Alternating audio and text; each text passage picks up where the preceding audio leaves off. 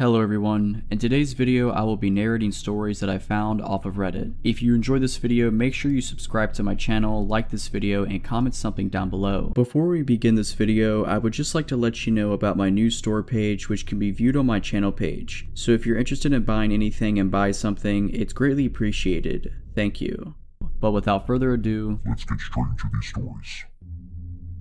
This happened back while I was in college a couple years ago. Me and my roommate moved into a beautiful apartment our junior year of college. Our parents made it extremely clear that us living alone together was not ideal for some of the cheaper, shady neighborhoods close to our college. We attended a college in our state capital, so we were in a city environment, and had certain criteria we had to meet in order for us to live there, and for them to co-sign our leases. Lit sidewalks, keyed entry into the apartment building, lit parking lot, X amount of blocks from campus, etc, etc. So we finally found one that fit our parents' criteria. Our apartment building had a keyed entry for both the front of the building and the back gate that led to the fire escape. Our apartment was an end unit that led to the fire escape, so there was 2 deadbolt locks on it. We loved our apartment, we felt safe, we had fun, truly living the college experience. And then my roommate's boyfriend starts slowly moving his things into the apartment and staying there way more often than he should. I finally tell my roommate if he wants to stay here and use the water, electric, and food I help pay for, then he needs to pay for it too, including our rent. I tell her a 3-way split, or I'm paying only my rent and he can pay the entire electric, water, and trash bill. I think I'm being pretty fair, and even though her boyfriend doesn't have a job, that's not my problem. I work and go to college. I don't want to work at McDonald's. Yes, he actually said that excuse is completely garbage. If you want a place to stay, then to the Golden Arches you shall go. So instead, my roommate starts sneaking him in really late at night after I go to sleep, and he leaves on days I'm home. While I'm in class, he's there, then leaves before I come back. My schedule is extremely routine. Well, he can't have a key, so if my roommate is in class or at work, how is he getting in? He can't take my roommate's key because if he decides to leave halfway through the day, how will she get her key back? All good questions. The solution they came up with was to leave the back door unlocked that leads to the fire escape, and then he can just jump the fence at the bottom of the fire escape to get back on the fire escape when he's ready to come back, or stick a rock in between the door, whatever works for him. So I'm off of work and school one Thursday morning, and I decide I'm going to sleep in as long as I possibly can. My roommate and her boyfriend had already left for the day, so naturally they leave the door unlocked. I'm asleep and it's about 10 in the morning when I hear the back door open to the apartment. I come to just enough to recognize the noise, realize it's my neighbor or her boyfriend, and I brush it off and go try to drift back off. All of a sudden I start hearing someone creep through the apartment. Wooden floors. It definitely doesn't sound like casual walking. It is clearly someone stepping slowly and quietly through the apartment. My door to my room is ajar just a sliver, but I don't see anything out the door, and I'm honestly too tired to get up and look. A couple minutes pass and I figure that my roommate and or her boyfriend are just being weirdos, and I fall back asleep.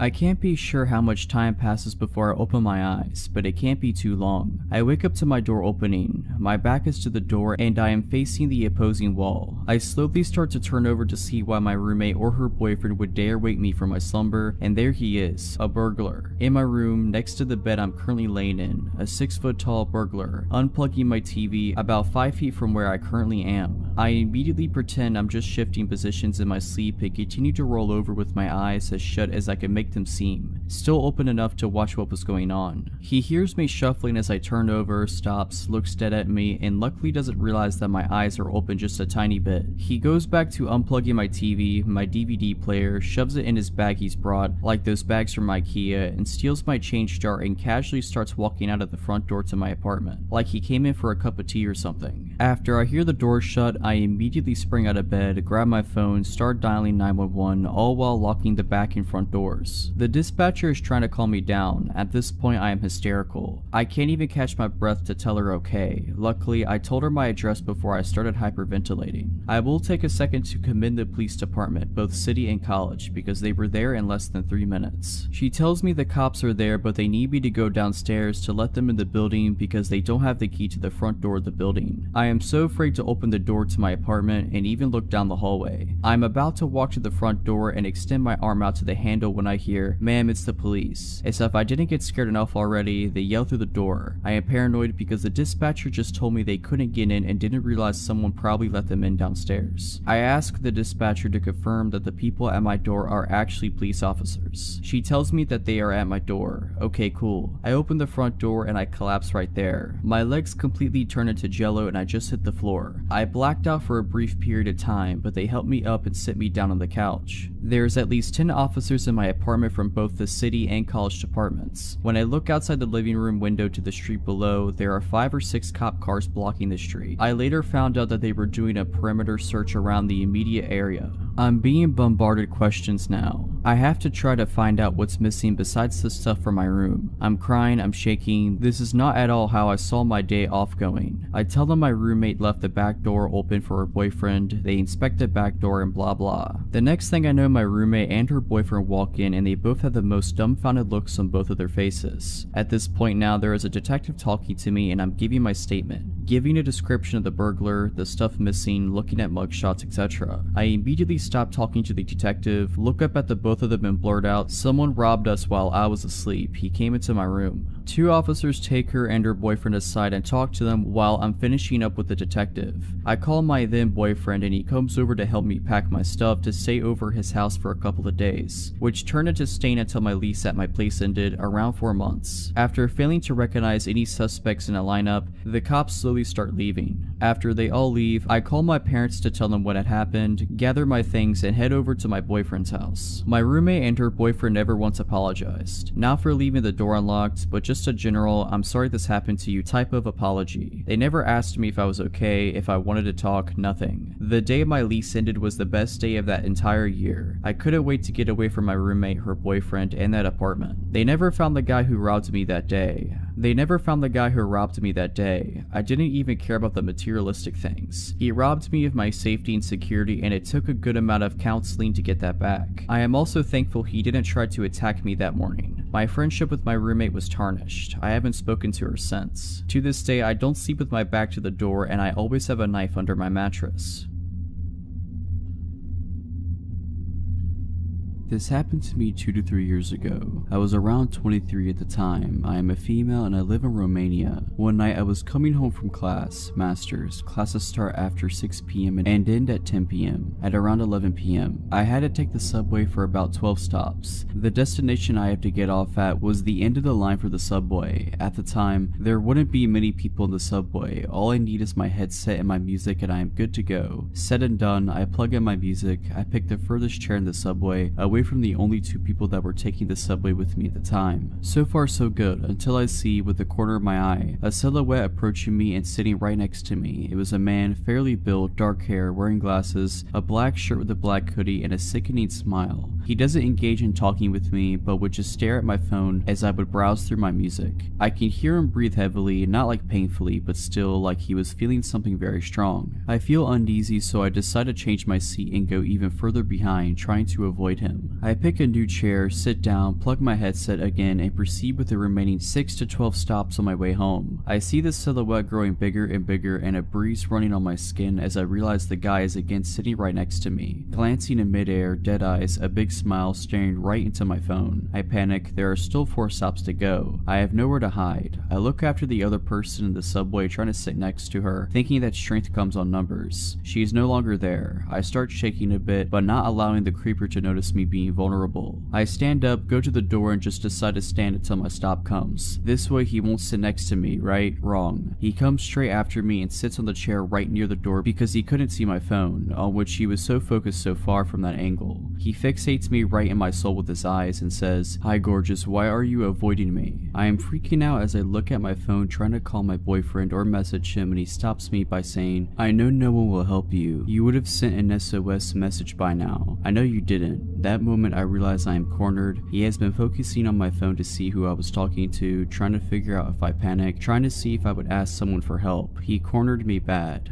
I had the luck to reach my stop as I would delay any reaction or ignore him so that he would repeat whatever whatever he wanted to say. I drop off and run for the exit, not looking back. I get out at the surface and I don't see him anymore. At this moment, I put my phone in my purse and realize I had pepper spray with me all along. My heartbeat comes back to normal as I know at least I have something to defend myself with, but still a long way to get home, and who knows if he is alone or not. I walk rather fast for maybe 5 minutes from the metro and feel a hand grabbing my wrist hard and pulling me back. Another hand covering my mouth, disabling me from screaming my lungs out. It was him, the same black hoodie, dark hair, and dead-eye stalker. He was furious and said, "How dare you run away from me? You should be honored I give you attention. Now, my phone is in my bag, I can't call the police, and I can't reach for the pepper spray." I panic, I can't punch him in the crotch, his hand is still in my mouth. What do? I did the most desperate and disgusting thing I could think of just to save my life. I played along. I used my other hand to touch the inside of his thigh and mumble a "I'm sorry" while his hand was on my mouth. He took his hand off my mouth and repeated that I'm sorry. I didn't realize he was just flirting. He let his guard down and took his hand off my wrist. He asked me for my phone number and address to drop me off, but I refused, saying I'd rather add him on Facebook, and he agreed. I told him I'd reach for my phone, but instead picked the pepper spray and got him sprayed all over his face. Made sure I'd cover both his eyes, nose, mouth, even his ears and hands. He instantly got all red, suffocating from the pepper and swelling. I called the police, told them what had happened and what I did. They asked me if he is immobilized, and I said yes, as the effect wears off in 45 minutes. The police arrived there 5 minutes later to see me shaking like a leaf and a man on the ground, swollen like a pumpkin, throwing up and swearing me between gasps of breath. He was arrested and the police told me they had been looking for him for the past week as they discovered the body of a 24-year-old woman in his apartment. A lady with red hair. I have red hair too. The woman was his girlfriend, and ever since he's never gotten back to the apartment. I do not know what he wanted to do with me. I can understand why he targeted me due to the similarities, but I just hope I don't ever have to meet him again.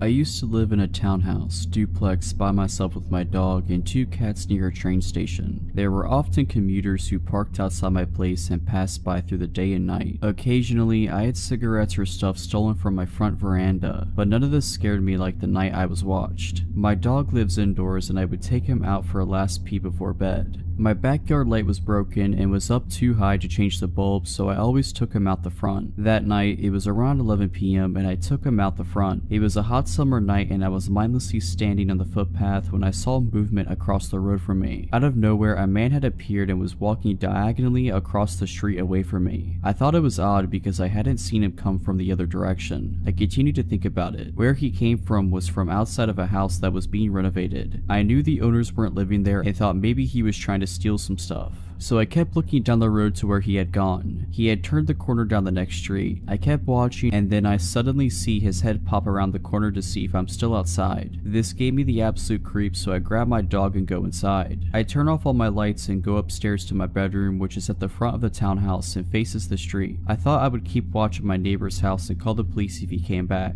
I peer through my blinds, which cover sliding doors coming off a small balcony, and like clockwork, I see a dark figure walk down from the corner and down my street.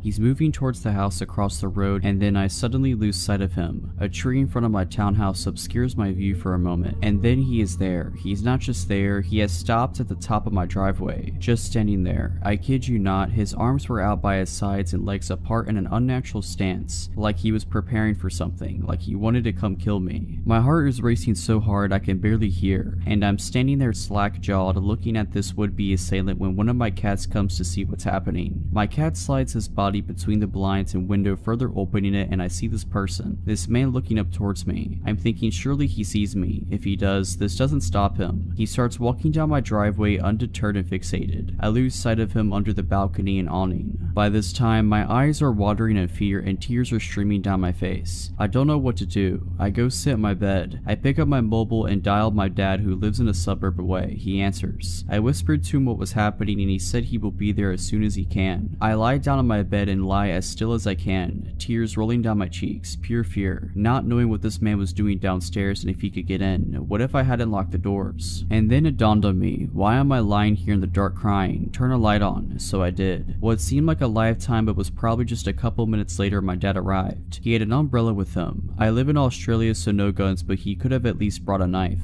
I stayed on the phone with my dad while he searched outside for the man. The man was gone. Maybe me turning on the light scared him off. I called the police police who said I should have called sooner. Of course I should have, I don't know why I didn't. They came out with a sniffer dog and didn't find him either. I don't know what he wanted, but for a good year after that I was scared living there. Luckily that feeling faded away after a while.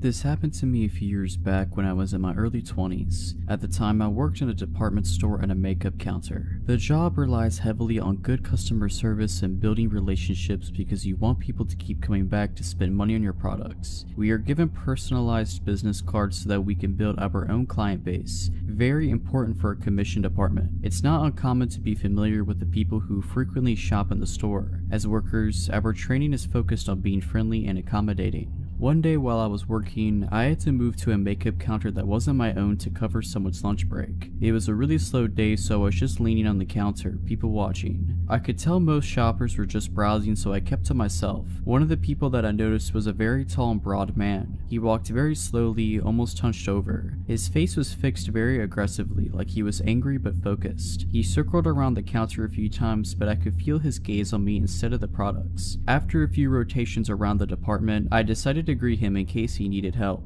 It wasn't until he came directly over me that I realized just how big he actually was. I'm a 4'10" female, so I feel pretty small regardless. But even with his slouched posture, he was over 6 feet tall and well over twice my weight. I'll never forget his teeth. They were completely black in the front. Your eyes couldn't help but go right to them. Despite his menacing appearance, he was soft-spoken. Truthfully, I could tell he wasn't all there by the way he talked. He told me no when I asked if he needed help, but requested my number. So direct. We had never spoken before. I declined and said that I was in a relationship and that it would be inappropriate. He then asked if he could have a business card for the counter in case he wanted to get products. Since I wasn't on my normal counter and I really wanted him to go away, I handed him my coworker's business card and told him to call if he had any questions. It worked and he walked away after that, filling me with relief.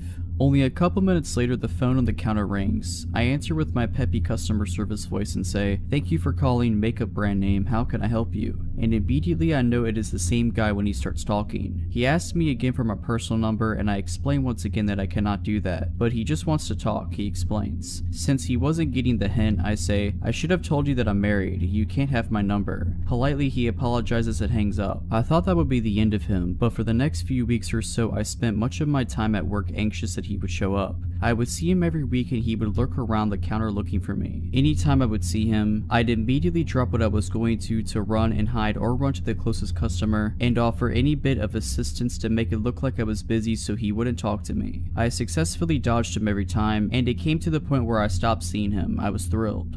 I had almost completely forgotten about him until one day I decided to go to Walmart by myself to pick up a few things on my day off. I generally like to shop alone. I can take all the time I need and I like leisurely looking around. I grabbed a basket and made my way over to the cosmetic/hair wellness section since that's where most of the things I needed were. I only managed to grab a few things before I locked eyes with him as I walked by the supplement aisle. I had recently changed my hair color and wasn't wearing my work uniform, so I didn't think he'd realize who I was. I was ready to just go about my shopping and ignore him until I noticed that he dropped the items he had in his hand and started heading my way. I panicked and stiffened my pace immediately. I thought to myself, he's not going to really follow you through the store, right? But as I turned around to look, I could see his humongous body just plowing through people, with that same terrifying look on his face, only meaner, his black teeth growing closer with a snarl. Since the direction I was walking was the opposite of the exit, and there was no way I was going to turn around, I decided that my best course of action would be to follow the perimeter of the store and cut down the center section, which would bring me close to the registers. I speed walked the entire time in the hopes of losing him amongst all the people, but never once turning around again. By the time I made it to the register area, I could actually feel him behind me. Still not wanting to turn around to look, I glanced in the reflection of the soda machines that are in between the register aisles to see how close he was. To my horror, there was only about 2 feet between us. I was afraid to just drop my stuff and run out the door in case he followed me to my car. I parked in the far back of the parking lot and didn't want to risk it. I also didn't want to get in line at the registers since the lines were long and I would just be standing out in the open alone. Instead, I walked into the cluster of people crowded around the self-checkout line. I noticed another large but older gentleman with his carriage in the middle and ran straight for him. The people were so closely clustered together that the man following me couldn't make it through. I ran over to the man in line and grabbed onto his carriage. I said, "I'm so sorry, I'm not cutting you, but there's a man that's been following me through half the store and I need to stand with you." He was so was sweet and let me be with him while we waited in line and even let me go ahead of him so I could leave quicker. As I was cashing out, I could see in my peripheral vision my stalker staring at me and pacing about, but he couldn't come near me since the self-checkout is somewhat sectioned off.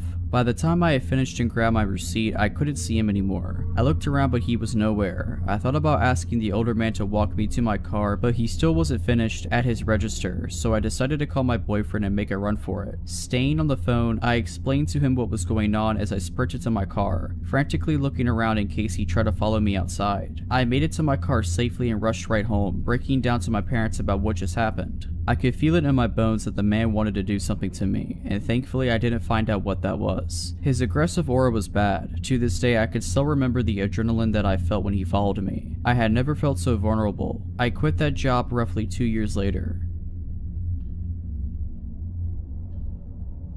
This incident happened in the summer of 2015. I lived by myself in a nice house inside a small town. Low crime, but still the occasional shady person. Anyway, at work that day on a smoke break, I watched a dog get thrown from a moving vehicle, 4-lane city traffic during the start of rush hour. I ran right out there, scooped his little self up, and booked it back to my workplace. He was not injured, amazingly. As a bleeding heart animal lover, I decided to take him home with me until I could figure out what to do with him. I have a large amount of cats, and always have. This was my first experience with a dog that I was solely responsible for. This guy was very shy, head hung, tail tucked, jumpy, just looking at me like I was about to beat him. I was clueless on the subject of dog personalities and tendencies. I just knew that they needed to be taken out frequently. His first night with me, we had been out about 15 times, as I did not want him using the bathroom in my house, obviously. I was having my final cigarette of the day on my porch. The dog was on a lead, chilling under my chair as I smoked and chilled. I see a man walking on the sidewalk that runs by my house. He kept glancing up at me before passing. Shortly after he passed my house, he stopped, turned on his heel and approached. "Hey, can you tell me where 302 Church Street is?" he asked. I told him I would search the address on my phone, which, of course, was taking a minute to pull up. He explained he didn't have a phone of his own and was attempting to get to a friend's house, taking small steps toward me the whole time. Finally, the address I summoned came up. "It's exactly 2 blocks north of here, right on the southwest corner of the cross street," I told him, pointing in the direction. He kept his eyes locked on me, continuing to slowly move closer. The dog starts growling very softly at this point. I forgot he was even there until now. "Mind if I take a look at the map?" He grinned sheepishly. "I'm bad with directions." I rose from my seat, pointing again. "It's truly just 2 blocks up the road. Just follow the road. 2 blocks. The house will be on your left," making it very clear that I wasn't going to just hand him my phone. "Well, can I call them? I need to let them know I'm coming," he said, still creeping closer, extending his hand. "No," I curtly replied. "How about text them?" Pushing forward still. "Dude, no." I started toward my door. "Just let me see your phone." He was visibly becoming pissed off, clearly trying to contain it and getting way too close to my porch. As a last-ditch effort of getting this dude to screw off, I say, "You need to get out of my yard. My dog's protective. He will screw you up." I didn't know the first thing about this dog, let alone whether he had the capacity to screw someone up.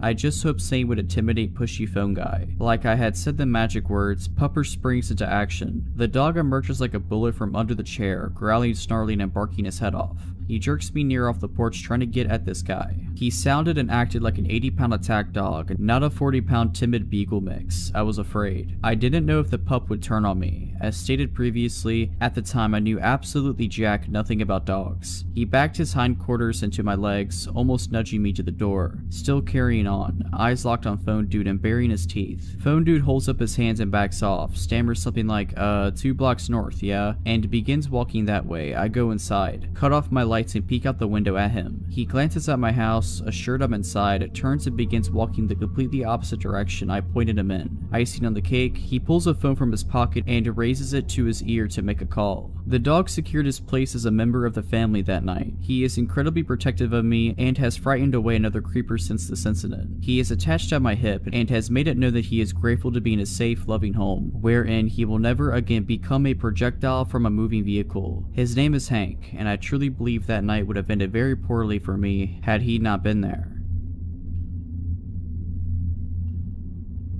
So about 3 years ago, I was going to school in a US city and was living with 2 other roommates. My one roommate was known to usually bring seedy characters back to the apartment. At one point during our fall semester, she befriended a guy in her advertising class who went by the name of Dallas. He became her weed dealer and she would frequently bring him over to the apartment. I suspected they were sleeping together, but she denied it. It was a strange relationship, but who am I to judge? My other roommate and I thought he was charismatic enough, but also didn't see the appeal that Christy, my roommate who befriended him, saw. I remember one night we had Dallas over for dinner. He told us how he played for our college's football team, that he just started his own business at the age of 25, and how he was a very well-known weed dealer who made a lot of money, and his name was Dallas because he used to live in Dallas, Texas, and his parents named him after that. Me and my other roommate nodded our heads and listened, but we didn't think much of it except for this dude thought he was hot stuff and wanted to gloat about himself. I believe he came over for dinner or something maybe 1 or 2 other times. My roommate claimed that one time she decided to buy weed from him and went to his apartment off campus. When she arrived, she saw our roommate, Christy, just passed out on a chair in the middle of the day in Dallas's apartment in some random room. When my roommate arrived, he mentioned nothing of her being there. My roommate shook her awake and Christy just woke up in a haze and basically told my roommate to screw off.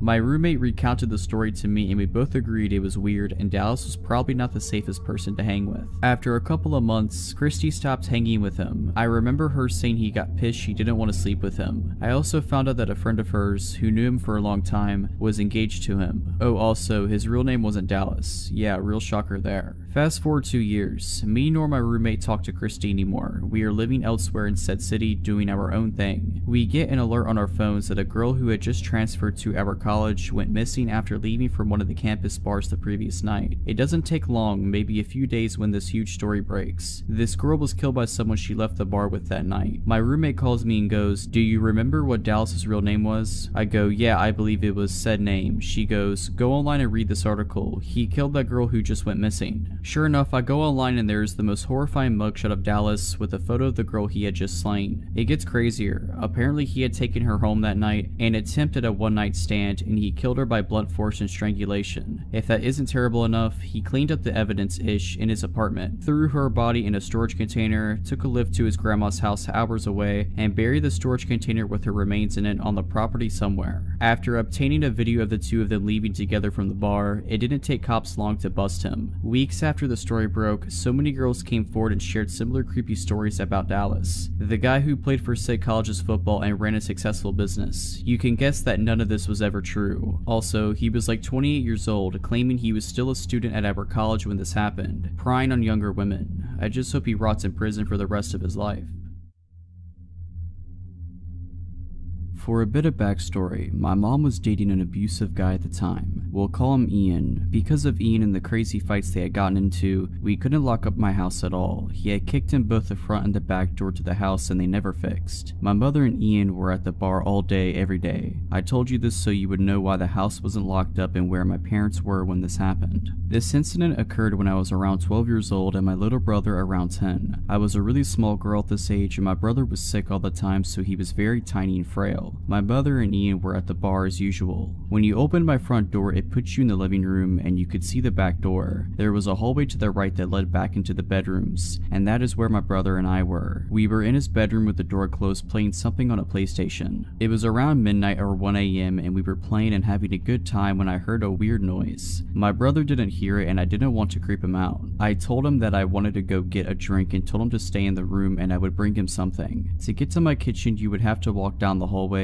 in front of both the front and back door because it was behind the living room. I kept hearing strange noises, so before I left out of my brother's room, I told him to get into the closet and work on our fort so that it would be ready when I was done getting our drinks and a snack. I raised my little brother for the most part and took care of him. I had a terrible feeling, a sense of dread. I could tell something wasn't right and this was a way to get my brother to hide without scaring him. He frightened easily and had really bad asthma attacks, and at this time we had no inhaler or his breathing treatment machine for for him. I knew if he started having an asthma attack on top of being scared, it wouldn't be pretty. Anyway, I left the back room and decided to see what was going on. I started sneaking up the hallway as slowly and quietly as I could. I was terrified. I could feel that something was wrong. Before I made it to the end of the hallway, I hear a man. It sounded like he was grunting. I can't explain it, but the feeling that washed over me made me near puke. So I of course freeze. I have no one in this town. I don't know anyone, and my dad is living in a different state. My mom is at the bar drunk. I was sitting there trying to gather the courage to see what was around the corner and going over my options when I hear my brother's door open. He sees me and the look on my face and freezes. I remember his eyes going so wide with fear because he must have heard the grunting too. I motion him with my hands to go back in the room and he does. I gathered the courage to peek around the corner, and what I saw still freaks me out to this day. It was horrifying. I saw a man, probably around 6'2", sitting on my couch with a grin on his face. By some stupid luck, the man didn't see me. I slowly snuck back to my brother's room. I slowly shut the door and started going over my options. My little brother was already horrified because of the grunting noise this man was making. I am so thankful he wasn't the one who saw what was out there. I gathered myself and calmly told him that there was a man that I didn't know on the couch and he needed to be very quiet, and I needed him to be brave and keep his breathing in check. My little brother adored me and looked up to me, so when I told him that I needed him to be brave, he tried his best. I told him not to move and he didn't. The first thing I tried was the window, but it wouldn't budge. It was completely stuck. I'm making myself stay calm for my brother's sake, but I know what's sitting out there. So since the window was stuck, I decided to start looking for a weapon. My oldest brother lived here and I knew he had swords somewhere. I don't remember where he was. As I'm looking for a weapon, I hear the man saying, "I know you're here." My stomach knotted up. The hair on the back of my neck raised and I instantly got a cold sweat. And then I hear it. My little brother had started wheezing. Asthma attack. I hugged him, reminded him about being brave, and told him to sit still and focus on his breathing. I started frantically trying to get my window open, but it was stuck. I looked around and started moving blankets when I found my older brother's cell phone that he always forgot. I remember thinking that I was lucky and felt a bit of relief. I immediately called the police and told them what was going on, hysterical at this point but still remaining quiet. The dispatcher told me to remain on the phone so she could hear what was happening when the man started banging on our bedroom door. It had been about 5 minutes into the phone call when this happened, and I could no longer remain calm. I had lost it. I started screaming. I forgot to mention that our bedroom had the only working lock, so the door was locked. He was trying to get in and banging on the door. His banging got louder and louder. He was screaming to let him in when it went completely silent. Then he did the creepiest, most terrifying thing ever. He started laughing. He then says, "You know I could just bust down this door in about 2 seconds, right, little girl?" He then starts lightly knocking on the door and asking me to open it. Then I hear the police start screaming at him to get on the ground, put his hands up, etc.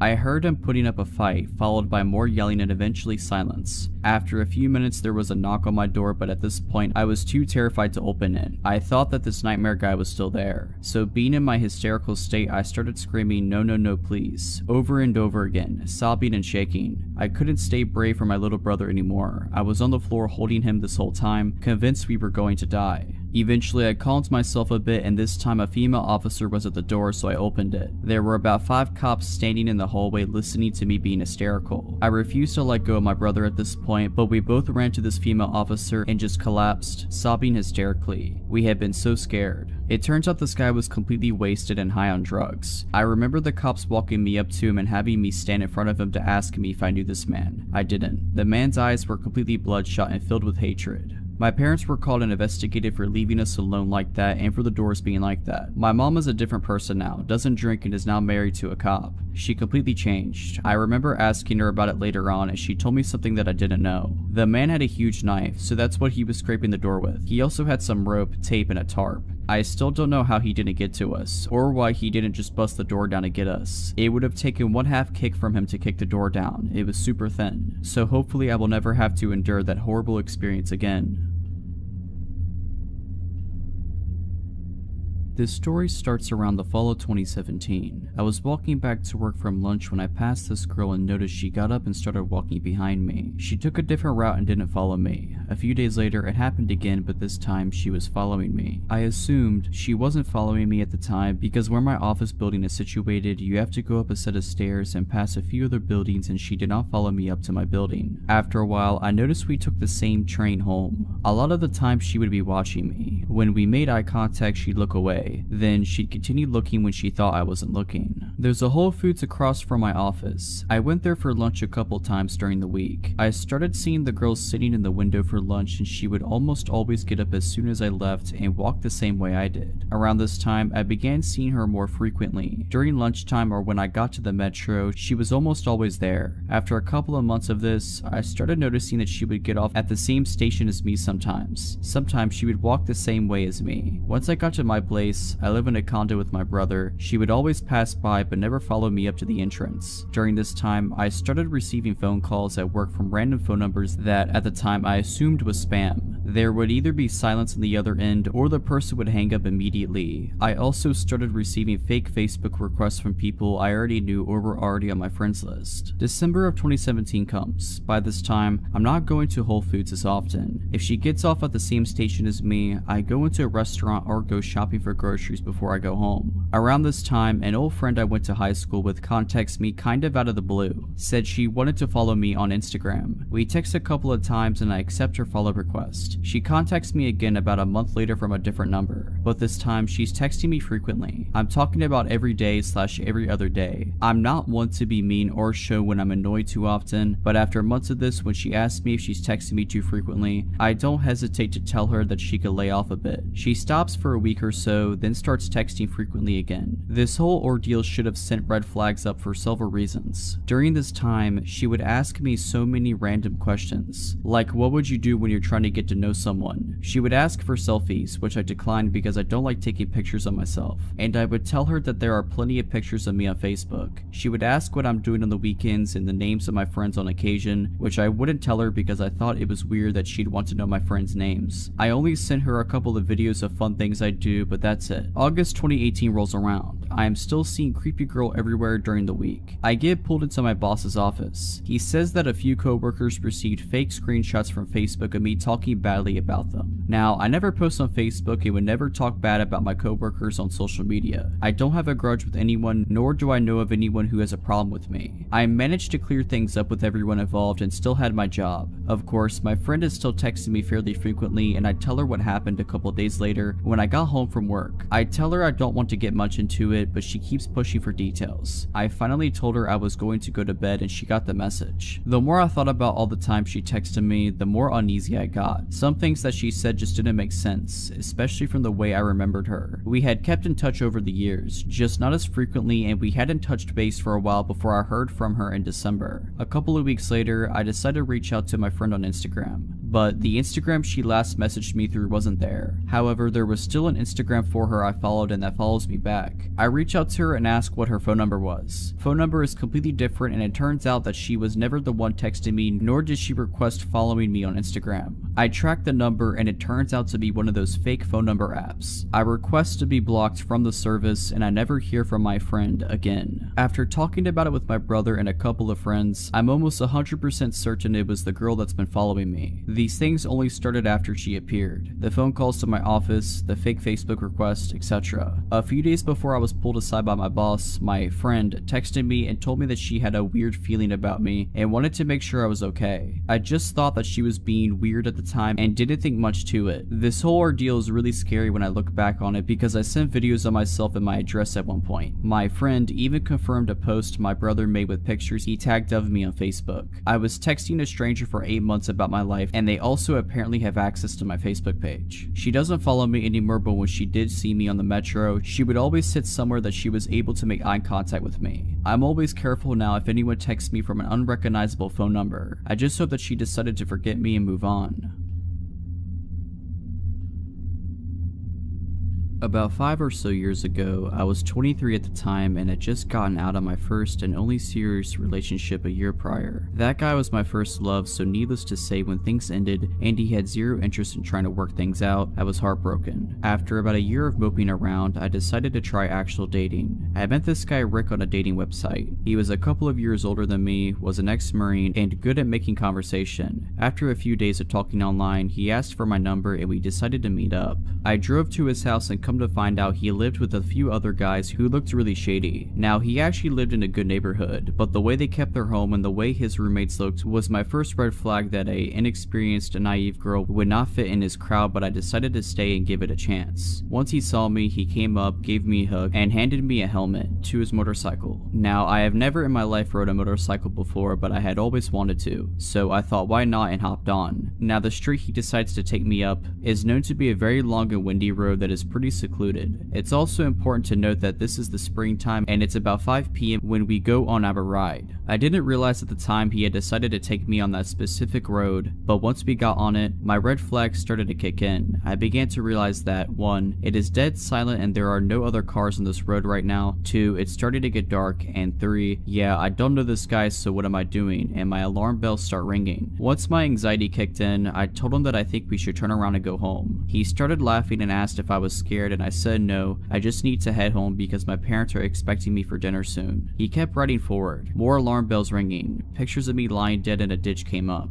I kept asking can we please turn back, and he finally gave in and turned around. The next day comes and I told myself that maybe I was just overreacting and he was harmless, and decided to agree on a second date a few days later. We met up at a sports bar for dinner and a couple of beers so we can watch the hockey game. The entire time we were sitting there, Rick has his arm around me and has me literally attached to his hip, constantly trying to make out with me, and is acting extremely possessive. At this point, I'm completely freaked out because I barely know this guy and all he is talking to me about is our future and how he would be such a protective boyfriend because he was an ex-Marine. At this point, I knew I was done with him, but unfortunately, my car is at his house. When we are done and head home, he insists that I come inside and hang out for a bit. I decide to walk in and stay for 5 minutes. We walk into his room and he immediately pounces on me, making out with me and trying to feel me up. I kept pushing his hands away and kept telling him that I needed to get going, but I could tell he wasn't going to give up until he got what he wanted, especially after I realized his little friend was aroused. He told me that he would not let me leave until we did something. I said screw this and was able to bolt out of his door and sped home. After that night, he tried to ask me to hang out again, and I told him that I think it would be best if we stayed friends. This guy began to relentlessly call me and text me and beg me to see him, then proceeded to call me names because I was ignoring him, then would apologize for calling me said names, and it was because he liked me so much, so I blocked him. Then he tried to message me on Instagram, so I blocked him on there, and then on Facebook, and finally on Snapchat. I never gave Rick any more attention and moved on.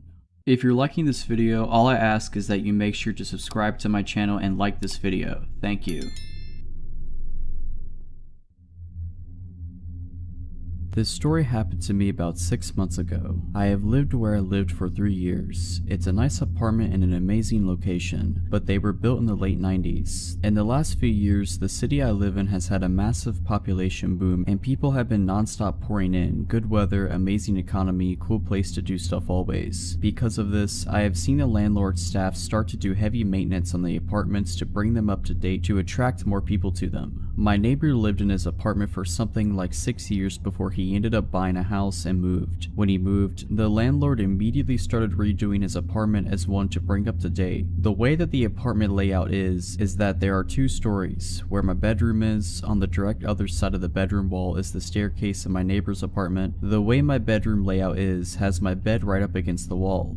They were completely stripping this place clean. It was one of the first ones that they did such heavy remodeling to. For weeks I would always see the workers over there painting and redoing the floors, etc. A few days before this happened was no different. I left and saw them doing maintenance in the kitchen, and when I came home from work, they were gone for the day. Nothing unusual for a single bit. The part that is unusual though is what happened one particular night. I was awake around 1 AM watching TV in my room when I heard someone on the other side of the wall slowly walking up the stairs, and very obviously stopping halfway up. Where the person was stopping was directly where my head laid on the other side of the wall. I could feel him listening to me breathing. I immediately turned the TV sound off and sat there extremely quiet and still. I heard nothing for a few minutes, and then after what felt like an absolute eternity, I heard the person start walking the rest of the stairs to the 2nd floor. It was very obvious that someone was on the other side of that wall listening to me. I also knew that it was only a few days before this happened that I saw the maintenance redoing that apartment's kitchen. I knew that there was no way someone already moved in that fast. I quietly got out of bed and went to a room where I had a better view of the outside of the apartment. I obviously couldn't see if there was movement in there from the window, but I had a good angle to see if anyone walked out. I sat there for around 15 minutes just staring outside to see if I saw anything at all. Nothing. I went back into my room and laid down in bed again. I didn't play the TV, I just sat there waiting to hear something again. I was messing around on my phone for around 20 minutes in silence until I heard movement in the stairs again. This time though, the movement didn't start from the top or the bottom. The movement started in the middle of the staircase, meaning that the entire time I was sitting there in silence, this person was just on the other side of the wall listening to my every move. This terrified me, so I called the cops. I gave them all the information of what was going on and they informed me someone would be out very soon. I went back to the one room and watched out the window again. Only a few moments later, a police car pulled up and a cop got out to examine the building and the apartment. Only a few moments later, a police car pulled up and a cop got out to examine the building and the apartment. He was looking around and shining his light in the windows. I heard him knock on the door and shortly after could hear him talking to someone but couldn't make out what they were saying. I was totally puzzled by this. The officer walked over to my door and knocked. I went downstairs and he informed me very nicely that someone just moved in there. I laughed and was completely embarrassed. I even said to the cop that it was a heck of a way to meet your new neighbor. I felt embarrassed, but more importantly felt very relieved about the entire situation. I brushed off the whole thing as it just being late and my mind playing massive tricks on me. The next day I went to leave my apartment when I saw something that made me stop dead in my tracks. I went outside and only took a few steps towards my car when I saw maintenance over there carrying out the old refrigerator. I was puzzled. I walked over to the apartment and I looked in the door that was wide open. The kitchen was still being worked on, and not a single piece of furniture could be seen. I was legitimately speechless. I walked over to a maintenance man and said, "Didn't someone move in here?" And he informed me no, and that the apartment wouldn't be ready for showings until at least 3 weeks. I ran back upstairs into my apartment and called my landlord. I asked her if someone is staying there and she said absolutely not. I told her about what I experienced the night before. She was floored. She told me that they would change that apartment's locks immediately. She also suggested that I call the non-emergency line to the police department and inform them that no one lives there. I did just that and they asked me to come down to the station. I told them all of the information in detail of what happened. They were able to quickly figure out what officer came out to check out the situation so he could help identify the person who answered the door. The officer described the man in detail and I confirmed that I had never seen him around the apartments before. There was a search around town for a few weeks until the whole thing just sort of fizzled out and I stopped hearing about it and started seeing less and less patrol cars randomly in the parking lot. After that night, I never heard another thing in that apartment. Around a month later, an older couple moved in and they are very nice. When I saw the moving van pull up, I went out to introduce myself to them. But to be completely honest, the only reason I went out there was to see if any of them matched the description of who the cops saw. Not even close. I'm certain that the person who was in that apartment got away with it. I had an extremely hard time sleeping the following weeks of that happening to me. I actually ended up moving my bed into the smaller second bedroom because it bothered me so much. I have zero idea of what the intentions were of the person or what they were doing on that staircase.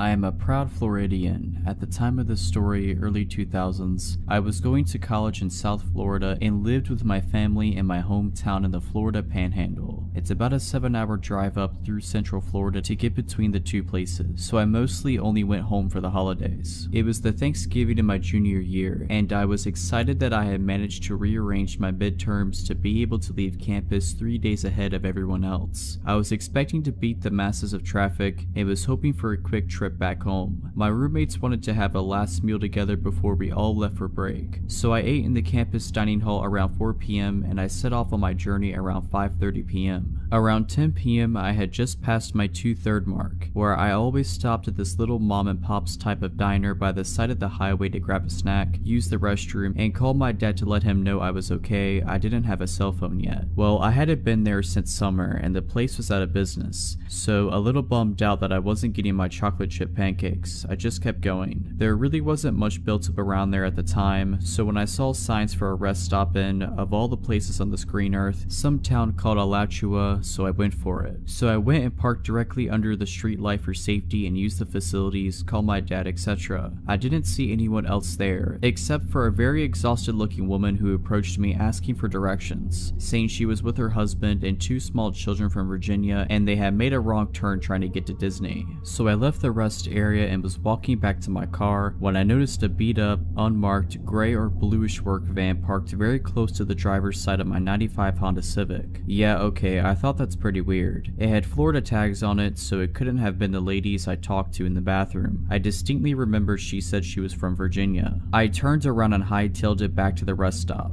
promptly running into some random middle-aged guy with 2 little boys. Getting to talk to him, it turned out it was his wife I had spoken to as she emerged from the bathroom a second later, and I felt comfortable speaking to him. I told him what was going on with the van and how I didn't know what to do. He said he'd go check it out, so he left the kids with his wife and strutted up to the driver's side of the van. He stood there for a moment before speaking, his voice awkwardly quivered, but we could hear him yell it from where we were standing some 100 feet away. "Excuse me, gentlemen, we already called the police, so I'm gonna have to politely suggest that you get out of here." And then he ran back to us, grabbed his wife and kids, pointed to me with a swift "you," and said, "Come on, let's all get in the car now," and we ran together. So here I was, confusedly sitting in the back of the stranger's SUV while he went and used the payphone to presumably call the police. Meanwhile, the van peeled out of there. Like, I have never seen someone get out of there quite like they got out of there. They ran up on the curb on their way out. They burned rubber. It was almost comical. The cops got there and I found out what happened. The man went to go check out the van and he could see in it pretty well because I had parked under the street light. The first thing he noticed was that all the seats except for the driver's seat had been removed. There was a guy sitting in the driver's seat and a guy sitting in the back, a tarp laid out in the back, and a bunch of other random items back there he couldn't immediately identify. Neither of the guys were reading a newspaper or a map or anything. They were apparently both just sitting there.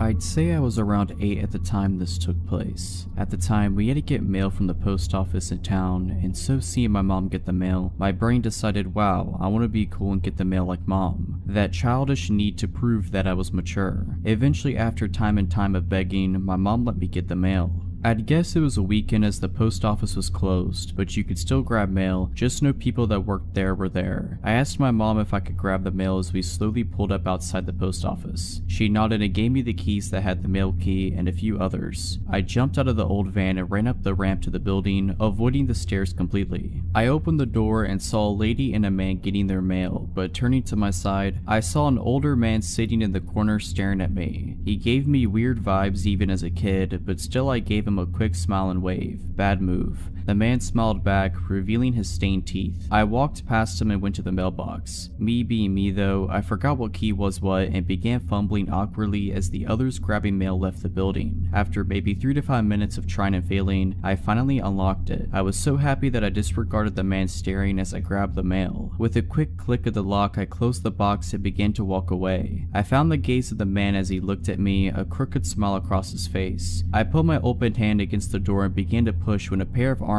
reached around me, one hand forcefully pulling the door shut and the other around the upper part of my chest, like my collarbone, pulling me into a tight, unwelcome and horrible hug. I froze. What was I supposed to do? I was always taught to respect adults and I did. He had a strong scent of alcohol on him, so much I think I coughed a few times. He began to speak after a moment of just holding me there. The words he spoke scared me really bad. He then said, "Man, hey, where are you going?" He spoke almost passive-aggressively. Me, "Oh, I have to go. My mom is waiting for me." Man, "Oh, okay." He sounded defeated and began to let me go. Before I could break away, he held me tighter again, tighter than before. Wait.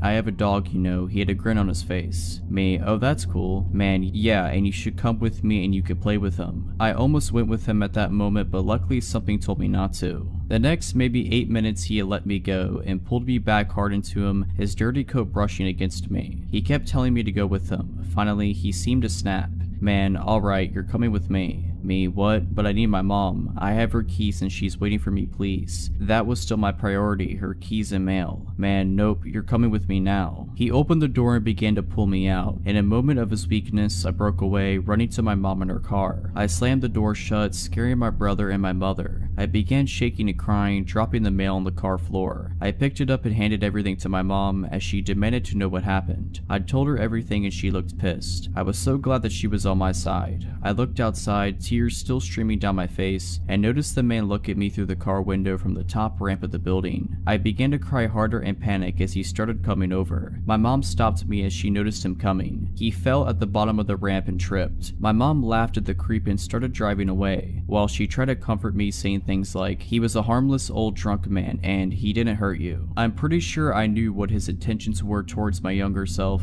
and I'm just glad that I was able to get away from the man. This happened in 2015 when I was 16 and still living in my hometown, a forgotten little beach town in the middle of nowhere that's so remote it's probably not even known by surrounding areas. Basically, there's 3 things you can do there as a teenager: go to the movies, swim, or go to this pathetic little place called Miller's Fun Park. It's relatively similar to a lot of fun park type things, only a whole lot worse. There's a crappy arcade with broken skee-ball machines, batting cages that probably haven't been used since the early 80s, a pathetic mini golf course, and the most dangerous go-karts you've probably ever seen in your life. Miller's Fun Park is on the edge of a field. On the opposite side of the field, about 3 miles down, is the beach, and across the single street are woods. If our town is in the middle of nowhere, Miller's is practically on the moon. My cousin Emma and I decided one summer night that we wanted to go go-karting. It was around 10 p.m, so we knew it'd be almost deserted, but that was the way we liked it. I picked her up from her house and we made the long drive down. Once we had arrived and parked in the nearly empty parking lot, we hopped out of the car and paid for some go-karting tickets. The same people had worked there forever. There was no one there except for a few boys in the arcade and a guy who looked to be in his 60s sitting on a bench near the batting cages. Emma and I paid him no mind and went to the go-kart track. Like I said, these karts were incredibly dangerous, so I was focused on nothing but making sure I wasn't going to skid and flip as we raced way too fast around the windy track. This is why I didn't notice the guy walking over to the fence, and why I didn't notice him watching us until we pulled into the lanes after our last lap. He was standing on the other side of the fence right where I parked. He stared at me with the most unsettling expression, a weird smile with dark eyes. I managed an uneasy smile back, handed another ticket to the guy running the go-karts, who was obviously higher than a kite, and Emma and I went off again. This time I couldn't focus. The dude gave me the worst type of feeling. My eyes were constantly finding their way to the metal fence where he stood, unmoving and watching us every time we were in his view. And the thing that was bothering me the most was we only had bought 3 tickets. We were on our second to last run and he was standing directly next to the exit gate. I was just praying that he'd move before we were done. But of course, no such luck. Our last go came and went, and I had no choice but to pull in next to him, unbuckle my seatbelt, and get out of my go-kart. I glanced over at Emma a few feet away as I opened the exit gate to see if she was as scared as I was, but she didn't seem to notice as she bounced over and bragged about how she had beat me the last 2 times. I was barely listening. I opened the gate and the guy stepped in front of me just as I was leaving. "Hey there," he said. His voice was dry and he smelled of cigarettes. "What are you girls doing all alone here?" My eyes darted over to Emma, who was looking at the dude with both confusion and annoyance. What?" she said, pushing past the gate so she stood beside me. "It's so late." His tone was as hungry as his eyes, and he reminded me of a snake. "Do your parents know that you're out?" "Yes," I answered quickly. "They're waiting for us actually. We need to get going." This was a lie and probably sounded like it from my tone, but I tried to push past him anyway. It didn't work. He grabbed my shoulder to keep me in front of him. "Nonsense. I saw you girls pull up alone." My heart dropped to my stomach. He had? "Are you heading out? Why don't I walk you to your car?" He starts inching towards me and I looked to Emma for help. With one swift movement, she pulled me halfway behind her and started sizing the guy up. This was pretty dumb as we're both small, and though she's a few inches taller than me, neither of us are anywhere near his size. This guy clears 6'2" easy, but she doesn't seem to care. "Actually, we were just headed to the arcade," she says harshly. "Her boyfriend is going to meet us here." I did have a boyfriend at the time, but he wasn't coming. He wasn't even in town, and I knew that she knew this. The guy's face immediately changes. His smile disappeared and he now was glaring down at me with a look of annoyance in his eyes. I felt myself start to cower. "Boyfriend," he says roughly. Emma didn't give me time to say anything. She grabbed my arm and tugged me behind her into the arcade. The boys from before had already left, and the usual girl who worked in there was nowhere to be found. Still, it felt safer than outside. We ran to the back and hid behind the claw machine. What do we do? I left my phone in my car, I whisper shouted. There was no way I was going out there alone, and the go-kart guy had already disappeared into the small ticket shack. I don't have mine either, I left it charging, she said, face palming. We're just gonna have to make a run for it. Are you crazy? He's probably waiting for us in the parking lot. What about the guy who runs the go-karts? We could get him to walk us out, she said. I just shook my head. He's as high as Mount Everest right now. I don't want to risk running all the way to the ticket stand for nothing. Then we have no choice. She stood up, pulling me with her. Let's go. I swallowed hard, wanting to cry. I'd never been that scared before. There was something so wrong about that guy. We made our way out of the arcade, looking around to see if he's nearby. The park was now absolutely deserted. Emma practically had to drive me to the exit. I was looking every direction every second, waiting for the guy to come out of the woods or something and pounce on us at any second. But he didn't. Everything was still. Get your keys out, Emma instructed, and I pulled them from my pocket. We were about 20 feet from my car when I stopped dead in my tracks. What? She whispered. I stared at the car, keys in hand. I had never locked it. I never locked the car, Emma. What? I didn't lock it. What if? I trailed off, but she knew what I was saying. She started inching towards the car, and I grabbed her arm to stop her, but she pulled me away. I'm just going to peek. If I say run, you run. Her voice is quiet. I nodded shakily. She eventually made it close enough to see inside, but by the way she was squinting, I knew it was too dark to make anything out. My heart was beating out of my chest. What if he's in there? All these thoughts almost drown out the unmistakable sound of shoes slamming against the pavement. My head whipped around instantly, and there he was, sprinting at us at full speed out of the woods. I screamed bloody murder and broke for the car, jiggling the handle as I realized I had locked it. Emma was already on the other side, screaming at me to unlock it. I fumbled with the keys but managed not to drop them as I unlocked the door, flung it open, and practically threw myself inside. I just managed to close the door when he was there, slamming his fists against the window and shouting incoherently. I was sobbing at this point and barely managed to lock the doors as he goes for the handle and yanks on it as hard as he can. Emma was screaming at me to go, and through my tears I shoved the key into the ignition and flew into reverse. He was still chasing us and yelling as I veered backwards out of the lot and turned as fast as I could while slamming on the gas. I was driving like I was still in a go-kart, but I didn't care. I could barely see the road through the flood of tears, and Emma had to grab the wheel several times to keep us from crashing before I regained some composure. Though obviously shaken up, she managed to keep her tears and be the same one out of the two of us as we drove at least 30 miles over the speed limit the whole way back to my house. We kept this encounter a secret between us for a long time, but me and Emma decided to tell this encounter we had experienced on here. We didn't talk about it until months after the horrifying encounter. Safe to say we never went back to Miller's Fun Park after that. I urge all of you to be extremely careful when going out at night. I just hope that me and Emma never have to see that lunatic again.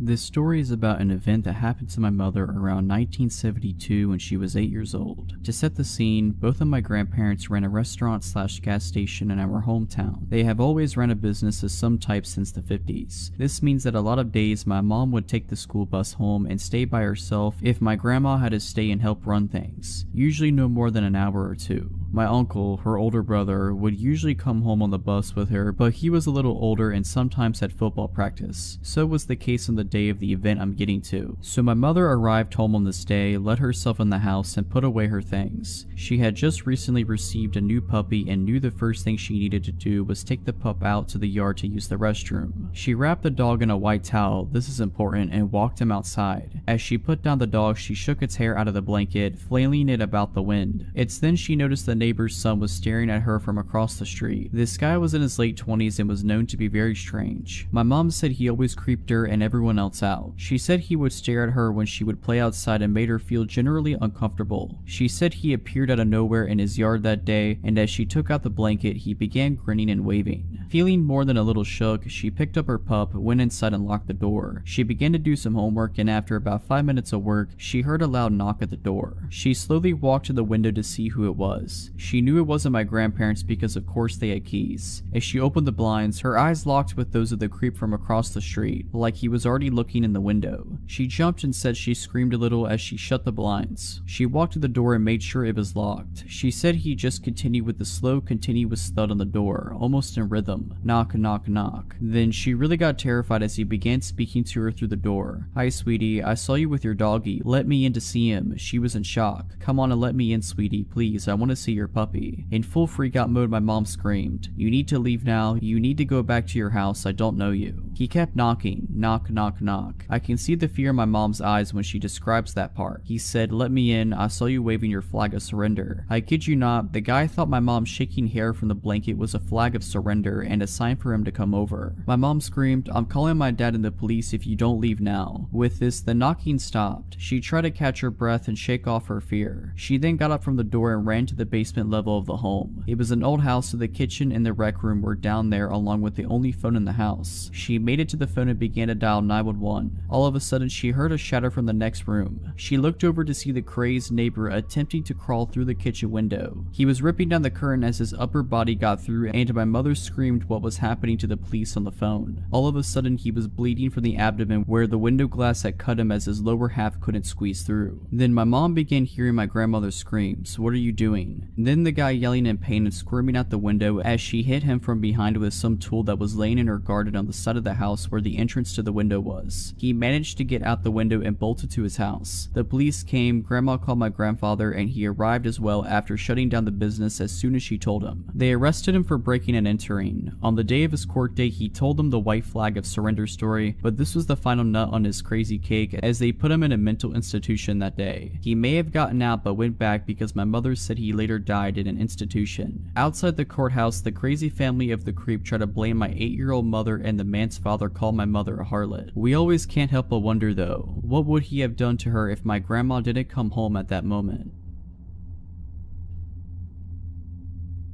This took place when I was about 16. My aunt was in town visiting and we were coming back from the grocery store. We were driving back to my mom's house. My parents are divorced and she lived way out in the country. Like, it's a 10-minute drive from anywhere. We pull up at our driveway and a red car pulls in behind us. My aunt and I stay in the car and the man approaches the driver's side door. I can't rightly tell you why he looked like a creep, but he looked like a creep. Very pasty skin, eyes that were staring down too hard, just overall weird. He claims he is lost and looking for his way to a fitness center in the town next over. The exact fitness center that is about a minute away from where the grocery store is, i.e. the opposite direction of where we just came from. Super odd, but I give him directions. He thanks me, but continues to stare at me. He asks if we know each other and I reply no. He gives me his name and I again repeat no, I do not. A couple of seconds of awkward staring and he asks me what my name is. Well, being an idiot and feeling anxious, I tell him that was a mistake. He confirms we don't know each other. Oh really? And heads back to his car and we watch him leave. My aunt and I agree he was very strange, but shake it off and take the groceries in. From where we were parked, you have to take a little windy path up behind the house to the back door. My aunt goes outside to grab the rest of the groceries and I settle on the couch in the living room and look outside. Red car in the driveway. My aunt comes upstairs and said the guy was almost to our door and claimed he forgot the directions. My aunt curtly told him right, left, right, and told him to leave. The directions were truly that simple when following the main roads. I'm freaked, she's freaked, but we never see him again. A month passes and I'm chilling at my dad's and posted something like, "I'm bored at my dad's house, who wants to chill?" on Facebook. Guys, always set your page to private. Several minutes later, I get a message from the same guy asking if I wanted him to come over. I'm home alone and understandably terrified. I immediately block him and tell my dad, who goes to one of his cop friends to see if they know anything about this guy. Well, this man was kicked out of a local university for stalking, and had 2 other counts of stalking on top of that and a restraining order. Another month goes by and I'm in study hall with a friend and he is telling me about this guy who was stalking his older sister. I don't remember the specific details, but it was definitely the story of someone being stalked. The craziest part was the stalker almost drove this girl's brother off the road in an attempt to get him to pull over. Once pulled over, stalker jumped out and was making his way to my friend's vehicle when my friend noped right out of there. I'm sure you guessed it, but the stalker and the creep I ran into were the same person.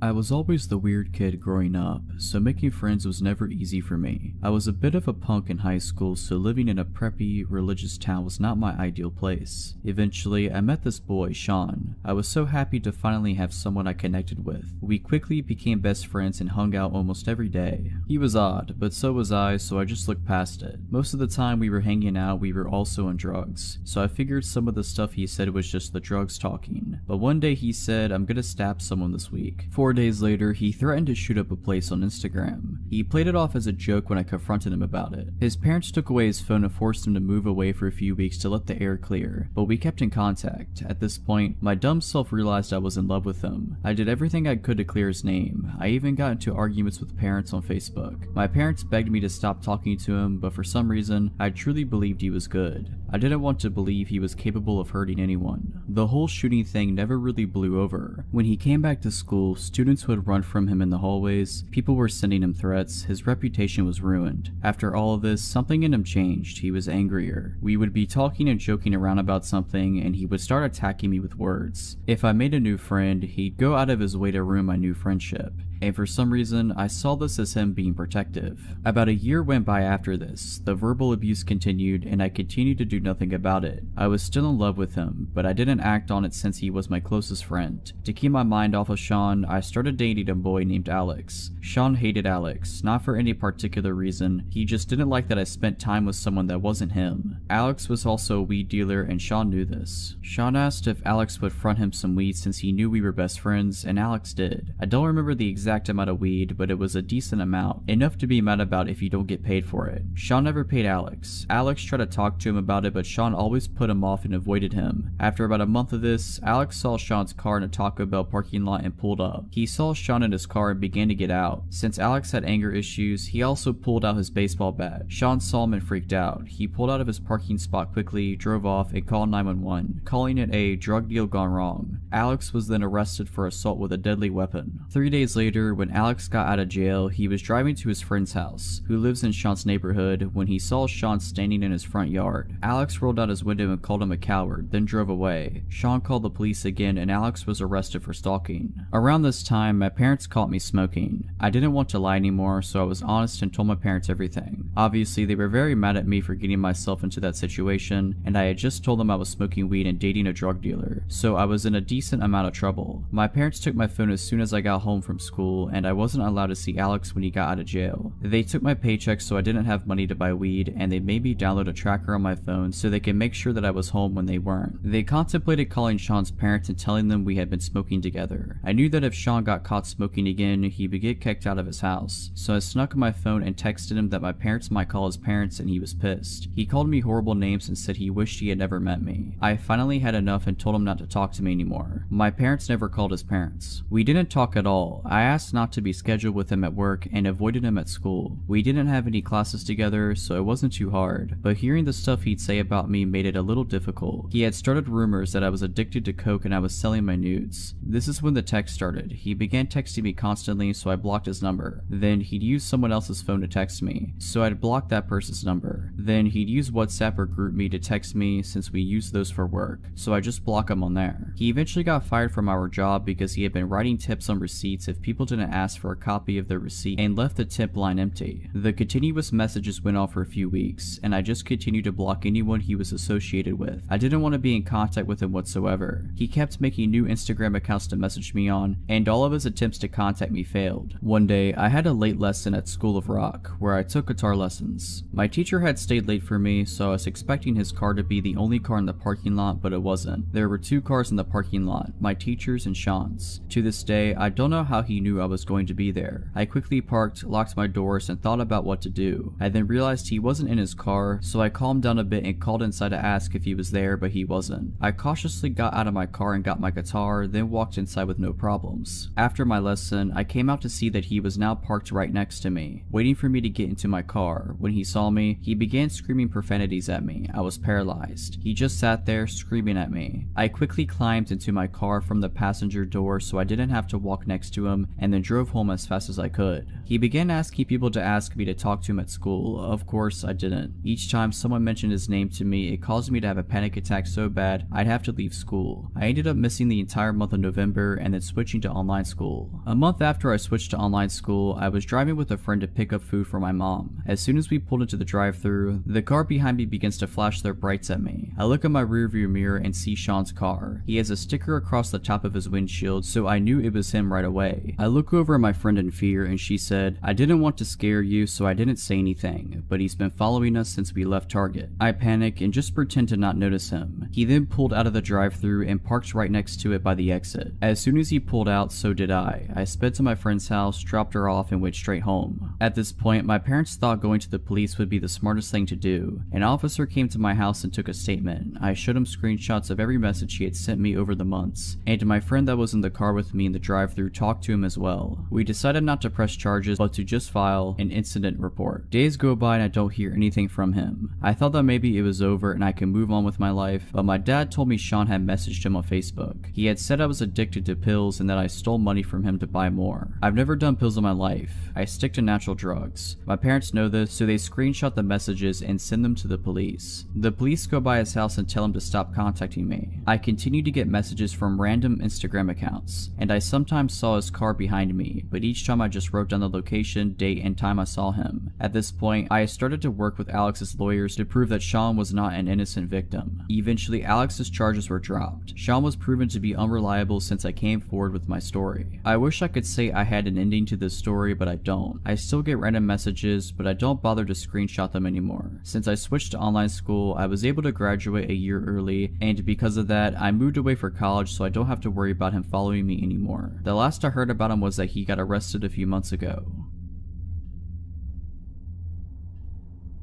I went on a Tinder date some time ago while I was adjusting to a new city I had moved to. I didn't really know anybody there, so I used some online dating apps to see the dating scene around town. I landed one from a girl that seemed just like a chill person. We had a few exchanges through the Tinder app and then decided to meet up for a drink. I picked her up at her house and she greeted me at the door and gave me a hug. She said the name of a local bar she wanted to go to for us to chat and get to know each other. I told her I would drive and proceeded to my car. The first red flag I noticed was when I walked to my car and opened the door. She had just followed me to the driver's side and was standing behind me staring. I looked at her blankly for 15 seconds and asked her if she was going to get in. She said, "Sure, I would love to," and went the long way to the passenger's side around the back of the car. Since I had just met the girl, I figured she had just maybe smoked some weed or something, as I had kind of got the vibe she was a bit of a stoner. As I was driving to the bar, she talked in a very low voice, almost as if she was trying to whisper. I am not hard of hearing or anything, but I had to ask her to repeat herself several times just so I could make out the full sentences she was saying. When we got to the bar, I made sure we got a seat closer to the back away from most people, just so I could have a little quiet in order to hear her. The conversations honestly carried on as normal from this point, and it was actually a fun time for the time being. We talked about different things we were interested in, and she did bring up she did recreationally use weed and a few other tripping substances like shrooms and such. I am not much of a fan of these, but it at least made me relax in the back of my mind to think maybe she was just high off marijuana, and that rationally explains some of the out of their behavior. Granted, I had a few drinks at this point, so I was honestly not thinking straight. I asked her if she wanted to go to my place after drinks and she agreed. When we got to my place, we had a few more drinks, then she started talking about her jewelry. This is where it gets weird. She told me her jewelry was her big secret and it defined her. When I asked her why it was so important, she said, "I'm actually Anastasia, and I was never killed in Russia. My jewelry is my link to my past." It was hard for me to take that serious at this point with how much I drank, so I kind of challenged that statement using the little bit I knew about history. At this point, she freaked out and started yelling at the top of her lungs about how I don't respect ancestors in history. And then she got quiet and tiptoed right up to me and grabbed me by my neck. She then brought my face eye to eye with hers while still holding my neck. She says at this point, "I am a shaman and I will curse you. My ancestors have destroyed many people and you do not respect that. You are from oppressive ancestors and they will be punished." And then she put her hand in a whiskey glass and made a cross on my face and kissed my forehead. At this point, I started to sober up a little. I talked her into calming down, telling her I was only joking. Then she slowly started getting back to normal. Then she started talking about her cats. She tells me she has a list of people who she tames to act as cats. I am not about judging people on their interests, so I listen in. She then tells me all the things she does to them and starts acting like a cat in my living room. My red flags in my head were tingling like crazy at this point, so I just listened to try not to set her off. She noticed sage on my kitchen counter and asked me to let her light it and bless the house. Side note, I use sage to make my house smell better occasionally. It's kind of a ritual I like to do, but it's mine and mine alone. Something I take very personally and I like to do myself. I tell her no, she can't light it and that it's my thing to do on my own. Then she freaks out telling me I am a horrible human being and screaming all over the place. I tell her I can take her home now and she runs to the door and goes outside. As I get outside, she is screaming at the top of her lungs that I am a horrible person and I should go die. I tell her she she can walk herself home then, and I go back to my place and lock the door. She then starts banging on the door hard in about 10 minutes saying she left her phone in there. I grab her phone off the kitchen counter and open the door to hand it to her. She tries to barge inside and I block her with my forearm. She then acts like she's about to punch me. I just hold my ground and tell her she's not coming in. She screams she wanted the whiskey bottle we were drinking from. I told her no, because I paid for the thing. I slam the door at that point and lock it. I hear her bang on the door for a minute. I then hear her footsteps going down the stairs. I waited about an hour and then went walking outside to see if she was still hanging around. I didn't see her, nor did I ever see her again after that. So a few months ago, I was out hiking with my friend. We live in the mountains of western Maryland, and we were about 6 miles into an 8-mile loop we have done frequently when we decided to take some pictures and eat a snack at a summit. This area of the trail had a park, benches and tables, and a parking lot. We were sitting and talking, and I noticed a man just walking around the parking lot alone. He was walking aimlessly and staring at his feet. What confused me was that he was in jeans and a button-down shirt, not exactly hiking attire. We decided to set off on the last 2-mile leg of the loop. This park goes downhill to the headquarters of the park and is cut out of the mountain/bank. The end of that leg is the parking lot where our car is. You don't have a lot of visibility from the trail and you have to walk single file. I was walking in front and talking to my friend. I turned to look at her and I see the same man right behind her, following at a rudely close distance. I immediately got a gut-wrenching feeling. I noticed that he didn't have any pack or hiking gear and was not even wearing boots. Something about his eyes really spooked me. So a bit more walking and he continues to fall very close. I say to my friend that I have to tie my shoe as a reason to step off the trail and let him pass us, in case he is only following closely because he wants to go faster than we are. She immediately catches on to what I'm doing and we pull over. He looks startled and she says hello politely. He just stares. This is when I notice that he is carrying a stick. As I'm fiddling with my shoe, she stands between us and he passes us. We wait to give him some distance ahead of us, but he immediately slows down. We wait for a bit longer and he gets to the furthest part of the trail that has sight lines to us, and he turns around looking up at us. We decided that something feels too wrong about this guy and we don't want to have to pass him again. So we turn around and walk back up the trail towards the park with the tables and parking. A few minutes of walking up the trail, I look back and see him walking up the trail too. He's following us. I tell my friend to walk faster. We book it up the trail and get to the parking lot area we were at before. We start to strategize and wait, deciding that we will wait to see if he comes back up the trail to the lot. There are more people around, so we felt safer waiting it out. About 20 minutes go by and nothing. We are talking about how that could mean that he kept going on the trail and is long gone, or is waiting on the trail where it is more deserted. We see a couple come up from the trail where we were, presumably taking the loop in the opposite direction that we are. We approach them and ask if they saw anyone on the trail between the slot and the next. They tell us they saw a young man sitting on a rock about halfway down. They describe the man who was following us. We explain our interaction with him to the wife and get into a conversation back and forth about whether or not he was a threat. The husband finally interjects and says we need to call a ranger. He wasn't just sitting there, he had a knife and was carving that stick. Needless to say, we called a ranger. The nice couple walked that last leg with us to make sure we got to our car safely, and then even gave us their numbers in case we needed anything. The rangers then walked the trail, but there was no sight of him. I wish I knew where he went and what happened to him, but I'm glad to know that my instincts are legitimate. If you're liking this video, all I ask is that you make sure to subscribe to my channel and like this video. Thank you.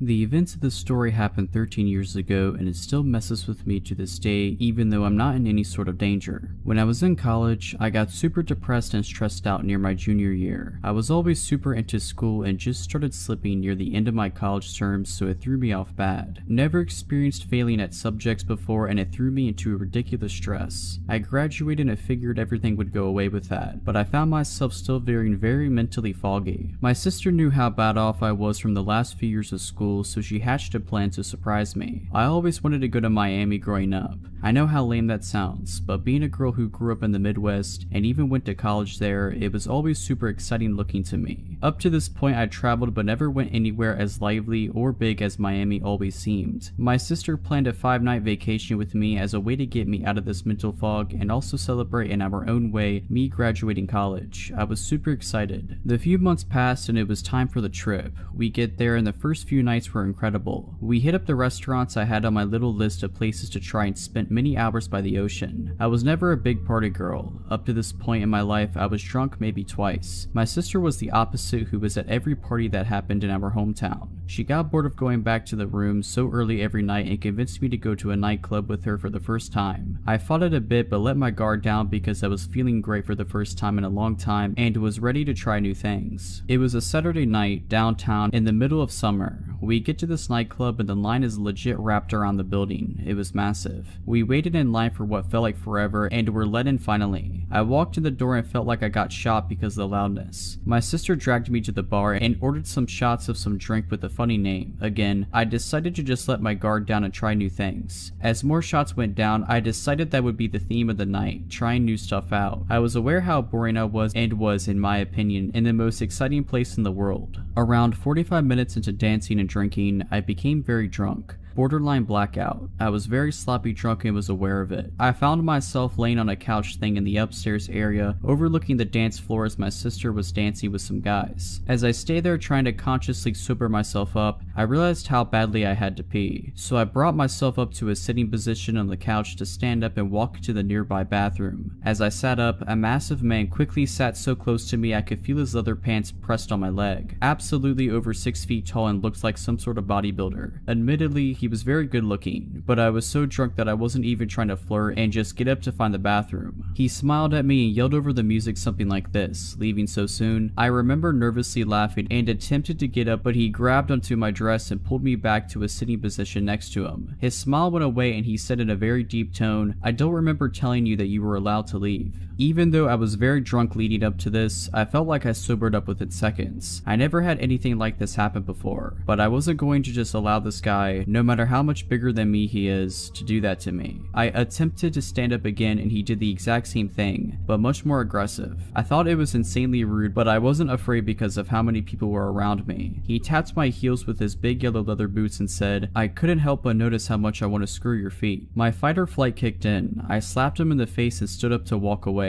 I was very uncomfortable, but I still wasn't afraid just because of the amount of people around. As I was walking away, I heard him laughing and he yelled to me, "I'm trying to decide if I want to keep your feet after I cut the rest of your body up into little pieces." I walked away very quickly as I attempted to search for my sister on the dance floor from above. I couldn't find her, so I decided to take my phone out to text her just to see I had missed a call from her. I was out of eyeshot from this dude and cut away into the bathroom so I could call her back. It was still pretty loud in there, but it wasn't loud enough to where she couldn't hear me on the phone. I went into a stall and called her back. As I was in the stall, I heard the bathroom door open and someone went into the one directly next to me. I was waiting for her to pick up when I looked down underneath the stall and saw the same guy's very distinct yellow leather boots. He was just standing there. I felt like I was about to die. I knew he knew I was in there. I held my breath and hung up on the phone just staring at his shoes, not moving a single bit from when he shut the door. I heard the main bathroom door open again and I immediately ran out the stall, out the door, and straight to outside the club without slowing down once. I was terrified. Just so happens my sister was close to where I came out trying to call me to ask if I was ready to leave. I told her we needed to get back as soon as possible. We got back to the room safely and I told her everything that happened. She suggested calling the police, but I was just ready to drop it. We changed our flight and the next night flew back home. I searched for a few years pretty actively online for arrests in the area to see if he would ever come up. He never did. After a few years, I moved on mentally and got over it for the most part. I don't know who this guy was, if he was trying to say things to scare me or if he was serious. This story begins when I was in 4th grade, so I was about 9, as I was a bit young for my grade. Because of me being younger than the other kids, I didn't get along with them very well. So whenever we would go out to recess, I would make sure to bring whatever book I was reading at the time. I had my own special place I liked to sit and read. It was a little corner of the playground where barely anybody went. It was a large patch of clovers and other overgrown plants and had a large bush with a gap between it and the fence. I used to love to sit there. One day, I went over to my normal spot and sat with my back facing the bush. I had been reading for a while when I thought I heard a rustling sound behind me. Sometimes squirrels and chipmunks would hang out in the gap between the bush and the fence, so I didn't think much of it. That was until I heard heavy breathing and something tugging on my hair. Surprised, I whipped my head around thinking my hair had gotten caught on a branch or something, but instead there was a boy. He was sitting hunched in the gap between the fence and the bush, leaning forward between the branches with his face mostly obscured by leaves and his arm outstretched, trying to grab at my hair. I screamed and bolted for the picnic table area where the supervising teachers were. I was very shy back then, so I didn't say anything. Instead, for a long time after that, I sat and read by the teachers during recess. About 3/4 of the way through the school year, I made a friend who we'll call Matt. Matt was also a bit of an outcast, and when we got assigned to be in a reading group together, we became fast friends. He was nice enough, but even my 9-year-old self could tell that there was something off about him. He was way too clingy, barely ever leaving my side, and constantly coming up with excuses to touch me. I of course didn't have any other friends then, so I ignored it. However, one day he told me that he liked me. I had no idea how to react to this and just said nothing. He apparently took my silence as a yes, because he called my home phone later that night. My mom handed me the phone, saying that a friend was asking to talk to me. Since my parents were watching TV downstairs, I decided to go up to my room so I wouldn't bother them. It was Matt. I could barely even say hello before he started saying some seriously weird stuff. He started saying things like, "What do you want to name our kids? When we get to high school, let's run away and start a family. I bet you look really cute when you're asleep."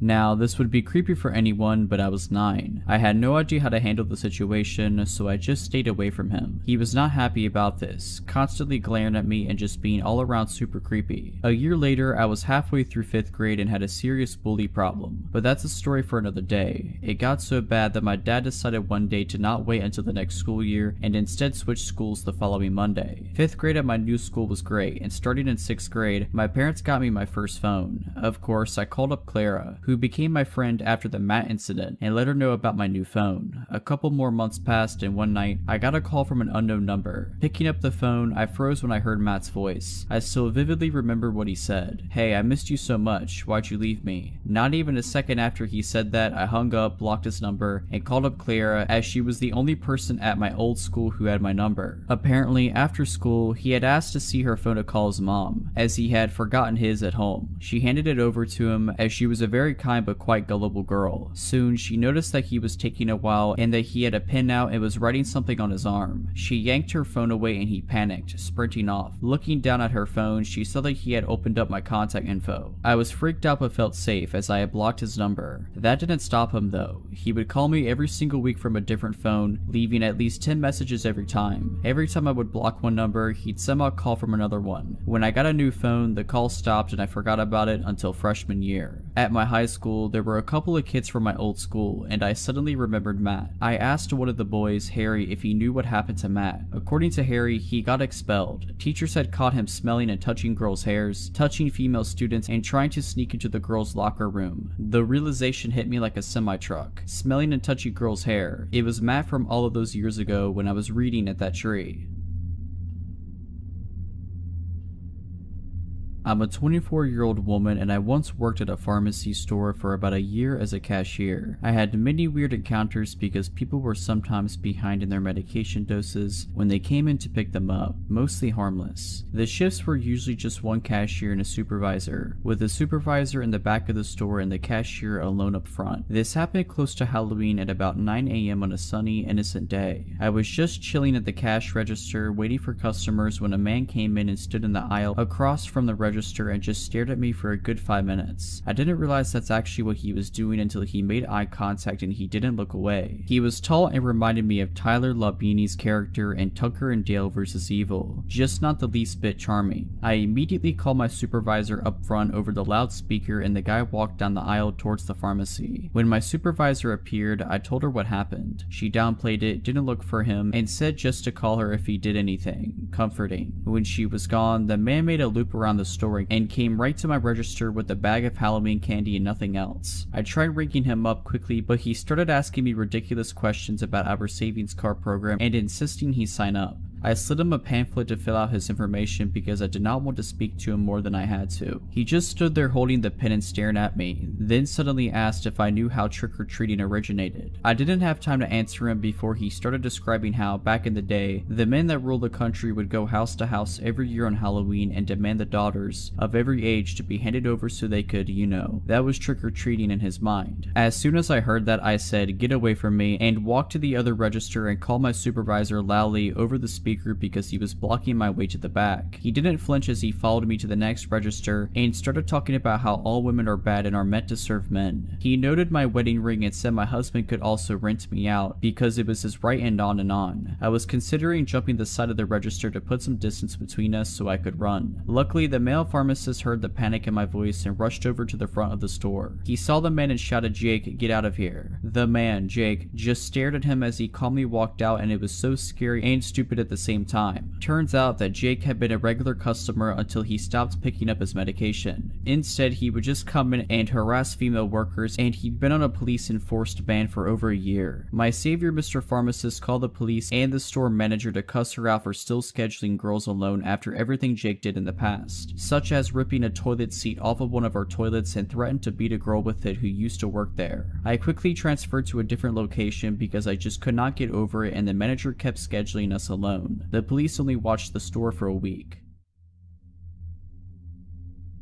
I'm going to tell you the story of a terrifying old creep that had stalked me since I was 16 years old. I'm currently 20 years old. I worked in a restaurant which was inside a bigger shopping center. My stalker, an old man named Eric, worked for the actual shopping center itself and not a store inside it like me. I had one other friend at my job who was my age, and her name was Jessica. Jessica had worked there for longer than I had, and one day she asked if I heard of this guy who worked in the shopping center called Eric. Jessica described Eric as very strange. She didn't describe him as frightening or unsettling, or even someone to be afraid of, just as a very eccentric man. Jessica has also told me that Eric had brought her a present on Valentine's Day, chocolate. Anyone would think this was friendly behavior or harmless flirting, if he wasn't a 50-something-year-old man bringing chocolates to a 16-year-old girl he barely knew. I began to see for myself that Eric wasn't just an innocent old man with a slight crush. He had other intentions. The first time I remember Eric approaching me was when I was filling up a machine near the entrance of my work. This machine was out of the view of all the other employees and the restaurant was empty. Eric wasn't supposed to enter my place of work when he was working at the shopping center, so he had deliberately gone out of his way to come and speak to me. To describe his appearance, he had gray hair with bald patches and had beady little eyes which he never averted from yours. Eric must have sneaked up on me as I looked up and he was standing right next to me, a little too close. "My name is Lucy." Eric asked me, "Lucy, are you married?" He almost laughed after he asked me this. He had a smirk on his face. Eric liked to ask me questions that he already knew the answer to, just to see my reaction. I began to clock on to the fact that Eric had been going a little further than just approaching me at work, and instead stalking my social media accounts in the weeks following this first encounter, such as Twitter and Instagram, when he began asking me very specific questions about things I had posted about in the days before. For example, I had posted on Instagram about a tattoo I got, which was in homage to my favorite band. I was serving a customer one day only to be interrupted by a shrill but quiet voice. It was Eric. His eyes were huge and he had a look of pure excitement and menace on his face. He had yet again entered my workplace when he wasn't supposed to, just to talk to me. He asked me, "Lucy, what's your favorite insert band here song?" I felt creeped out. The tattoo I had gotten was covered by my work uniform, so the only way he could have seen it was going through my Instagram page. I forced myself to forget all about it and carried on working. Over the course of a few months, Eric would come into my workplace more and more frequently, asking me bizarre questions and still reciting back to me things that I had tweeted about or posted on Instagram. Every time I would see him, I would get visibly uncomfortable, and he liked it when I got uncomfortable. All while this was happening, Jessica approached me and let me know that Eric had followed her in his car on her walk home from work, slowing down to ask her where she lived. I had also been told other disturbing news about Eric from multiple different people. It seemed as if he was becoming more invested in whatever his intentions were towards me and Jessica. News had traveled to one of my managers about Eric's unsettling actions towards me, and this manager informed me that a few years ago, Eric was rumored to have followed a young girl who used to work for our restaurant into a toilet. Things didn't quite make sense to me. He was known for being a creep yet still employed at the shopping center. On one hand, I was glad to know I wasn't just creeped out for no reason, but on the other hand, I was frightened as he'd been doing this for years yet no one had stopped him. There was a woman who worked at the same place as me called Rebecca, and she had some sort of disability which caused her to befriend and be trusting to people without knowing anything about about them. It seems that Eric took advantage of her, as he had asked for her phone number and she gave it to him. Rebecca had shown me her text with Eric. He had texted her things like, "Rebecca, are you alone?" and "Rebecca, are you sat on the bus alone?" But the most unsettling part of it all was the text from Eric that read, "Rebecca, could you please let me know any information on the girls that work at insert restaurant name here?" I was stunned. I was constantly questioning why this old man was so bent on finding out everything I do in my life. He had gone out of his way to source information about me through a vulnerable person I worked with, and I was scared he was going to go further. One night I was watching the movie Grease with my family, and I tweeted something stupid like, "Grease is my favorite film because it's a great film, right?" Anyways, the morning after my tweet, Eric approaches me in his usual way and utters, "Do you like the film Grease, Lucy?" The same usual smirk lit up on his face. I tried to carry on with my day, but spent the entirety of my shift feeling a little shaken up.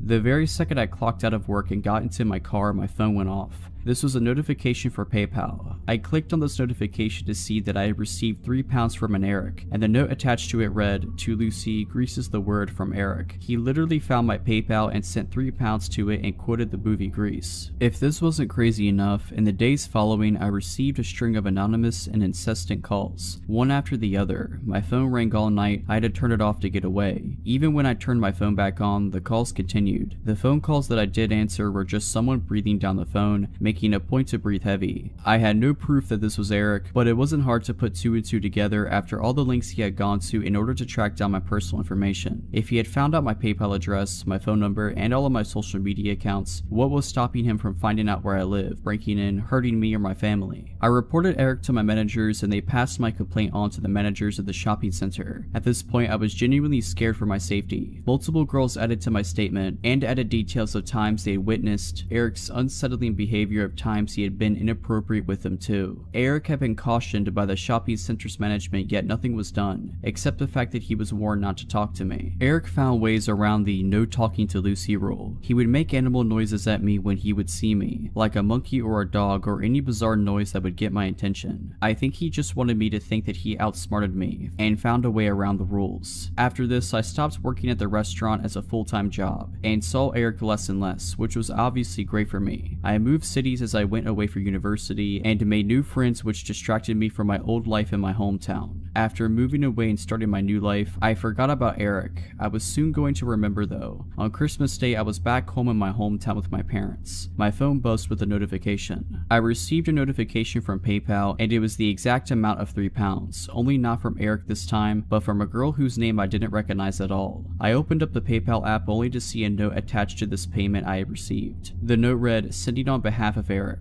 I had forgotten all about Eric, and now he was antagonizing me through other people. I threw my phone down on the couch and spent the night drinking with my family, until I forgot about the notification. I since haven't seen or heard anything from him, and I wanted to stay that way. I'm not sure if he still works at the shopping center, but I don't go there anymore, so I don't have to find out. So this was back in 2011. There were 4 girls living in the house, including myself. Parents' place and I would sublet rooms. First girl was a child friend who moved in to get away from an abusive ex. Second girl applied via online ad and was normal enough except for telling everyone her daughter was actually her niece. Party girl. Third girl was a run-of-the-mill insurance claim processor and quiet type who kept to herself and usually declined any invitation from the rest of us when going out or socializing. Quiet girl. So party girl and I buy tickets to go to a concert at a town. Childhood friend can't get the time off of work and opts to stay behind, as does quiet girl. No surprise there. So party girl and I leave on our trip and spend the night dancing away. Meanwhile, childhood friend comes home from work to find quiet girl sitting in the shower screaming/crying with the bathroom door wide open. She asks if she's okay and calms her down. Quiet girl says she wanted to make dinner for all of us, and party girl and I have ruined her cosmic plans. Childhood friend sees spoiled chicken breasts in the sink and thinks, oh, she just wanted to do something nice, and offers to go out to dinner together, as party girl and I will be back tomorrow night and we can all do dinner then. While at the all-you-can-eat Chinese food restaurant, childhood friend notices quiet girl is stuffing her purse with food. This is odd. She's not wrapping it in napkins, just shoving it in there. When they get home, quiet girl started talking all this crazy stuff that made no sense, and childhood friend gets a little nervous and goes to bed early, locks herself in her room, and nopes out for the night. When party girl and I get home the next afternoon, we notice a few things. Childhood friend is already at work, but quiet girl is sitting sitting on the living room couch completely naked and has covered her body in the stuffed animals that belong to the rest of us. Rotten chicken is still in the sink and smells strongly of bleach and other chemicals. Knives are laying around it, pictures have been removed from the walls. I go to my room and see all the pictures of my dad have been piled up in the middle of my bed. I ask Quiet Girl about this and she explains I need to be reunited with my father. He died in 2003. Party Girl emerges from her room wondering why her underwear is piled up in the middle of her bed and several other possessions have gone missing. Quiet Girl says she needed them for the ritual and explains we can find what we are looking for in the backyard. We find the charred remains of our things in the smoldering fire pit. We are both angry at this point and demand she explain this behavior. This is where she goes full crazy and explains that our souls are all linked and only through death can our bonds be truly realized. She explains that her and my cat are one soul and that he has been telling her about all of our sins and bad behavior. Also that it's actually her cat. She then full on threatens to end our lives as soon as the last member, childhood friend, has arrived. I grab the largest knife I own while Party Girl and I barricade ourselves in my room in the basement. She calls childhood friend telling her not to come home as it isn't safe and I call 911 as my life has been officially threatened by someone who has clearly lost her grip on all reality. Cops arrive within minutes and ask Quiet Girl her name. At this point she just starts screaming her first, middle, and last name repeatedly, over and over again, will not stop. My cat is trying to sneak out the front door and I ask one of the officers to grab him. She begins to scream that it is her cat and not to touch him. I am in tears and offer to retrieve his adoption papers. I am terrified and don't know what to do. Party Girl is hiding behind me. Then Quiet Girl loses her mind, jumps up and attacks the officers. It took 3 of them to pin her down and arrest her. Once she was removed, I wrote up a letter of eviction and we began bagging up her room. That's when we discovered that she was a schizophrenic who was offered schizophrenia medication. Her boyfriend came later that day to collect her things as I had called him to notify him of the situation and he was totally clueless. He accused the rest of us of running a drug-ring party house and driving her insane. Not true at all. We changed the front and the back door locks that night and put new locks on each bedroom door as well. She later tried to serve me papers and sue me for wrongful imprisonment. Pretty sure the cops made that call, not me. Nothing ever came of it, obviously. I have not had a roommate I wasn't related to since.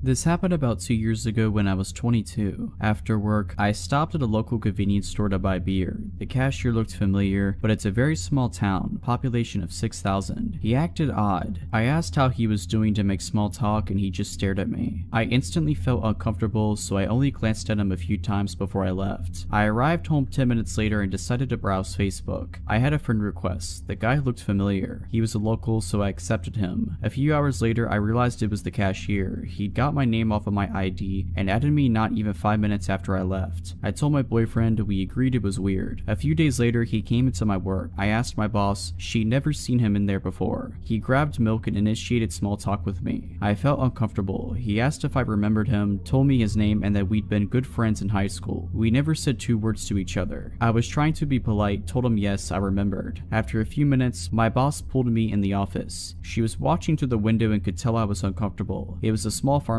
and we were all close. He started coming in every few days. If I wasn't there, he'd ask for me. After a few weeks, my boss would pull me in the office whenever he'd walk in. All the managers were briefed and did the same. That was all they could do until something happened. Then he stopped coming in. We didn't see him for a few weeks. I was relieved and went about my business. I was allowed to carry my cell phone on the floor. My mom was very sick, so if she needed anything, the managers were fine with her calling me. I got a text from a random number shortly after. I asked who it was and they replied, "You don't remember? You gave me this number. It's my stalker. I'll call him George." My heart started pounding. I sent a polite, short message back. After I work, I checked to see if my phone number was anywhere on my Facebook. It wasn't. George started messaging me daily, calling me babe. I was freaked out to say the least. My boyfriend was working out of town with limited cell reception, so I couldn't let him know what was going on. A few days later, I got a message from an old classmate I still talk to once in a while. "Hey, did George ever get a hold of you? He said there was an emergency and needed to contact you. Is everything alright?" I broke down crying, finally acknowledging that yes, I was being stalked. I didn't know if he was violent and he knew where I worked, so I sent him something like, "Hey, I just wanted to let you know that I have a boyfriend. I didn't want there to be a misunderstanding between us." That's when it got bad. He called me a liar, telling me he doesn't know why my ugly self would even think he was interested in me. No man would be interested in your nasty self. I asked him to leave me alone. The insults got worse. I shut my phone off and tried to ignore him. A few hours later, after calming down, down, I turned it back on. The last message he sent read, "I know where you work. I know where your house is. I could kill you in your house. Try to call the cops on me. I'm in New York right now. Do it. They can't protect you." Obviously not as legible. I could tell he was mad and wrote it in haste. I called a friend and explained, showed her the text. She took me down to the police station where I showed them the text. I filed a report and later got a restraining order against him. Turns out he already had 2 other restraining orders from girls he'd done this to as well. My boyfriend came back a week later and I told him what happened and had to stop him from hunting him down. Last year he tried getting my number from a friend over Facebook. She blocked him. I haven't seen or heard from him since, thankfully. There have been very few times in my life I've been that scared. For some context, I'm a 32-year-old female. This happened to me when I was about 25 or 26. I work full-time as a researcher at a university, which is where these encounters took place. I'm not a professor or anything, and because of my age at the time, I could have easily been mistaken for just another student wandering around campus. On some days, when the weather was nice, I would prefer to spend my lunch hour strolling around the university grounds outside, or sitting underneath a shady tree on a bench, enjoying the time I was not sitting in a cramped corner of a lab. On one of these days, I was sitting on a bench enjoying the fresh air, and a male student walking by asked if he could sit next to me. I'm a pretty shy and awkward kind of person, so even though I really would have preferred sitting alone, I said sure. He initiated simple conversation, to which I obliged, but being careful not to be too forthcoming. He mentioned he had seen which apartment building I came and went from, which slightly alarmed me, given I had never seen this person in my life. But I pushed the thought from my mind. After all, the weather had been decent lately, and I had nearly spent all of my lunch hours for the past week outside. He asked if I was studying within the mentioned apartment, to which I told him I was not a student, but rather I worked there. He told me he was an engineering student, and then followed up with asking me out to coffee sometime. I apologized and told him that I had a boyfriend and would have to decline. We parted ways after that, and I assumed I probably wouldn't see him around again. About a week or 2 went by, and I was spending another lunch hour outside on campus, sitting on a different bench somewhere, seemingly out of nowhere. The same man from before asked if he could sit next to me again. Admittedly, I don't remember what he started talking to me about at first. My mind was reeling and I was rather uncomfortable having to potentially turn this guy down a second time. Sure enough, he asked me again if we could go out for coffee sometime. I apologized and reminded him that I had a boyfriend and I would not be meeting him for coffee. And again, he left after that. I was feeling rather anxious now, but it still hadn't reached a level where I felt I had to be too concerned. A few days later, I had finished work and was leaving the building to walk to where I had parked my car. The university charges a fortune for parking passes, even if you're employed by them, so I had always opted for free street parking about a 10-minute walk away from campus. My walking route would take me down several quiet residential streets, with minimal car traffic. Even pedestrian traffic was pretty sparse on the busiest of days. It wasn't until I was about halfway to my car, down one of these quiet back streets, that I noticed someone walking directly across the street from me, but keeping a few faces behind. I noticed him from my peripheral vision and didn't want to flat out turn around to stare at him. It wasn't uncommon to see someone else by any means. I was just always trying to be aware of my surroundings when walking the streets alone. I had to make a few turns coming up anyways, and the chance that they would be going the same way as me was slim. But he did. He made all the turns I did, still walking on the sidewalk across from me, a few steps behind. I still did not want to look at whoever this was. I didn't want him to know that I was aware of what I thought he was doing. I quickened my pace to a speedy walk. I was approaching the first of 2 busier streets before I would reach my car. His pace quickened to keep up with me. That was the moment I panicked, the moment I was sure that he was indeed following me. After that, I started a full-out jog across the first of the busier streets. He ran to keep up behind me and was now on the same side of the street I was. I was now nearly at my car. I had to cross the last busy street and get about 100 meters and I would be there. But it was crossing the street that worried me. I often had to stop and wait a good minute or so before it was clear enough to do so. If this were the case, he would catch up with me. As if the stars aligned, as soon as I made it running to the busy street, I had a gap to cross. I booked it as fast as I could, finally turning around once I had made it, to look and yell at the man who had been pursuing me. It was him. I could have suspected, but now it was confirmed. It was the engineering student whom I had turned down for coffee. "Stop following me." I yelled at him from across the busy street. "Can I just talk to you?" he yelled back. I didn't even answer him. I mean, the answer should have been obvious from the start, and I was certainly never going to give my time to anyone who had just followed and then chased me for about 1 kilometer. I keep moving quickly to my car, so determined to get out of there that I didn't even care if he saw which car was mine. He had given up following me and never tried to cross the road to my relief. I got home and broke down. I was shook. I had some anxieties walking to and from work after that. It wasn't long before a coworker and I would walk most of the distance back to our cars together after work. I even changed where I started parking for a time. A few weeks had passed since the incident, and I had not seen him around campus at all. I had started spending my lunches in the lab instead of outside, but occasionally I would go to the student center to buy lunch instead. This one particular day, the food court in the student center was packed, almost shoulder to shoulder. I was standing in line at a burger stall, and I heard a guy try and get someone's attention through the crowd. I look up and it's him again, waving to me and trying to make his way through the people. I panicked, and even though I'm terribly shy, I started a scene and yelled to him to leave me alone. His face dropped instantly as people stared at us, and he slinked back into the sea of students. My heart was pounding and I was shaking. I don't even remember if I ended up getting food after that. I went back to work, and from then on was even more focused on my surroundings than I ever was before. It's been 5 or 6 years since then now, and I still work at the university. I am so relieved to say that I never saw him again after the food court, and haven't had any other harrowing accounts on campus. I never asked the guy's name, so I couldn't even report an incident to campus police or anything. All in all, I'm just glad I never saw him again, and I can only hope he never did this to any other girl before or after me.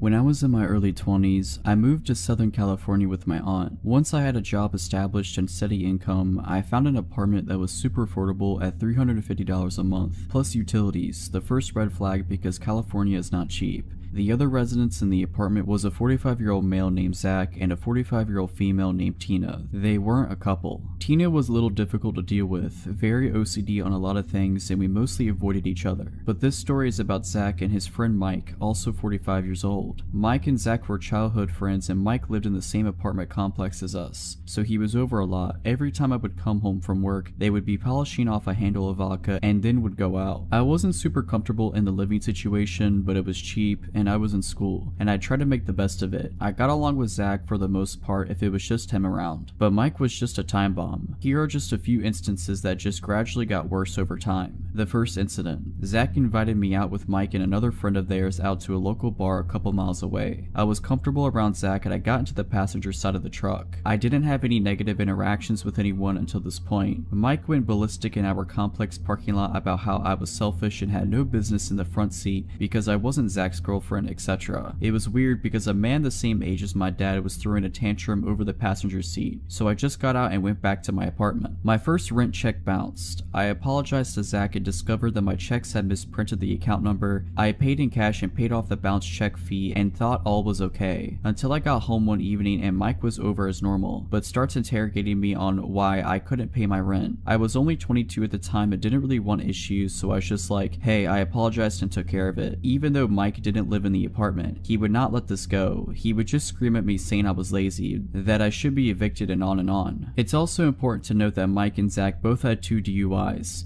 Zach was a school teacher and ended up being let go because of the DUIs. However, both men continued to drink excessively all the time. I also had to have a key made for the lock on my bedroom door because it would get violent a lot, and that was my safety net. A lot of other instances happened, but this one takes the cake and is the point to the story. Zach and Mike had gone out and took an Uber to whatever local bar. I had gotten home and went straight to my room as always. I hear the front door swing open and Mike was pissed drunk screaming his head off about how he lost his new iPhone. This guy starts beating on my bedroom door demanding to be let in because he knew I had his phone. I cracked my door open and he had stepped away from the door with his fist balled up like he was going to hit me. I told him I didn't have the phone. Mike circles back to the one time, months prior at this point, that my rent check bounced and I obviously need money. He demands that he come into my room and tear my room apart looking for said phone. I told him absolutely not and shut/locked the door. Mike started banging on my door and trying to unlock it, threatening my life, saying he was going to kill me and lots of other gross and scary things. I was told if I called the police that he would beat me to a bloody pulp. This was especially scary because my aunt was my only family nearby and she wasn't really helpful. She just told me to be an adult and deal with it. Other than that, I didn't really have a support system. I told Zach a couple of days later that I would be moving out immediately and would not be paying rent for that month. Then out of Zach's dark bedroom, Mike just pops up with a smile saying bye, almost taunting. I hurried into my room and locked the door. I could hear Zach blaming Mike for me moving out and Mike continued to just call me names and asking how I had the money to move out. The iPhone was found for anyone who's curious. It had fallen out of his pocket in the Uber he was in, but obviously the first step to finding the iPhone was to flip out on me versus calling the Uber driver. This was almost a decade ago and I don't know what happened to that pair.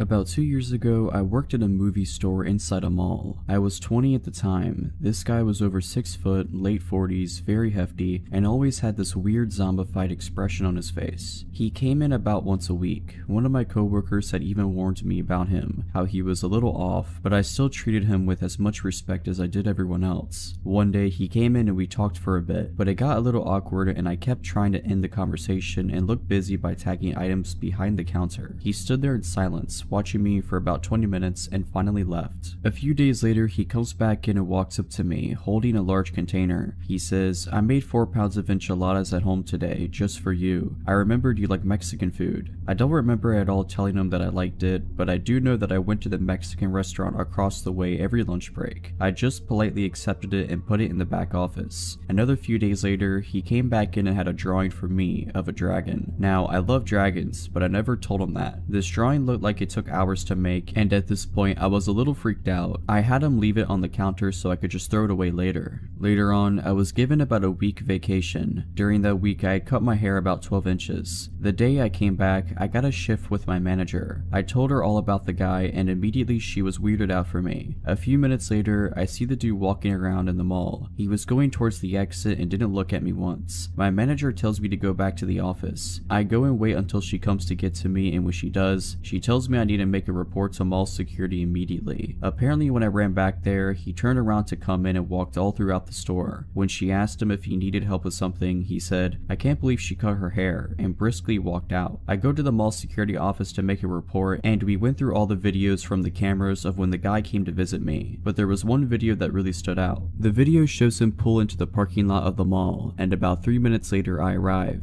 This was really early in the morning and no customers were here yet, but there were cars in the lot. I didn't notice him at all. It shows me walking through the entrance and him following me. Right as I open the entrance door, the man starts sprinting towards me. I walked inside just in time. It shows him stop and just stand in front of the door, watching me through the glass walk a little further away. He begins walking normally inside the mall. I never noticed him behind me. That part really screwed me up. The video gave the security every reason to ban him from the mall, and they did. They later told me they gave him a background check, and he had 4 counts of stalking with restraining orders from different girls on his person and was on probation. If you're liking this video, all I ask is that you make sure to subscribe to my channel and like this video. Thank you.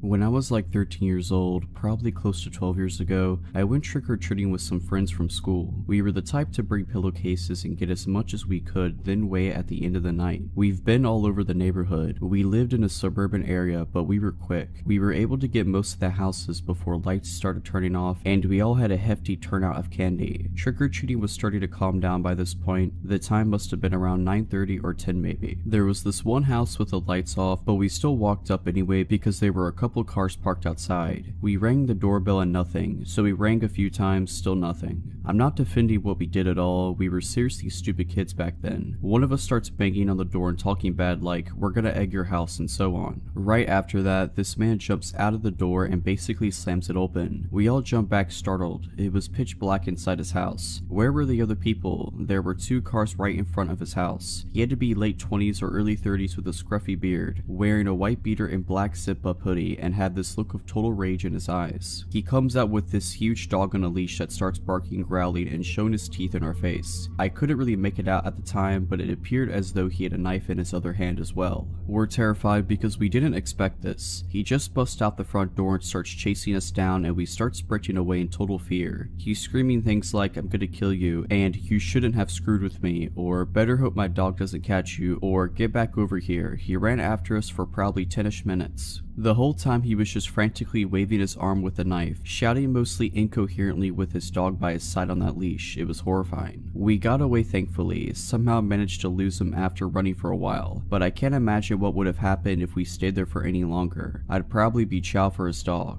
but thankfully we were all pretty healthy kids so we could outrun him. I'm honestly surprised that nobody else was really around to see this maniac chasing us in the middle of the streets. I knew it was later at night, but still. We had to beeline back to my place looking over over our shoulders the whole time because we didn't notice when we lost him and we didn't see him walk back towards his house. He was just gone after we turned a few corners. Now, I understand it would be frustrating for some kids to be at your door being annoying like that, but what gets me is that the reaction from this guy didn't really seem appropriate. I would have just opened the door and told the kids to screw off or threatened to call the cops or something like that. We went back to my parents' house and played Smash Bros on the Wii all night and ate a bunch of candy. We managed to hold onto our pillowcases of candy the whole way home. My friends started crying after we got back. We locked all the doors and windows obviously. We were pretty sure he wasn't around when we went into my house, so it seemed safe. That guy's house was right in front of the middle school I went to, and I had to walk right by his house to get to school every day. So fearing for my safety, I told my dad. We went back to that house the next day to knock on the door. In hindsight, we probably should have called the cops and let them handle it, but my dad is a confrontational, no BS type of guy, so we went over and knocked on the door. This time there were 3 cars in front of the house. This mother opens the door and we could see inside their kids watching TV. When we told her what happened, her face went pale and she immediately rounded up her family and got them outside, fearing this crazy person might still be in her house. She told us that her family went out to another friend's house in the city next to ours for Halloween that night to do all their trick-or-treating. They didn't get home until the next morning because they stayed the night there. It was at that point that cops were called to search the house while we all stood outside. They didn't find anything though, no trace of him turned up. He must have been long gone by then. It turned out that the guy was able to get into their house because there was a window unlocked in the daughter's room on the bottom floor near the front door. Luckily, nobody was in the house that night. The only notable thing the woman could tell the police was that she noticed a car with dark windows parked down the street for a while but didn't think anything of it. He must have been posted up in there with his dog scoping out houses and noticed this whole family get in a car and leave and figured that would be a good opportunity to make his move. So who was this guy? Nothing was stolen from the house, and nothing looked ransacked or the family obviously would have noticed. The family said the front door was still locked when they got back too, so he must have locked it again and went out through that same window to cover his tracks. I'm pretty sure this was before those Ring doorbell cameras were popular, and I don't think they had any security cameras set up either. I'm not sure to be honest, maybe he was just a drug addict and didn't have a reason for any of it. His eyes did seem pretty crazy and wide open, like he was strung out on something. This happened to me a few years back. I was living on my own in the city and was unemployed at the time, usually out looking for work and trying to stay busy. One early afternoon, I was heading back to my neighborhood after running some errands downtown and boarded a tram that would take me almost all the way home. There was a park that I would have to cross between the stop and my home, but crossing it would only take a few minutes. So I boarded the tram, which was mostly empty. Besides me, there was one younger man in the second carriage, and the driver up front in the first. I find an empty two-seater. The rows are quite narrow, but I'm comfortable. I put my earbuds in and look out the window as we start moving out of downtown and towards home. We pass a couple of stops and don't pick up any new passengers. There had probably been a tram right in front of us who took all the people, so it was particularly empty compared to normal. At the third stop, the doors behind me open, but I don't pay much attention until a stocky man, average height, probably in his 50s, with neat, short hair and inconspicuous clothes suddenly sits down on the next seat next to me. The rows are very narrow. This guy is basically trapping me. I can't get past him without his cooperation. He greets me with a huge smile and says hi as he sits down. On this particular day, being down about not finding work and it being broad daylight, I decide I do not want to play along. I just want to listen to my music and I don't like this man's vibe. I tell him I'm not in the mood to talk and he needs to go sit somewhere else. Wrong answer. That man goes from 0 to 100 in 0.2 seconds and his face contorts with rage as he starts yelling at me from the top of his lungs. I wish there was an exaggeration, but unfortunately it isn't. He was loud. You are a terrible person. You don't clean yourself. You stink of sweat. I didn't, he did. He goes on and on about what an abomination of a person I am, and I have sort of a freeze reaction. Inside I am getting very scared. I start looking for a way out, but I'm trapped. I look over to the young man, hoping he will come to my rescue. I can tell he's hoping to stay out of it, but after I've been screamed at for maybe 2 whole minutes, he finally says meekly, "You better calm down," which of course doesn't help. So he just gives up and goes back to whatever he was doing, probably looking at his phone. I am hoping that the driver might react as he has a clear view to the back of the tram and there's no way he's not hearing what's going on, but again, nothing. The stocky man, maybe frustrated that I'm not reacting to his insults, escalates the abuse and starts screaming that he's going to kill me. At this point, I have to do something and unconsciously probably decide that the only way is through. I'm so done with the situation, so before I even realize what I'm doing, I just get up and push past him. It's all survival instinct. Scared that he's going to follow me, I move quickly towards the front of the tram. He gets up and follows me, all red-faced, shouting how he knows where I live and that I need to clean myself behind my ears, that I stink and that he's going to kill me. Again, the driver does nothing. As we pull up to the next stop, which is the stop before mine, I wait until the very last minute before I ask the driver to let me out the front door, which he does. I slip out quickly in hope of escaping without being followed. I don't dare taking the time to look over my shoulder. I just hurry down the steps and away from the stop. I am so scared. Only when the tram has left the station do I take a second to look around me and he's not there. A brief sense of relief washes over me before I start worrying that he's going to get off at the next stop, which is normally my stop, and that he will be waiting for me there. It should have come as no surprise that I do not want this guy to follow me through the park or know where I live, so I spend a good hour just walking around, trying to get my nervous system out of panic mode and staying close to shops where there are other people around before I finally make my own way home.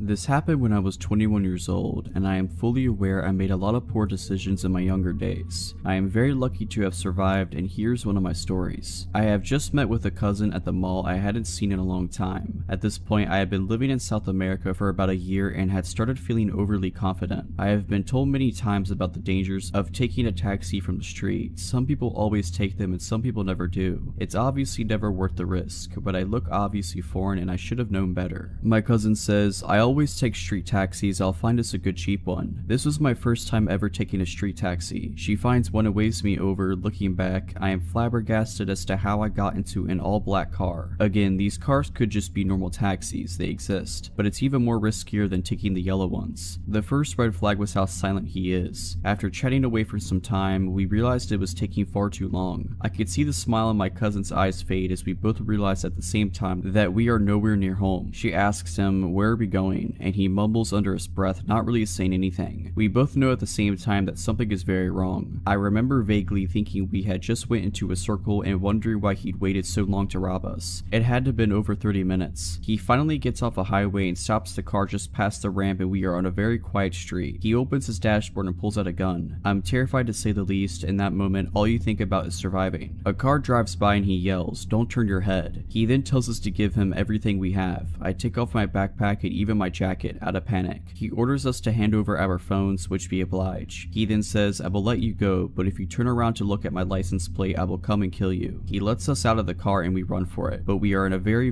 bad area. I'm dressed inappropriately for the area, especially after handing over my jacket. A foreigner wouldn't dare come here. Everyone on the streets was staring at me up and down, and one man yells, "Aren't you going to get cold?" I try to cover myself with my hands as I felt so unsafe. We ask a couple of people to try and contact for help, but what do you know, they have no more minutes on their phone. In South America, it can be very dangerous and very poor. We find no police, but we do find security patrol people. They take us back to their office to contact the police, only for them to tell us we have no data and the phones are broken. So my cousin and I keep walking. It's the middle of the night and we are again in some obscure area. An hour must have passed by now. Then we see a police car and we are running for it. We tell them we had just been robbed and they ask, "Did you get a license plate number?" I reply, "No." The police officers shrug and say, "He's probably at the club now celebrating all the money he made," and proceeded to laugh. I then asked to use their phone to have someone come pick us up, to which he says, "Hurry up, I don't have much data." We get home, but I find out that the person who robbed us used my cousin's phone to contact her family. Luckily, she was already with her parents at the time when they called, but there was a woman in the background crying hysterically, faking to be my cousin, and they were trying to get a ransom from her parents. He was never found and nothing was done. I wonder what would have happened if it had just been one of us, and I am grateful that nothing more sinister happened. A week later, my friend and I are ordering a taxi, the safe way of course.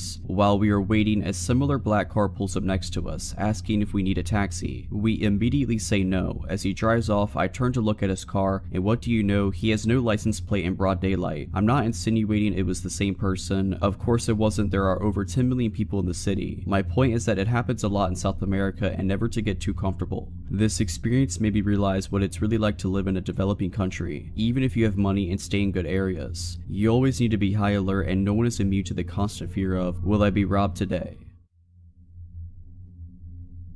Brief setting and context. I'm a woman in my 30s, caring for my elderly parents, so staying in a downstairs room in my childhood home at the moment. The window faces the main street, which is an average residential street in a fairly quiet area. The bed faces the window. I often leave the window open at night since I need it to be cool to sleep, and I haven't really worried about it since there's a cabinet with an aquarium in front of the window area, not blocking the window from view, and I can reach to open and close it, but it would make it difficult for someone to climb in. My dog, Sable, also always sleeps in the room with me. While she's a sweet-natured, medium-sized dog who doesn't look the least bit threatening, she's a fantastic guard dog in that she's always alert to any noises, and will stand her ground and bark and growl if she senses a threat, so I've never really worried about the open window. After tonight, I won't be able to do it again. It started at maybe 3:30, 4 a.m. sometime. I was awake. Since I care for my parents, I often have disrupted sleep patterns and I'm awake at odd hours. I was reading a book and heard Sable growl, low and deep. Then she jumped off the bed and began pacing a bit, looking up at the window before jumping up at the cabinet by the window, barking. I shouted, "Hey, we're calling the police, my dog will bite," just in case there was someone there, and went to look out of the curtains to the side. I didn't see anything. I pulled the curtains closed again and made sure to pull the right curtain over, then drew the left side curtain, the one that covers the open part of the window, all the way over, covering the right side curtain too, tucking it down so any wind wouldn't be able to move it. I wasn't really alarmed then. It's a fairly quiet residential street, but there are foxes around that we sometimes hear, and occasionally someone passing by or the neighbor's gate next door will make Sable growl or bark, but she doesn't usually react the way she did this time. She'll usually growl but stay on the bed, and her reaction was much stronger than normal. I thought that even if it was someone scoping out the open window to potentially break in, they'd see now that the room was occupied by a person and dog, and would go find an easier target, but mainly I guessed it was just a random noise that she heard outside. I was wrong. It was a good half hour or more later after I'd relaxed and thought I might doze off soon. Then I heard her growl again, a really serious, deep and low growl, and I listened, again, thinking it might be foxes or something, but I heard what sounded like deep breathing noises. I sat up and looked up at the window and my heart stopped. The curtain had been pulled back and lifted at the bottom like someone peeking under it, and I could still hear the heavy breathing. I shouted "Hey" again and moved from the bed to the side of the window so I could see past the curtain, and saw the figure of a man move away from the window to the right towards the front door and the exit of the front garden. Too dark to make out features or clothing, it was just a dark male figure. Shaking, I immediately thought that since I knew he'd moved away and wasn't at or under the window, I reached and pulled it shut, grabbed my phone and called 911. One thing that creeps me out in hindsight is that it would have taken a few seconds for me to move from the bed to the side of the window, and that was after I'd shouted and he knew he'd been seen. But he must have stayed there even knowing I'd seen him until I moved the curtain and could see out. Then he moved away. The heavy breathing also had to be deliberate. It was so loud, like someone trying to frighten me. While on the phone with the police, I went around the ground floor of the house turning lights on, making sure the rest of the house was still secure, and it was. Very careful to lock doors and all the other windows at night, and everything looked undisturbed. 2 patrol officers came shortly before 5 a.m. and took the report. They suggested asking the neighbors if they have camera footage and to let them know of a potential prowler in the area tomorrow, and they went to drive around the area, saying that they'd be wanting to know what someone was doing wandering around at 5 a.m., the time the police arrived anyway. Since the dark meant I only saw the shape of a person, no real description, I doubt they can do much. I couldn't even be 100% certain it was a man, but the breathing and the figure I saw instantly made me think male. The outline of his head looked smooth, so either bald or wearing a tight cap, and height would have been probably around 5'8" to 5'10". I'm still shaken but feeling angry and violated, and wishing we had a camera system now. We'll be looking into that. I never thought anything like that would happen. Don't have any enemies, no recent exes, no one I know of harboring any grudges, since I'm caring for my parents full time now. I'm not out socializing or making any enemies, nor are my elderly and disabled parents. I have to think it was someone who was looking to break into a house, but for the fact that they came back so much later, maybe someone on drugs or having a mental health episode. There's a passage around the side of the house to go from the front to the back of the garden with only a small side gate, meant to keep the dog confined, not designed to keep others out. It would be easy for someone to access against the back of the house. They were bold enough to come back a second time, even knowing a person and a dog were in the room, perhaps hoping I would have fallen asleep by then maybe.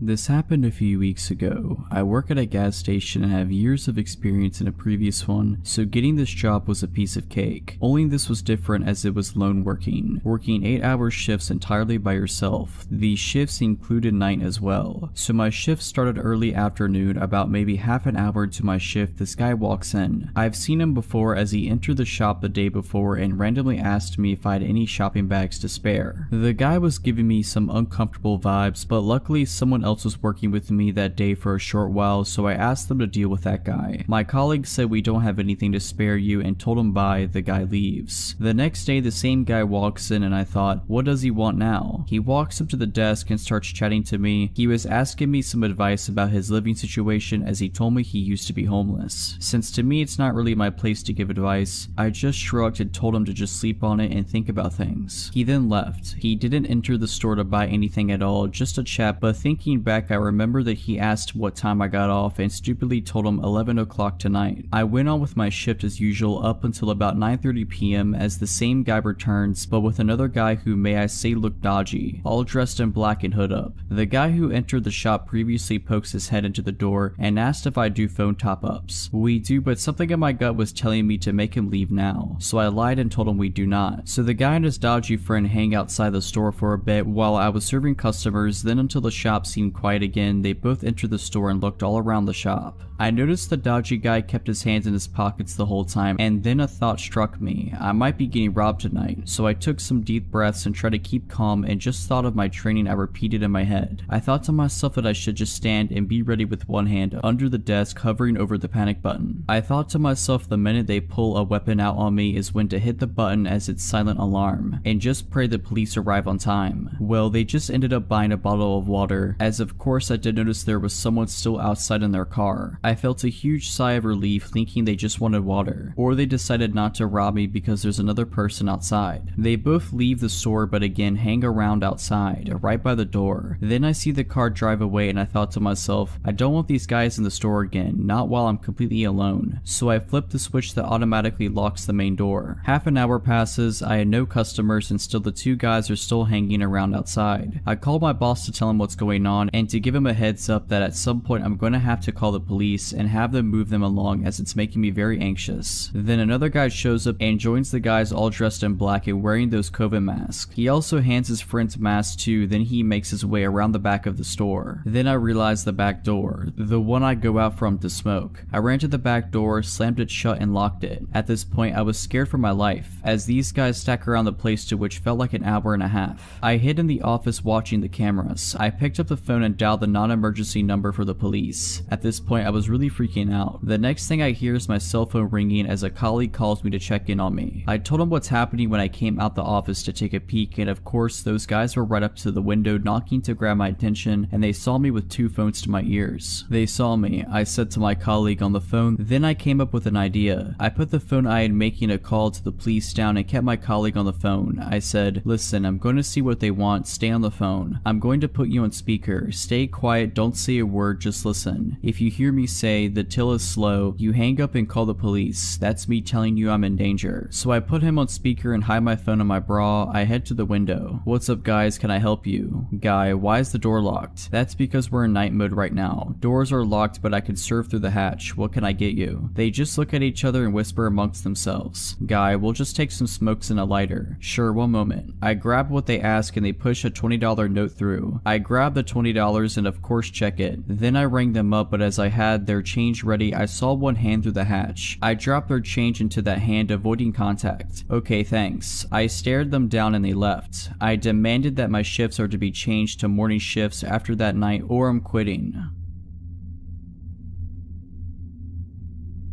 Back when I was around 17 or 18, I would go out to parties with my friend at night. It was my best friend at the time, Ivan, and his cousin Caesar that would invite me out that night. I had been talking to a friend of Ivan on Facebook about meeting each other. This girl had a birthday party that day and invited us all to join her. So I took a bath, got ready, and my friends pulled up for me in a small car. I said bye to my mom and got in, and we went to buy beer for the night and a pack of smokes for everyone. Back then I would smoke a lot. My friend told us that he had been in contact with this girl on Facebook and that she accepted to come to the party with him tonight. We were all impressed and happy for him. We pulled to her house and parked near a park to wait for her. I remember a group of people walking around the park, but since they seemed our age, we weren't too bummed out. My friend called her to come out and my friend Caesar stepped out for a smoke. I was sitting in the back not wanting to come out because of these guys outside. They seemed to be asking for trouble because they begun to argue about something really dumb with him. So my friend Ivan told me to step out just to have his back in case anything went down. We went to the party and had a great time. I hit it off with the girl I was talking to and later found out she kissed pretty much every dude that was there before me. Nevertheless, I was still grateful for the opportunity and said goodbye. As we headed back to my house of my friend's date, she seemed very quiet. I knew they hit it off during the party but now looked stiff and even scared. My bud and I were riding in the back to let them have the front to themselves, but she was just nervously looking at her phone. When we arrived, she wanted to get out and my friend, trying to score points, said, "Wait, I'll walk you in." She did not like this and said, "Just go." We were a bit buzzed in the back and wanted to have a smoke, so we all stepped outside and watched them go to her door. I remember laughing about something with my friend when the mood suddenly became so dark. She started screaming, "Go now, get out of here." A car pulled out nearly in front of us and people with bats and blunt instruments got off so fast I barely remember how I got back into the back seat. The girl said something along the lines of "leave them alone" and held him while a bunch of dudes got out. My friend Ivan got into the driving seat and started the car. Thankfully, it started right up without trouble, but a big bottle of liquor then hit the windshield, cracking the top corner. I saw some guys come from the right side of the car where we were standing and quickly went to the other side to let my friend have easy way in into the back right seat. As I turned the corner, I saw this massive looking guy come up to me and barely had time to close the door and pull the lock down. Dude was punching my window. My other friend wasn't so lucky since he actually got hit in the head and had barely made it in the car. He couldn't even close the door because one guy was grabbing his leg. All of this happened in the span of 6 seconds. I acted all out of instinct and thankfully we got in, and my friend stepped in the gas while zigzagging in case they would shoot at us. We were all scared and wondered what had happened. As we got back to our neighborhood, my friends were fuming. Both of them knew their way around the fight and could hold their own. Thankfully, I still had some cash left and told them we should go buy some illegal beer at midnight and tried my best to calm them down and convince them to not go back. My friend Caesar had actually woken a dude up in the middle of the night with a phone call and the man was ready to show up and throw down. After a few beers and a lot of talking, I convinced them it wasn't worth it and to just let the night end. I got home and my parents never found out and I just fell asleep. The next few days, my friend Ivan called me and told me that the girl's ex-boyfriend was actually a lead gang member. My heart dropped out of my chest. We had been seconds away from getting beat down and maybe killed by a bunch of people for a date. If it wasn't for our quick reaction and her backing them up a bit, we may have not made it. All I can say is trust your gut and your instincts in the end. It can all happen so fast.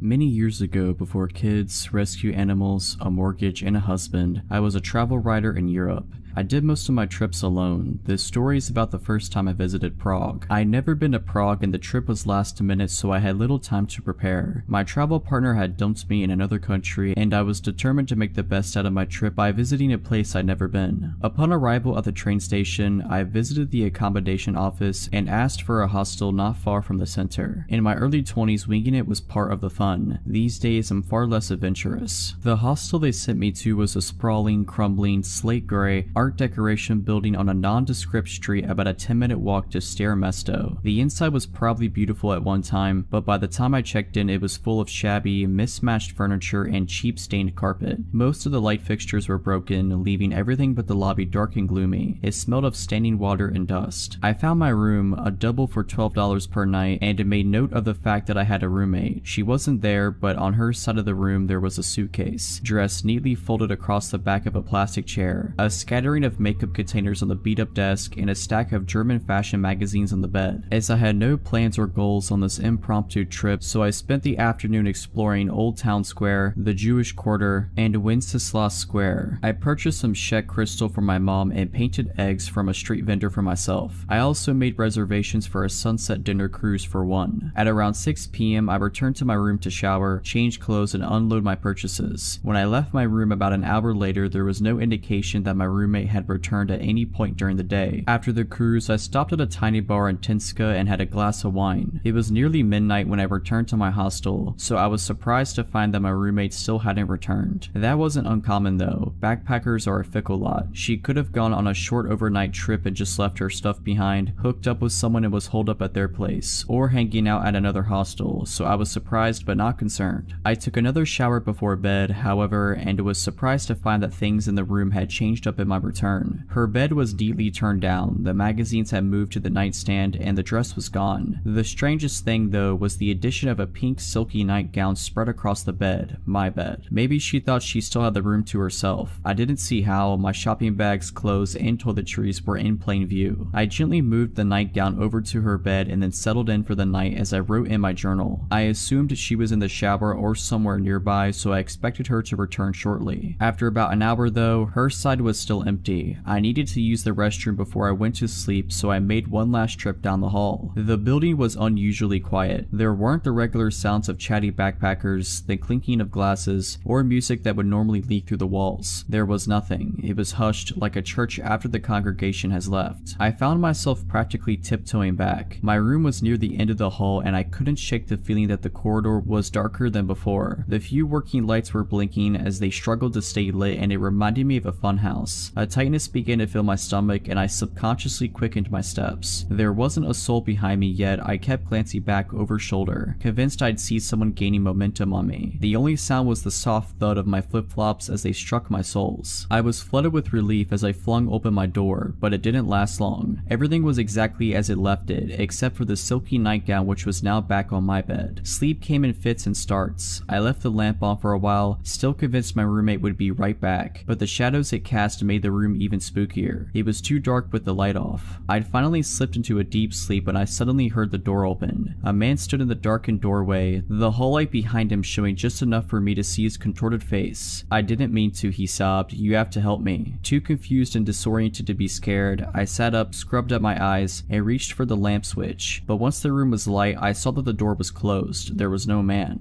I quickly bounded off the bed and went for the door. It was locked. Nobody could have entered without a key, and the hallway empty. I passed the rest of the night fully clothed, sitting up in my bed, and with the light on. Though I'd pay for 2 more nights, at 7 a.m. I gathered all of my stuff and went down to the reception desk to check out. By the way, I said to the 20-something receptionist, "My roommate never returned. I'm a little concerned." She picked up the room key, looked at it hard, frowned, and then glanced at her computer. "What room were you in again?" When I repeated it to her, she looked back at her screen. "Ma'am, that room's been empty for 3 weeks and it's been cleaned since. We only have 6 people in the whole building. The hostel has since been renovated and is now a luxury hotel."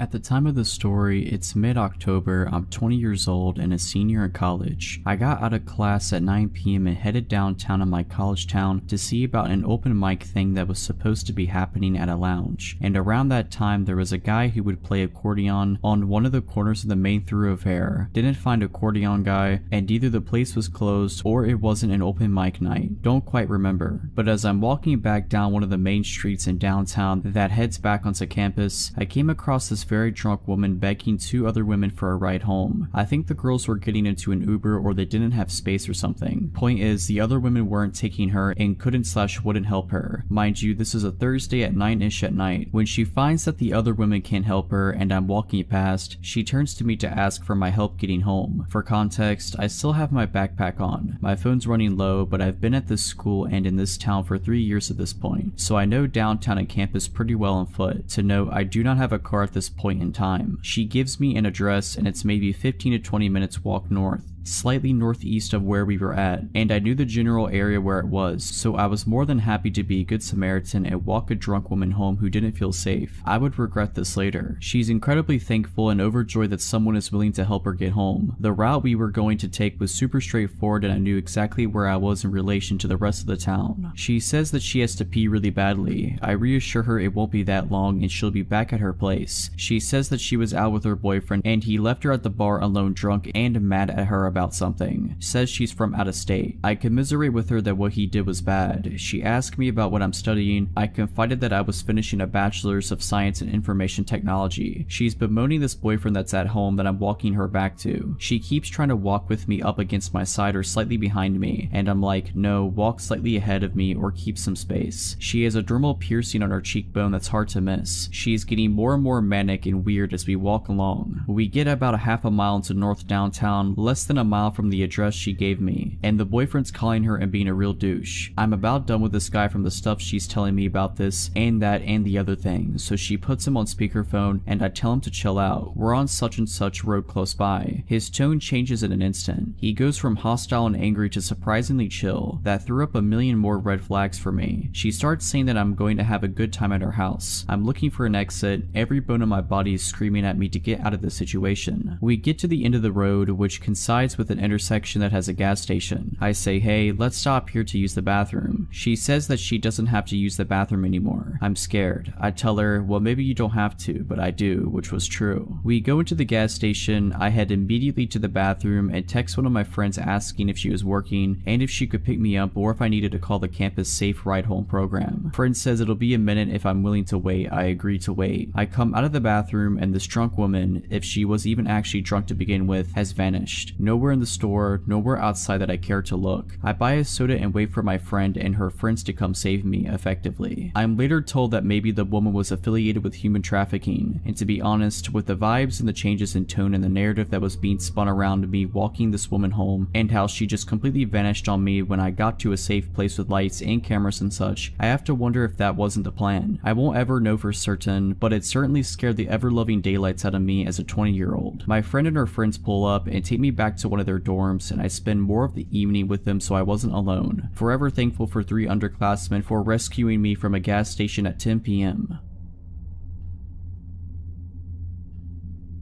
Last year I was on vacation in southern Europe with a large group of friends. We have been there for a while and always took an Uber from our rented house to the city, which had very nice bars and clubs. The thing with Uber is, it allows very cheap and flexible transport, but it also opened the door to a lot of creeps. I've had Uber drivers who are super cool, but also extremely drugged up road ragers who drive like maniacs and think they're impressive. But the guy we had that day was by far the worst. It is late evening and Uber picks us up and drives me, 27-year-old male, another one, 25-year-old female, and 24-year-old female, to the desired old town where we plan to go clubbing and drink. While driving, the driver constantly looks at the 2 women in the back seat via the mirror. They only told me this afterwards. He kept starting conversations, but basically only addressed the girls who left answering to the guys, who gave short, non-detailed answers, basically signaling that we, 1, don't want to talk, and 2, don't think he needs to know our plans. To us, he seemed way too pushy, and he wasn't really that big on hygiene. Meanwhile, we can't wait to arrive at our destination and get out of this uncomfortable but not super horrible situation. But that stuff did not feel this great when this guy didn't stop on the road, but instead pulled into a parking spot. He started fumbling with his phone and we were like, alright, weird, but let's get out, and left the car. To our surprise, the guy then turned the car off and got out as well. We saw that red flag and just started walking away towards the bar area of the town without saying a word. Cars can't enter the old town. After 400 feet, once we reached the gates, we stopped because this was the meeting spot for the other half of our group, who took a separate Uber, and found out that this guy was following us and stopped as well. You know the classic circle people form while talking, where one guy's just kinda standing next to it because people don't let him in? Yeah, we did that. We started making conversation about how long the others will take to get here, where they are right now, etc. And this guy keeps throwing in comments like he is a part of the group. Oh cool, even more people. This must be a great evening. Then we texted our friends at a group chat that we are changing their meeting place to this bar because the Uber driver is following us around and we want to lose him. So one of us started leading the group at a quick pace through the streets. They are very small, lots of people, high old town buildings all around them. We make turns at every corner trying to lose the guy, but he follows. Finally, we reached a big plaza where there were hundreds of people closely together, basically queuing to enter the narrow street up ahead. We pushed through like rude douchebags and successfully lost lost the guy. Finally, we could head straight to the bar after our detour and linked up with the other part of our group. 2 hours pass, life is all good. We decide to head to another bar a bit further away because the drinks and prices kinda sucked in this one. We had 2 drinks in that bar, and guess who walks through the door and stands next to the table? That guy. Hey guys, he says. At this point, a friend, 28-year-old male who is good at communicating and frankly quite big, tells the guy that we want to keep to ourselves and have no interest in hanging out with him. Please leave us alone. Fortunately, the guy says it is no problem and leaves. Unfortunately, at around 3 a.m., while dancing in the crowd at a club, the same guy announced his presence by tenderly pressing his body against the back of one of the girls who he has been staring at through the mirror in the car. The girl's boyfriend recognizes the guy, gets angry, grabs him by the collar, and essentially tells him that if he keeps following us, he will get beaten up. A bouncer sees this and approaches them. I start talking to the bouncer, who is super annoyed by anyone intervening at first, but after hearing how this guy stalked us from this car to this club, he just asks the Uber guy a few questions, then proceeds to throw him out. We stayed a bit longer than we wanted, in hopes of him not waiting for us. After that, we reported the guy for being a creep in the app and called another Uber, which thankfully wasn't him. If you're liking this video, all I ask is that you make sure to subscribe to my channel and like this video. Thank you. 2 years ago, I moved to the UK for university, as I always wanted to go there and get away from my parents, as the situation at home was beginning to become too bad for me. In first year at uni, I moved into a student accommodation and met some really great people. It was a good year without meeting my boyfriend, who I'm still with, and just enjoying my time away from my family and discovering what independence really meant. Anyhow, as second year came by, I decided with some friends to move into a house rented by student accommodations, but at least we had our own house and weren't restricted as much with noise and parties as living in a small shared flat like in first year. No, I had a ground floor room and my window gave into a very small backyard in which I would go smoke every day, as I am a smoker, and in which there would be a very thin wooden door giving into the other side of the street where you would put your bins and broken chairs, blah blah. The door could only be closed and locked from inside the backyard, but since it was an old door, we had to attach some strings to keep it closed for good. I had neighbors on each side of the house, so we were surrounded by families and some other student accommodations. The neighbors on the right of us were 5 boys who looked way over the age of being in university. They were strange, so to say. I met one of them outside of our house one day because of a police intervention due to one of his flatmates attacking him and the others with a kitchen knife and burning their kitchen down. I heard some screams, and so I went outside with my flatmates and saw one of them having cuts everywhere on his arm and a wound on his head inflicted by a kitchen knife. Me and my flatmates didn't know what to do, so we offered him our help to clean himself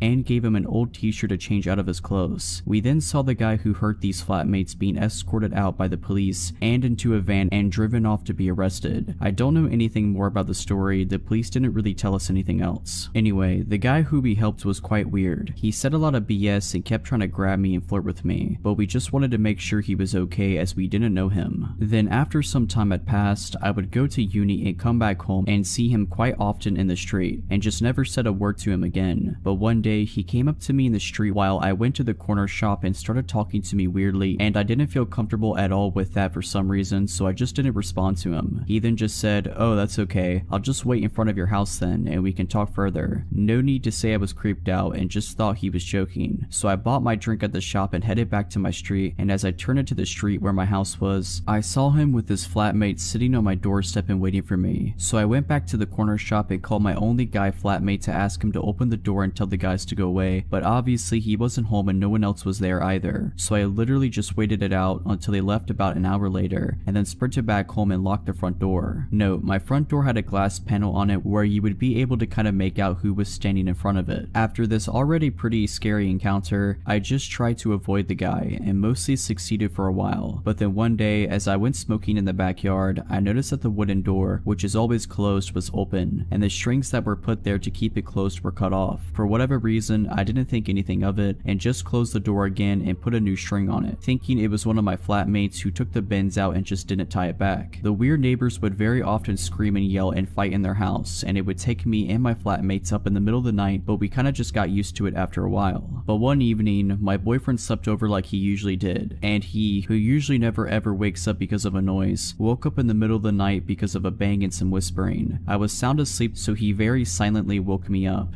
and we both just waited in the dark and listened for any other noises. Suddenly, we heard the wooden door just bang, just shot open, and some footsteps next to my window. I always have my window open because it would get really warm inside, so we both just froze. And then we heard the door leading to the backyard get shaken softly as if they were trying to get inside, and then they stopped. Luckily, we had the curtains closed so they couldn't see us, but we were ready to get dressed and get out of the room and lock them in if they came in from the window. Then we just heard my window move and get more open, and one of the guys saying something in a different language that we didn't understand and started hearing them trying to get in. My boyfriend and I just shot up out of bed, took my phone, and put clothes on and ran out of the room and out of the house. So I then called my flatmates and told them to lock themselves in their rooms, and then the police, who luckily came in less than 5 minutes as the headquarters were a couple of streets down from us. I don't remember anything after the police came. I think me and my boyfriend were in shock. They ended up catching one guy, the other fled and was later found a few streets up smoking weed. The police told us that they were inside of their house and found a lot of meth and heroin, and that they were carrying a massive kitchen knife with them. I was so confused as I've never done anything to offend or do anything wrong to my neighbors, so the idea of them breaking in with whatever knows what intentions with a kitchen knife terrorized me and my boyfriend. The two guys ended up being arrested, and one of them was put in prison for 2 years for carrying a weapon with intention to harm. I never heard anything else from the police, and I moved back home a few months later.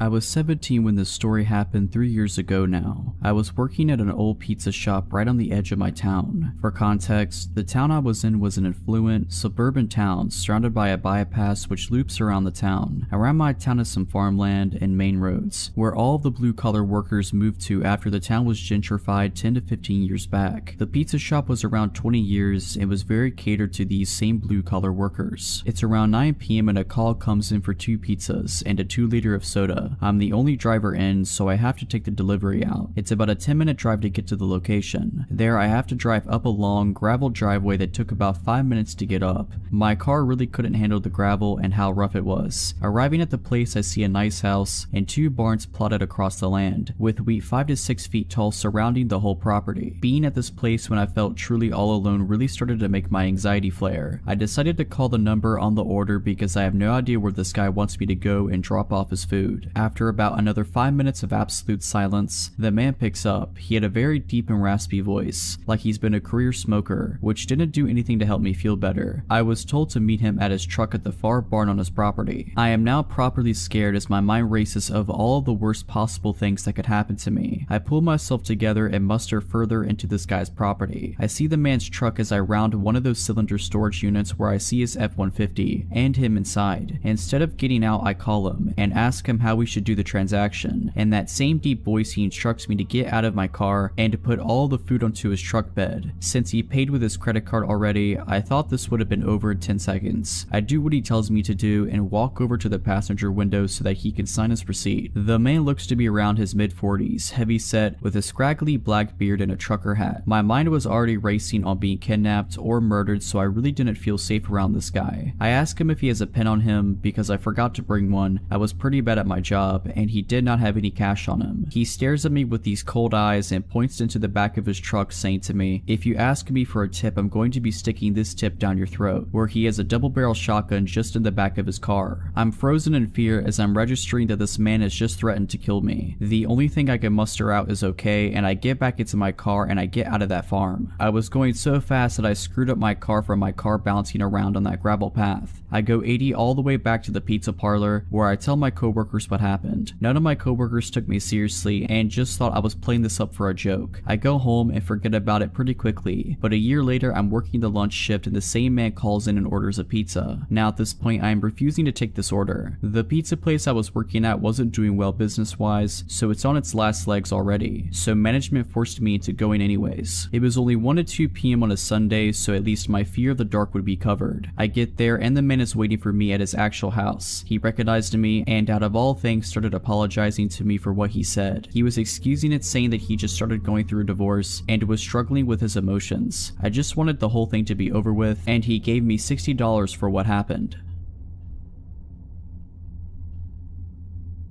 When I was 6 years old, I attended the elementary school which is located in our small town. My way to and from school was basically just 500 meters of main road before turning into the street where I lived. At the time, we're talking about the late 90s here. All the parents in the town were extremely adamant on telling their kids not to trust or follow strangers. Never get into anyone's car, even if they say they know your parents and are friends. The reason why, there was a murder 3 years back in the same town. A girl not even 6 years old was found dead in a field. The strange thing about it is, nobody knows how exactly she was taken, no signs of forced entry or anything, which implies somebody lured her somewhere without her suspecting a thing. The case still hasn't been solved more than 20 years later, so our parents were very afraid that their kid was going to be next, because kids can be really stupid and you can't watch them 24/7. Now onto what almost happened to me. I was walking home from elementary school. About halfway home, at the shadiest and mostly covered by trees and bushes area, a car pulled up next to me. A blonde, about 30-ish year old woman was the driver. She told me she could drive me home. She claimed to be going in that direction anyway, which was unclear to me at the time. Essentially BS, because once the road ends near my house, there is nothing but empty fields. Kid-like as I was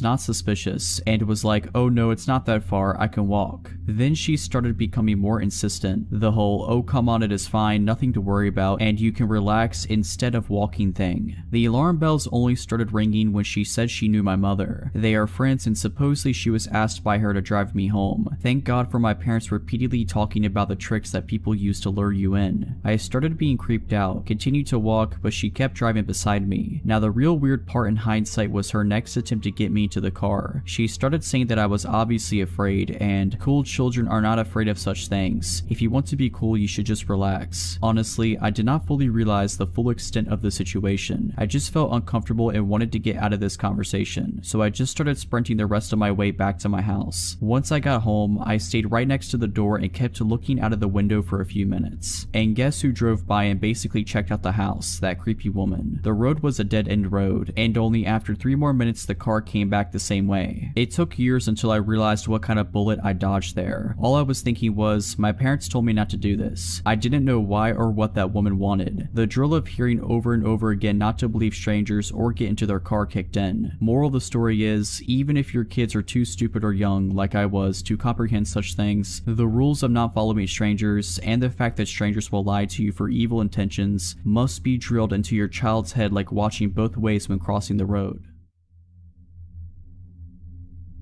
Last night, my 25-year-old husband woke me up at around 11:50 to tell me that someone has been knocking on our door and ringing our apartment doorbell for about 10 minutes on and off. He woke me so I could possibly ID the person. Once I looked out our upstairs apartment window, I saw the man walking to his car in our apartment parking lot, across the street from our unit. He was wearing blue jeans and a gray t-shirt. He was a medium build, possibly a 30-year-old blonde man. He wasn't covering his face or anything, but the thing is, he was carrying what looked like resistance bands or rope. He sat in his car for around 3 minutes while I was on the phone with dispatch. Then he came back to our door and knocked hard for another few minutes. Dispatch advised me that the police were on their way and they hung up. I started videoing the vehicle. I read out the tag number and make and model and just watched as he put his car in park in reverse over and over again. Out of seemingly nowhere, he backed out of the parking lot and started rushing away, but not before the officer arrived and pulled him over. My downstairs neighbor knocked on my door and told me that he had been peering into her little children's windows and was pounding on her door as well. She said that her husband had left only 1 minute before he started knocking at her door. She said he saw her children through the window and that's why he continued knocking.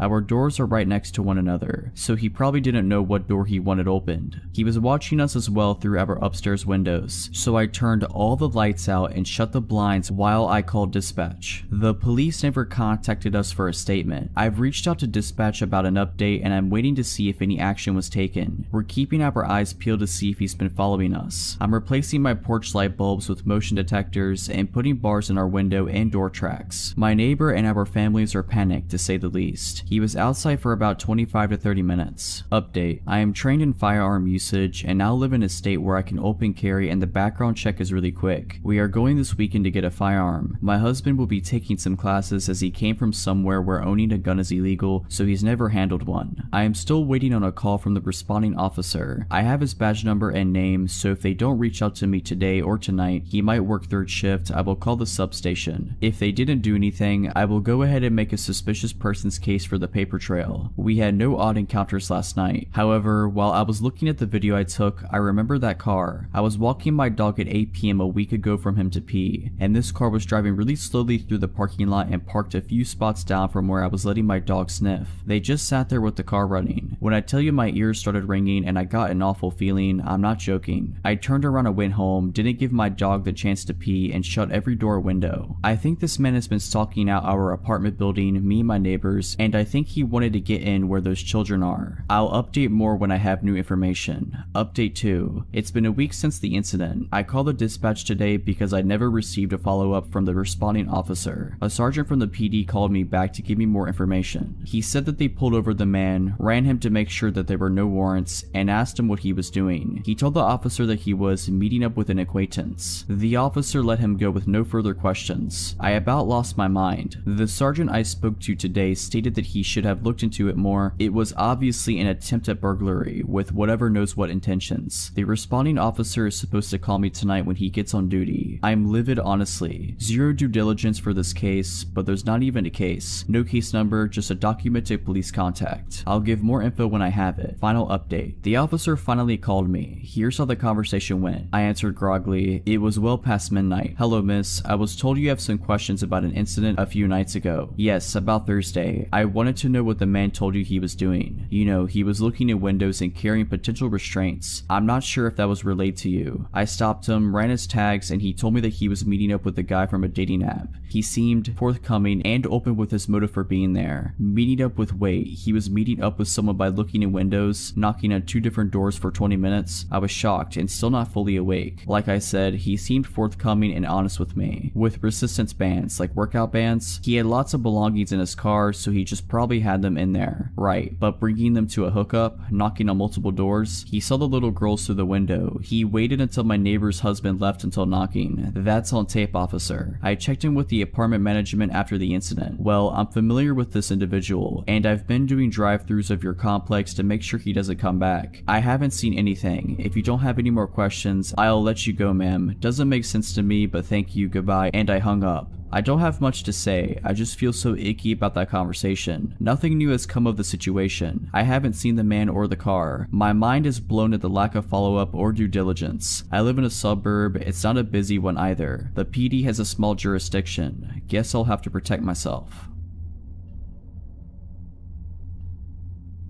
I was 24 at the time, working in a nightclub about a 10-minute walk from my home. I used to close on Tuesday nights slightly earlier than most nights, as it was generally our slowest night of the week, closing around 12 a.m. instead of keeping customers until 2:30 a.m. Usually I'd be the only one left as I start cutting staff as the night went on, and since it was a slower day of the week, we didn't have security on. About 2 months in of regularly closing at 12 a.m., I was walking home. I used to bring bulkier clothes to hide my figure when leaving alone, as I've been followed and chased multiple times before, and we'd often get men waiting after hours for us girls to come out, knowing we'd eventually come out after closing and didn't want to attract attention to myself. I also used to walk home as I didn't have a car and had a few terrifying experiences with Uber drivers not actually driving me home, turning out to be fake cab / Uber drivers or harassing me until I pretended to show interest or give them some way of contacting me, to which Uber would just give me a $5 coupon for the trouble, but that's a story for another time. The bar was located along a main road that was home to the majority of the other bars and restaurants in the city downtown. Often at this time I'd maybe see a handful of people, but the streets were generally empty. I'm walking and notice a parked car about a block away. The driver noticed me and U-turns around to be on the same side of the street as me. Now he's catcalling me and trying to get me to come into his car. I don't engage and keep walking. We're maybe a block or two past the initial spot I saw him, and he's been slowly driving alongside the sidewalk. sidewalk. I'd crossed the street but didn't want to get near his car. He keeps this up until about halfway mark when he takes off in his car and I'm just relieved he's gone. He then comes blasting back down the road. Now my walk is turned into a light jog, which then turns me into full-on running. I'm running behind close bars and businesses, now trying to find a back route to get home without him seeing where I live. At one point, I'm running through bushes and mud. No matter what street I end up on, his car is waiting for me. Eventually, I run right in front of his car while it's parked on the side street beside my place and run into my house through the back entrance. The back entrance is obscured by plenty of trees and car, and the surrounding houses are multiple unit homes, so I was confident he didn't see what door I got in through. Fast forward to the following Tuesday and I'm walking home. Guess whose car is parked at the halfway mark? This went on for the next 4 Tuesdays, except he started parking on the street in front of my house until I begged my manager to take me off closing that specific shift. The last time I saw him, one of the apartment buildings along the way had a few cop cars and cops standing around the entrance, and I stayed with them, which led them to drive off for the night. A week passes and I'm no longer on that shift. A coworker of mine sends me a news article via text. I open it and see that the man who's been following me was arrested for doing this to multiple girls in the city along the street my work was on and that I lived on. He got caught because he'd followed a university student up to her house and wouldn't drive away. She called the cops and he was still there by the time they came to arrest him. He got out the next day, I believe, and was arrested a few more times and was put on restrictions. Couldn't be out of his parents' house between certain hours unaccompanied by either parent before he was deported. I've also heard he didn't actually get deported, but I moved away shortly after and didn't keep up with the news on him.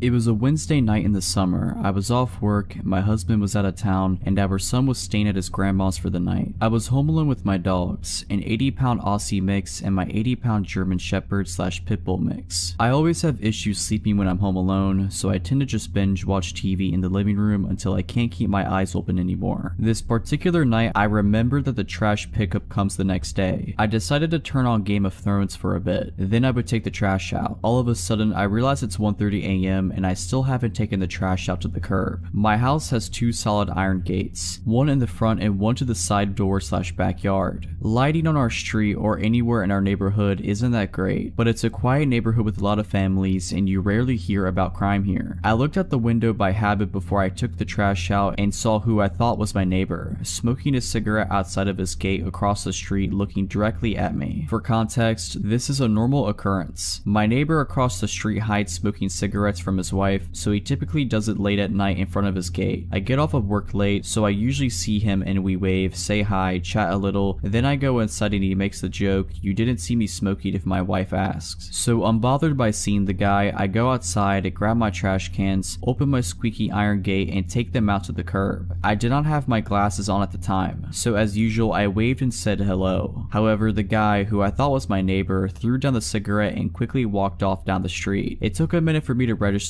that he was not my neighbor. I was a little creeped out because he was clearly staring into my window from the opposite sidewalk, but also maybe it was a guy taking a night walk. Not unusual in our neighborhood, and just stopped for a cigarette. I thought I probably weirded him out as much as he weirded me out, went back inside and laid on the couch with my dogs to keep watching Game of Thrones. At some point, I fell asleep and I woke up hearing my gate squeak and my German Shepherd mix growling. He's extremely protective of our family at home, but he's also the kind of dog you can take anywhere because he's so friendly in public. My Aussie mix is more passive, but his sheer size and scary bark tends to deter people. He's very friendly though. I quickly got up and pulled back my curtain. My gate was still shut and I didn't see anything. My dog, however, continued to growl at my front door. I looked out another window, which had a better view of my front yard and porch. I didn't see anything. Eventually, my dog settled back down with my other dog, but I was still uneasy. I ended up watching TV again because I couldn't go back to sleep.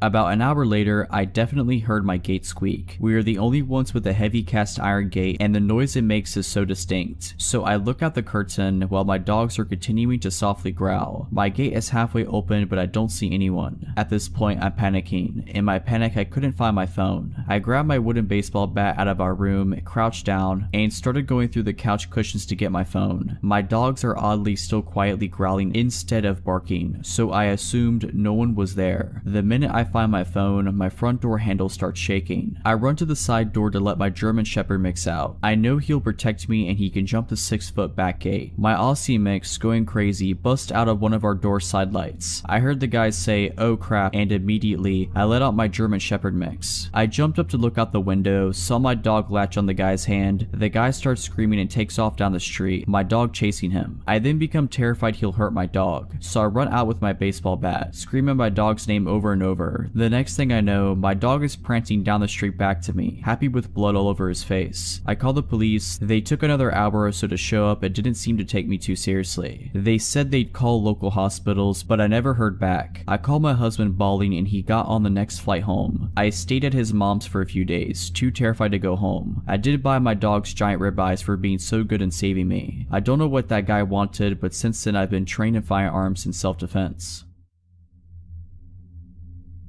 Quick backstory, I have had a stalker for about 4 years. He was never aggressive or sent me proper threats, so stubborn as I am, I did my best to ignore him and not give him the satisfaction of showing him any fear. His stalking behavior mostly just consisted of sending me letters and gifts, such as photos of my own apartment building from the outside, things he dug out of my trash can, and so on. I called the police many times, but they weren't able to, or really tried to be honest, catch or identify him. About 3 weeks ago, I discovered the AITA subreddit and thought that people might want to know about what it's like to have a stalker. Since I barely use any social media aside from Reddit and have no personally identifying information here, I didn't think he'd ever see it. One person even asked, "Does he know you're putting him on blast on Reddit?" And I answered, maybe. Maybe it would make him angry, maybe he'd be turned on. Don't know, don't care. Well, I know the real answer now. He did see it and he did not like it. Like I said, he was never aggressive and never came close to me. The closest I know of was when he sent me a picture of myself, unlocking my apartment door, taken from the corner of the steps above. I'm thinking that he might have hid a camera there instead of being there to take the photo himself. I think I would have noticed him if he did. I don't know how he got wind of the AITA post I made, but he did. The next week was quiet, no letters, and I didn't see him anywhere. Then he left me letters with printed out questions and my answers from the AITA post. He also left me with a long hateful letter towards my boyfriend about an issue I had posted on the AITA subreddit. His letters were never hateful like that before, though he never seemed happy with my boyfriend. He wrote about how I should share the spotlight with him since I got so much attention thanks to him. A few days later, I got a gift, but this time he didn't leave it in my mailbox or at my car like he usually did. No, this time he left it inside the apartment building right in front of my door. I didn't take it inside my apartment but opened it outside. It was a pretty big box, which was also unusual, and it was taped shut. As I'm typing it out now, I realized that wasn't a good idea at all and could have ended badly for me. But luckily he didn't send me anything deadly or anything. He did, however, send me several zip ties, a roll of tape, the kind you use to tape off walls when painting, nothing you could use to restrain someone, a TV remote with most buttons picked off, a pack of band-aids with a few used ones, not actually, just made to look that way according to the police, and a framed picture of me. I could tell the picture was taken a few days ago and my boyfriend was next to me but cut out of the photo. The frame was shattered and the package was full of glass shards, clearly more than just what could have fallen out of the frame, and they were also intentionally put inside the crumbled newspaper that was stuffed in there to keep it all in place. I called the police right away and gave it to them. They were more concerned this time. Finally, thanks. It told me they'd send patrol cars more frequently. He didn't show up or leave me any letters or gifts for about another week and a half. But 8 days ago it started again. I found letters in my mailbox where he wrote about how he wasted his time on me, how I haven't been appreciating his effort, how he was wrong about me being special. 5 days ago I left my apartment in the morning and heard a crunch sound as I stepped onto my doormat. He put broken glass under it in the night. I went off to work because I was in a hurry and was just going to make my boyfriend call the police, but then I found my car had also been vandalized. The sides were scratched, lights smashed, and the windshield had a phrase painted on. "It's time soon, miss," my last name. I went back inside and called the cops myself. They found the same phrase on a note under the doormat. This time they really took me seriously, which might have been because I was just pissed at this point, which I made very clear. All of this, the letters, gifts, photos, even the glass under my doormat, are just really annoying and inconvenient, but my car was useless to me now and the threat scared me even more. I did, however, have a dash cam in my car, and it caught everything. The police said they took the footage as evidence, even though the dash cam footage wasn't of high quality, and I had given them photos of him that were just as good before, but they said it's not enough, and they told me they'll look into it further and promised to send more patrol cars again. Then it was quiet for 2 more days. Until 2 days ago, someone rang the doorbell at just after 4 AM. My boyfriend and I got up, but we were both hesitant, but I saw saw the blue lights outside, and just as I got up I heard them shouting, "This is the police, please open the door." They told us they were called by one of our downstairs neighbors, who came home from his night shift after about an hour earlier, and heard someone else entering the building after them before their door fell shut. My neighbors know of my situation, and I've asked them to make sure they don't let strangers into the building. This neighbor then went into his own apartment and looked through the peephole. We have motion activated lights in the stairway, so he waited to see if they had turned back on. They did. Then he saw a middle-aged man walk upstairs. Above this neighbor are only me and my boyfriend, and a single mom with 3 kids who probably won't be getting any visitors at 3 a.m, so he called the police. They came and found my stalker 1/2 floor above me on the stairs. He should have been able to see the cop car since there was a little window up there and they had their lights on, but he either missed them or wanted to get caught. They found a pocket knife on him and he confessed to being my stalker right away. He's finally caught. They got him. It took 4 years and one very vigilant and caring neighbor, but he's finally done. He's facing several charges and I've collected every single piece of evidence over the past 4 years. I don't know what kind of outcome I can expect, but for now I finally got some peace.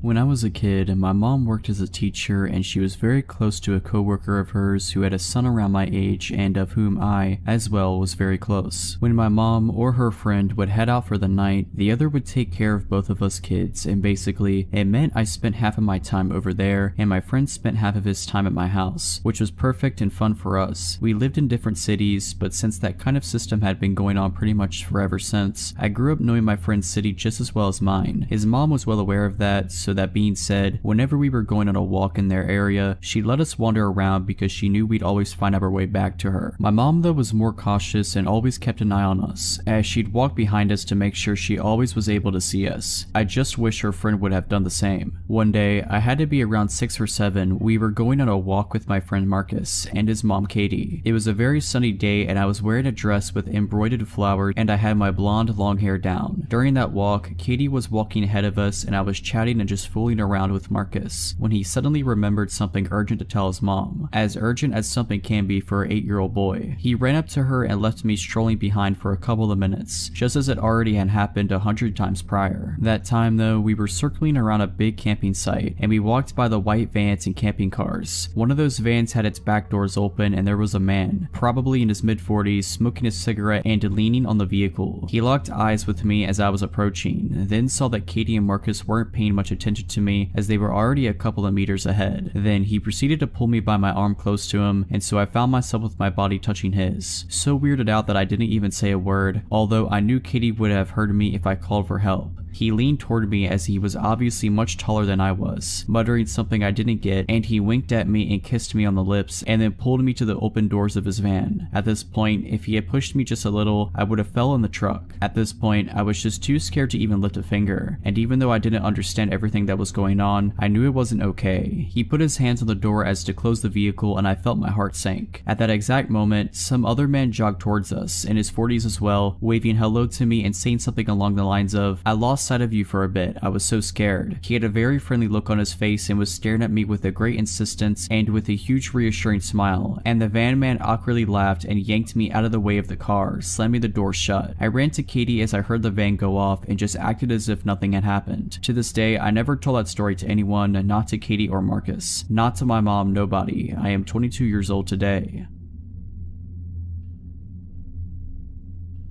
Last year, I was staying in a university hall for my final year. It's a private building, so not connected to the university, and out in the city near the main town, we have a car park but nobody really uses it because we are poor students and it costs money to park there, so mine was one of the only 2 or 3 cars at a given time. The car park isn't well lit and it's to the side of the building, so you have to walk for about 2 or 3 minutes to get into the main door. I was sitting in my car one evening after getting back from the gym, just scrolling on my phone because my seat was warm and it was dark and raining outside, so I couldn't be bothered to get up yet. I was reading an article when suddenly someone started knocking on my window, which was really odd. It was a man dressed all in black, and he started telling me how his friend had seen me through the window and thought I was really attractive, so could he have my number? I responded no, that's a bit odd and I don't feel comfortable with it. He continued to be insistent for a while, practically begging me to get out and give them my number or any social media details, telling me I should come over and speak to his friend, who was, weirdly, stood at the other side of the car park, furthest just away from the building. I kept saying no and scrolling on my phone to show that I wasn't interested. He finally relented and walked away. I text one of my friends to ask if he'd come and get me and walk with me to the building. As I was waiting, this man returned, but now with his hood up, and he started banging loudly on my window, saying that I was being rude, ungrateful, calling me all kinds of names. I kept staring at my phone and pretending I couldn't hear him. He then started trying my door handle. Thankfully, I locked my car after the first encounter, and then began violently pushing into my car when it didn't work. I still kept ignoring him and texted for my friend to probably bring some other friends with him. My friend was taking a long time to read my message, and I was terrified, but for some reason didn't think to call the police, probably because I was scared of things escalating. The guy at my window had calmed down after a few minutes and walked off, saying that he'd leave me alone now. However, I watched him out of the corner of my eye join up with his friend and then maybe 3 or 4 other men. They walked so they were out of sight, but I could see their shadows lingering as they kind of circled around my car and moved towards the building but staying in the dark. They lingered there for a while until luckily another car came, which was obviously full of students going to a party due to the loud music and singing going on inside. This group of men left as they saw these people arrive, and I latched onto them and was able to walk with them as they entered the building. When I got home, my friend finally responded. He said that he'd actually heard about these guys before. Apparently they'd followed another girl into the building and into the lift a couple of days prior, then stood in the lift making really gross comments to her. She had to run to her door and lock it, where they then stood outside knocking on the door and whispering for her to open it. We were able to report this to the building, who, to their credit, then hired a permanent set of security staff. We also got the CCTV footage of both incidents and were able to pass this on to the police.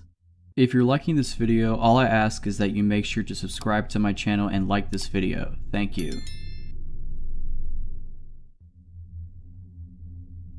My mom's dog, Punky, was a very sweet loving dog. She was an ESA dog but trained to be a service dog for PTSD before she lost her leg. I had never seen her get aggressive with anyone in the entire 12 years she lived. She never growled or nipped anyone, and she had no sense of smell, so she loved all animals and people. A real gentle giant among our little terriers at 60 pounds. What I'm getting at here was that her barking at something and being aggressive was so wildly uncharacteristic that I only saw it once. I, 11 years old, was at home with my siblings, 2 years old and 6 years old. My then stepdad is at work and my mom ran up to the gas station to grab a pack of cigarettes. It was only a mile or 2 away from us. For reference, we lived in a 2-bedroom trailer in the middle of the woods, on a dead-end road at the time, and you had to really make an effort to get down our road, find our house, navigate down our rickety driveway, and find the door. I'm sitting at the computer, having a grand time watching YouTube videos, when all of a sudden all of our dogs, about 2 Boston Terriers and 1 Chihuahua, perk up, bark a few times, and start investigating down the hall. My siblings were napping in the bedroom at the end of the hall at the time, so I figured they just stirred and scared the dogs. But then Punky sits up suddenly, stands up on the couch, and puffs her chest out. Her ears are perked up, her fur standing on end, her tail straight up, and then she barks. Loudly, I mean, the bark booms through the living room and echoes around, and all of a sudden she lunges off of the couch and goes tearing down the hallway. I'm already on edge because I don't think I've ever heard her bark, ever. She's a Basenji mix, so her bark is more of a baying sound, but this was a big, loud, alert bark. I stand up and go to look down the hallway, ready to fight off what I'm assuming is a shadow monster in the hallway based on how the dogs are acting. But then I hear it. Knock, knock, knock. We didn't get visitors because of how weird our house was location-wise, so my 11-year-old mind had no clue what to do here. The only people who showed up here were family, and they didn't knock, so I slowly walked towards the door. The knock drew the attention of the dogs, and they came running back down the hallway, all except for Punky, and I felt better with our 3 yappy dogs in the room with me, even if they were all the size of New York City sewer rats. I opened the door just a bit, and standing on our porch is the sketchiest man I think I've ever seen. I can still picture him perfectly. He was a really thin, taller man with dark hair and a sunken face, bags under his eyes, and this half-managed hair, sort of like he just gave it a quick brush and then figured it was good enough. Everything about him seemed just a little too thin, a little too shallow, and his clothes were all off too. They were nice, but fake nice, you know? Like a clean, newer looking t-shirt and new jeans. But he had what looked like a suit jacket on. All his clothes were dark too, despite the fact that it was summer in Texas, and the weather was definitely into the hundreds that day. He also had this plain, unlabeled bottle in his hand. It looked like the label had been covered up and taped over. I stare up at him in confusion because I definitely don't know this man, and I asked him what he wants. He smiles at me in this way that's way too fake, like this exaggerated and forced grin, and he spoke in the same voice retail workers do. Hey there kid, kiddo, I'm trying to sell this here carpet cleaner. And he shakes the bottle at me. Mind if I come in to show you how good it works? Alarms are going off in my head because he just seems so off. Looking back with an adult perspective, the fact that he didn't ask if my parents were home is unnerving, because he probably knew they weren't and that's why he was here in the first place. I should have told him to get off our property, that I'd have to go get my mom, something except what I did say, but I didn't. Instead, I just shook my head and said, no, we don't have carpet. Well, it works on other things, and he took a big step towards the door and shook the bottle at me. I start to freak out and think to close the door, but the thing is, our front door didn't even lock. Small town, hard to access home, we never needed a lock, so that's basically useless. I'm sure there's something very wrong about to happen, and I'm terrified as I think about what to do in the few seconds I think I have before it does happen, when all of a sudden I hear it. Punky had crept up from the hallway, lowered towards the ground with her teeth bared and snarling like she was feral. She had slobber just dripping from her mouth, her ears were down and she was ready to pounce. The guy hears it too, and as I look towards Punky, she tries to lunge past me, and I just barely catch her with my leg as she tries her hardest to duck past me and attack this guy. He freaks out and runs off the porch without another word, booking it down the driveway as I let Punky out along with the rest of our dogs and they start chasing him. Our small dogs chase him down the driveway and stop about halfway, barking and jumping about, but Punky stops just on the porch and watches him with her ears perked, just staring in the distance until he disappears. I swear I saw someone jump up with him running when he got onto the road. The second he disappeared, Punky's entire body language changed and she went back to being the sweet dog I knew. No barking or growling, just laying around, mouth and throat covered in slobber still. I realized my siblings are still down the hall and run to check on them, and when I get to the bedroom, my siblings were sleeping soundly still, but the bedroom window was wide open, the curtains pushed all to one side and the items on the dresser in front of the window all shoved around. Someone had tried to climb through the window, no doubt in my mind about it. From what I can gather, the bedroom window was visible from the couch where Punky was sleeping, so I think someone was trying to climb through the window before Punky went after them and scared them off, and the man at the door was meant to distract me. They definitely didn't expect Punky, a bigger dog, because most of the time she was with my mom inside while our small dogs were the ones that saw public eye more often. I don't know what they intended to do, but after my mom got home she took all of us to my aunt's house, and on our way there we saw the men walking up someone else's driveway. Men plural, because we watched a second one split off to wait by the road.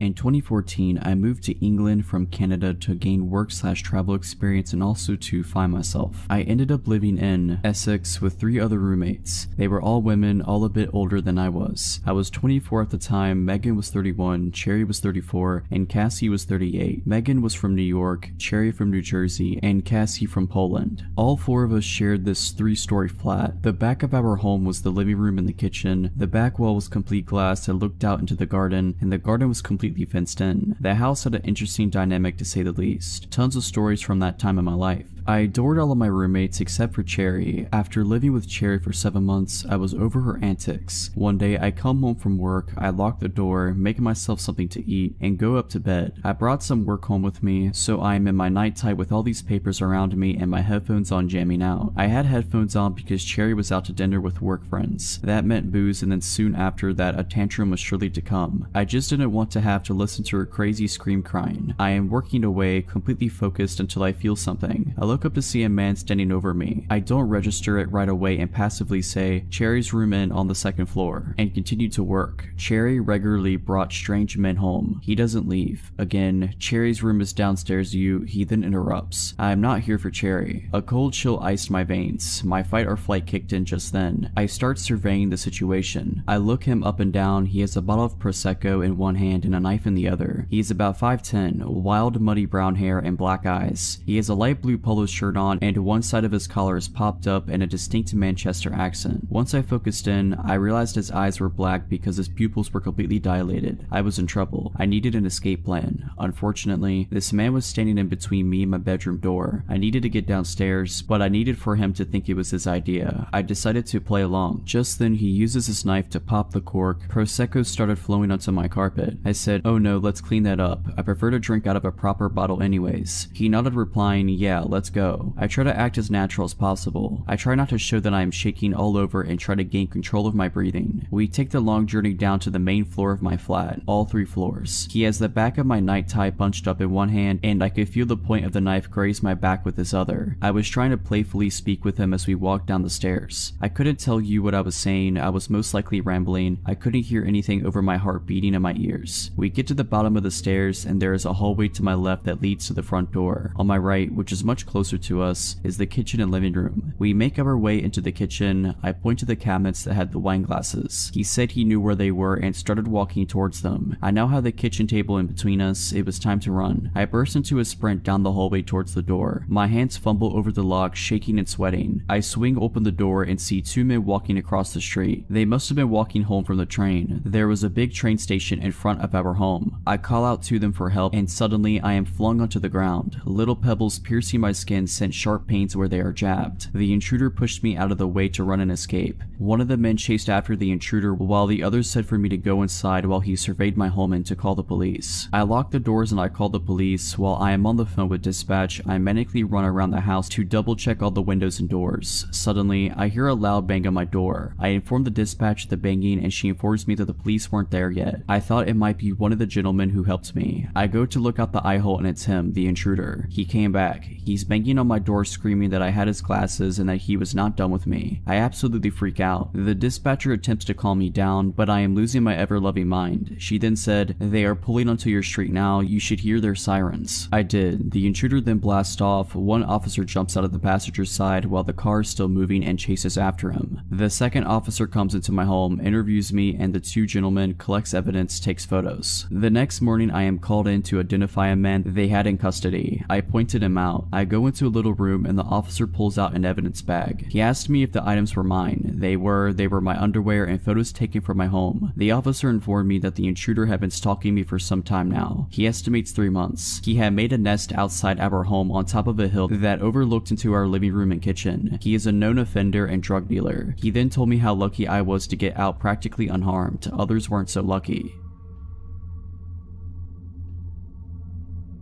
So this happened in 2011, so the exact dialogue may have escaped my memory a bit, but the situation is something I'll never forget. Also, AIM was still pretty active during this time and so was video chatting. Think Tiny Chat. This is important for later. I was on an online dating site and was talking to this guy. I was 31 at the time and he was 28. We talked for about 6 weeks before I gave him my phone number and we took it offline to calling and texting for another couple of weeks. 2 months after our initial chat, we were texting and he told me that he was out having a few beers at a bar near my house. He asked what I was doing and asked if I wanted to come out, but I had a very long day at work and didn't feel like going to a bar. I'm also not a big drinker. I invited him over to my place, I know, after he finished at the bar and he accepted. I figured I would be okay since I do keep firearms for protection and know how to defend myself, if needed. I also had a webcam. I took a shower so I wouldn't smell like a water buffalo on a hot day. The air went out at work, put on some makeup and got dressed to wait. He then called and said he was outside of my house. I clicked record on my computer's webcam program and turned off my monitor and went to let him in. It's around 10 p.m. and he comes in and we go back to my bedroom because my living room was being remodeled. We're sitting on the bed chatting for about an hour, talking about everything under the sun. The conversation flowed. He was very handsome and so easy to be comfortable with. We got on the subject of firearms and I showed him mine. About 15 minutes later he asked for some water, so I go to the kitchen to get him a bottle. When I came back, he said he got a phone call and had to leave. After he left, I looked on my nightstand where I put the firearm down after showing him and noticed that it was gone. I looked everywhere for it, thinking I had put it down somewhere else. Nope, not there. I then played back the recording from my webcam program and sure enough, it shows him grabbing it and putting it in his hoodie. I was terrified at that point. He knew where I lived. He had my firearm and he left his phone on my bed. Right then his phone rings and I answer it. Come to find out he's married. His wife was calling him wondering where he was. I told her everything, including the fact that he stole my firearm and I had video evidence and was calling the police on him. Next thing I know, he's banging on my door, my firearm in his hand, asking me for his phone. The conversation went like this. Him, I need my phone, give me my phone. Me, not opening the door but yelling through the window. Take the clip out of my firearm, empty the chamber, throw the clip into the bushes. The one in the chamber across the road and put it on the ground. Him, no, give me my phone. Me, I'm on the phone with your wife at the moment and I have you on video stealing from me. I put his wife on speaker. Wife. A whole bunch of expletives. Him, he runs and gets in his car and then comes back. I threw your gun in the ditch. ditch. At this point, I make him empty his pockets, take his pants off, take his hoodie off, and show me that he doesn't have my firearm on him. All the while, his wife is on the phone. I go outside and get in his car in the driver's seat and tell him to take me to where he threw my firearm. He proceeds to tell me that I don't know how hard it is for him, being a felon, not being allowed to own a firearm ever because of a mistake he made. The mistake, domestic violence involving a firearm. We get up the road, he tells me that the firearm is there in the ditch. Then I realize the situation I'm in. I can get out of the car and go get it, leaving him to do whatever to me if he chose. I could make him go get it, taking a chance of him seriously hurting me. I took that chance since I was on his phone with his wife and my phone with 911. He retrieves my firearm, brings it back to the car, and I drive back to my house and wait on the police. I get out of the car and he gets in the driver's seat. I'm still on the phone with the police. I walk around the back of his car to get his license plate number, and he just puts his car in reverse, hits me, and takes off. They found him later that evening. He still had the clip and the one in the chamber in his pocket, so now he's enjoying some time in prison. So glad I never have to meet this person again.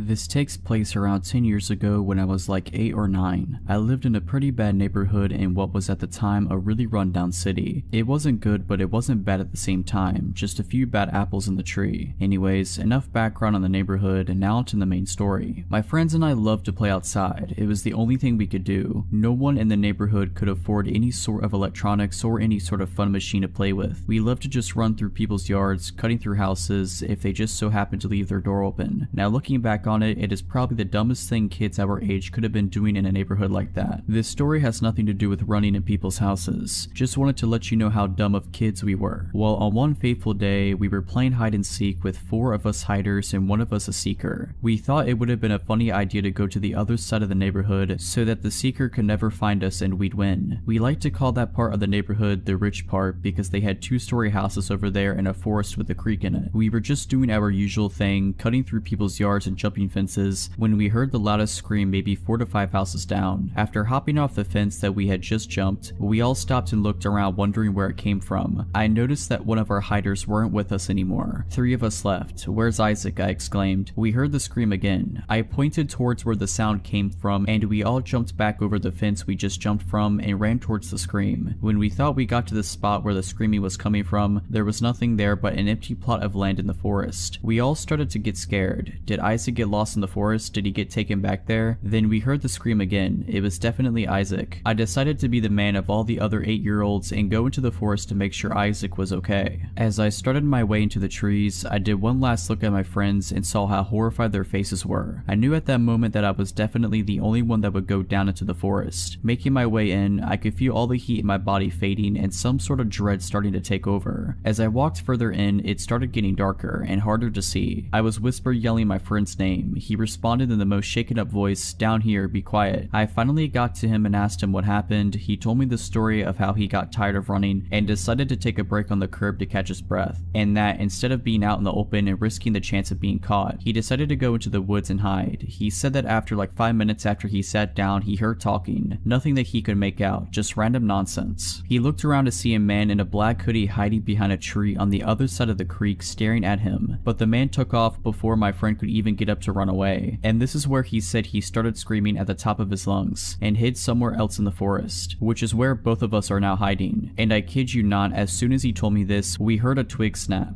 We both look up to see the man looking for us in some of the shrubbery on the forest floor. I couldn't make out any facial expressions or anything on his face. For a matter of fact, I could see he was holding some sort of blade. I couldn't tell if it was a stick or a machete. All I knew is that we needed to run. So when he turned us back, we got up and started running. We didn't care how loud we were, we just knew that we needed to run. We got out of the forest and told all of our friends to run as fast as they could down the street. We kept running until we got to the other side of the block and we all turned around to see the street empty. No one, not a single car. And from a distance you could hear a roar, or like a very loud engine. Shortly after that initial roar, a silver 2000s Mustang with the darkest windows comes peeling around the corner faster than I've ever seen a car go, headed straight towards us. I've never had my body tighten up like that at that very moment when I knew it was the same guy from the forest. I told all of my friends to split up and run into people's yards to hide. So as we were all hiding and running through alleyways and jumping fences, you could still hear his engine. It was like he was targeting only me. I can't even tell you how far I ran. I got to the point where I didn't even think I was in my neighborhood, but still I hear his engine coming up on me. So I ran more. I was exhausted. The sun finally started to set and I could hear his engine fade, almost like he had forgotten about me or had just given up. I start making my way back home scared, checking my back every so often to make sure I wasn't being followed. Once I made it home, I went right to bed to cry myself to sleep. And for months after that 2000 silver Mustang would follow us, stalking every corner that we played on. We would see it at our school and the grocery store. It could have been a coincidence that our little minds are not perceiving things around us, but either way, I think he was stalking us. Nothing actually came of him following us. He never did what he did that first day, but it was still so scary seeing that car everywhere we went. I didn't know what to do or how to tell my mom, so I didn't, and still haven't. This story's for the people of this sub and my 4 other friends. Funny enough, the seeker didn't know what happened until the day after we were at school and we told him. He still doesn't believe us and says it was to go inside and have him looking for us all night.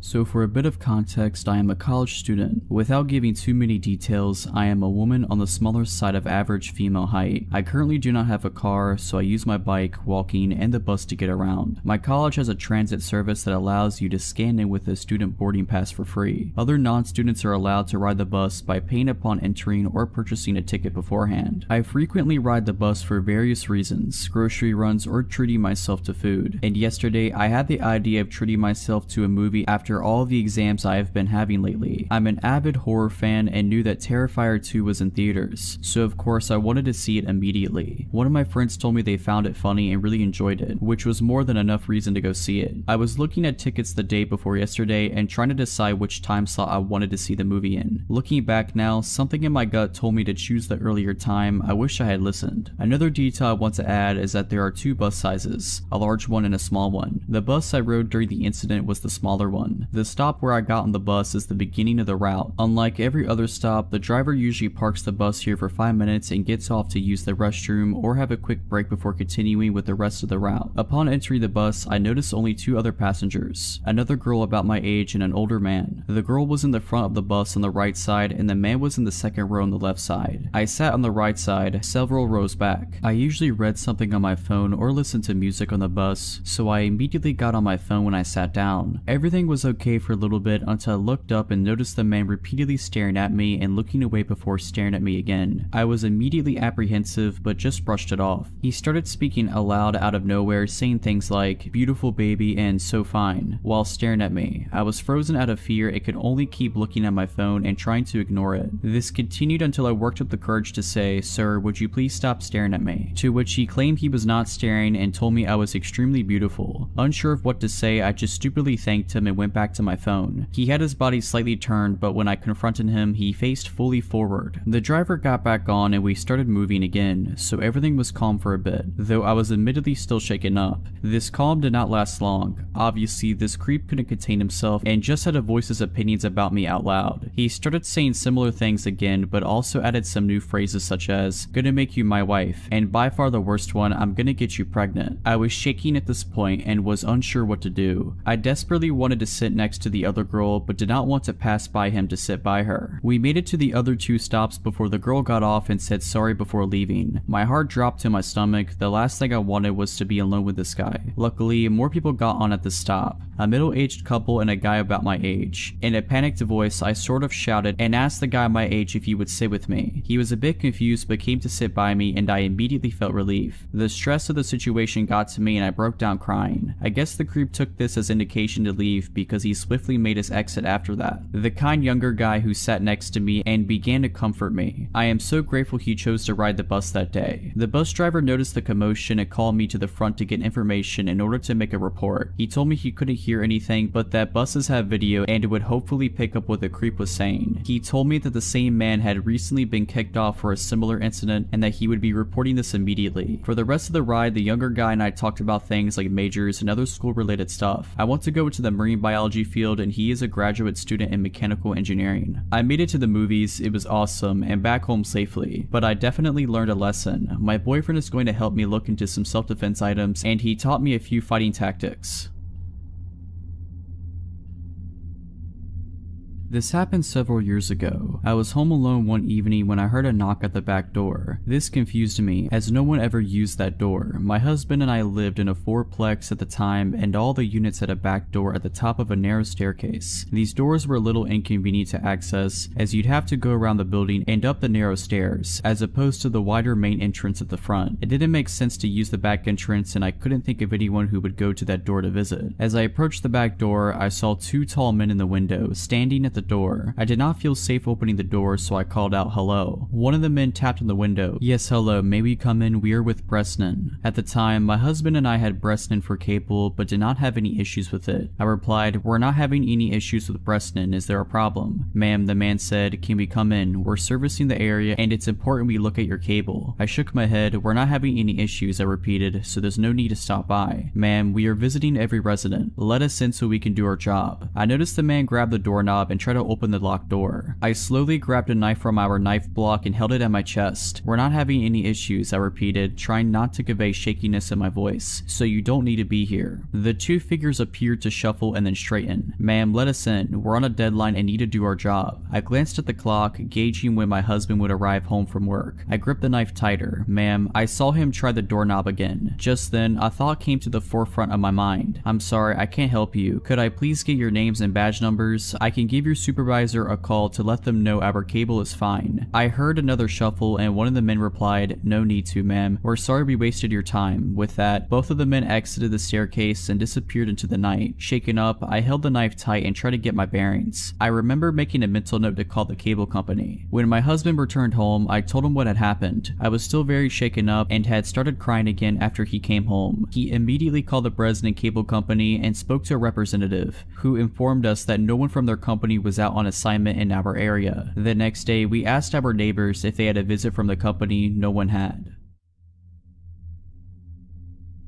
For the longest time, there was this man that would sit in his garage and watch me. He was an older man and he was very scrawny. He had patchy gray hair and a super gross beard. I never learned his name, so we'll call him Nick. He looked like a Nick to me. I moved into my classic suburban home before I was even born. I've been living here my whole life, and the first memory I have of Nick was when I was 10 and he gave me a small 2-finger wave as I walked back home after school. I had to see him every day since my bus stop was a few houses down and I walked like a block to get home. My mom said he dropped by after I was born, knocked on the door in the middle of the day, and rang the doorbell until someone answered. My mom finally answered, my 1-year-old brother attached to her leg and newborn me in her arms. She said his face lit up when he saw me. He smiled brightly and asked to hold me. She obviously denied, cause who comes to your house to hold your child when you don't know them in the slightest? She said he scowled at her before calmly walking back to sit in his garage to smoke a cigar. After my first encounter with Nick, I never stopped seeing him. Every day after school, every morning before school, every time I took my dogs out for a walk, every time I peeked out of my window at 3 a.m. I swear this guy never slept. I told my brother how it freaked me out and he said he was probably on house arrest and that was the only way he could get out. We learned that wasn't true when he knocked on our door. Small background for this bit, my mom is very weak. She has an autoimmune disease and her legs and feet will go numb randomly. She's doing a lot better now, but this event happened when she was pretty bad. She insisted she take the dogs out alone and I didn't want to argue, so I sat in the living room. After about a minute I hear a knock. I yell out that the door is unlocked, thinking it's my mom, but there's a louder knock. I get up and go to the door, I open it and there he is, smiling at me. "Hey hun, your mom fell off the porch, you might want to help her," Nick states, giving me goosebumps. His voice was unreal, so raspy and sounded like he was in the process of choking. He leaves very quickly and I hurried to help my mom off the grass. Calling my younger brother to get the 2 dogs inside, I gave her the "I told you so" speech and she grumbled about it for weeks. My younger dog, a pit bull made of 98% muscle, got excited when she saw a bird. She pulled to get the bird and yanked my mom off the porch. She was standing behind a pot and tripped over it on her way down, making the fall hurt a lot more. She had a black eye and her legs were scratched up. The pot of flowers that she tripped over was smashed, but she was okay otherwise. Flash forward to my 13th birthday and my mom's in the hospital, so my dad goes all out, letting me invite a lot of my friends over for a sleepover, making us dinner and breakfast and just letting me have an amazing time. There's a park across from my suburb that I walk over to sometimes. I decided that I wanted to take my friends there to chill before before their parents picked them up. The night before, we were looking out the window and giggling about the man. I know it's creepy and we were 13, so they knew he was weird. I told them to ignore him if he talked to them, but I didn't take my own advice. "Hey Rosie," he said it so quietly I barely heard him. "My name is Rose, and Rosie is a nickname my grandfather often used. I never told this guy my name, neither did any of my family members." Hi," I replied, and my friends all scowled at me, knowing I screwed up. "How's your mom?" "She's fine." I go to leave before I pause. "How do you know my name?" "You told me, remember?" "No, I don't, because it didn't happen, but I wanted to get away, so I agreed." "Oh right," I chuckle. Me and my friends scurry off to the park. The next day, there's a box of chocolates sitting on the porch, a note with Rosie and Chicken Scratch writing on top of it. I pick it up and look over at the guy. He waves, and I can see that his left hand has disappeared into his pants. Gross. I leave the box out there and tell my dad. The next morning, me and my dad take our dogs out. No man. I figured he gave up after he saw me reject his chocolates. A few weeks later, a large family moves into the house, and I hadn't seen a trace of the man until yesterday. I'm 15 now, and the woman who lives in the guy's house comes over yesterday. "Does a Rosie live here?" she asks. I had answered the door, and my heart drops at the nickname from the stranger. "Yeah, why?" She hands me an envelope with my full name written on it. The guy who lived in the house before us said to give Rosie this on her birthday. It's not Rosie's birthday. I was trying to pretend I'm not Rosie. "Oh well, I just took a guess. He didn't give us a date. Have a good day." My dad opened the envelope wearing a mask because I quote, "What if he filled it with cocaine?" The note inside just said, "I love you," in his writing, red ink, my favorite color. I was about 5 or 6. I went to my local kindergarten, and I was as carefree as a child can be. The greatest of my worries being if my mom forgets to pick me up from school. She never does, and every day we walk from school to home and vice versa since it was a good walking distance. We lived in a compound that's kind of secluded and mostly inhabited by old people or boarding students who went to the university near it. This morning started out like any other. My mom picks me up and we're walking along the small path in our compound along with 4 other people, 3 high schoolers, 2 of which were walking together, and a female college student. She was holding a handkerchief over her head because of the heat. The sun was high up and glaring in the middle of the day that you wouldn't expect anything to happen, but it did. We were quite far back from this group when I turn around and see a man join us. He's clearly not from there. He had a bright neon green bag in front of him which was slightly opened, one of his hands inside of it. His clothes were kind of dusty, but most of all he was glaring at us. It was just us 5 walking in this quiet compound, and my little self didn't think much of it, up until my mom squeezed my hand and started speed walking. At first I was confused, but I knew the only thing that could trigger this was that there was a danger behind us, and it came in the form of the stranger that was following us closely behind. I kept looking back discreetly, although it was probably obvious, and still he kept staring at all of us, getting closer and closer. I looked up at my mom trying to ask what was going on, but her low murmurs didn't really translate well for me, except my ears picking up on the word knife. That's when I felt my stomach drop. My stupid little legs weren't fast enough. Factor in my mom's older age, she was around 50, compared to our other companions. We were the easy target. We were pretty much at the back, but our house was near and I focused on that. Because if I thought about the threat behind us, my legs would feel like jelly and I'd end up slowing down. Still, I couldn't resist looking back. He just kept getting closer and closer, shortening the distance between us. I remember thinking about how I wanted to scream for help, desperately looking at these houses that seemed empty, wanting to go inside, but my mom's firm grip kept me going. Anyways, we lived here too. I never really knew if the others were aware of it, not much until later. One of the high schoolers left to a house over the basketball court, and further down the path veered off to a different trail that led to the main highway, so it was just us and the female college student. Goody. At this point, the man was also speed walking and catching up, but our apartment was merely a few steps away, and my mom and I dashed towards it, up the stairs and into the comfort of our own home. The man gave us one last glare, but he continued to walk. My heart was pounding against my chest. My mom had left me to lock the door while she stared out the window. She kept repeating, "He has a knife, I saw it. He's holding a knife." I run towards the window and catch a glimpse of the girl, still clutching that handkerchief above her head, looking behind her in fear and alarm as the man continued to follow her, his bright neon bag in front of him, now wide open, his hand still inside, as he kept getting closer and closer. I don't really know what happened after, only of my mom's recollection of the events. She had noticed the man suddenly come up behind us too, and her suspicions were raised when he didn't try to walk past us like the others, but maintain a close distance between us. And then she saw the knife hidden in his bag, holding onto it as he stared at us. I hope that girl's okay and that man was detained or something, but it's been years now and I don't really know what happened to her. Don't really know if I'd like to.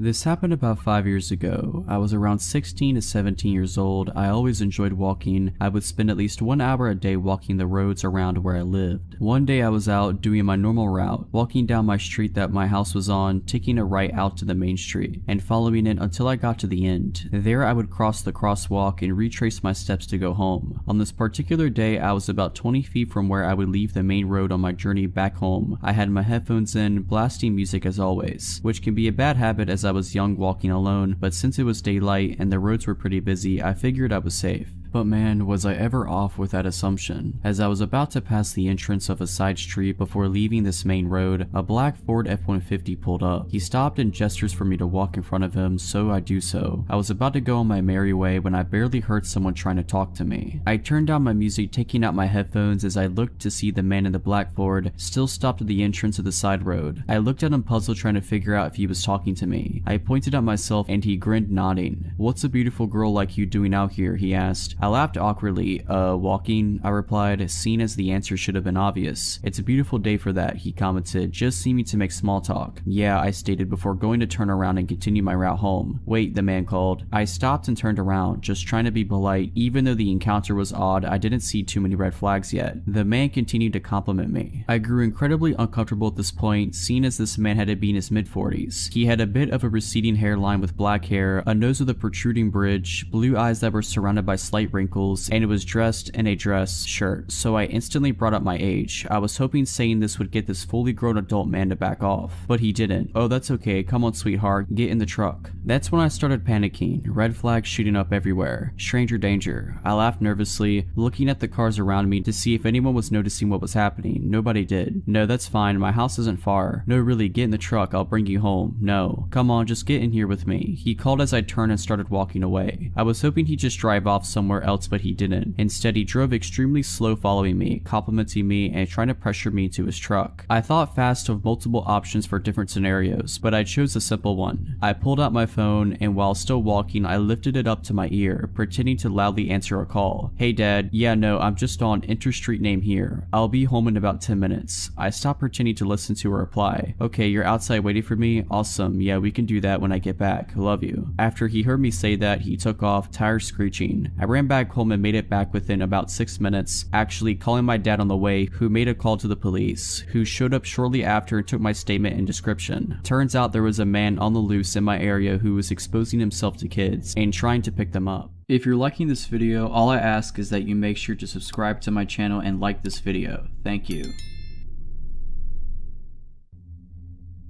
I started a new job about 6 years ago. It was great. Really liked all my coworkers, and the job itself is really awesome and I still love it. This was before the pandemic and everyone was in the office every day. I work in a large multi-floor, multi-wing building filled with numerous businesses and agencies. I started getting into a routine. We have a gym and locker room in our building. I would go work out before I was on the clock and shower, get ready, etc. I'd go get breakfast at the next building over most mornings at around the same time. I'd go on walk breaks with coworkers at pretty much the same time every day. It was very regimented. In the morning when I worked out, everyone had a pretty set schedule. We didn't know each other, but there was kind of an unspoken pattern. A coworker would finish and shower before me, then I'd go, then the head maintenance guy for the building, and so on. This is where it all begins. One morning, like every other, I get out of the shower and I'm in the small locker area, and there's this little older man over at the sinks. He's not doing anything but looking at himself in the mirror, but you could tell he was just loitering. Weird, but whatever. A few days later, he's there again. Then he's there every morning at the same time, and he's definitely looking at me while I change. This creeps me out, so I stop working out in the morning. Then, after a few weeks, we're walking back from getting breakfast, and he's walking the other way towards the other building. I tell my coworker that's the guy that would always be in the locker room watching me get dressed. After a few more days, he's walking the other way from us getting breakfast every day, and he looks right at me every time. So I make an excuse and stop going for breakfast. Our 9 AM walk around the building, he starts just appearing and walking the opposite direction from us every day. Literally everyone walked around the building in the same direction except for this guy, and he'd stare at me as we passed. I tell the coworker who was a woman about the guy and what had happened, and she just laughed it off. The only reason he'd go the opposite direction is to make sure he saw me. Our 1 PM walk around the building, wouldn't you know it, he's there walking the other way and staring. So I just stopped going on walks at work. This is where the real magic begins. I have no clue where this guy worked in our building. I would come into our hallway every morning at the same time. From the time I went through the doors to the time I got into my office, it was maybe 15 seconds. We were on the first floor, and at the end of our wing is a staircase. Every morning as I'd come into our wing, he would pop out the stairwell and come walking the opposite direction and stare at me as we passed each other. One morning I'm walking into the bathroom to go number 2. I stop and blow my nose real quick. As I'm walking to the back stall, he comes into the bathroom. We have 2 urinals, 2 stalls in this particular bathroom. No one is there but us. He comes into the stall next to me, widens out his feet so his shoe is under the divider and on my side of the stall. This dude is tiny, maybe 5 foot, so he'd have to almost be doing the splits. Then he lets out this deep loud moan after about 30 seconds, then leaves. I start telling all of my coworkers. Most of them laugh. I felt so creeped out and helpless. Like, what do I do? Any guy I work with that I tell this about laughs at me. The women just shrug it off or have an excuse for why he is always there. So I ask one coworker to pick any event at any time during the day to prove he will show up.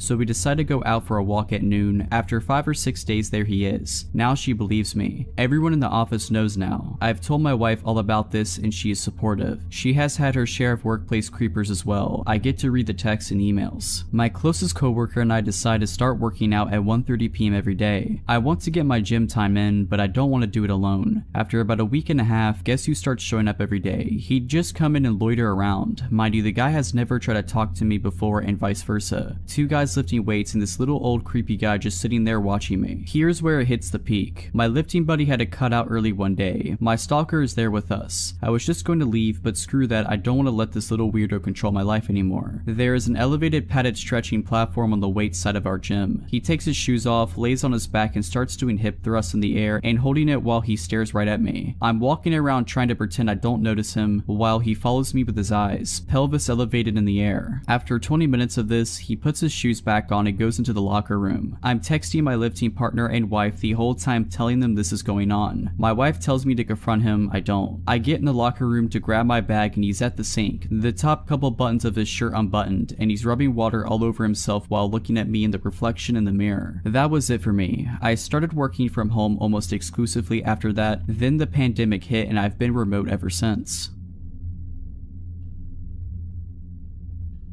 This happened Sunday night. I got into a very huge fight with my mom and it was very emotional and intense to say the least. We made up and said goodnight to each other, but I was still pissed off. So my impulsive self decided I was going to take off for the night. I just wanted to cool off. I went into my backyard and hopped over one of our walls and started to walk around. Mind you, it was midnight. I didn't even have a phone in case something happened or a weapon for self-protection. For a bit of a layout on my story, down the street from my house, which is a neighborhood road, there is a church and a preschool across from it. In front of the preschool there are large, tall hedges that sort of hide the pickup/drop-off that's in front of the school. There's a stop sign on the church's corner before the busy main road and a street lamp on the same corner. I made my way down to the corner on the church's side. I was very bored and cold, but it's not like I could call a friend to pick me up and hang out for the night. I decided to face the main road and put a hitchhiker's thumb up in hopes of someone pulling into the street and letting me use their phone to call a friend. After what felt like forever, I was getting no luck and then I saw a guy from across the main road and I called for him. I didn't have any weird feelings about him. He was harmless and he let me use his phone, but I still wasn't able to find any of my friends to come and get me. Before he left, he asked if I had a knife on me or something. I said honestly, I forgot mine at home, and he handed me a small but very sharp switchblade and told me to keep it, to stay safe and have a good night. After watching him walk into the dark heading east, I wandered up and down the sidewalk as cars passed by often. I started to pass the hedges and I glanced over to the left of me where the school was. I saw a large silhouette of a man slowly creeping around in front of the doors to the small preschool. He was tall and looked like he was strong, broad shoulders too. It took me half a second to realize he stopped and saw me too. I went into flight mode and immediately noped out of there and ran across the busy street because it was empty at the moment and kept sprinting until I was 5 streets down and realized he wasn't following me. About 30 minutes had gone by and I decided it was time I made my way home. I eventually crossed the street and was facing the main road walking down to the church and take a left and get home. It was silent and no cars had gone by for a few minutes at that point. Then I heard a car speeding down the road and I turned my head back to see if it was a large white Suburban. I dismissed it thinking nothing of it as it turned right a few streets down across the road. I started to turn the corner under the street lamp when I looked back up again and saw it was starting to come out of the same road it just turned into. I don't know what told me to run, but I did. I ran into the parking lot of the church and started to see headlights turn into the street. I threw myself onto the ground behind a ramp wall that was barely tall enough to hide me. I was trying to stay silent at the same time because the Suburban's headlight reflected off the walls of the building as it pulled into the parking lot. It made a few laps from what I could sneak a peek of and stopped in the middle for a couple of minutes before it turned out and drove into the main road. I waited it out a bit longer and pulled the knife out, listening for anything and everything. Once I realized I was probably in the clear, I ran back home.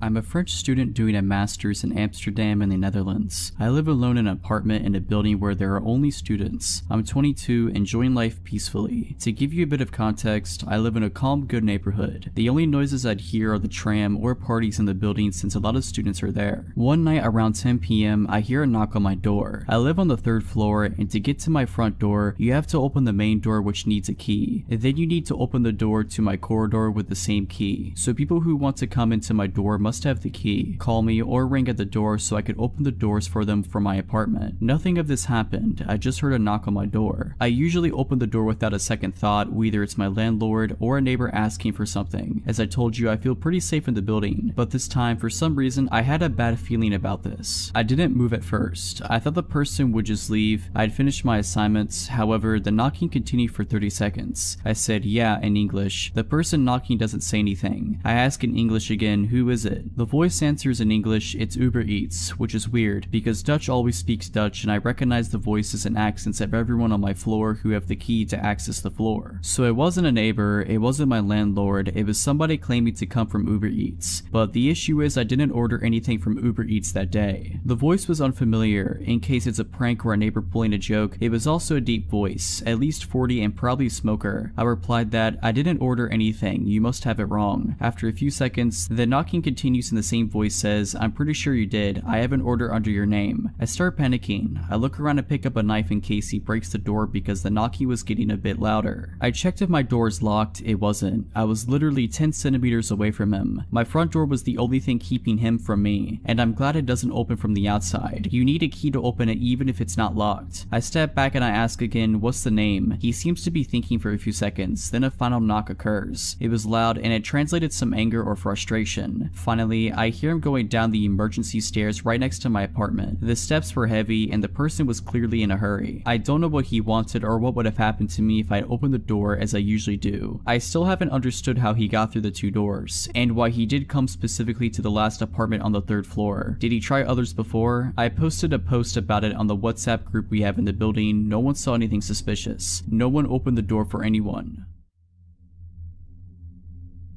I grew up out in the wooded country in Illinois, on a short dead-end street 10 plus miles from a town, and there were 7 houses in the area spread out on a 2.5 acre wooded lots or larger each. There were no large wild animals, there aren't bears or large animals in the region, and people didn't meander there or show up lost. Actually, lost folks or large animals wandering around never happened in the 20 years I lived there, so please keep that in mind. When I was a young girl in my early teens, I had a good guy friend a few years older than me who lived next door, Terry. Terry was allowed to go out with his friends much later than I was, and he would sometimes walk over to my yard after getting home late and throw rocks from the gravel area outside at my window to chat. My bed was right next to the window. I'd open the window and we'd whisper stories and generally talk for a bit. My 2nd story window faced our backyard and his house was to the side. I could see his house from my window over the shrub trees and walking path to his driveway. I'd often know if he was out. The light was on over the side door entrance, or already home. Light was off. One time during the summer when my window was open, I heard a car in his driveway dropping him off. I was probably 14 years old and it was around midnight. I heard Terry get out of a car and was talking to his friends. Soon his friends pulled away. I softly called out as loud as I could without waking my parents, asking Terry to stop by and chat. He didn't respond as he probably didn't hear me. Then I came up with a not so brilliant idea to sneak outside and scare him. As kids, we'd often sneak around and scare each other. So I silently sneaked down from the 2nd floor and out my back garage door, which led to our backyard, below my window, which led to Terry's house off the side, through our gravel area, then through a well-worn path through the woods about 25 feet long. My parents had put in a gravel pit around the back of the house, probably because nothing much grew due to the shade of the oak trees. There were 14-inch oak rounds set out as an uneven stepping path in the gravel, and if you stepped off of the rounds in the church of gravel/rocks would give you away. I picked my way expertly and silently across the log rounds facing Terry's house. My eyes got accustomed to the dark and I didn't see him. Also at that time, I heard the door of his house close and the light going off signaling he went in, likely to bed. I waited a bit as I thought I saw something move in the woods between our houses, but not on the path we'd always use. If you didn't use the path, there were wild rose and raspberry plants that had thorns and were painful to walk through if you weren't careful. So I thought it was odd that he'd been in the woods, but maybe he wanted to scare me like I was plotting to do to him. But I saw something human-sized and dark moving through the woods slow and pausing every once in a while like me. It was coming closer and I definitely saw it, but it was strange in that it wasn't walking directly to my window to talk. Therefore, I hunched down and waited in silence, wondering if I could still startle him. I still thought it was Terry and he saw me sneak out and he was trying to scare me. I watched a dark outline of a human figure moving, but then I would lose sight of it in the foliage. It seemed to be stalking slowly and listening/checking every few feet while hiding. So I whispered after losing patience one last time for Terry, but he didn't answer. I got bored of hiding and crouching, so I quietly tippy-toed back to my garage door and went back inside, silently locking up as I went. I snuck back upstairs to my room above the area where I was just standing/crouching. My window was open and I definitely heard someone or something walking around the yard. I whispered again for Terry out my window but got no answer. Then I heard someone or something fall and grunt pretty loudly in the window well right below my window. It wasn't enough to wake my parents, but definitely loud enough I didn't mistake it, and it sent a shock of fear through me. If you aren't familiar with a window well, it's a semicircle hole connected to the house, dug out for about 3 or 4 feet deep and reinforced with metal. It allows a basement window to be put in below ground level and the hole lets some natural light in. There's no way Terry would have fallen in our window well. We have been playing hide and seek and many outdoor games for years since we were young around the whole neighborhood. We knew everyone's window wells and house footprints, plus paths in the woods like the back of our hands. The grunt sounded humanish and not like an animal. It also pulled itself out quietly without a lot of thrashing. That's when I realized this wasn't a fun game and someone or something was out there and it wasn't Terry. I tried to look outside my window as best as I could, but there was a screen on my windows to keep the bugs out, so I couldn't lean my head out the window to see next to the wall of our house directly below me. I then heard the crunch of rocks as whatever it was stepping in the noisy gravel. Again, Terry would know where the log rounds were and would not step in the gravel. He knew my parents were pretty strict and he was as good at being quiet as I was. Whatever it was stopped and I held my breath. I pretty much sat there with my face pressed against the screen 2 stories up for probably half an hour. It seemed like an hour, but I'm pretty sure I didn't have patience back then to wait that long. I never heard it leave, but I grew tired and eventually fell asleep on my bed that was next to the window. There are a few things I'm certain of. It wasn't Terry. I asked him later and he said he went to bed that night when he got home. He also would have no reason to lie. I'm pretty sure it wasn't one of our neighbors and I can't think of any reason a person would be there. We had a few neighbors and only 2 other houses out of 7 had kids. Again, these 7 houses were spread out in 2.5 plus acres per home. There weren't any big animals in the area. As wooded as the whole area was, we only had some deer, but they were hunted and didn't come close to homes. Plus our dogs scared them away.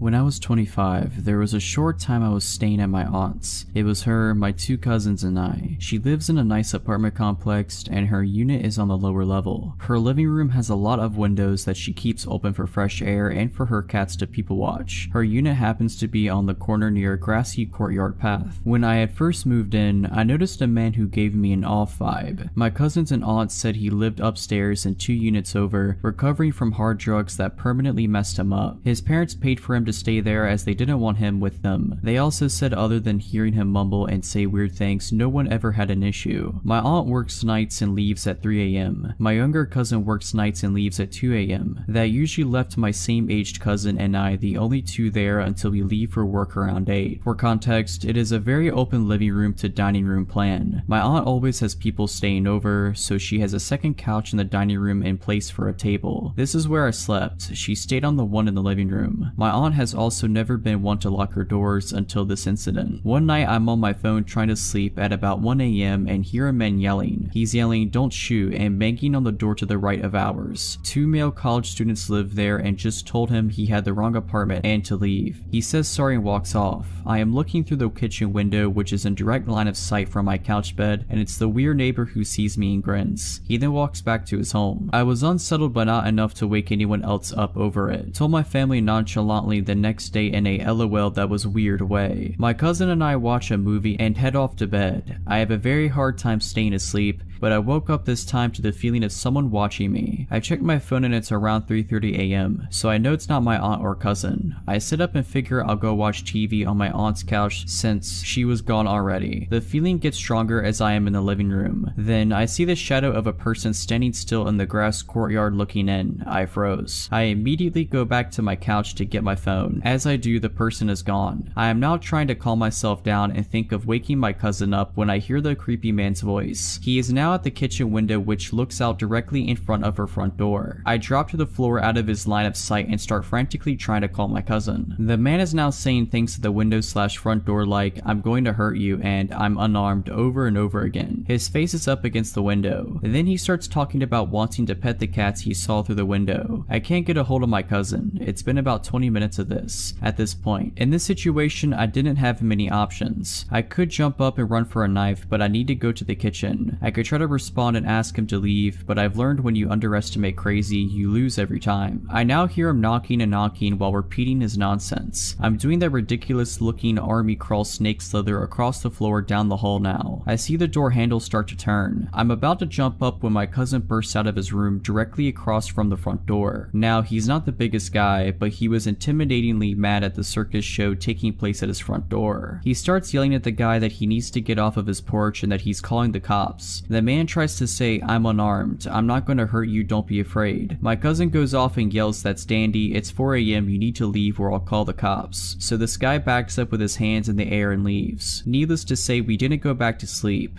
My aunt was called, who called the apartment manager. The next day when I came home from work, his parents were there packing moving boxes in a truck from his place. Maybe he was trying to get me to open the door by seeming friendly. Maybe he had a bad trip and really wanted to pet a cat to feel better. We will never know. This happened over 20 years ago. I was driving back home with my girlfriend at the time. It was Christmas Eve and my mother's family used to hold a large celebration at my aunt's house in Estacada. This was my girlfriend's first time meeting with my extended family, but she got on quite well with them. We spent the majority of the afternoon and evening talking, playing poker, opening presents, and drinking an assortment of adult beverages. My girlfriend had been quite inebriated by the time we had to leave. Therefore, I'd be driving us home. It was around 11 p.m. or so. I was driving my girlfriend's car along Highway 211. Now, this stretch of road is surrounded by farms and dense patches of forest, and parts of it are unlit. But nothing to fear. I grew up in this area, so I knew this road like the back of my hand. The both of us were just driving and talking away, just two young lovers making the most of our moment together. There is a portion of the highway that descends down an enormous hill before crossing Deep Creek. Surrounding both sides of the road are thick forest. There are no lights. The only thing we could see was the area directly in front of our headlights. I drive down the hill, cross the bridge, and uphill through more forest. It's as the highway starts to flatten out that it happens. Something sprints across the road so suddenly that I almost hit whatever it was. I slam on the brakes. I turn to my girlfriend and ask her if she saw it. She confirmed that she had, but she couldn't make out what it was. Maybe it was a coyote, as they are a fairly common sight in this area, but something felt off about it. Whatever it was that ran in front of our car disappeared into the woods next to the road. Coyotes don't usually dart out in front of cars, not like that anyway. So for some reason, I decided to check it out. I turned the car around and switched on the high beams to better light up the forest in which this thing had vanished in. I step out of the car and walk towards the woods. I don't see anything, but now it feels like perhaps I'd made a grave error. Suddenly, the car's horn blasts. It's not a beep beep beep that you get if you'd say your driver or passenger wanted you to hurry up and get in the car. No, this was a long blaring beep. I walked back into the car and asked my girlfriend why she leaned on the horn like that. She said nothing. Instead, she pointed to a spot about 50 feet from where I was standing. I looked over in that direction and that's when I saw it. Surely this was the thing that ran in front of our car. It was a man. He was completely naked. His skin was covered in dirt and mud. He looked back at us and then he smiled and waved to us just before turning around and walking back into the forest. Needless to say, we got out of there. Once we were safely driving again, my girlfriend explained what had just happened. While I was trying to look for whatever was in the area that initially vanished in. He circled back around and came out from another spot in the forest, beyond my car headlights. My girlfriend had seen something out of the corner of her eye, and that's when she saw him. Before she honked the horn, he was walking towards me. We called the authorities once we got safely back home, but they never found anybody. The officer we spoke to assumed the man was probably on drugs. I moved back into the area recently, so I now drive that highway often. No naked man sightings yet, but I can tell you that I'm definitely extra vigilant now, especially near Deep Creek. If you're liking this video, all I ask is that you make sure to subscribe to my channel and like this video. Thank you.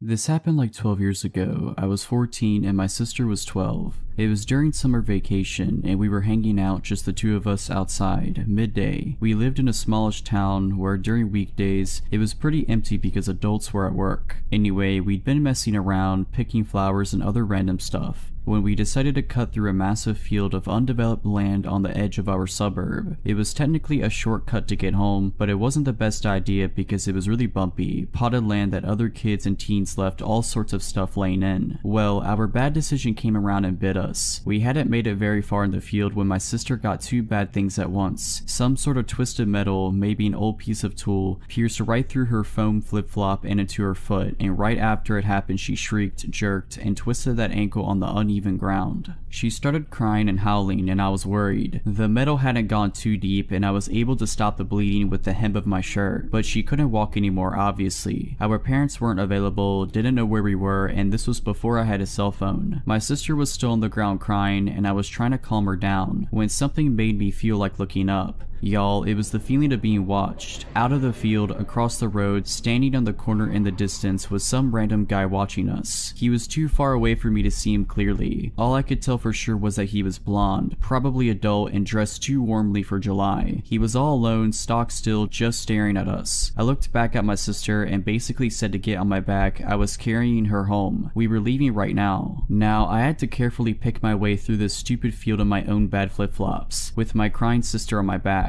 Luckily she was tiny, but I was no linebacker either. It had rained a day ago and the field had puddles of water in the low spots. We were both kind of wet from her falling when she got hurt. I swiveled back to check if he was still watching us, and he was. Not only was he watching us, but he'd crossed the road and entered the field. Now he was standing stock still again and just watching. Ice in the veins doesn't describe it. One of the scariest moments of my life up to that point. My sister looked when I looked, saw my face, and started crying even harder. I just shook her a bit on my back and whispered something like, "Stop it. I need to concentrate on getting us home. Watch him and tell me if he starts following again. Just be quiet." So that's what we did. I started walking again as fast as I could without getting hurt. My sister watched him while I carried her. After less than a minute, she whispered to me that he was following again. How fast? Just walking. Is he watching us? Yes. I told her to tell me if anything changed and kept going. I stomped through puddles and I couldn't see into when I had to, hoping there was nothing sharp in them. I lost a flip-flop in the mud and just kept going. We were about 3/4 of the way through the massive field when my sister whispered that I at least wanted to hear. He was speeding up.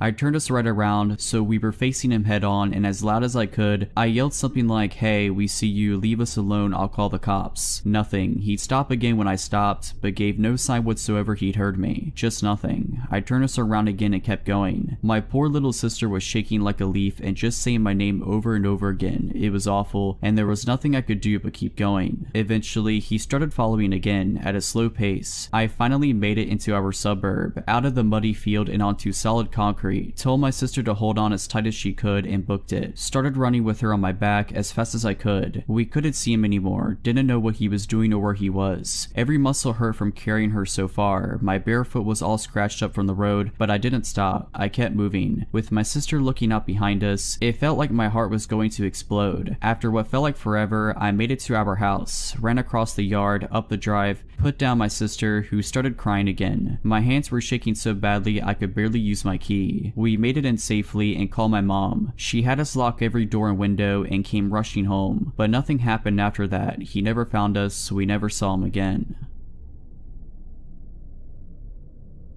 So a few years ago, I, a 17-year-old female at the time, would attend community college at the outskirts of my hometown. I would take an hour-and-a-half long bus drive because both of my parents worked and my other siblings were too young to drive. The outskirts of my town, despite being the literal outskirts, are more populated than you expect, with strip malls and apartment buildings. The bus would drop me off about 4 blocks from my university, which isn't too far. I always enjoyed those few minutes. Anyway, this one time, I left my phone at the library. Using my brother's phone, I called a friend who worked at the school library during the late evening shift, 7 to 9, and he'd said he'd bring my phone to me, but he lived closer to the college than I did, so I told him I'd just meet him at his shift and pick it up myself. He said okay, and I boarded the bus at around 6. Now, I get off the bus at my usual spot and the place looked deserted. I'd never been there that late at night, and maybe it was because it was a weekday that people were home, or I don't know. I had my brother's phone in my pocket and just clutched it tighter and tighter, picking up my speed until I was practically jogging. I'm nearing to a corner when a flash of light goes off to my right. There, in the shadows, is a sleazy looking man. He's balding with a tourist shirt unbuttoned halfway. He was wearing sunglasses at night and was wearing some gold jewelry. And most importantly, he had just taken a picture of me. In the instant that I saw the flash go off, I knew it was coming from his phone. Now, I think it's important to understand our positioning. He was pressed against a building to my right at the corner I had turned. I was about 10 feet away from him. To my left, on the same side of the street, was a car with blacked out windows and no license plates, directly across the sidewalk from the man. The car was parked with the driver's seat facing me, so that it was on the wrong side of the road, because America drives on the right side as opposed to the left. I had slowed down at that point as I began to debate my next move: cross the street and continue walking, make a break for the school, turn 180 and leave my phone at the library, or approach the potentially dangerous man. I did the stupidest thing possible and approached the man. Anyway, I demanded to know what he was doing. He looked taken aback. I could see his brain short-circuiting because I was demanding to know what he was doing. He eventually sputtered about how he was just standing here. I said, "No, I saw you take that picture of me." His face fell. He started saying no, he hadn't done that. Why would he want a picture of me? I had imagined it. I asked to see his gallery, which is extremely risky because who knows what I could have seen. He slowly pulls up his gallery and as it's opening, I see a blurry picture of me in the distance. I didn't think I'd get that far. Granted, I had been running on adrenaline during our whole interaction, but this really made me pause. I told him to delete it. Then a door slammed shut. I just knew it was the parked car. My brain cleared up and I hightailed it to the school. I could hear a single pair of footsteps behind me, but I sure wasn't going to turn around and check who it was. The car started, but they would have to do a U-turn on a relatively narrow street just to be able to follow me. I think that's what saved my life. The fact that the car was parked facing the wrong direction. I reached the school out of breath and in tears. My friend opened the building for me and I explained what had happened. He locked us in while he called the police and we waited for them, but the sleazy guy and his buddy were never found. Anyway, my mom had gotten out of work by that point and I called her to ask to pick me up. We waited with my friend till the end of his shift and drove him home too. Needless to say, I carry a mace with me everywhere I go now and I'm yet to find a police report stating a guy matching his description had been arrested. To be honest, I don't think the police believed me fully, but who knows.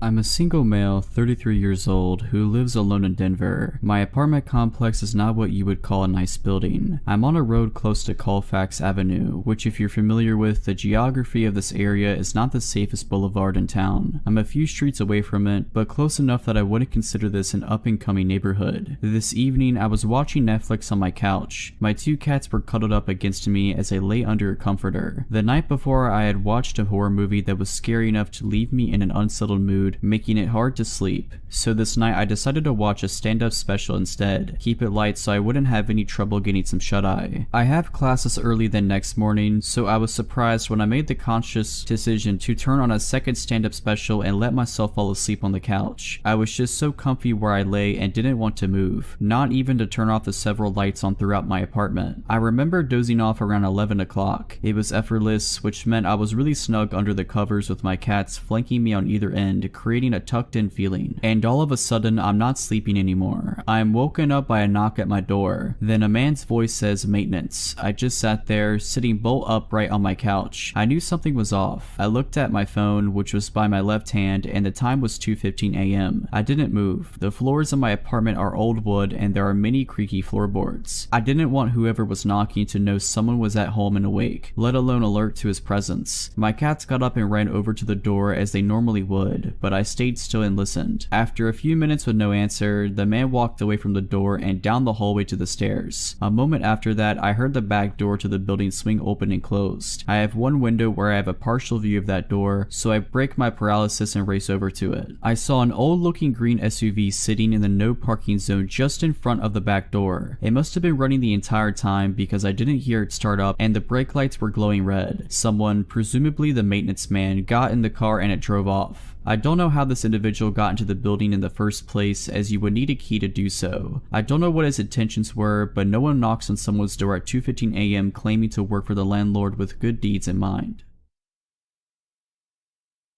So I'm a 23-year-old female. I live in a townhouse with my 2 children, 2 and 6 months old. My fiance did live with us until 2 weeks ago when I caught him trying to have relationships with other women and made him move out. That's important to the story. I'm a stay-at-home mom, and when he did live with us, my ex worked evenings. Let me set the scene. We live in a tiny house in northern Pennsylvania. My line of townhouses sits in front of a big field that runs to a line of woods. As far as I'm aware, these woods stretch out for at least a few miles, and I'm not aware of any houses in there or any roads that lead through them. My living room has 3 windows that look to the field, and my bedroom on the 2nd floor only has 1 window that faces that way as well. People do tend to walk their dogs back in the field, and kids sometimes play back there, but I rarely ever see anyone close to my house. For that reason, I tend to leave my blinds and curtains open because I guess I just enjoy the view. So in July of 2019, I was laying in bed trying to fall asleep. All the lights were off, but I had my window and blinds open since it was so warm. I was looking out the window and I noticed small red and white lights just outside. I got up and looked to realize that the lights were coming from a drone. I ran downstairs to where my fiance at the time was sitting in the living room and ran to the window. I told him what I saw, but of course when he went to look, it was gone. I was paranoid that the drone could have had a camera on it and someone was watching me with it. I kept my blinds closed for a while after that. Fast forward to January of this year. I guess I stupidly got comfortable and assumed that whoever it was flying the drone was a one-time creep.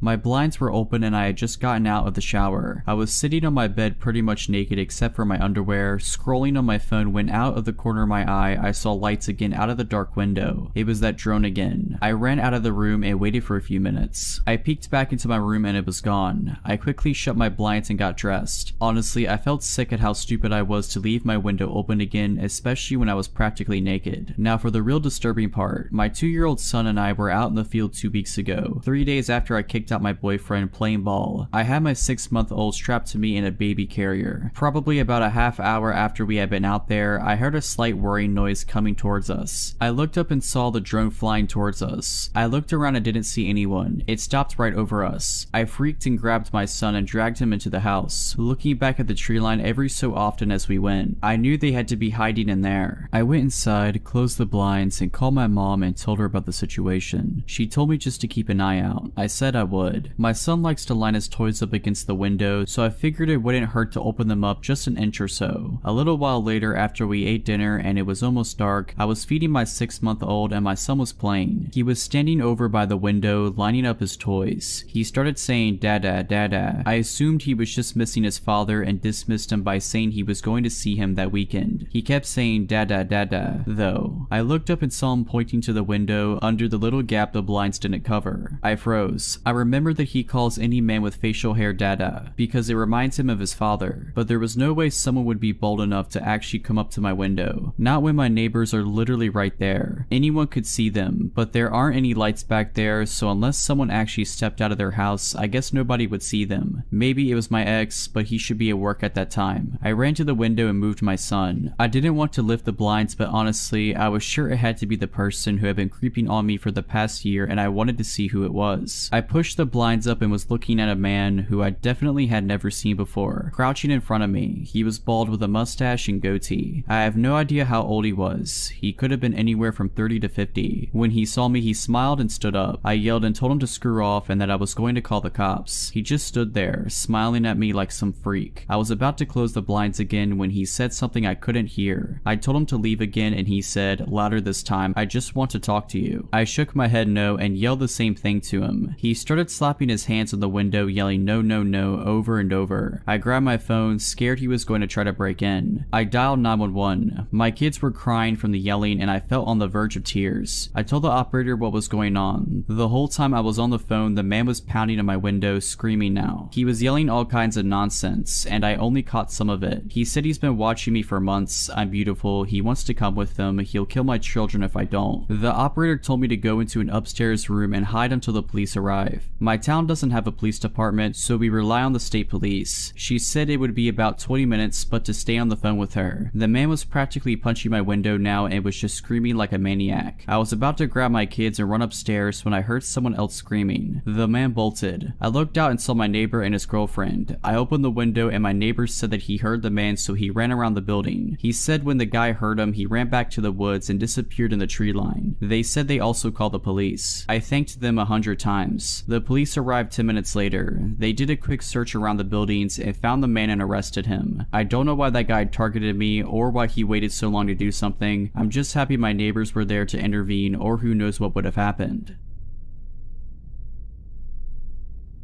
I was about 7 years old, my brother about 10. It was well past our bedtime when our mom woke up off the couch to put us to bed. Our dad worked construction out of town back then, so it was often just us three at the house for weeks at a time. Up the stairs and to the immediate right was our parents' bedroom. Going left put you in the middle of a hallway. Taking another left down that hallway led to my brother's room. The opposite end was my room, which was also across the hall from our upstairs bathroom. At either end of the hallway are window doors we always kept locked and rarely used. The door on my end led to a balcony overlooking our front yard, and the door on my brother's end opened to our back porch. The house kind of leans into a small hill. My brother and mom both had a habit of waking up in the middle of the night to use the bathroom. I only knew this because I was always a light sleeper and they just couldn't help flushing with the door wide open. This night, however, my brother stopped on his way to his room and came back towards the bathroom. I'm gonna try to pee before I go to bed. The past few nights I've been too afraid to walk to the bathroom. I keep seeing a man wearing stripes at the end of the hallway. I don't know if my mom wrote it off as my brother telling ghost stories to try to scare me, or if she was already half asleep and didn't catch it, but she didn't react at all to my brother's confession. I, on the other hand, was terrified by it. The fear of seeing a ghost like that at the end of the hallway or through the windows is the reason I started running from the stairs to my bedroom at night. Years later, when I was about 18, my mom and I were having a conversation in her car about a dog we had for a very short time when I was little. We were sharing stories about Max's tendency towards destroying my shoes and other unruly behaviors when my mom blurted out, "Do you remember that time I opened the front door for the cops and Max ran inside to the kitchen and started tearing open that big bag of dog food we had?" This really caught me by surprise because in all the years I lived in that house, we never once called the cops. Gun owner family in a quiet rural West Virginia neighborhood, etc. I asked her what she was talking about and she looked equally surprised as if she had just revealed something by accident. "Oh, that's right. I never told you because you were too young at the time. One night, I woke up hearing noises outside my window, and when I looked, I saw a man staring into my bedroom." She went on to describe how turning on the lights caused him to take off running and how she grabbed my dad's pistol before calling the cops. I can't remember all the details I gave them when they showed up. Tall white male, wearing a striped shirt and jeans, short dark hair, something like that. They said it matched the description of a man they were looking for in the area. It turns out he had escaped from jail on a murder charge. Now, I know it sounds so obvious hearing those two stories back to back, but it wasn't until a few years ago in my mid-20s that I pieced together that my brother had unknowingly warned us about a murderer who spent multiple nights casing our home.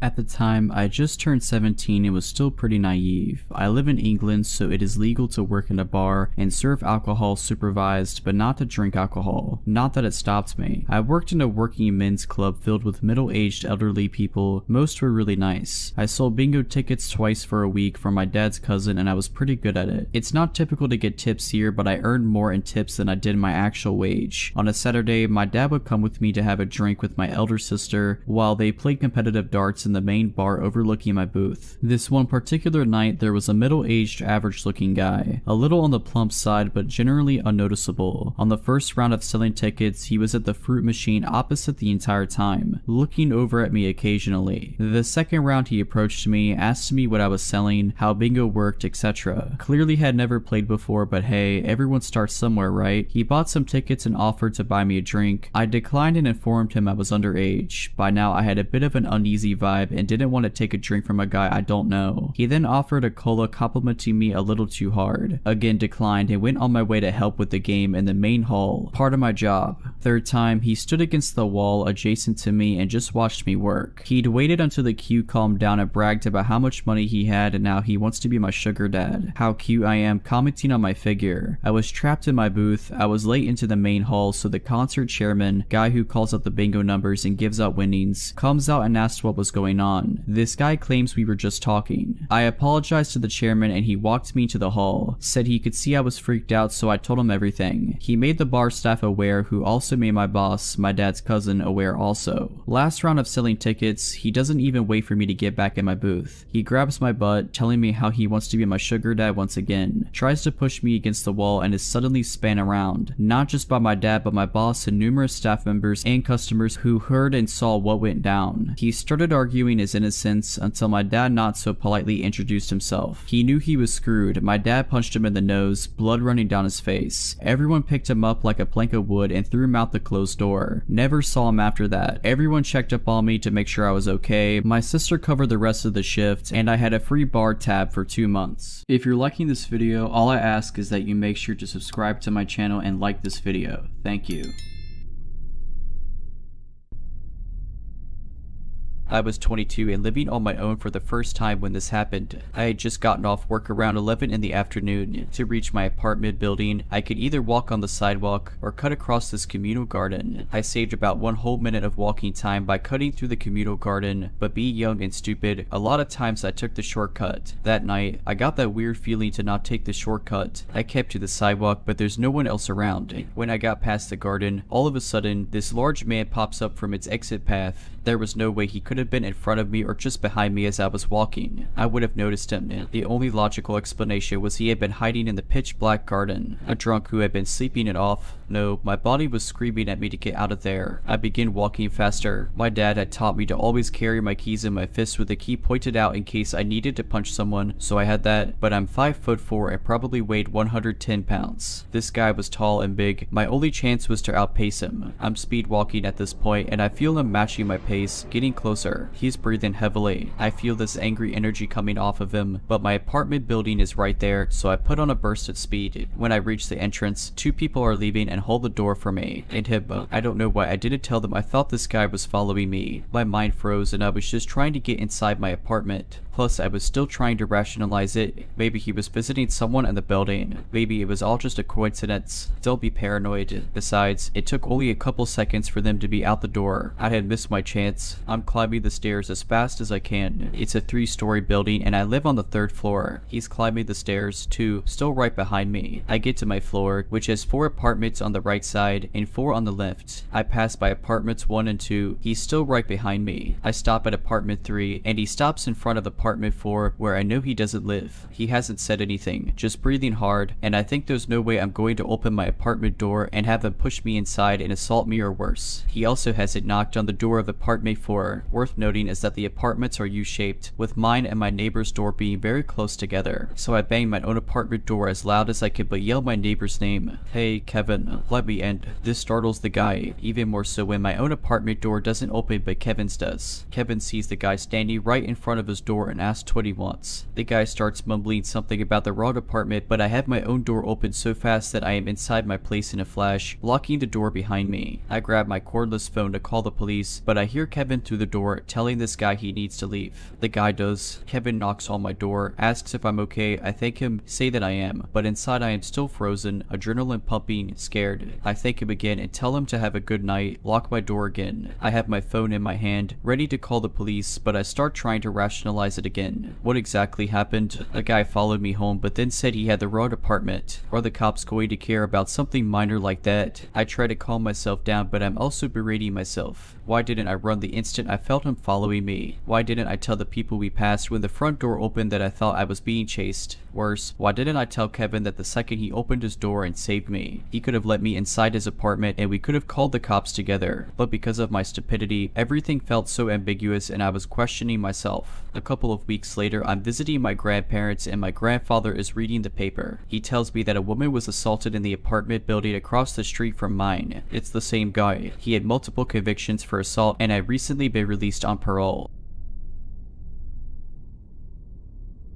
For context, I am a 20-year-old female, and at the time of these events I was around 12 and 13, so I grew up in a very rural area. Like, my town was so small it was legally considered a village. My house was one of 4 on a span of 40 acres. My childhood home, my grandparents' house right up the street, and 2 neighbors. One of the neighbors, we will call him T, had been living across near my family for as long as I can remember, and he rented out a trailer he owned which was inhabited by the 4th neighbor, we will call him Jay. Jay and his girlfriend, who we will call, had moved in a few months before these events, and I hadn't really met them. I knew of them but hadn't interacted with them directly the day I met Jay, and it was extremely awkward as I was a kid and didn't really want to talk to them. But my grandma had made me go with her to drop off some vegetables she had grown in her garden. When they came out after my grandma knocked on the trailer door, I was first struck by how they looked. I know that sounds bad, but I'm not judging. My grandma started the conversation, and I tried to be polite as I was raised to be by introducing myself when told to do so. I wasn't really able to finish my sentence as I noticed Jay was staring at me very intently. He looked like he was either mad or hungry. We're both not the creepiest off the bat, as they both seemed polite enough, and I brushed off the stare as just him trying to be polite, looking at me as I spoke to him as most people do. The creepy part is that as time went on he began to try and be near me more and more. He'd ride his bike past our house over and over for what seemed like hours while me and my brother played catch in the yard. Then he began to go to church with me, my brother, and my grandparents. He'd make sure to sit right next to me in the back seat of the car as he rode with us. If my brother tried to sit in the middle so I wasn't right next to Jay, he'd throw a fit about how my brother was squishing him against the door. Then he began coming to my grandma's house when she'd have me and my brother after school, offering to tutor me with various subjects. What really scared me was that I had begun to see him walking near our house at night trying to shine a flashlight into my window. He tried various things to get close to me, tried to convince my parents to let him teach me how to golf, tried to help me practice my catchy positions for softball, tried to get me to go with him and into the movies. And none of these things ever included my brother, Olivier. Things finally came to a head when I was playing with my dog outside in our front yard, and he started repeatedly doing laps on his bike down the road again, staring at me like he did the day we met. I was extremely uncomfortable. I've always had very good intuition about people, and something was always just off with him. But that day I was terrified. He parked his bike right in the middle of the road and got off. He started walking towards me at almost a jog, and I just kept backing away. What happened next is why I believe that dogs are a better judge of character than people could ever hope to be. My boxer ran up to him and launched herself onto him when he was about 6 feet from me. She tore to his arm and I saw blood. I screamed and my mom ran out shortly after. She was trying to pull my dog off of him, but as soon as she was able to, holding onto the dog's collar, she started yelling at him, asking him why he was in our yard with me alone. He couldn't answer her and just started running back to his bike, riding back to the trailer. My grandma ended up driving him to the hospital as Jay, and it didn't have a car, and I learned later he got 16 stitches. He never gave a reason as to why he was approaching me, and they moved out shortly after. I haven't seen him since and still terrified to this day to run into him again. I want to tell this story to warn others. I, an 18-year-old female, live in Maryland, USA. I work at a very popular burger restaurant. I work at the payment window, which is where I stand all night. I'm very friendly. I know sometimes a smile and a compliment can make someone's day a little better. Just this same night, before the creeper came, I had a customer tell me I was so happy and she loved me for it. That gave me the courage and energy to survive this next interaction. I'm used to the awkward comments and stares from old men. I'm sure it's my friendliness that attracts them. Our uniforms are not revealing. They think I'm naive. Maybe I am. A lot more than I thought. I'm fully aware of the dangers of trafficking. This particular old man came through just before 6. He pretended to not hear his order, then laughed like it was a joke between 2 friends. This is not uncommon. It's an old man thing. No red flags yet. I tell him his total and he hands me all but the change. When he does this, he waves the money around, making me chase it. I was able to snatch the cash, but again, it was just an old man thing. Not concerned yet. He stared at the company name on my shirt and asked if that was my name. I don't wear a name tag for this reason. I joked that I was going to change my name permanently to that. He perked up. At this point, I should state that he was white, mid-60s to 70s, driving a small, white SUV with a kayak on top. He had some scruff on his face and was holding a phone to his ear this entire time. When I finally began to engage with him, he moved the phone to be facing me. Looking back, I believe he was recording me. At no point did he speak into the phone or acknowledge it in any way. He probed with more pressure pressing questions. Here's the thing, I have the same last name as someone from US history. Most old people like talking about that stuff, so I told him my last name and he didn't reflect or laugh. He just accepted and continued asking questions. That's when I started to get this sinking feeling. He still owed me change. I told him. He grabbed another dollar and handed it to me, but he wouldn't let go. He wanted to know my first name, and I dodged answering because I was getting creeped out. He wouldn't let go of the money and was practically drooling for more data about me. I gave him a name I don't use and he smiled, finally letting go. I got his change and told him to have a nice day. I then immediately left the window and told one of my coworkers about the weird experience. He returned just 2 hours later. I didn't recognize his car on the cameras until he got to my window. I hadn't thought too much about our interaction and was busy texting my dad about whether or not a chicken sandwich was a burger. My stomach dropped when I saw his face. I have many regulars, all of whom might have been happy to see. I hope he doesn't become one. I'll call the police. He smiled and said, "Hey, the one with the last name."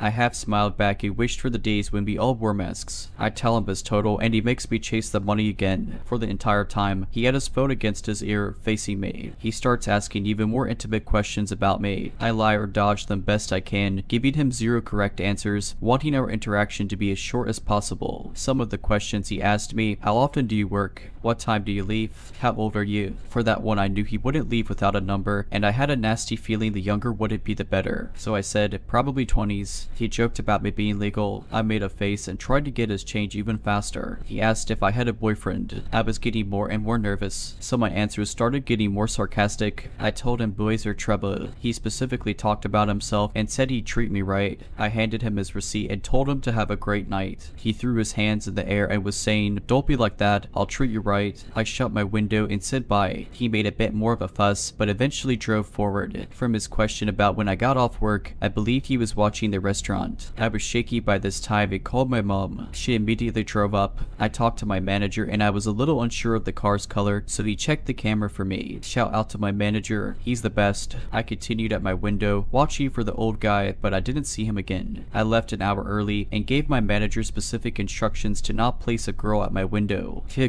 These interactions are unfortunately what caused formerly happy and cheerful service workers to become sour and quiet. I think I'll be taking a couple days off. I had already had another job lined up and I'm excited to start it. I'm currently traveling sea with my 2 brothers. We just arrived in Saigon this morning. In the evening after dinner and a few beers, me and my 2 brothers decided to sit on a bench in Hao Dan Park and have a quick smoke. We were chatting away, sat on the bench, when I noticed a Vietnamese man repeatedly looking at us and walking in circles very near where we were sitting. At first I wasn't too concerned about him, however my spider senses were alerted. Then a minute or 2 later I noticed another Vietnamese man dressed as a Grab delivery driver acting suspicious and repeatedly looking at me and my brothers. The stalkers were both on the phone and I believe they were communicating with each other. Being in a foreign country, this alerted us heavily and we decided to leave. However, it was a good 600-meter walk to the park exit. As we were walking, I noticed both Vietnamese men had got on mopeds and were following us through the park, stopping behind trees and watching us. They then overtook us and sat at a bench further down the path waiting for us to cross their path. Being aware of this, we left the path and started walking on muddy grass as the crow flies to the nearest exit, avoiding the 2 men who were still watching us and clearly had bad intentions. We are 100 meters from the exit when my younger brother looks behind us to see one of the men sprinting towards us. My younger brother took stance, standing his ground, and asked the man what he wanted. The man's posture became very small and he began talking very quietly. Both me and my younger brother kept a good distance and told him to leave us alone as we walked backwards towards the exit, noticing the second assailant was also approaching us wearing motorcycle gear. However, my oldest brother decided instead of trying to get out of the situation, he got closer to the whispery Vietnamese man to hear what he was saying. Both me and my younger brother were yelling at him to get out of here, but he was being an idiot. It took the Vietnamese guy 5 seconds to win my oldest brother's trust. Then out of nowhere, when my older brother was leaning in very close trying to hear the whispery man, the guy grabbed my brother's crotch. He was shocked. I was ready to fight, expecting to be robbed or something, but the crotch grab was super unexpected and a real curveball. After the crotch grab, we started shouting and approached the men in an aggressive manner in a fighting stance. This slowed down their approach enough for us to make a dash for the park exit. The whole situation was unexpected and we didn't engage in any violence towards the men, just shouting at them. We walked out the exit into the busy city and walked around for a while, making sure we were not being followed before heading back to the hotel.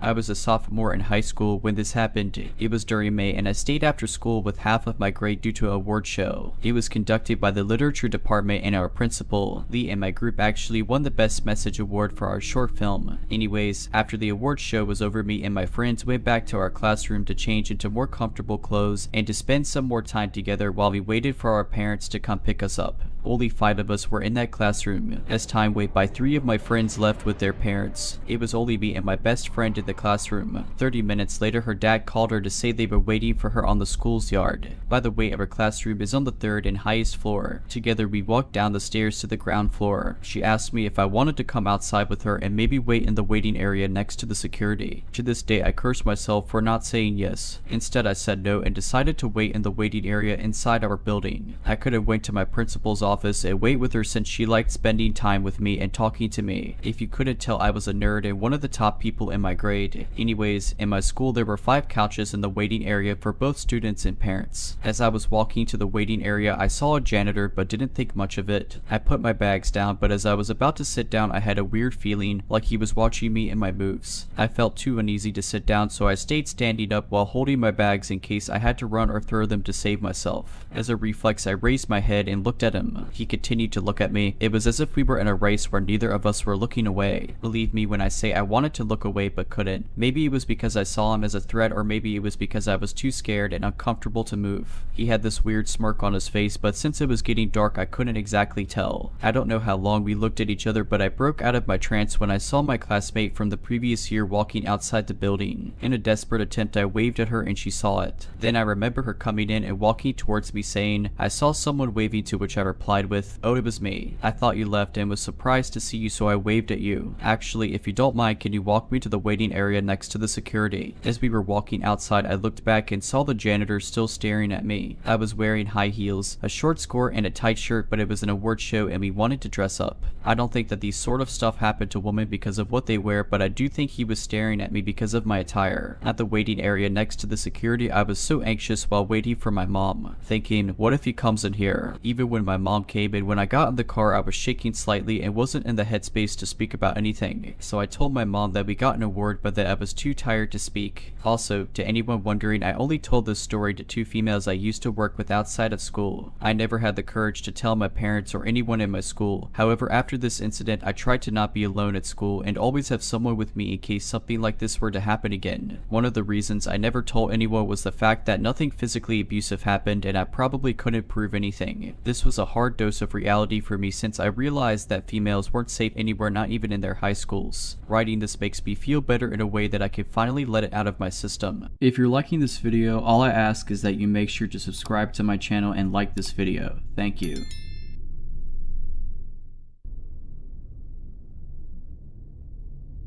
It was about 10 in the afternoon and I was staying at a hotel in downtown Chicago right by Lower Wecker Drive. I had just gotten an Uber Eats delivery because they weren't doing room service because of COVID. Potbelly's important later. I was listening to music, but I had my hood up because it was freezing. I was smoking and this guy walked up to me and asked for a few cigarettes. I gave him one and my lighter to use. Come on, you could give me more than that. I thought if I just gave him another cigarette he'd leave, so I gave him another one. I expected him to say thank you, give me my lighter back, and leave. He didn't do any of those things. He was standing right in front of me and I started to get anxious. I moved back and I'm essentially against the window for the area where you check in. He just kept standing there and then he noticed my bag of food. "Can I have some of your food?" I told him I was sorry, that it was just a sandwich and soup because my husband ordered food from a different restaurant. "Well, at least give me half the sandwich then." I apologized again and said no. Then he started getting closer to me. I realized I needed to get away, but he blocked me. "Dude, give my lighter back." I thought I needed to pretend I wasn't freaking out. I put out my cigarette and put it back in the pack. "I don't have any food and I could freeze to death. I'm sorry, you don't have food." I don't know what else to say. I didn't want to say, "Hey, you're wearing a really nice looking coat and fancy sneakers, so give me some of your food." That he was right up in my face and I was scared because he seemed to be getting more angry. "I'm sorry, I can't, please move." "Yes, you can." At this point, I was terrified he was going to hit me or something, so I banged on the window and the people at the check-in desk ignored me. He got really angry and started yelling incoherently. Then, like a miracle, my mom called and I answered I started crying hysterically and I started saying, "Mom, thank God, oh my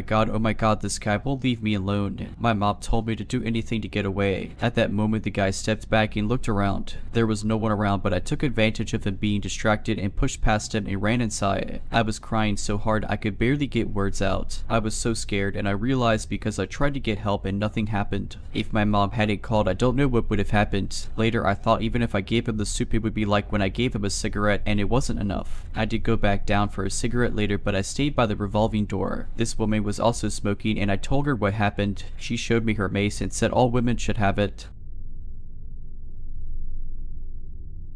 To give some context, I've been homeless with my mom and her emotional support animal for the last few months. When we first became homeless, it was my first year of college. Where I live, college is free for the first 2 years, and my college, after I gave them an explanation, gave me and my mom a hotel room for a few weeks. The hotel room was fine, nothing special, but was probably better than most considering it was like $170 per night. About 2 days into our stay, we went downstairs to do laundry, but the washers in the hotel was too much expensive for us. So I texted her and was waiting by it for her to pull the car up so we could go to a laundromat instead. While I was waiting, I was on my phone, so I didn't notice my mom pull up and she yelled to me to hurry up and get in the car. While I grabbed the dog and my clothes, I noticed she was talking to the man 2 doors down from our room. Our room was on the 2nd floor, so I thought it was weird that she started a conversation from the car to someone upstairs, so when I got in the car, I asked her about it. She proceeded to tell me after she yelled at me to hurry up, he had responded to her that he'd be down in a minute. So she was explaining to him that she was talking to me. We both thought it was weird that he responded like that to her, but I brushed it off that maybe he was waiting for someone from Uber or something. That was until we got back to see his door slightly open and him staring out of it with just his face. I tried to brush it off again because I thought that maybe he was still waiting for an Uber or Lyft or something, because he had everything in his room turned off and it was still quite cold out being in the beginning of spring. I would see this man staring out of his room with all of his lights off periodically about half the time I left or was coming back to the room. My mom, who is a heavy smoker, would get scared by the man staring at her and would come back inside the room early. So throughout our stay, we tried our best to avoid the man if we could. If he opened his door, we went back inside. If we went outside or got back from somewhere and he was staring, we'd avoid eye contact. A little later that night, I went out to the car for something and saw a couple sitting on the stairs talking about something,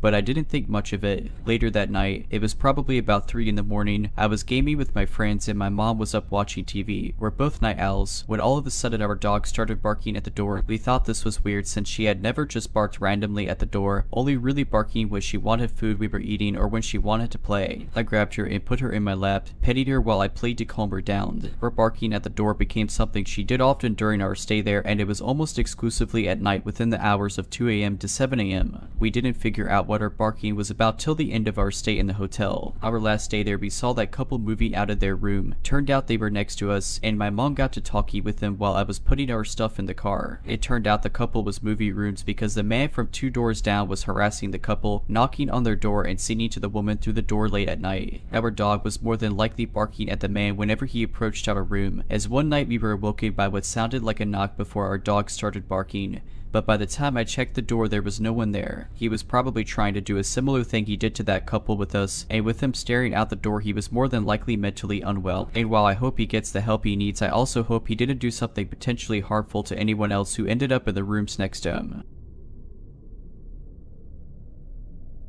I tend to go running and walk my dog anywhere between midnight and 5 in the morning. I vary it for safety. Also, my puppy is a new addition to my nightly routine as I've only had him for a year. I know as a young woman in her 20s it's not smart, but I've been doing it for quite some time. It's where I go to clear my head and feel safe, though it is ironically very unsafe, I suppose. I just moved to a new area, and though it should be safer than the inner city, I've been having enough odd things happen to make me scratch my head. Tonight, around 4:45 and 5 in the morning, as I'm walking my dog in the neighborhoods across the intersection, a silver Toyota is very slowly driving up behind me. Before it passes, it pulls back and reverses. I assume it's someone parking or pulling into their driveway. At this point, I'd already crossed the street to avoid another oddly idling car, so even as I tried to rationalize it, I was on high alert. To backtrack, originally, I'd been walking on the left side and crossed to the right because the first car had pulled up, then been idling there for quite some time as my dog, and I slowly made our way up the street towards it. I always play it safe this early, late, so I crossed just in case case it was a weird person. As the Toyota reverses, a man steps out of the first car, which is now diagonally from me, looks at me, looks at my dog, locks his car, and heads across the street away from me. This was a T intersection for reference. I'm not sure if this other car is of relevance. However, as I'm paying attention to this, I still note the second car that had reversed into a spot in the street, and had it moved, no one had gotten in or gotten out. I stay vigilant as there's usually not too much activity in the suburbs around this time unless it's the weekend and people are partying late. 2 cars on the same street. Same behavior was incredibly odd. I breathed a sigh of relief as first guy, who had looked at me several times at this point as he crossed the street and right before he got in, finally left into the apartment complex gate. Sometimes I wonder if I look suspicious too being out so late. I finally make it to the top of the T and go right, and there's only 1 block until a main road, then from there I can cross to my apartment. There's usually a few cars here and there at this time. I make it to the well-lit main street and relax. The second I let my guard down, as if on quit, the silver Toyota pulls past and reverses towards me. Note that before I had it pass just idled behind me, and now he was reversing in front of me. My gut clenches and I knew it was one of those moments. I go decisions. I hesitate. He's about 5 to 10 yards ahead. I considered walking past normally and running if things got weird, but decided to trust my gut and cross the street. Just as I check traffic to see if I can cross, he steps out. I consider running again. I see no one coming, not a car in sight. It's a tanned, bald man holding a cigarette. It was particularly strange because rarely have I had people step out of their vehicle to try and do something to me. In my experience, if you ignore whoever is trying to lure you into their car and don't get close, they just drive off. It's why I avoid vehicles in general to not give a chance of contact. He circled all the way around the car to the sidewalk, looks at me, then just says, "Oh, I thought you needed a ride," as if he realized something. It was the way he said it, just like that, not a question. As I'm answering, he's already leaving the curb. "No sir." Then he just went back to his driver's side, hops in, and drives off. It was just strange. He said it like a statement and basically barely waited for my response. I wonder what he was planning to do and why he had second thoughts. I'll never stop my nighttime adventures, but one day I might not have any more luck left. My name is Slade. I'm 25, born and raised in Arizona. This literally just happened to me, so I decided to bring it here to all of you wonderful people this evening. I'm a huge stoner and don't drive. I decided to take a bus a few miles down to the dispensary. This was at about 8:30 in the afternoon. Wanted to get a new Indica card. Purple Punch, it's my favorite by far. Doubt it. Walked back towards the bus stop to go back home. As I walked closer to the bus bench, I noticed a guy sitting there. Didn't think much of it. I'm antisocial, so I always go into any social setting ready to be absolutely silent. However, I didn't get a chance this time, because as I'm sitting down he starts asking me something ... but I had my headphones on and couldn't quite hear what he said, so I took my headphones off and asked what was that. Then he responds, "Did you want to get your hair cut?" Well, staring at me ... with very wide eyes ... not blinking ... if I were a Betty man, I'd say he was on something. I definitely wasn't expecting that question, and I just awkwardly say, "Oh, I'm alright." I then noticed he was wearing an Arizona Cardinals uniform, and I just so happened to be an Arizona Cardinals fan. So since my entire socializing ability revolves around sports, I decided to ask, "Are you an Arizona Cardinals fan?" He then looks at me funny for a split second. "No, I just got this a few months ago," he says. I then ask, "So how long have you been cutting hair?" Without blinking, he answered, "Just picked it up a few months ago." "Who taught you how to cut hair?" I asked, even more sketched out at this point. His eyes shifted, and then he says, "I learned on my own ... Come on man, let me touch you up in the back." Mind you, he was consistently pushing to cut my hair throughout this conversation. I'd even told him like I don't have any cash on me right now, indicating that like I couldn't even pay for this service even if I wanted it ... but he just answers with "That's no problem. I got my clippers in my bag now. Come on." So I decided to just be real with the guy. "Listen, I'm real sorry. I just don't feel very comfortable getting haircuts from people I don't know ... and like at night and stuff. You feel me?" This dude never changed facial expressions this entire interaction. He finally goes, "True that." Continues to glare into my soul. I decided in that moment it was time to get out of there. Luckily this bus stop was right in front of our local gas station, so I just walked in there for a few minutes just to kill time, because unfortunately that bus wasn't showing up for another 17 minutes. I didn't want to stay long because I didn't want the employees to think I was stealing or something, so I waited only about 6 to 7 minutes, and literally as I'm walking out, there I see the haircut guy walking in, still staring at me. Luckily I walked past him and I just noped out of there to another bus stop down the street. Bus finally got there. I saw the dude at the back of the bus, but he didn't bother me anymore, and I made sure to keep my eyes the complete opposite of his direction the entire time. This happened almost 15 years ago when I was 7. My best friend's mom would babysit my brother and I before and after school. My mom would usually drop us off at our house around 6 a.m. in the morning. She would make us breakfast, and the three of us would walk to our elementary that was less than 10 minutes away. For preface, we would walk through an adjacent neighborhood, through this small wooded area that had an enclosed bridge, and that led us to the back of our elementary. The elementary sits back in a long tree line that runs about half a mile north and another mile south. Anyways, we're about to get to the turn where we walk into the tree line to the bridge and this guy comes cruising down the street. At first, I don't even think we noticed him considering how young we were, but right when he's about 10 feet away from us, he slows down to virtually 0 miles per hour. There was nothing that stood out about his appearance either. He was middle-aged, white male, very generic. Well, we all stare at the car and start walking super slowly. If we stop, he would stop. If we walk, he would slowly go. During this whole ordeal, he has a blank expression on his face. Not anger, no smirk, just this sinister deadness almost. This went on for probably 5 minutes because we were too scared he'd jump out of the car if we turned our backs on him, and I was mainly scared for my little brother. Finally, he speeds off and we run the rest of the way to school. Immediately go to the principal's office, and at this point we are bawling. We gave them our version of the story, his description, and whatever else a 7-year-old is actually capable of giving. They take action by calling the cops and our parents. The cops come and we explain where it happened in the story again. Then our parents ended up taking us out of school. From then on, we weren't allowed to walk to school anymore and our babysitter would take us. The reason this ended up being so creepy is because apparently there had been reports around that time of a guy who would sit under the bridge we walked over right by the school and watch people. They didn't know if he was homeless or if it was this other guy who we encountered. They never caught the guy and we never saw him again.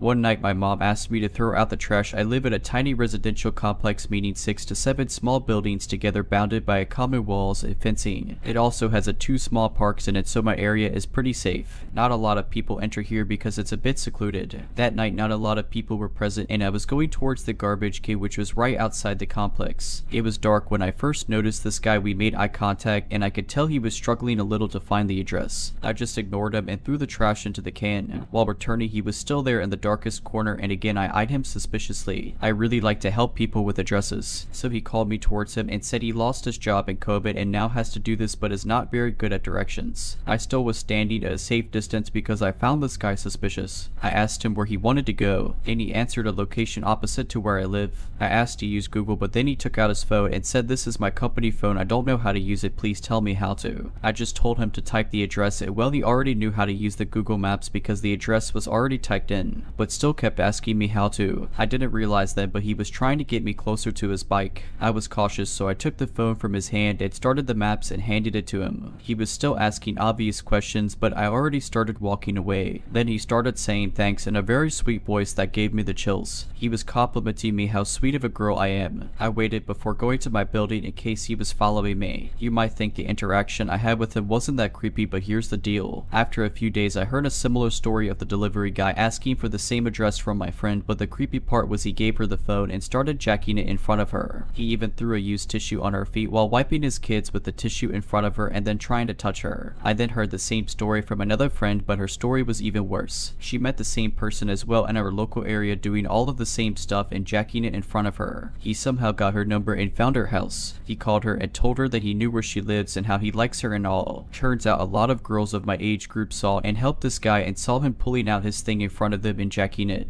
I was the only lucky person to not witness it. If you're liking this video, all I ask is that you make sure to subscribe to my channel and like this video. Thank you.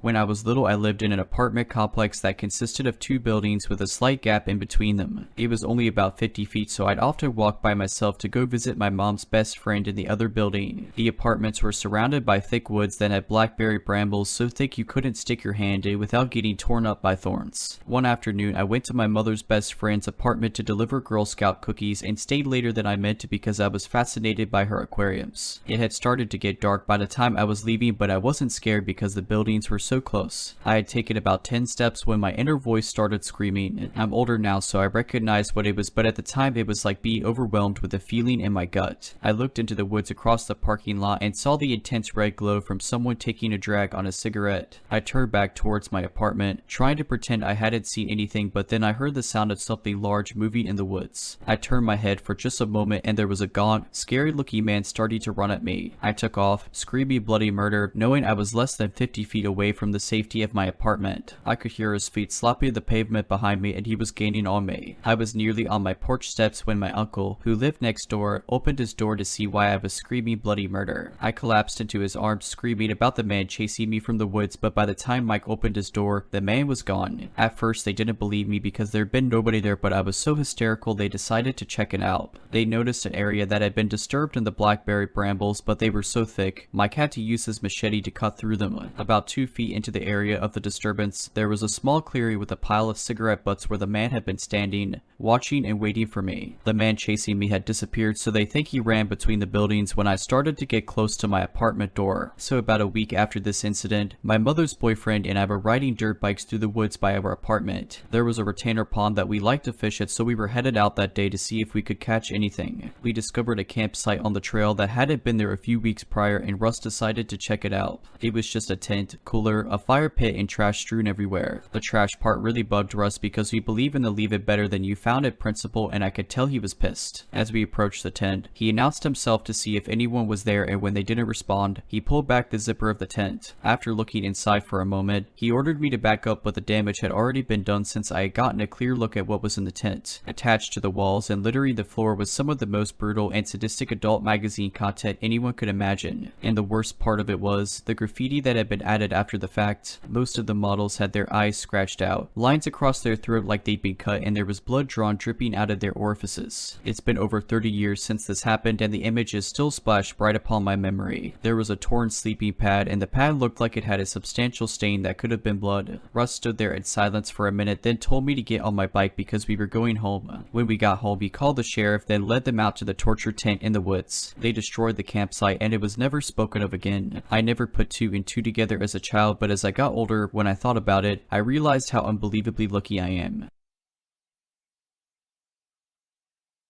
So this happened about 7 months ago. I was visiting San Diego for job interviews and staying at my favorite hotel in Sorrento Mesa. For a background, I'm a 40-year-old man and a pretty big guy. I'm 6'1" and a former club bouncer. Now, onto the weirdness. On my third night, I was up pretty late after hanging out with some old friends after my interviews. I got back to the hotel around 2 in the morning with some Sonny's donuts. After eating a few, drinking a few more, and watching South Park, I decided to have a smoke before going to bed. This made it now around 3 in the morning, so I go downstairs, walk out front to the smoking area by the fountain, but there's another couple who are also staying at the hotel already there. I didn't want to impose, so I decided to just walk around the outside parts of the hotel while I smoked. I walked around the pool, the barbecue area, the basketball courts, then started back for the side door. As I did, a black sedan drove up alongside me and stopped. The window rolled down, and a tiny Asian woman asked if I knew how to get out of the parking lot and back to the street. Now, from where we were when she asked me, this was literally in a straight line about 150 feet in front of her, so I thought she was drunk or just blind. So I just politely said yes, just keep going straight, and turned left at the tree. She then asked me if I could get in the car and show her. Now, again, I'm a former club bouncer. There was absolutely no intimidation factor, but for some reason, I instantly felt uneasy. Again, it was literally right in front of her. She could see the road. Also, the windows were all tinted far more than they should have been, and I honestly couldn't tell if anyone else was in the car. I used the smoking as an excuse to not get in the car, but she said she didn't mind and gave me a very creepy smile. I politely declined and again pointed out that the road was literally right there, so I'd just be walking back in 5 seconds anyway. She again asked if I would get in and show her. This was feeling like a weird kid slash ice cream truck situation. I mean guys, how often do decently good looking women just drive up and ask you to get in their car at 3 in the morning in a hotel parking lot? Nothing about it was right. Again, I politely declined as I finished my smoke and was luckily already standing right at the hotel side door when all this started, so I just went in. The woman just drove off as she rolled up the window right exactly to the exit she just asked me to show her to. So I told the front desk about it and they said they'd keep an eye out, but I'm quite sure nothing was ever done or came of it. Just one of those things that really makes me wonder, why did she want me in the car so badly for? It had to be some kind of scam. I just wonder exactly how much danger I was in.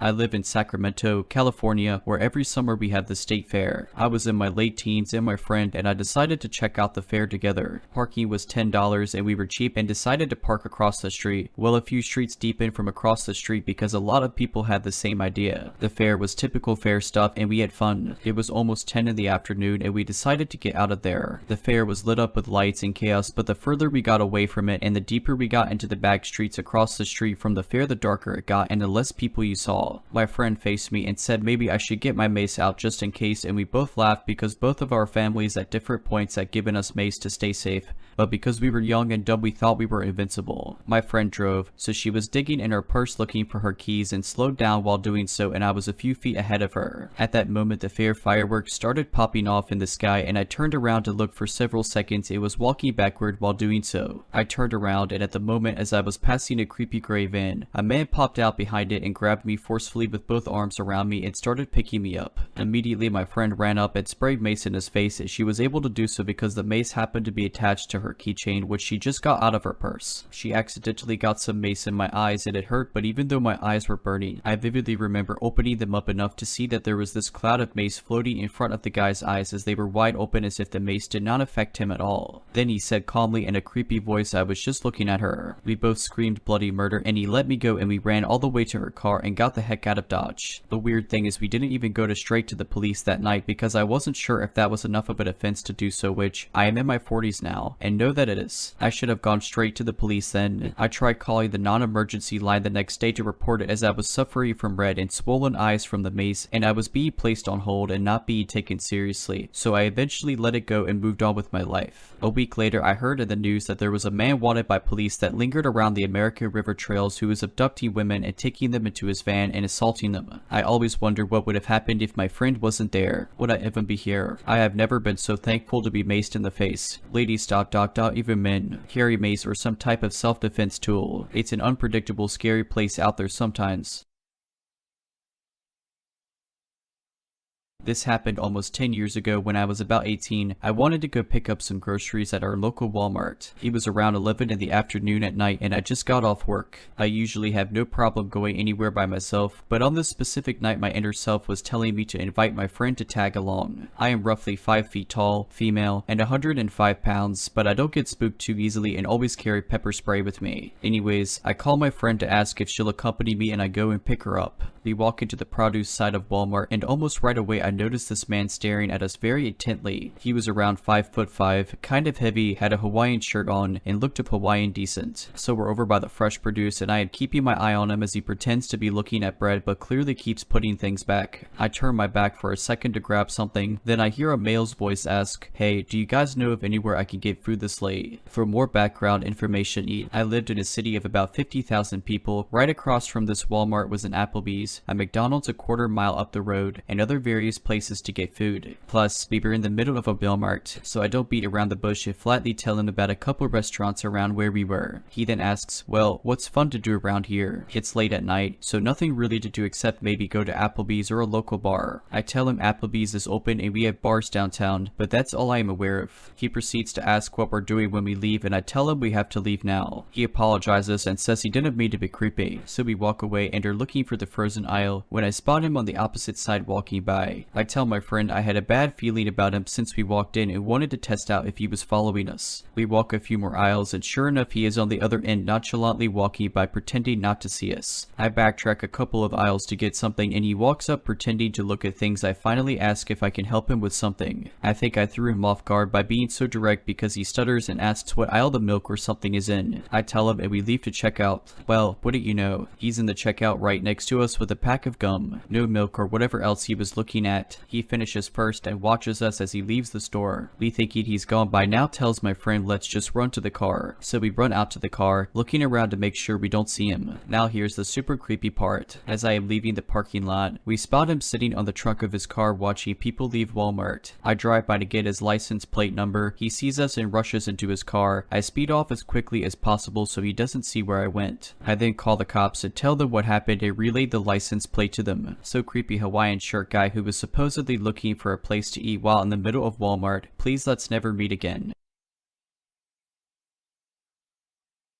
This happened about a month ago. For a bit of background, me, my cousin, and my brother took classes over the summer at a local college. Me and my cousin took a biology class, while my brother took a precalculus class. My brother's class ends later than our class, giving us a 2-hour window where we'd sit around the college to wait for him. During the encounter, we were waiting for him at the cafeteria, passing the time. After a while, this woman in a wheelchair shows up in front of some vending machines a couple feet in front of us. I paid it no mind, but she sat in front of that vending machine for 10 minutes, 15 minutes and started to play loud music. It startled me, and so I looked up at her. She then looked at us and asked, "Do any of you boys have 10 cents I could use for the vending machine?" I had 2 $5 bills in my pocket in case I needed some food, so I gave her a 5 and I got handed back my change. Then she asked for another favor. This time it was to bring her to a parking lot near the football stadium where her ride would be waiting. She said she had never been there and needed some guidance. I figured there was no harm in helping her, so I took the handles, but she immediately stopped me and asked for my cousin instead. I was being pretty oblivious during this entire encounter, so I didn't even realize how strange that request was and didn't notice many of the strange things she did until later. And I also want to clarify that she was able to move on her own just fine, so the request for a push at all was strange too. And as my cousin was pushing her, she kept looking back at me and giving an uncanny smile, like it was meant to be a friendly smile,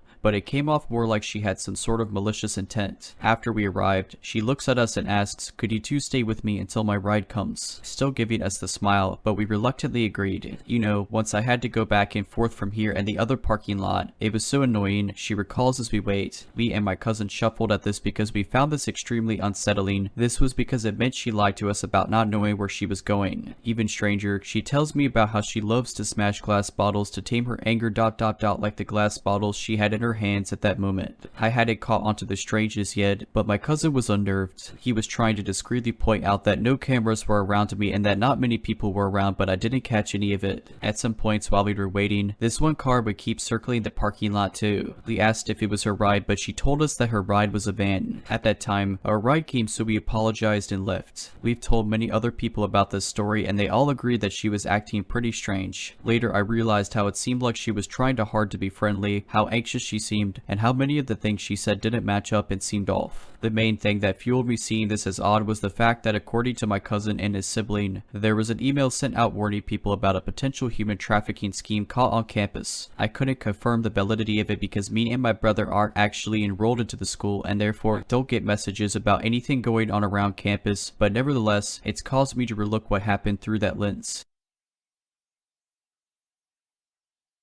Shortly after I turned 18, back in the early 2000s, I got a job at the local movie rental place to help pay for my college. I worked there for about 2 years and during that time had been promoted to hold keys to the store and open and close the registers. This also meant that I was occasionally working by myself for short periods of time. One such morning, I was going through the morning procedures and putting returned movies back on the shelves. I was accustomed to greeting every customer no matter what, not only as a friendly gesture but as a part of the loss prevention protocol. Anyway, this particular morning I was taking the movie cart around and reshelving the movies and I heard the door ding on the other side of the store, so I greet whoever it is with my voice raised high. "How are you today?" Normally they would give a reply back, but I didn't get one this time, so I'm looking between the shelves for the person that came in and I see a middle-aged, baldy man looking around. He seemed normal at first but didn't really say anything when I asked him the next 2 times if he needed help. He pretty much ignored me, so I went about my business while keeping my eye on him. He was starting to make me nervous because he wasn't really looking at anything, just kind of making it look like he was looking at what was in front of him when his attention was focused elsewhere, seemingly at the ceiling. So I decided to give it one more try to let him know that I'm wondering what he's doing. "Can I help you find anything?" I asked as I walked past him to put a movie away. At this point, he'd been in the store nearly 20 minutes. He responded in such a way that made it clear that there was something off in his mind. Facing me but with his eyes averted from my face, he says in a startlingly loud drawling voice, "Oh, you know, just browsing." So I politely said, "Okay, just let me know if I can help you with anything," and went about my duties. He left shortly after this, at which point I let out a sigh of relief. A few days went by and I was opening by myself again. I went to start shelving the movies when the door dinged, and I again turned to greet whoever it was when I saw the same guy lining it straight at me. I kind of panicked a little but stood my ground, and when he got right up to me, seriously so close I leaned back away from him.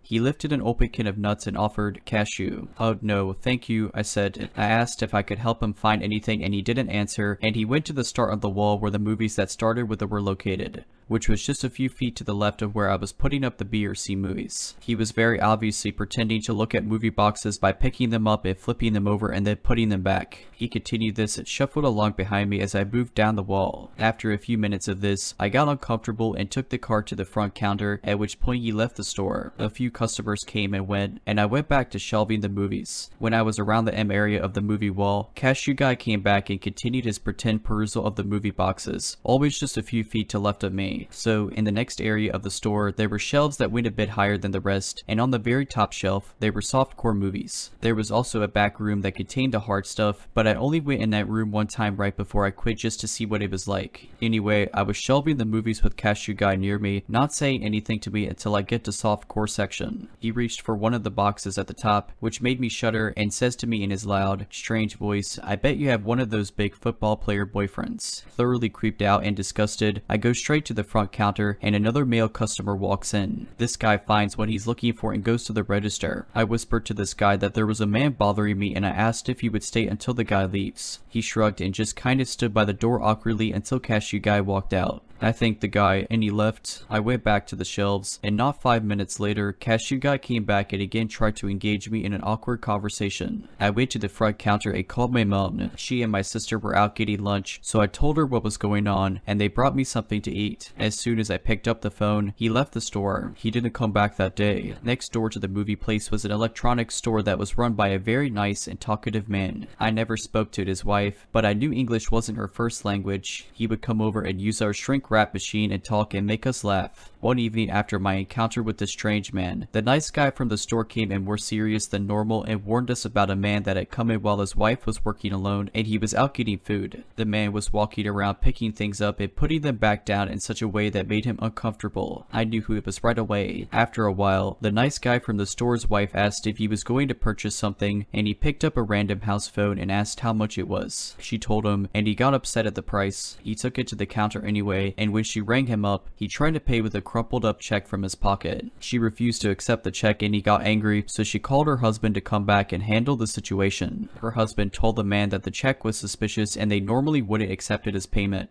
He understood that there was something off with this guy and agreed to accept the check on a condition that the man give a phone number where he could be reached. He told him that if the check bounced, he was going to call him and the man would have to cover the cost of it all. The man agreed, but he knew it was a bad deal all the way around. He said that after the man left the store, he went and stood in the parking lot and just stared up at the sky for about 10 minutes. I figured by his description that it was the same man who had been bothering me. One day not long after the above, I go to the movie store to pick up my paycheck and the girl working tells me some man came in asking about me. She said he seemed off, and she said she knew he was talking about me when he referenced my curly hair. He gave me the creeps, but I personally never saw the guy again. I found out why when a few days later the guy who owned the other store came in saying that, unsurprisingly, the check the man had paid with bounced. He called the number the man gave him a few times and talked to the man on the phone. Each time getting nowhere in the conversation, he did a pretty good impersonation of the startlingly loud drawling voice. "Oh yeah, okay." Anyway, he called one more time and a woman answered. When he explained the situation, the woman said, "I'm his mother, he's not here anymore, I had him committed, and the hospital picked him up this morning." If you're liking this video, all I ask is that you make sure to subscribe to my channel and like this video. Thank you.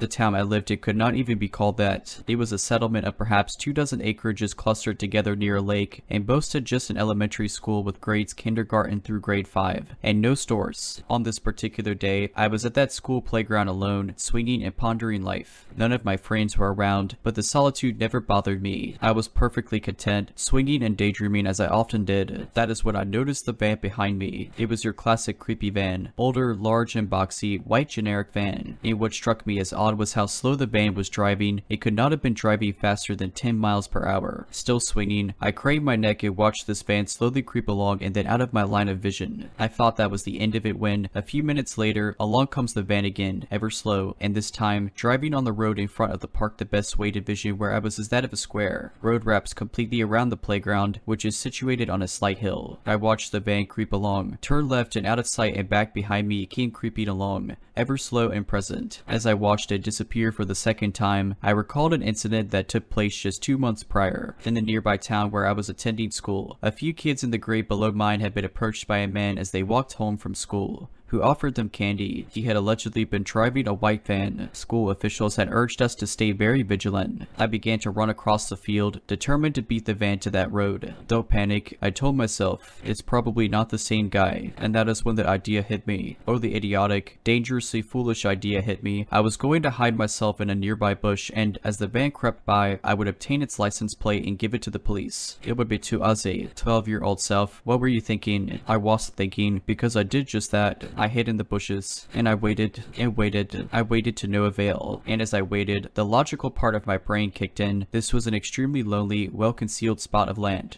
Maybe, just maybe, trying to obtain this license plate was not a smart idea. I suddenly wanted very much not to be in that isolated bush. Abandoning my attempts at being Nancy Drew, I began the journey home with a sense of urgency. As I walked along the road, a dirt pavement, I took in my surroundings and saw no van. Perhaps it had left the area. I thought hopefully. I turned right, away from the school and playground, and began to walk towards my house. Safety lay just beyond the hairpin turn of a road that I was jaunting along. A loud screeching of tires came into my ear canal. I turned slightly and saw it, the white van. Where it came from, I did not know. What I did know was that I was extremely isolated and that it was speeding towards me. That is when the lizard brain took over. I no longer thought. I read. I was no longer a whole being. My sole purpose was to run. I can still feel my sweaty feet sliding around in my sandals, still see my pink skirt frantically trying to keep up with still hear those squealing tires. I flung myself down the hill. At the foot of it lay my house, my lifeline. Out of the corner of my eye I saw the van for the last time. It was haphazardly turning left and away from me. The next thing I knew, I was standing at the family deep freeze, a red freezy in my hand. Vaguely I heard a faint voice, miles away. I was breathing heavily, hyperventilating really. What happened? What happened? My dad's face was white as a ghost. A hardened man. He looked truly afraid. I spat out the story and burst into tears. My dad hugged me. You're safe,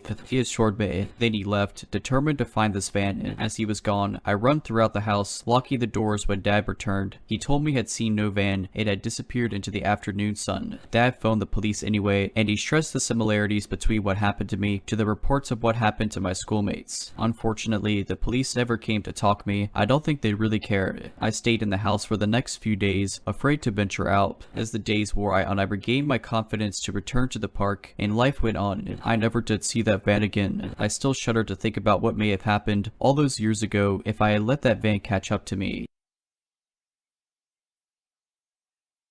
The people in this story are me, a family of 4 consisting of a mother, father, toddler, and baby. And, of course, our guest of honor, the creep. For context, I am a 17-year-old female. I was born and raised in Canada with a pretty sheltered life as my mother is very overprotective. But up until this point, I have never dealt with harassment before. For the summer I am visiting my godmother in Italy. This is my first time leaving Canada. Since she works during the weekdays, I travel about on my own around Italy. For this story, I took a ferry to Ischia, a small island in Napoli, to tour around. When I first arrived on the island, I made the plan to head to a small scenic park not too far from the port so I could plan my day. It was around 3 in the afternoon when I was at the park. Now the park itself made its way into a semi-forested area. The pathways were covered by trees and bushes alike, so it's easy to get lost in there, at least for me. It was also pretty desolate at the time and gone from the public eye. I was sitting on the bench next to a playground for children, decked out with swings and slides. There was a family a little away from me playing at the playground. The playground resides in a little circle-like clearing in the park. On opposite sides of the clearing are the pathways that take you around the park.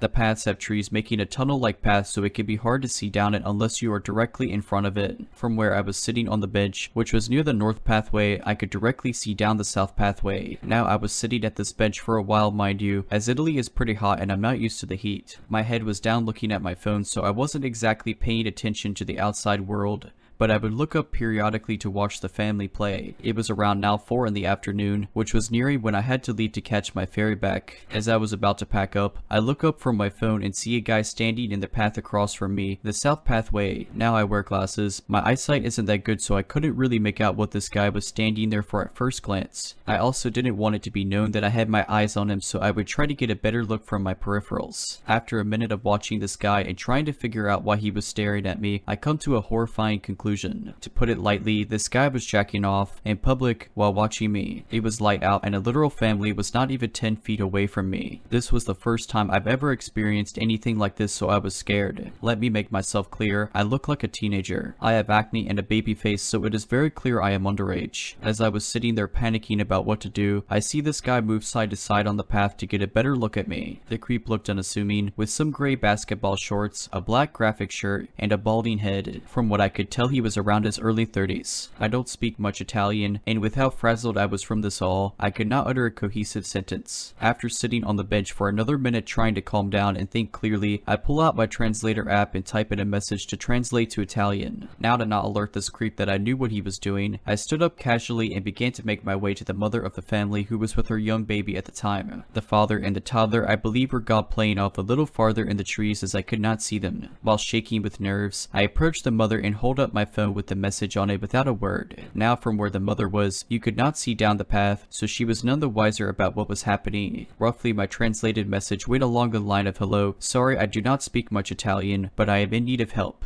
There is a creepy guy on the path over there watching me and I am scared." Now I know I probably should have made my situation more clear in the message, but I was freaking out and I didn't know how well my English would translate into Italian, so I kept it short. After the mother read the message, she got a concerned look on her face and asked me to show her where this guy was. Now we walked like 5 feet over to where the path begins to find the guy and he's gone. I assume he saw me walking towards the mother. Thankfully, I came to find out the mother speaks a little English, so I was able to communicate roughly what the creep was doing. Since she was with a baby, I didn't want her to go after the creep, but she was mad enough to attempt. Eventually, she told me her husband would be back soon and he spoke more fluently. Once he came back, I re-explained what happened and asked if I could follow them out of the park to a public area so I would not be left alone and vulnerable. While they were packing up their belongings, I called my godmother and gave her a brief rundown of the situation and that I'll be making my way back to the ferry. Now I would love to say this is where my tale ends without any more troubles, but sadly that was not how it went. After me and the family left the playground area, we made our way to the opposite path from where the creep was to where I assumed was the exit to the park into the main road. While walking, the mother tried to comfort me, assuring the guy wouldn't follow me as he left as soon as he got a clue that I caught on. I thought differently as I could see this guy very clearly from where I was sitting and was not subtle about his staring. After walking a bit more throughout the path to the exit, I spot a familiar looking man walking back to the playground. Once I made eye contact with him, I immediately knew it was the creep from before, walking casually like nothing was wrong. Once he spotted me walking with the family, he quickly made a turn onto a path that diverged from the main one. This creep was circling back to find me, assuming that I stayed at the playground or was walking alone to the exit. I leaned over to the mother and quickly told her that it was the same guy. Unfortunately, the path that the guy took to avoid us was the same one we needed to take to get to the exit. This dumb creep cornered himself without any way to leave except to pass by us. The father at that point had the baby in his arms and the toddler following closely behind him. The mother in a rage followed shortly after, the creep cussing him out in a mix of English, Italian, and Spanish. This creep walked sheepishly off with his head tucked, pretending he could not hear the lady yelling at him. Finally, after the angry mother stopped following the man, we made it to the exit of the park. I thanked them profusely and bid my farewells and made my way down to the port. That family saved me from a dangerous situation and I could not be more thankful for their comfort and protection. I often think about what could have happened had I left the park on my own, knowing this guy would have circled back for me. So for my first harassment experience, I give the rating -1 out of 5 stars, would not recommend. So to the creepy guy in the park, let's not meet ever again.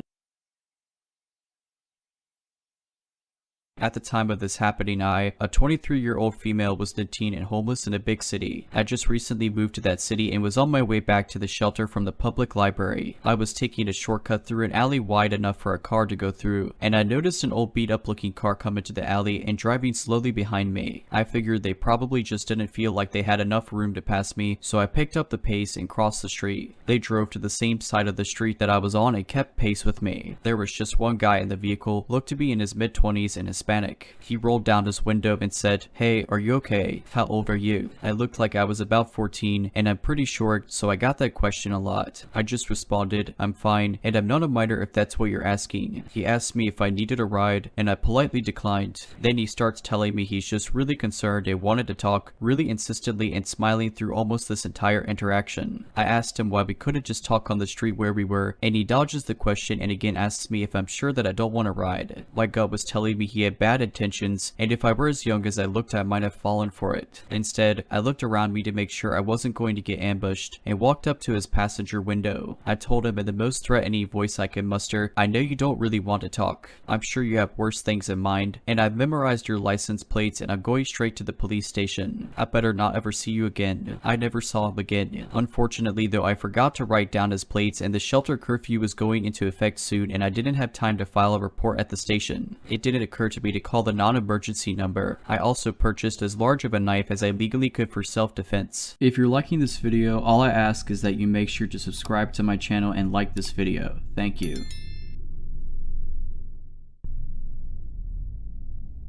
For some context, my cousin and I are the same age. We are both women and currently 25 years old. She is only 5 days younger than me and her family rented a floor in my parents' house when we were toddlers, so we basically did everything together and spent all our days together until we turned 5, when her family bought an apartment in another city. Since we had a very strong connection, almost codependent, it was very difficult for us to get used to not living together, and 2 years later we have made an agreement with our parents that we will visit each other each weekend. And during the summer break she will spend 1 week at our place and I will spend the other week at their place, and we will basically exchange like that until the end of the summer break. This went on for years. Since we were spending all our free time together, by the time we turned 10 we have already exhausted all our adventure ideas in the backyard. Tree climbing, building a tree house, setting up tents, camping in the backyard and stuff. And we really needed something new, so we have decided to go fishing together every Friday on the river near my house. Now, of course we had no tools needed for a true fishing experience. We had a butterfly net that we would place in the water, and on a good day we would catch a dozen of tiny fish with it.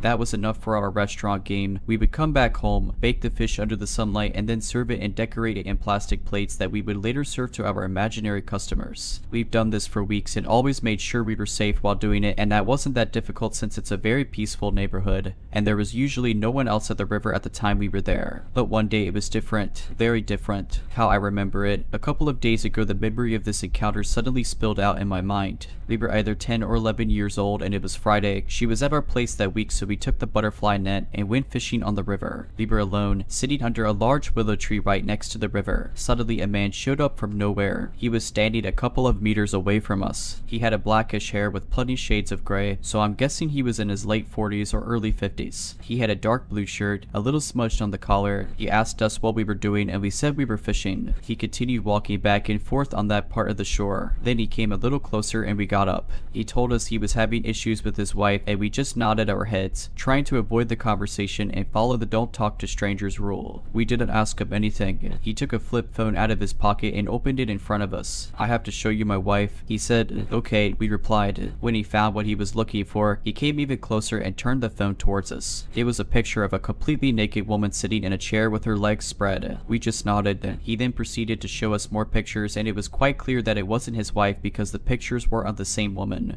But all of them were naked, from head to toe, with their legs spread or in other very suggestive positions. Now that I think of it, the quality of the images, the fashion, and the aesthetics could be best described as adult content from the 70s. It could be that he took pictures from some old magazine or had them sent by someone. I remember I looked at my cousin and mouthed, "It's not his wife," and she nodded. "Isn't she beautiful?" He asked. "She is," I replied, and my cousin nodded. We then remembered that we have left our net in the river, so we went back to the willow tree and reached for the net. He was standing there in the same spot as before, looking at his phone. He then showed us a very low quality picture of 2 naked men and another naked woman. This picture actually looked like pictures taken with a flip phone camera. "This is me," he said, and pointed at one of the men in the picture. We just nodded and said we had to go home. He then said the words that have been haunting me for days now. "You think my wife is beautiful? She thinks you are beautiful too. She would love to meet you. Come with me to meet her and we can play together." "No, we have to go home," I replied. "You little party breaker. Maybe your friend doesn't want to go home." "Come on, I want to play with you," he said and turned to my cousin. "No, I really want to go home." My cousin replied. This is where the details of the memory stop.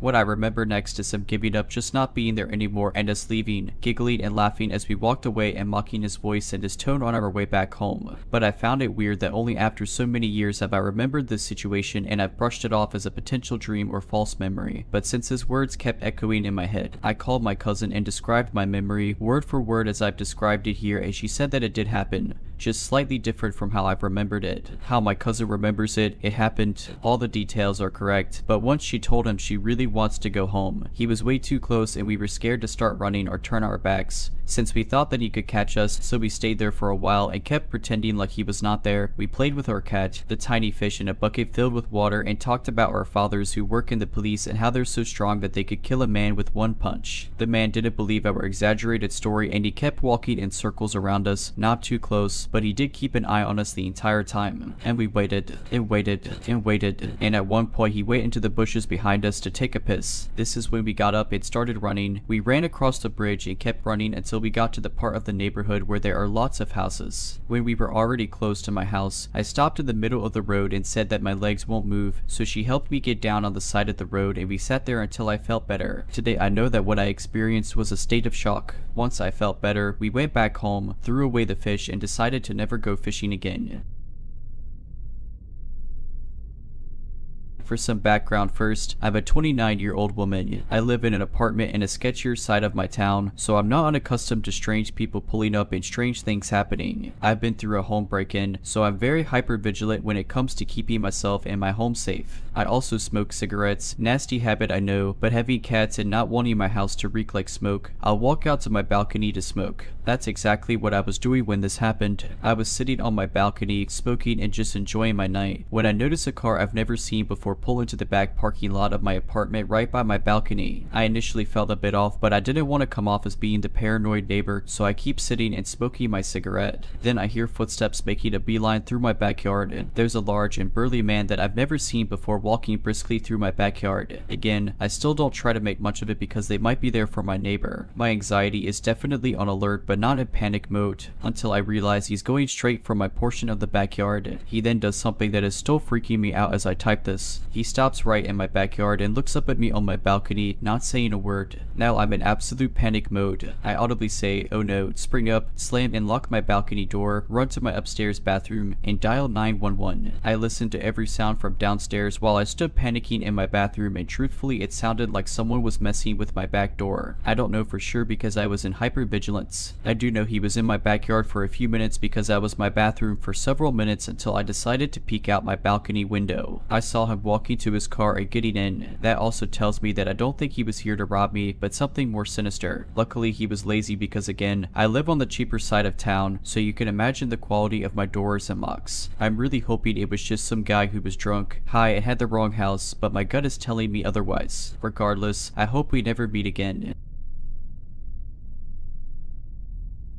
I'm a woman in my 30s who lives alone in a small house at the head of a quiet cul-de-sac in the United Kingdom. The street is a maze of roads away from the main road, which means that other than delivery guys and the occasional salesperson, you very rarely see anyone that you don't recognize. I don't exactly know all my neighbors, but I know what they look like and I know where they live. I can recognize their cars and stuff. This weirdness happened over the space of a few months several years back. I work from home, so I'm usually in, and sometimes I don't have a lot to do. The first day was one of those lazy days. It was about 4 in the evening and I'm sitting on the sofa watching some daft stuff about alien cover-ups. Someone knocked on the door. I have a surveillance camera hidden in the wooden canopy above the front door, so I checked to see who it was because I wasn't expecting any deliveries and I couldn't be bothered to deal with a salesperson. It was a woman who looked late to early 50s, very smartly dressed, like really expensive clothes and jewelry, stuff I could never afford. Most people around here generally couldn't afford it either. We're not an affluent area and this lady stuck out like a sore thumb. She looked flustered and agitated, glancing towards the back garden before trying to look through the tiny, frosted glass window on the front door. I noticed she was carrying a dog's lead, but I didn't see a dog. As it happens, at the far side of my back garden there are 2 hedges. There's the hedge that I own within my property boundaries, and there's a second hedge outside my boundary that's council owned along a small grassland where people walk dogs. I know for a fact there is a hole in the council owned hedge, which I've reported it to the council at least a dozen times over the past decade, and they've done the square root of sod all about it. Because of my hedge, I can't reach it to do anything about it myself. Consequently, when I saw the dog's lead I thought, okay, I bet her dog has gone through the hole. If it's a big dog, it's not getting into my garden, but if it's a small dog it might be able to work its way through, and I've always got some cooked meat, so I figured I might be able to lure it out. I am a dog lover, so of course, I want to help this woman if I can. When I was a kid, my own dog went missing for a few weeks and I thought I was never going to get him back. I was heartbroken for those weeks, but fortunately, we did get him back, and ever since I've been extremely sensitive to pets in need. I open the door and this woman gives me the weirdest look, like she was expecting someone completely different to answer the door and that I shouldn't be there. To be fair to her, my mom used to live here too, so I didn't think much of that weird look to begin with. Maybe she was expecting my mom. I say hello and she just stares at me for the longest 30 seconds before she tries to look past me and asks to see Margaret.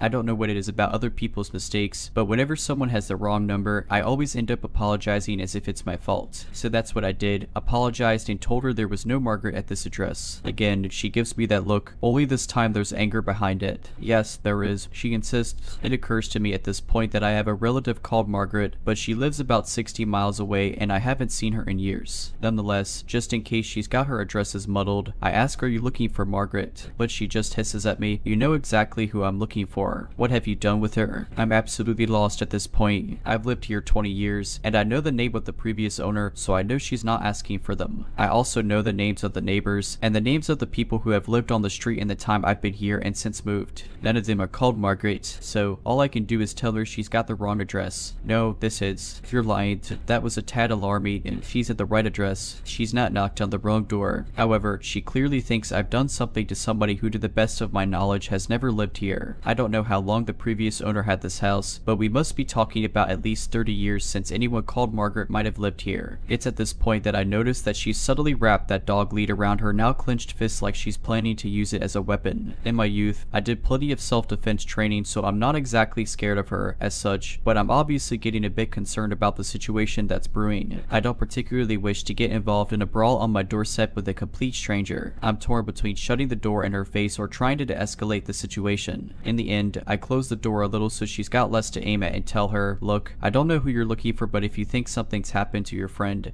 maybe we should just call the police and let them sort it out. Sure enough, the woman slams her fist with the lead wrapped around it into my door. I later discovered she'd struck the door hard enough to crack the frosted glass window in the middle of it. She's bleeding from doing it. It must have hurt, but she doesn't flinch or show any sign of pain. Any confidence I had in my self-defense classes started to waver here because I'm not used to people who don't feel pain. All I can think now is that she's on something and having a really bad trip, so at this point I put on my scariest voice and tell her to get back. I let her know I'm calling the police and if she's still here when they get here, she can deal with them because I'm not dealing with her anymore. She tries to stop me from closing the door, but I shove her back and manage to get it closed and locked. I make a point to stand next to the door while I'm calling 999 so she could hear me. While I'm waiting for the police to turn up, I watch her on the surveillance feed. She moves out of shot multiple times, presumably to check the back of the house, and I hear her calling out for Margaret. A few minutes before the police finally turn up, I see her kick over my wheelie bins in a rage, but then the most chilling thing happens. She walks back to the front door and literally stares directly into my camera. That camera is pretty well hidden. I'm not saying that nobody could spot it, but most people would only know it was there if they'd been looking for it. Most people aren't looking for cameras, right? She knew it was there. She must have eyeballed it previously. When, I don't know, I later reviewed all of the footage I had from that day, and she never made eye contact with it once. She never even looked in that direction. I only had about a week's worth of footage before the oldest footage is over in, and I checked everything I had and she was only on camera that day. All I can think is she'd been here more than a week prior. While she's staring right into it, she flips me the finger and then makes a throat-cutting gesture before walking off. I head to the window to watch her leave and she's walking like she doesn't have a care in the world. She doesn't look back, just wanders away. Police finally show up, take a statement. I give them a copy of the surveillance footage and that's that. I called a couple of times to follow up, but nothing. Nobody ever called me about it. I won't lie, that had me up for a few weeks. I moved a knife block closer to the door. I started staying up really late and not getting much sleep, which really didn't help. On some nights I was so tired that I started experiencing auditory hallucinations. I'd hear people who weren't there talking, and because this woman was the cause of all my stress, I heard her voice and the name Margaret most of all. Every time I heard the gate open, it put me on edge. I review the surveillance footage every day. Eventually, as the weeks passed and I hadn't heard anything else, I started to regain some of my comfort and just put it down to a weird experience. It didn't last. About 4, maybe 5 weeks after the first encounter, she came back. It was just after midnight. I was in the living room mucking about on my phone with the TV on low volume for some background noise. I heard a car door slam and peeked out the front window. A dark colored car was parked at the end of my driveway. I couldn't see what make or model it was, but it looked like some sort of estate car. I didn't see anyone moving about, but a minute or two later, the front gate swung open with its metallic groaning and there was a knock on the door. Even when I'm not involved in a blood feud over imaginary Margarets, I'm not going to answer the door at that time. I checked the surveillance camera. Its night vision mode is pretty bad, but I'm positive it's that woman again. I can even see what I think is the dog lead. And of course, she knows I'm watching her because she looks at the camera again, and I tell you, when someone is already giving you the chills, the way night vision makes people's eyes look like soulless black voids doesn't do much to make you feel better. Suddenly, she yells out, "Shut that racket off and come out here." Now, I had the TV on, but as I mentioned, it was on a very low volume. There's no way she could hear it from outside the front door. I couldn't even hear it if I walked into the hallway. I'm convinced at this point she's mentally unwell, so I call the police again. I want them to stay on the line, but they just tell me that someone will be over soon and to call them back immediately if things escalate. So I'm waiting, watching, and just hoping she doesn't start trying to smash a window or something. She kicks over my wheelie bins again and yells something else out, which I couldn't quite make out, but whatever it was enough for one of the neighbors to come and investigate themselves. I watched the neighbor talking with her for a minute. She's remonstrating about something, wagging her finger towards my front door, but my neighbor is eventually able to get her to leave. He even sticks around for a bit to make sure she's gone. Sadly, that also means she'd gone before the police turned up again and made me feel like I was a bother to them. Another statement, handing over more security footage, or nothing. I caught up with the neighbor the next day, and he apologized because it didn't occur to him to make a note of the registration plate. But he told me that she'd said much the same thing as she'd said to me previously, that she wanted to know where Margaret was and what I'd done with her. I'm grasping for answers at this point, even if she's mentally unwell. The fact she's sticking to this Margaret story and has the right address makes me think there's something more to this than somebody having a breakdown. Then it clicks. Is Margaret her dog? Does she think that I've stolen her dog? Did she have a dog go through the hole in the back? Does she think I've hurt her dog? Is that what this is about? It'd be another few weeks before she came back. This time at 3 in the night, I'm awoken by knocking on the door. A few minutes later, I hear tapping on the bedroom window. I know it's her. I can hear her saying things, but I can't really make them out because they're too muffled through the windows. It's like she didn't want to get the neighbor out again, so she's trying to keep it quiet. I jump out of bed and put some clothes on as quickly as I can. I try and follow her as best I can as she moves around the outside of the house from room to room, knocking, tapping, and muttering. I think I hear a few coherent words like noise, racket, and I'm pretty sure she called me a slur, but maybe I was imagining that. I can't check the surveillance footage this time because she spray painted the lens, not that it'd matter much this time. She's not lingering by the front door. I think about calling the police again, but it's proven a waste of time so far, and I get the feeling if I call them out a third time and she's gone, then they're just going to start accusing me of wasting their time even if I do have the evidence. They've not exactly been that helpful so far. In the end, I wait by the front door and listen for her. Eventually, she knocks again and I call out, "Is Margaret your dog?" Dead silence. Nothing. I can't see anything through the frosted glass because it's too dark. I have no idea where she is and I don't want to turn the outside lights on. I don't even know why. She knows I'm in the house because I've called out to her, but I still don't want to draw any more attention to myself. I end up standing there for who knows how long, at least an hour, probably more because the sun starts coming up.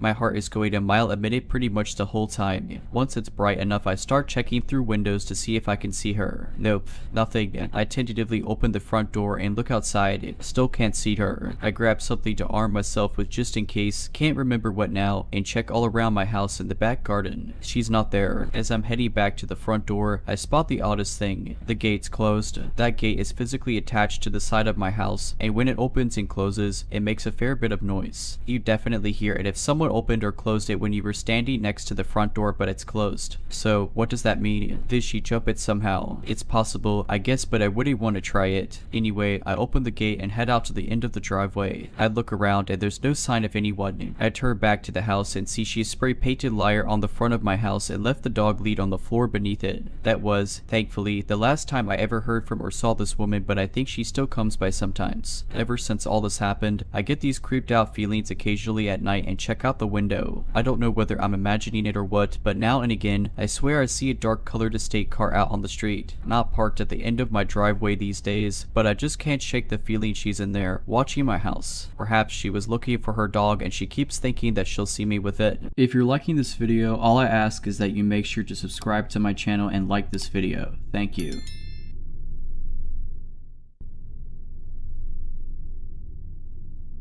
I was backpacking in the Balkans, and as I wanted my trip to last long but I didn't have that much money, I had to sacrifice comfort a lot of times. This was the reason I booked the midnight train in Greece from Thessaloniki to Athens. During my stay in Thessaloniki, I mainly stayed in the center and the Bay Area, which looked nice, just like any other big European city. However, the train station was in a different area. I had to check out from my hotel in the morning, so I spent the whole day out in the city. In the afternoon in the sketchy area where the train station was, because I wanted to stay close to it so I could get there at a reasonable time in the afternoon and spend the night there so I couldn't have to walk around in that area at 11 at night. That part of the city looked a lot less appealing. It was full of garbage, graffiti, homeless people, and sketchy, creepy people. The train station wasn't that much better. It had a semi-closed-in coffee shop in it. I stayed there as long as I could, but it closed at 8 in the night. While I was sitting in that coffee shop and looking down at my phone, I snapped my head around when I heard a loud noise. The guy dressed as a soldier rushed in the coffee shop, and he was looking around like if he was searching for someone or something. The coffee shop was really small. It was just maybe like 5 or 6 tables, and there was only one guest besides me. He saw me for sure, but didn't do anything. He went to the counter to order. He was speaking very loudly even though it was relatively quiet there. I found it weird but didn't think much of it, especially because he was speaking in Greek, which I didn't understand. The coffee shop closed at 8 in the night, so I packed up my bags and went outside. There were a lot of weird people loitering there. They didn't look like they were waiting for a train. I say this because I wanted to take a look on the tracks in advance so I'll know how to get to my train in time, and when I was doing that, my train came to the station and almost all of the people from the waiting room ran to the train, but they weren't getting on it nor greeting someone who got off. They were just walking up and down the track until the train set off. Also, they were all middle-aged men. There weren't any women or children among them. I went back to the waiting area and sat down on a bench. I was a bit nervous, so I plugged in my earphones and I was browsing something on my phone. However, I wanted to still be able to hear the things around me, so I wasn't listening to music or anything, which I'm glad I didn't, because not too long after I sat down, I heard someone saying next to me, "Nice tattoo. Is it from Up?"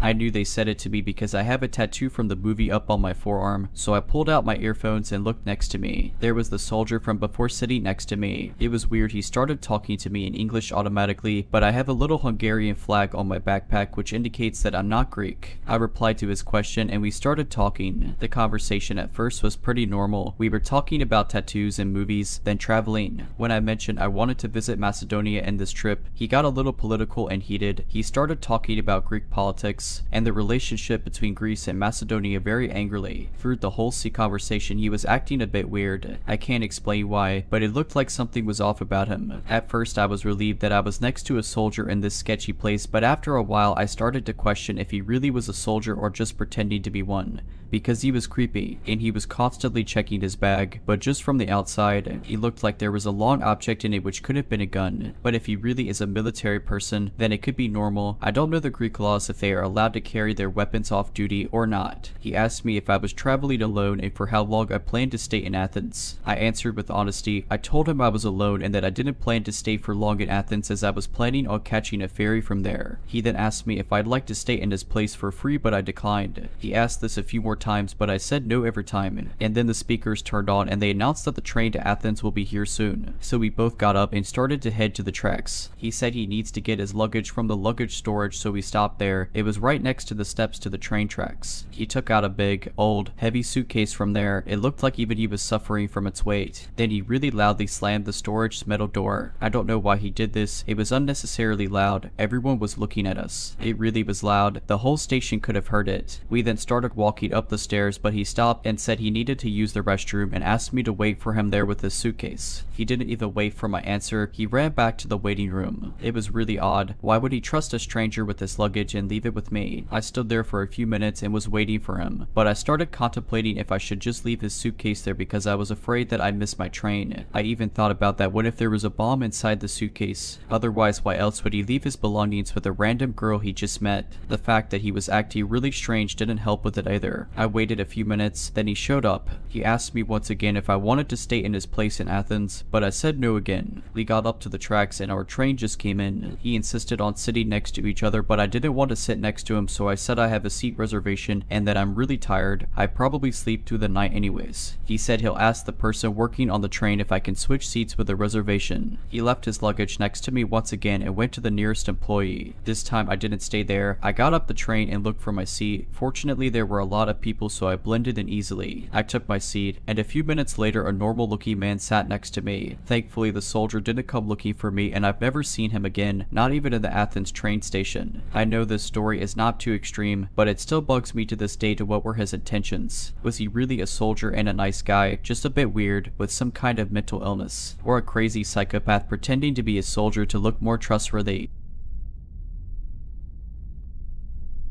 This story takes place a few years ago while I was still with my ex-girlfriend. I, a 22-year-old male, was 17 to 18 at this moment. I was living with my parents and we lived in a little town of 300 people. It's literally the camping with 3 farms in this town, which includes lots of fields. We had the habits of walking in those fields thanks to a little path which is really old. There's a place for only one car, a truck, and a tractor. It was the afternoon, around 5 to 6. We decided to eat some stuff in a field near the road, so we can see the road and people on the road can see us. The field, which belongs to my neighbor, who are okay with the fact that we're here, is separated from the road thanks to barbed wire.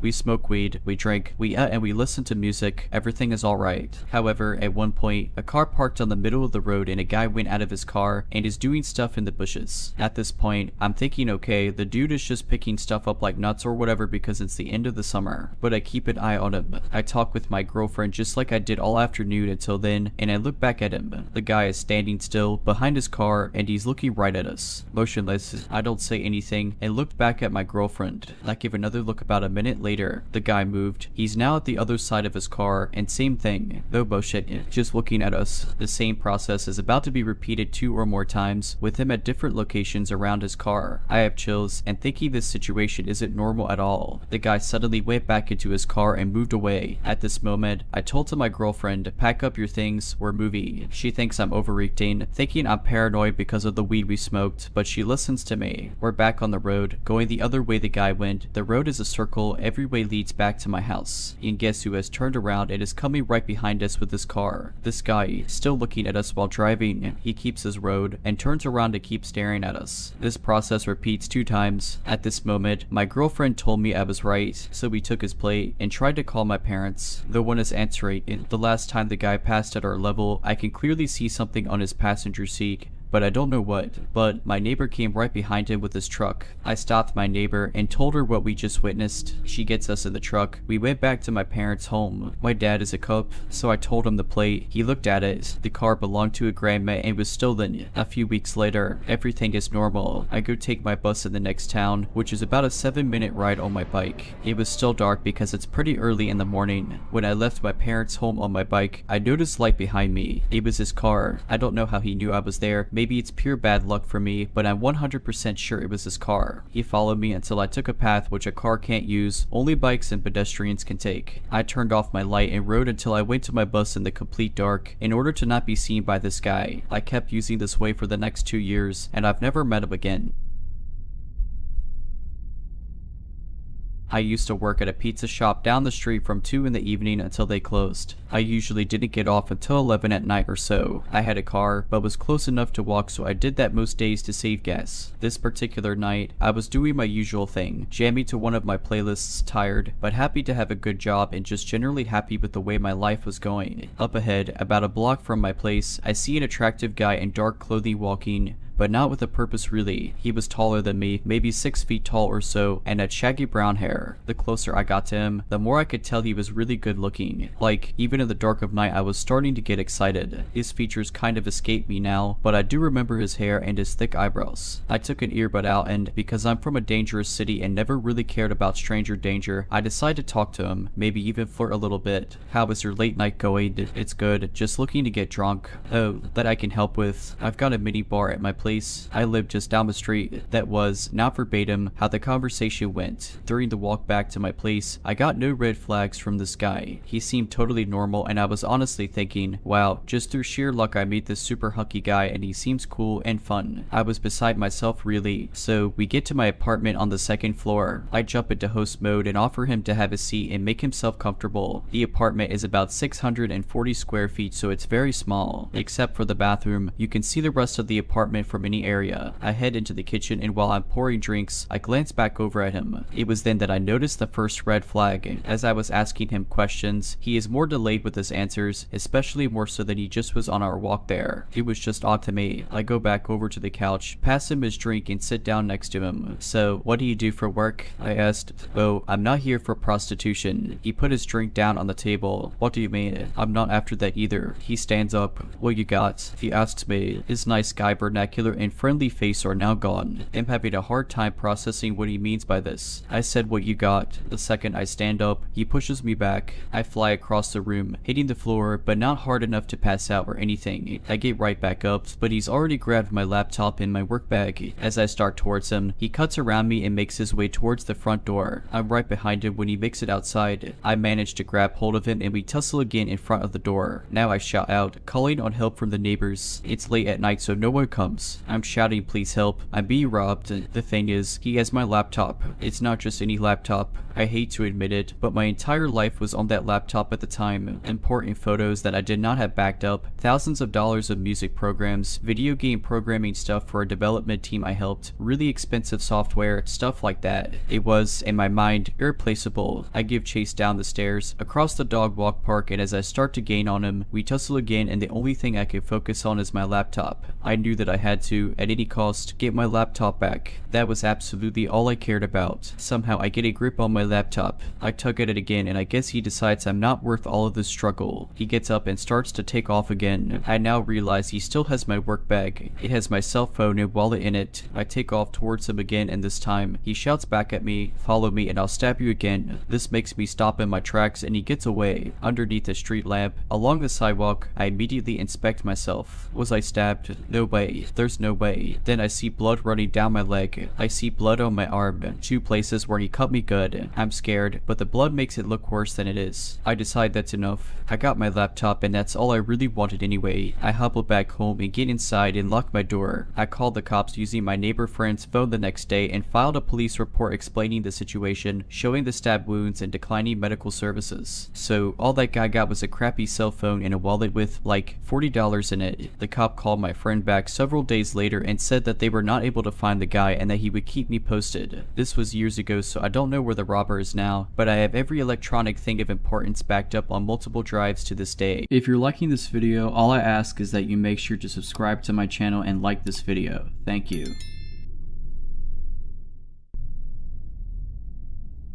When I was younger and just got into online college, I got my first apartment. I had 3 jobs and one was third shift, but I was more than ready for independence. While I had a great time there, I did have one problem: my new downstairs neighbor. So the other tenants are a bit older than I am, with one of them being an old man who lived there for 20 years. The other was an older woman with a small kid, probably been here for 3 or 4 years, and an empty apartment downstairs. I keep to myself, so I never really spoke to any of them before until I noticed that there was a new move-in. A man that seemed close to my age, maybe a little older, black greasy hair, and a little overweight, but in my experience living here, people seem nice and I was happy to possibly have someone to say hello to. That possibility turned sour really quick when a casual hello turned into that trash stinks remarks from him when I was taking out the trash and snide remarks under his breath when I've done nothing, even remarking on my sister's lack of a bra when she came to visit me. Naturally, I was grossed out and annoyed that he had to comment on anyone, especially my sister, and told the landlord. Nothing came of it, of course. One day I was asleep and someone came banging on my door. I had no idea who it was and my anxiety was beyond strong. I'm alone and never expect a knock that wasn't planned. It was the neighbor saying that I was being too loud and I need to stop harassing him. I explained through a closed door that I was asleep and that I was not making noise. He left and stomped down the stairs while muttering and calling me a rat for some reason. My heart felt like it was beating out of my chest. I went back to bed, only to hear him coming back up the stairs and bang on my door. When I addressed him again, he said that I was harassing him and that he's calling the cops because I'm still making noise. I told him to ask the other neighbor because there's no way that I could possibly be making noise when he is on the other side of the building. He thanks me politely before stomping off and continuing to call me a rat yet again. I tell the landlord right away that one of his tenants is acting hostile and I don't feel comfortable nor safe, and he tells me he will look into it. I hear nothing for a week. It turned out it was the old neighbor hitting the floor with a stick like one of those classic cartoons because the rude neighbor was playing music too loud. I swear he should have known that. As I'm on the other side, it was like he wanted an excuse to come speak to me. The following months it got worse. One day I walked out in a snowsuit so that I can play in the snow. He had to remark on my clothing being unnecessary, even when there's 3 feet of snow out. I forgot what I said in response, something like it's not his business, but he basically just said screw you. I just walked off to go play in the snow. It gave me little enjoyment because of the earlier interaction, so I went back home to get ready for work. The snowstorm got worse and I had just came back from my night shift. I see him alone in the parking lot with the car on and the windows up.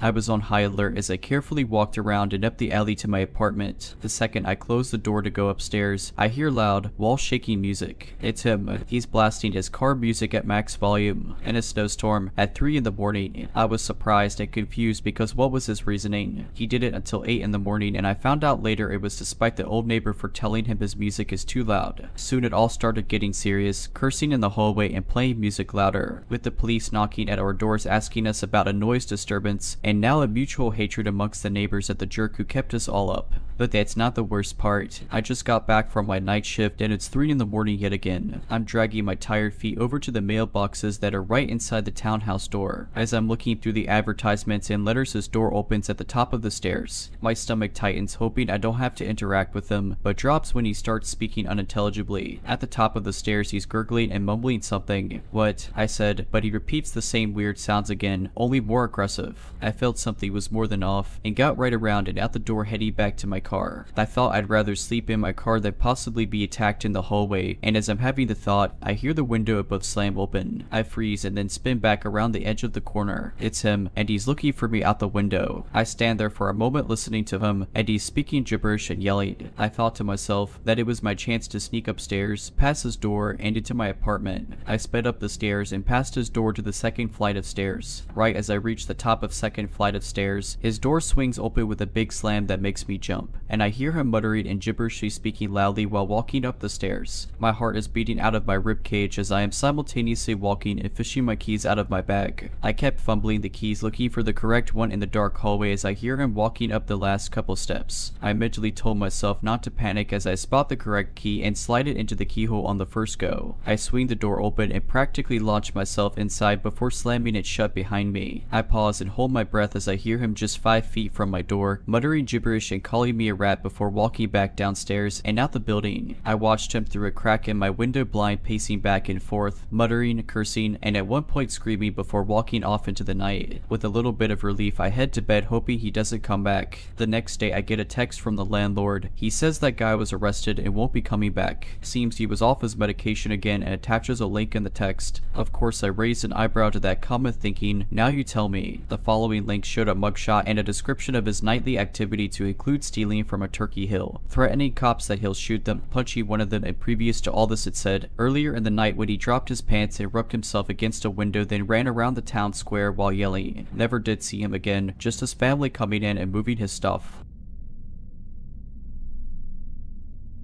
So about 12 years ago, I was 9 years old, and I was home alone with my 12-year-old brother. We were supposed to go to my aunt's house to have lunch and wait for my mother there. We got up at 10:30 in the morning. I took a shower, then my brother. After that, we were both in the bathroom brushing our teeth and finishing up when we heard someone knocking on our door. Since every time someone knocked at our door they turned out to be salesmen, we kind of waited for them to go away. After a couple of minutes, I went to see if they were still outside through the window, and no one was there. We continued getting ready when we saw a shadow go by through the bathroom window, which was kind of like a small square made with that kind of glass that makes everything behind it really blurry. We waited and saw in case it was just a bird flying by when a hand hit it, clear as day. We got scared. We didn't know what to do. My brother had his cell phone, so he immediately called the police. While it was raining, we heard a loud bang at the door. Someone was brute forcing it. I don't know if they were kicking it or ramming it, but it was one of the most frightening things I've ever heard. My brother told me to lock the bathroom door, so I did. It took 5 bangs so the perpetrator could finally bash open the door. Then the police answered. I remember the exact thing my brother said. He was whispering. His voice could barely be heard. Hello, there is someone in our house. I think they are stealing. Then a pause. We are at our address. Another pause. I'm with my little brother locked in our bathroom. Please hurry. While all that, I was sitting against the wall, hugging my knees. It was one of the most nerve-wracking experiences ever. I could hear the man going through all of our stuff, emptying stands, going up and down the stairs, opening cabinets. He even broke a few cups and plates. seconds. Then I heard the sound my cell phone does when it turns off, and I remembered leaving it on the kitchen table. I felt so stupid for leaving it there. Things continued for a couple of minutes when we heard him trying to open the door to the bathroom. My brother got a hold of a big metal rod we had lying around there. He started kicking the door. Who was there? The man screamed. We said nothing. Another kick, then another. I felt I was about to have an anxiety attack. My chest started to ache. I had chills and was really hot. I tried to remain calm, but it was just too much. After that he stopped. We heard the door opening and then silence. We waited for almost 10 minutes before going out of the bathroom. The living room was a total mess. Lots of papers and books on the floor. Thought cabinets were open, cups and plates on the floor. In our mother's bedroom, the nightstand and the closet were open and everything inside them was all over the place. Upstairs, in our room, it was the same thing. In about 5 minutes, the man was able to go through everything we had and left a total mess. After that, my brother called my mom and she ordered us to go to my aunt's as soon as possible, so we did. When we got there, I was a little more relaxed. My aunt was waiting us with ice cream, probably because my mom told her everything and she wanted to calm us down a bit. We went back home at about 7 and my mom told her boss she had a home emergency, so she left early. She cleaned up the house and left everything the way it was before so we could be relaxed. I really appreciate her effort and my aunts to calm us down and do everything so we didn't have to think about it. According to my mom, the police got home after she arrived. She explained everything, but because of lack of evidence, nothing could be done. The man was never caught and honestly I don't think they even tried to search for him. The next days my mom was home with us. Now I tell the story as a funny anecdote. Luckily no one was hurt and he only took useless stuff. But at the time, I was really scared. To a 9-year-old, an experience like that can have serious repercussions. I'm lucky it never came to that, and I got over that after a couple of weeks. There's an abandoned house between my town and the town next to me on one of the country roads that connects us. I've been to it before and even went inside twice with my sister and my best friend. It's an old house that dates back centuries, according to the bank records that I was able to find, and you can just tell by the design. The house is 2 stories with a basement, has lots of furniture and objects strewn about inside, and is far from empty. You can tell that it hasn't been lived in for decades, and whoever had previously owned it, it almost seemed like they just disappeared one day, leaving everything behind. The way I was able to get in before was through the cellar door in the basement, which is broken open and propped up with some big sticks. My first visits were around 2 years ago, and I hadn't gone back at all into that time. Another friend had expressed interest in seeing the house when I told him about my experience, and so last summer I told him that I'd take him to it. I never thought it was a dangerous trip and told him that it's just an interesting place to explore. They parked across the street from the house in the parking lot of one of the industrial buildings nearby. The road was a rural road, but it was far from unused, and we didn't want to be questioned by anyone. My friend, being braver than me despite my previous visits, led the way across the street and to the front of the house. He asked me a couple questions about it and what stuff I found in there. I told him that the kitchen still had expired food in it and that the upstairs had a board game set that I ended up bringing home with me. As we walked from the front of the house to the side leading to the back with the cellar, I made note that there was a lot more brush than when I had went last time. I had gone in the spring when I had gone with my sister and best friend, and I never experienced the thick brush that I was now carefully moving through. I made a comment to my friend that there was a lot more foliage than when I had gone before, as we both tried to figure out a path to the cellar. Eventually, we pushed through some branches and found the cellar, broken and propped open just as I had last seen it. We talked for a second about being nervous and I really took in the view of the cellar that led into this dark, abandoned house. I remember being really intimidated while looking at the opening, and I made note that some of the sticks propping open the cellar didn't look familiar to me. I didn't state it out loud, however, as I thought it was just my anxiety. My friend and I discussed who should go first, and he said since I'm the expert, I should head in first. I was hesitant, but eventually, after a good 5 minutes of breathing and calming myself down, I started down the few steps of the cellar. It was an awkward entrance, as half the cellar was collapsed and left little room for maneuvering. You had to duck under the part of the cellar door that was still put together, then inch your feet down the steps, and finally turn your body sideways to fit through the small gap into the basement. I took a long time after ducking under the door, since my nerves came back for a second. I made it in fine, and my friend followed very quickly, which I appreciated. We both stood in the corner of the basement now, taking it in. I turned my phone's flashlight on, and he did too. There was a spider web in the path to the stairs up to the first floor. I looked around and found some sort of tool to knock the spider web down, and I took the tool and swiped it through the web. After that, I tossed the tool onto the concrete floor. My friend and I talked quietly. I don't remember what about, but afterwards, we fell silent for a second. Above us, I clearly heard footsteps on the boards above our heads. It almost seemed seemed like they were heading to the stairs that led down to the basement. I remember this part the best as I looked at my friend and he didn't seem to react to the footsteps I was hearing. I looked at him, suddenly very worried, and before I could even say anything, he said we need to go. He turned around and practically jumped up the stairs. I remember thinking he got out insanely fast. I could see him turn and reach his hand back to help me up. I was a bit slower, but I also quickly stepped up the stairs and he pulled me through the opening. I landed on my hands and knees after I escaped the cellar, and I immediately stood up facing the weeds. I turned around to my friend, who was crouched, staring down the cellar. I said to him that we should get out of here, and he turned away and told me to go first through the weeds. I pretty much just ran through the brush, definitely getting cut up by something, but we made it through them and back in front of the house very quickly. My friend kept urging me to go in front of him, and he watched behind us before switching to flashing his light in the windows on the first floor of the front of the house. I asked him what he was doing and if he was okay. He didn't really answer me at first, so I asked him if he heard the footsteps before we bolted out of the basement. He turned to me and said that he heard them, and that's why he was watching the cellar to see if anyone was following us out. He continued, saying that after he pulled me up, he turned to guide me away before he let go of my hand, and when he turned back, he saw the bare feet of someone standing at the bottom of the cellar. Because of the cellar's dilapidated structure, he could only see their feet and a part of their legs. At that point, that's when he told me to go through the weeds first. He never saw them come up the cellar stairs or move away from them before he followed me. I didn't believe him at first and thought he was just trying to scare me, but I could tell by the serious tone of his voice and the silent look he gave me after telling me that he wasn't trying to make me laugh or lighten the mood. I still asked if he was lying, and he aggressively said that he wasn't. He told me that I heard the footsteps already, so I knew something had to be in that house. We stood for a second, not really saying anything, before we both then agreed to go back across the street towards our cars. We stood by our cars for a while, watching the house to see if anything or anyone would come out, but nothing appeared. After talking for a bit about how crazy that was, and him reassuring me that he was telling the truth, it started to rain and we decided to call it a night. I fully believe him, and he's always stood by what he saw. I haven't gone back to that house since, and I like to tell myself that whoever was in that house was just a homeless person finding shelter. I still get shivers to this day, however, thinking about how close that person was to me as I scrambled up the cellar.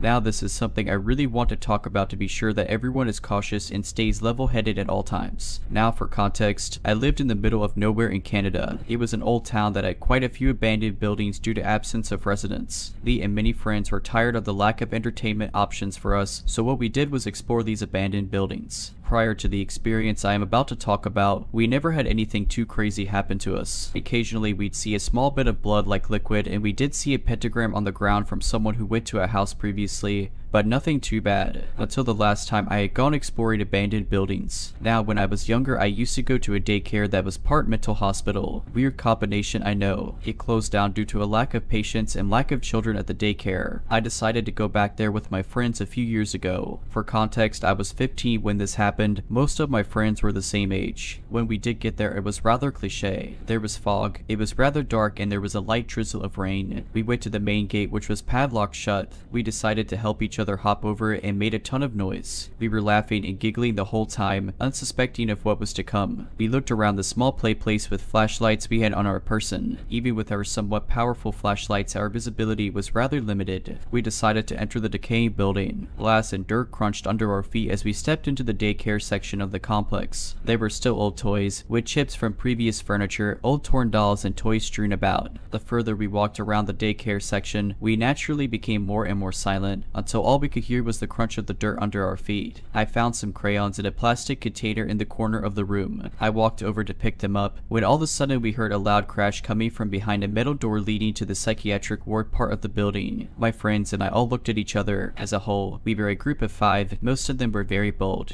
We all looked at each other when my friend Brian suggested we go and look to see where the sound came from. Personally, I was not too fond of the idea, but with my group of friends there was no way anyone was going to decline such a thing. We all stacked up on the door and opened it. It was rusted to the floor and we heaved to get it open. As we walked in, the metallic smells and musk became stronger, with a hint of something else which I couldn't put my finger on at that moment. We walked in, our flashlights pointed in every direction with Brian leading the group. The hallways were tight, and to the left and right were the occasional metal doorway, some with doors open. I felt slightly claustrophobic and it felt a little hard to breathe. As we continued, Brian shone his flashlight into a room and recoiled. We all stopped walking as Brian slowly entered the room. What is it? I asked him, but I thought I saw someone here. It seems all fine now. To be honest, I thought he was just messing with us to increase our anxiety, but looking back, I think he was completely honest. He backed out of the room and we continued walking deeper into the psychiatric ward when another friend swiftly told us to stop. We came to a halt and all listened. In the distance ahead of us, we heard the subtle pitter-patter of footsteps echo through the hallway. We all looked at each other, fear in each of our eyes. Brian continued walking toward the sounds. We considered turning back for a second without Brian, wondering if some ghost or something was in the building, but we couldn't do that to him. The closer we got, the more I felt like I was being watched. When finally we entered a room on the right which had the smell of rotting meat. In front of us was a dead deer. Its insides were spilled all over the floor, staining the concrete. A friend of mine had a very weak stomach and vomited all over the floor. That's when we heard whispering from somewhere. Brian shone his flashlight to the corner of the room where a man with short hair was standing with his head down. He wore a bright green shirt stained with what I assumed was blood and torn tan pants. He did not have any socks and his feet seemed damaged. He was twitching and continued to mumble even after we saw him. We stared at him for a solid 30 seconds before he made his first true movement. He looked up at us with a haunting grin that sent shivers down our spine. "You guys here for the feast?" He said each word with varying inflection and energy. This kicked us over the edge and we bolted out of that room all the way back to the daycare center. The door was still open and we decided to try and slam it shut, but the rust and pure weight of the door almost kept it open. It took 3 of us pulling with all of our strength to close it, and just before we did, I could still see the silhouette of the man watching us, his white teeth being the only other human feature I could see. As we sat behind the metal door catching our breath for a second, all looking at each for confirmation that we all saw the same thing. After a little bit of labored breathing from each of us, we heard a light tapping on the door. That's when we decided that it was time to leave. We booked it out of the vicinity completely and ran home. A year after we visited that spot, police went back to do a routine search of the area and found the man. It was stated that this guy used to go to the psychiatric ward before it closed down. He escaped the facility he was transferred to and lived off of the wildlife around the complex. When the cops brought him in, he had a series of diseases and sickness from eating raw meat. His mental condition was much worse than before. There were future rumors that he did kill someone in the forest while searching for food, but nothing has been confirmed.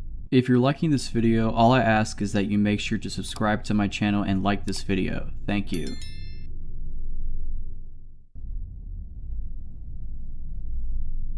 When I was 10, my parents and I went to visit my grandmother for spring break. My cousin also came to visit and we decided we wanted to go to the gym for the day. My grandmother dropped us off and said she would come and pick us up in 4 hours. On that day, the gym was empty. There were a couple of adults in the exercise room, but that's it. We went to the basketball court and after 2 hours of playing tag and shooting baskets, we were bored. I've never been the biggest fan of swimming, but this gym had a pretty cool pool, so we changed into our bathing suits and headed in there. The pool was empty except for the lifeguard. We played a bunch of games and swam laps, but after about an hour, there wasn't much left to do and there was no one except us to hang out with to keep things interesting. So we decided to play a game of seeing how long we could hold our breath underwater. We stood in the shallow end near the clock on the wall so we could time ourselves. Instead of fully submerging, we just stuck our heads face down in the water. We did this a couple of times and I was winning. On our last round, I felt a tap on my shoulder. I figured it was my cousin giving up and telling me that I won, but instead, it was the lifeguard who told me to knock it off or she was going to have to ask us to leave the pool. Since we were tired of being in the pool, we figured we would get out, get dressed, and go back to the basketball court until my grandmother picked us up. We only had an hour left anyways and the water was freezing. As we got out, the lifeguard stopped us and asked if we wanted to go into the sauna to warm up and dry off. The sign said 18 years or older, so of course, we were super excited that she allowed us to do that. She walked us to the sauna and unlocked the door. The door was glass and the interior was made entirely out of wood. Inside, above the door, there was a clock, probably to help make sure you were not in there for an unsafe amount of time. The lifeguard stand was adjacent to the sauna, but if you looked out the door you could clearly see it. She followed us in and went over to the thermometer encased in plastic and unlocked it so she could crank up the heat. I figured that she must have to turn it on each time, so I didn't think anything of it. Both my cousin and I were very short girls and so we couldn't see the temperature that was printed on the thermometer knob, but I know she was turning up the heat. Then she left and shut the door behind her. I felt I saw her lock the door too, but I thought to myself, why would she lock the door when we might want to get out? I checked the clock and decided we should get out in 10 or 15 minutes. It was already plenty warm in the sauna, but now the room was blazing. It felt nice because I was so cold from the pool. After about 15 minutes, it was starting to get a little bit too hot and my cousin agreed that we should leave so we can get dressed. I went to turn the knob on the door, but it wasn't budging. I thought maybe it was jammed, so I shook it, but it still wasn't opening, and then I let my cousin try. She couldn't get it open either. We figured the lifeguard would be back in a couple of minutes, so we sat back down and waited. The room was getting hotter now too, and I really wanted to leave. I got up and started banging on the door and shaking, twisting the knob trying to get the lifeguard's attention. My cousin got up and joined me. We started screaming at the top of our lungs for her to let us out, but she just stared straight ahead. I don't think there's any way that she couldn't have noticed or heard two little girls banging and kicking the door and screaming. Now we had been in there for about 25 minutes. It was so hot in the sauna that it hurt to breathe. It felt like my lungs were on fire. My eyes and skin were burning. We sat back down and put our towels over our heads because they were still a little damp and it made it easier to breathe.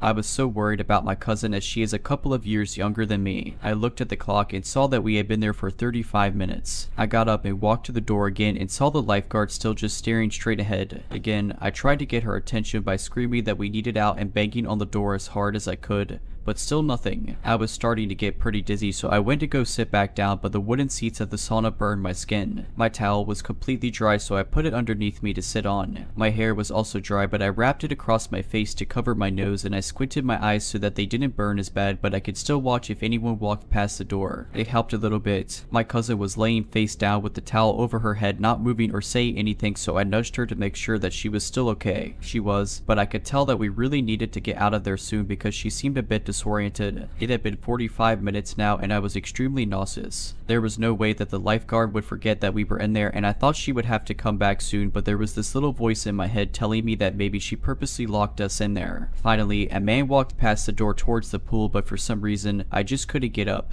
My whole body was on fire and I felt so dizzy. Luckily, this man wasn't going to the pool. He wanted to be let into the sauna and came back with a lifeguard. I saw them walking this way and immediately jumped up to grab my cousin. I knew now that for sure she had locked us in there because she pulled out her keys to unlock the door and let the man in. I didn't want to take any chances of us being trapped in there any longer, so as the man was trying to walk in, I was trying to shove our way out. As we were going out, the lifeguard started trying to shut the door and push us back with it. The man was clearly confused about what was going on and said, "I think they want out." The lifeguard let out a sigh and opened the door fully, and we ran away as fast as we could into the changing room. We only had about 10 minutes before a grandmother was supposed to pick us up. We were both so shaken by what just happened that we didn't say anything to each other as we got dressed or on the car ride home. When we got back to the house, my parents were making us dinner and I told them the story of what just happened. They thought that I must have been exaggerating and they didn't believe me. I truly think that that woman was going to let us cook alive in there. The only bit of doubt that I have is what would have happened if we actually died. She obviously would have gotten the blame. What was her end game? I'm 21 now, but I think about this interaction all the time, and when I'm in small spaces or I get too warm, I still have panic attacks. No one believes this story, and I get it. It's pretty absurd. I'm not sure if I'm allowed to ask for opinions, but do you think that this could have been some crazy misunderstanding, or do you think that she really just left us in there to die? I apologize if there are some errors or things that may not make sense. This is the perspective my story told from me and a part by a friend. This happened to be the weekend of Halloween and I personally don't like talking about it, but I've been told by my friend to share it to get it off of my chest. We and a friend were invited to a house party just for college students in the richer area of the town, so the house was huge with an acre of land and pool area. This party was themed to be a little naughty, so my friend dressed in a sexy nurse outfit and I dressed as a belly dancer. Majority of the party took place in the house as there was maybe like 70 people, with the house being very spacious, so not too difficult to get around. I'm not much of a drinker, but I did have some juice that was available. Some friends pulled me and my friend in over to take some pictures and I set my drink down. After what felt like an hour of just taking pictures, I found my cup and took another sip, not even worrying that I left my cup alone for a while. Then a man came up to me who looked to be in his late 20s, early 30s. He said my boyfriend's name and said he's been trying to call me. That's when I realized I didn't have my phone on me. I have loads of respect for my boyfriend. We always make sure to stay in contact with each other, and since he had to work, I promised I would contact him,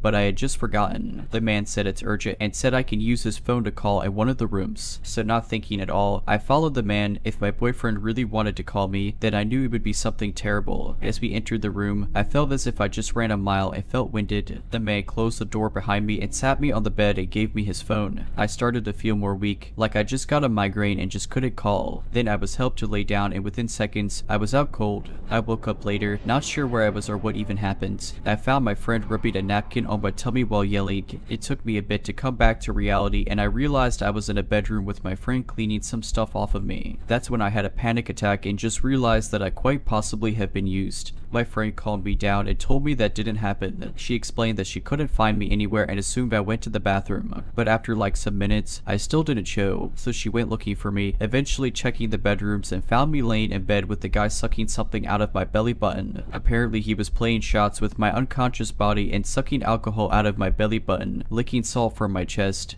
and kissing my lips. She didn't know how long this went on for, but I immediately felt sick and even coughed up from just the thought. Thankfully, my boyfriend got off of work early after my friend told him what happened. He picked me up while my friend asked around about the guy, but of course, no one knew who or recognized him. I was taken to urgent care and looked at. Thankfully, nothing was wrong with me and the drug in my drink didn't cause any further harm than just knocking me out. I wish the story ends here, but I started to receive texts from a random guy. At first, he was just asking me random things and I just didn't reply, but then it showed me a picture of my torso and started saying creepy things to me and even giving me the impression he's stalking me. This is still going on today, just texting me randomly. I've had the idea to try to bait him one of these days to finally have backup to catch him, but I don't know how smart he can be and what he will do to me if things don't go as planned. I have contacted the police and asked what I can do. They took my phone in to copy the texts I received, but I'm sort of doubtful it will go anywhere. I honestly just believe it was a stranger who had bad intentions at the time and acted upon it. I'm not really even upset anymore. I just want to continue with my life and better myself from any other future events. Alright, this happened to me about 3 years ago. It was brought up recently with my friends and they suggested that I post it here. I have gone through therapy for this and trained in firearms because this was the creepiest night of my life. I spent a night in what felt like a horror movie and it's still so vivid. It was a Wednesday night in the summer. I was off work, my husband was out of town, and our son was staying at his grandma's for the night. I was home alone with my dogs, an 80-pound Australian mix and my 80-pound German Shepherd / Pit Bull mix. This particular night I remembered that the trash pickup comes the next day. I decided to turn on Game of Thrones for a bit, then I would take the trash out. All of a sudden, I realize it's 1:30 in the morning and I still haven't taken the trash to the curb. My house has 2 solid iron gates, one in the front and one to the side door / backyard. Lighting on our street isn't that great, but it's a quiet neighborhood with a lot of families and you rarely hear about crime here. I looked out the window by habit before I took the trash out and saw who I thought was my neighbor smoking a cigarette outside of his gate across the street, looking directly at me. For context,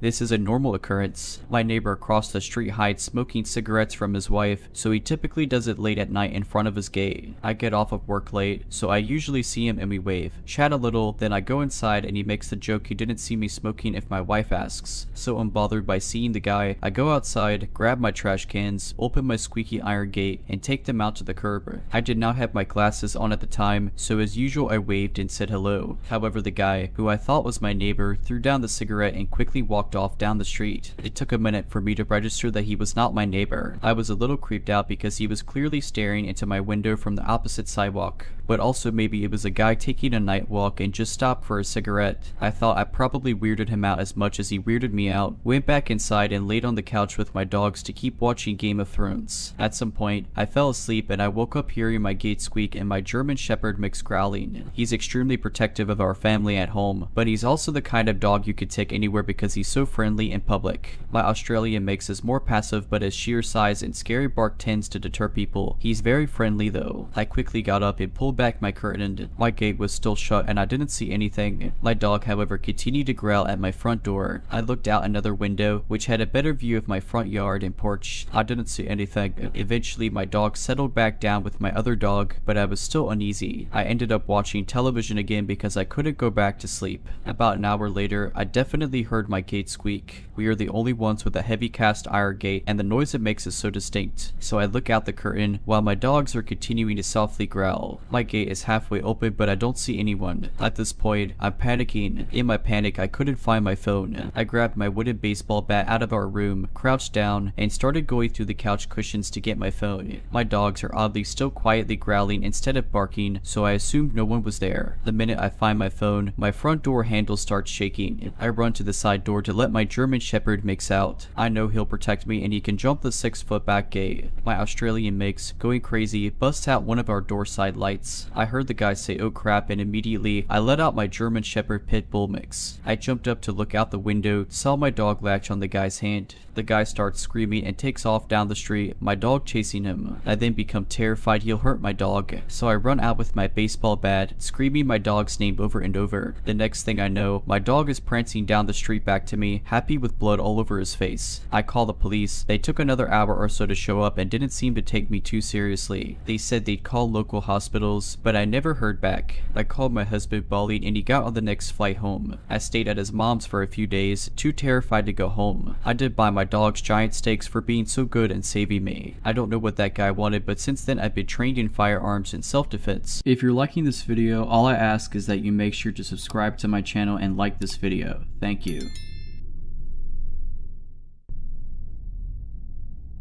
I used to be employed as a child protection worker. A report came through about a stepfather who was being abusive to his children. I was given the investigation by my team leader. When I interviewed the oldest child with the police, she had very visible physical injuries and told me exactly what had happened. I'll spare the details, but it was horrific. As the children were in his sole care, we knew that they needed to be removed immediately. We sent a team of 2 workers out to the children's school while myself and a colleague called the stepfather into the office. I lead the interview and it was horrible. He didn't even try to deny that he had hurt his stepchild, basically saying that's my kid, I'll do what I want and you can't stop me. When I served him with the paperwork, he absolutely lost his mind. He was swearing and screaming and said if we were outside this building right now I would kill you. We ended up running out of the interview room, pressing our emergency alarm, and I even had to make a police report about the whole thing. It got really messy. The next day we had court for the children and my manager decided I shouldn't attend due to everything that had happened the previous day. My colleague who attended told me that this man was at court and yelled several times something to the effect of where is that worker who took my kids. I remember feeling a little freaked out, but it's not uncommon to hear things similar to this when you have to remove a child. It's understandable that emotions are very high. You build a bit of a resilience working in this field, and overall I mainly felt relieved that those children had been placed with an aunt and were safe. About 2 weeks later I had to stay back late at the office on an unrelated job. It was about 9 at night when I finished and I was the only person there. I walked out the back of the building to my car. It was really dark, but when I got close I thought I saw a shadow moving at the front of my car, just for a second, and then it was gone. I was about 20 meters away at this point, but it startled me. I stood there for a second just looking at my car, wondering if I was just being paranoid. While staring into the darkness, I started hearing tiny rustling noises. Safe to say I freaked myself out and sprinted back to the building. I called my boyfriend to come and pick me up, explaining what had happened. By the time he drove up to the front doors, I had convinced myself I was being silly and asked him to drive me around to my car. He circled around, and with the headlights shining on my car I could very clearly see that all 4 of my tires had been slashed. I was an absolute mess that night and called the police immediately. I was pretty sure that this man was responsible, but as I hadn't seen him I couldn't say for sure. I took a few days off and came back to a meeting with my manager who had put together a safety plan for me and the other staff. She organized to have a security guard escort us to our cars and said very clearly that no one was to stay in the building after hours alone. Then about a week later a letter was delivered to the office addressed to me. Any mail that comes into the office goes through our reception staff.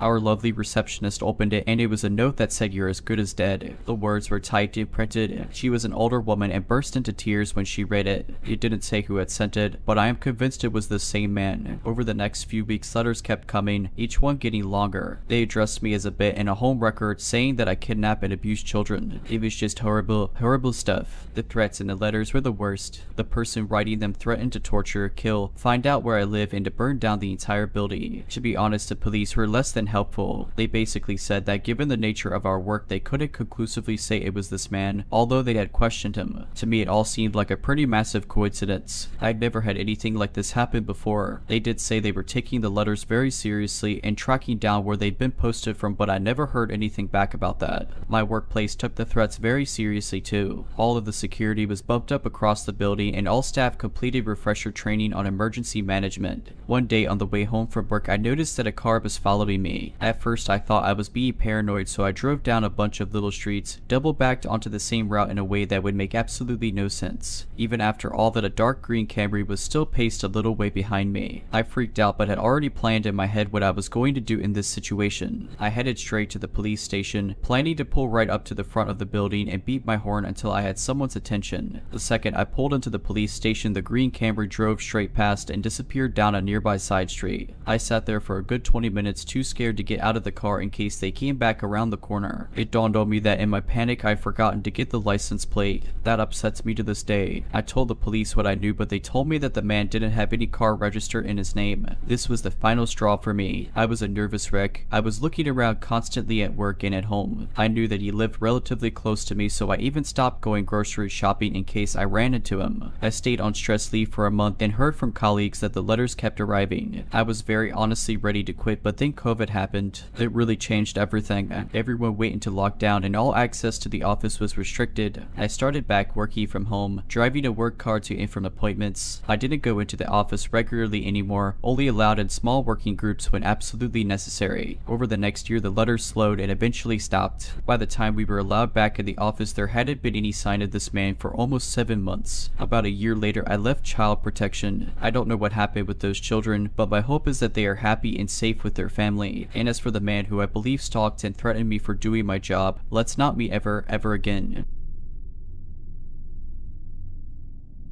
A few years back, when I was around 18, I entered a very rebellious phase in my life. I have always been a prodigy child, always did as I was told, never stayed out late, didn't smoke, didn't drink, scored the highest in all my classes. All my family and friends thought I was the perfect kid, but then something changed. I was on a lot of medication due to my health and I started going through depression. I started acting up like never before. I stopped going to school. I would stay in bed all day, didn't talk to anyone, and then slowly I started talking to strangers online. Initially, it was just talking to them online. I would talk to a few people until I found someone interesting, would dedicate all my time talking to them until they no longer held my interest, and then moved on to the next person. This went on for about a year. Then I eventually started meeting these people in person. Most of these meetings were sexual, and I was very reckless. I slept around with more people than I'd like to admit, and regardless of my lack of concern for own safety, I somehow never met anyone that had any evil intentions. We'd meet a couple of times, do the dirty, and that was that, until I met this one guy. I was talking to a couple of guys at that time. I wasn't in any sort of relationship, so this guy starts talking to me and asks me about my hobbies, my interests, what I do. I told him I do not smoke or drink, and he was shocked. I told him it wasn't that I'd never done it. I tried, but just felt like it wasn't my thing. We talked for a couple of weeks. I ended up talking about how I've been going through depression, and at first, he just listened. Eventually, he started telling me I should try smoking. It would help me relieve anxiety and stress,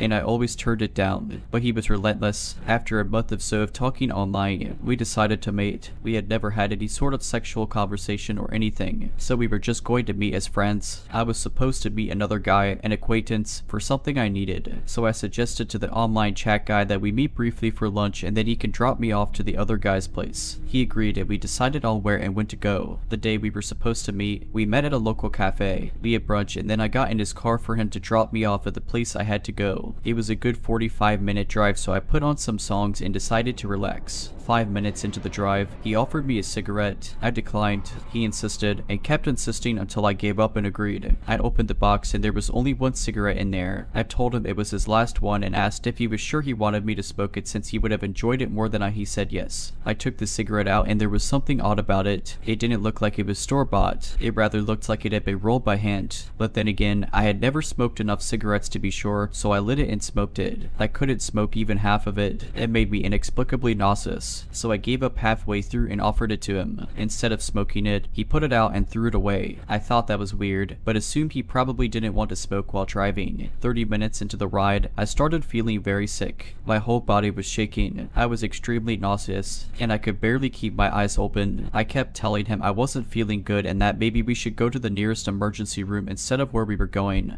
But he kept telling me to relax and lay back. Everything about that ride felt off. I told him to stop the car and drop me off wherever we were. He refused. All I could think of was pulling out my phone and calling for the police. When he noticed what I was doing, he immediately stopped the car and I got off. I couldn't stand, so I sat on the roadside and called the guy I was supposed to visit. He immediately drove to where I was and picked me, took me to his place where I threw up all over his living room, multiple times. For the next hour and a half, I just laid on the couch, my whole body shaking and constantly throwing up. The guy brought me water, gave me some electrolytes and kept insisting on going to the hospital. When I refused. I had no idea what I had smoked, but I was sure it wasn't just plain old cigarettes. I was scared if it had been some illegal drug, and if the hospital caught on, I would get into trouble, and I absolutely did not want my parents to find out what I had been up to. So I laid there, kept throwing up, and letting whatever that stuff was to get out of my system. All these years later, I am now married to the guy who picked me up from the roadside and helped me through an insanely embarrassing time. This story takes place about 5 days ago. I'm still shaken up over it. I'm an 18-year-old female and my parents and I packed up our stuff and made the long drive to our new home up north from our small and dinky apartment in Central Florida. I can't lie, I was very excited about this move. Attending college in the spring, finally getting to start my dream career, and so many other things I couldn't or didn't get to do in Florida. On the first night of our drive, we stopped at a hotel in what appeared to be a shady area. It was kind of scary as it was set up right outside of a closed down gas station with boards and graffiti written all over them. From my parents' experience and what I've seen on television, these aren't the types of places you want to go lurking around in. My dad, who's usually very calm and collected, was on edge the whole night since the door to our room didn't close all the way. We had to prop one of the hotel chairs against the door and use the deadbolt to have even the slightest bit of comfort. I thought it couldn't get much worse than that, but I was so wrong. The second night, we stopped at a small town in North Carolina. We had our 2 cats with us, so we had to find a hotel that was pet friendly. We came across one of those hotels and booked a room for the night. While my parents were making sure nothing shifted in the car, I sat in the passenger seat of my mom's car with my little buddy, trying to calm him down. He seemed more agitated than normal. About half an hour after pulling into the parking lot, we grabbed the cats and our essentials. Emotions were running high, so we were all on edge about getting to our new home in the next day or two, depending on the amount of sleep we got. We loaded our things into a cart and approached the hotel's side door. My mom pulled out the key card and it took a while for the door to finally unlock, but the second we heard it click, a woman started yelling at us. We all looked up and saw her frantically running towards us. Her voice was frantic. The panic in her voice still sends shivers down my spine every time I think about it. She wore a long dark blue jacket, her hair in a messy ponytail that was tucked inside her hoodie. She either looked really tired, like she hadn't slept in a year, or she had gone through something horrible. She was panting, muttering the words, "Call the police. Call the police. There's something wrong with that baby." There was no child with her, nor did we see any kids in sight. My initial thought was that maybe there was a kid near the front of the building that was seriously hurt, or there was a car accident we were too busy unloading to hear the collision. The woman kept telling us to call police, but my mom told her she didn't have her phone on her. I always carry mine on me, and me being the kind-hearted person I try to be, I offered to call for her. But the moment I pulled out my phone, my dad snatched it out of my hand. The lady then said, "It's really bad. You need to come and say." My mom told her she didn't want to see, and that we should go inside so the lady could go to the front desk and get help. At first, she was screaming, "No, I don't need their help. I need your help."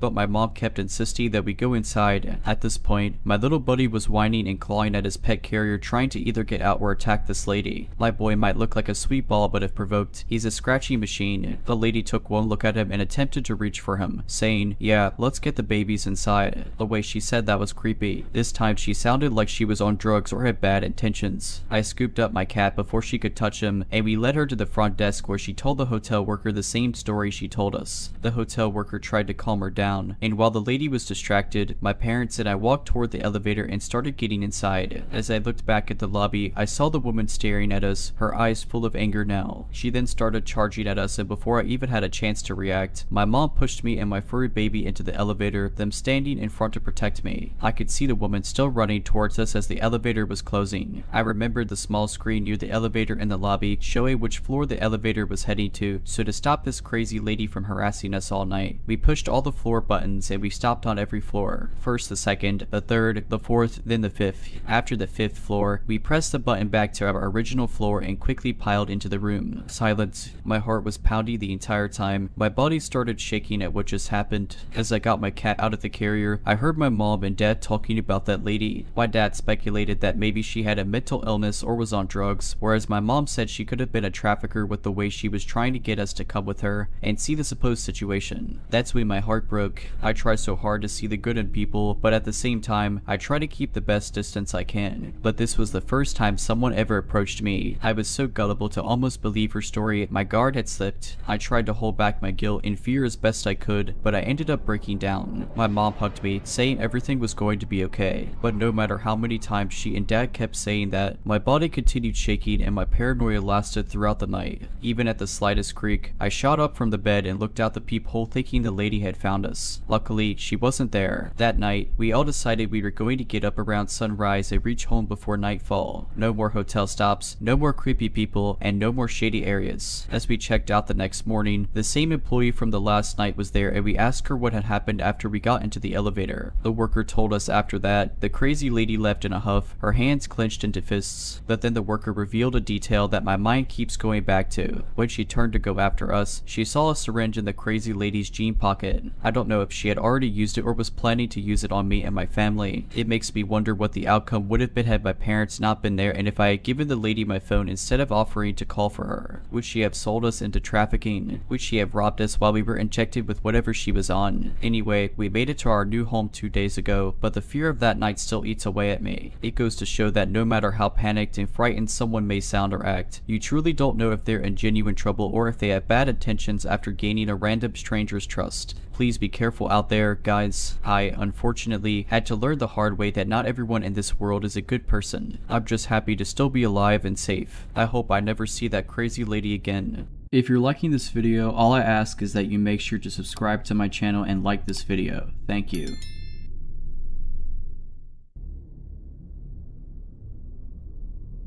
I'm a young guy with a nighttime job living in an area of town that has gotten pretty sketchy the past decade or so. The police are here at least once a month to sort out some violent or drug-related crime. I'm a very routine-focused person, so for the past 8 years before going to work at 1:30 in the morning, I always take my dog out for a walk around 1 in the morning. In fall of last year, I went for the routine dog walk one misty night at 1 in the morning like I usually do. I made a right turn after exiting the gate, and just as I passed the corner of my apartment building, I noticed a fuzzy shape on the ground just outside the gate of the neighboring building. I stopped in my tracks and took in what I was looking at. I determined it was just a cat laying on its side on the pavement. I thought this was odd, but since I know my dog would most certainly bark at it and wake up the entire neighborhood, I chose to turn around and take a different route for the walk than usual. For the rest of this walk, I was reflecting on that cat. There was something very off about the cat just laying relaxed on the ground in the middle of the night with no people around. Once my walk had looped me back to my gate, I decided to turn the corner again and see if the cat was still there. Sure enough, it was still there, same position and everything. Now I thought this scene was even more odd. I took my dog up to the apartment, put my work clothes on, grabbed my car keys and headed out. As I exited the elevator, the image of the relaxed cat laying outside was still in the back of my mind, perplexing me. Instead of going into the underground garage, I decided to instead go out of the main gate one last time to check if the cat was still there. I exited, turned the corner, and once again, the cat was still laying there. Since my dog wasn't with me this time, I just approached it this time to check if the cat was okay. When I got to it and looked down, I stared at it for a good long while. The cat wasn't breathing at all. It was dead, no question about it. I had my suspicions this might have been the case, so I wasn't entirely shocked, but something was still so off about it. The cat wouldn't just lay down in the middle of a paved sidewalk to die of natural causes. I thought. There was no noticeable blood on or around it, so I began thinking the cat might have jumped from one of the balconies. Just as that thought hit me, a raspy voice spoke to me from above.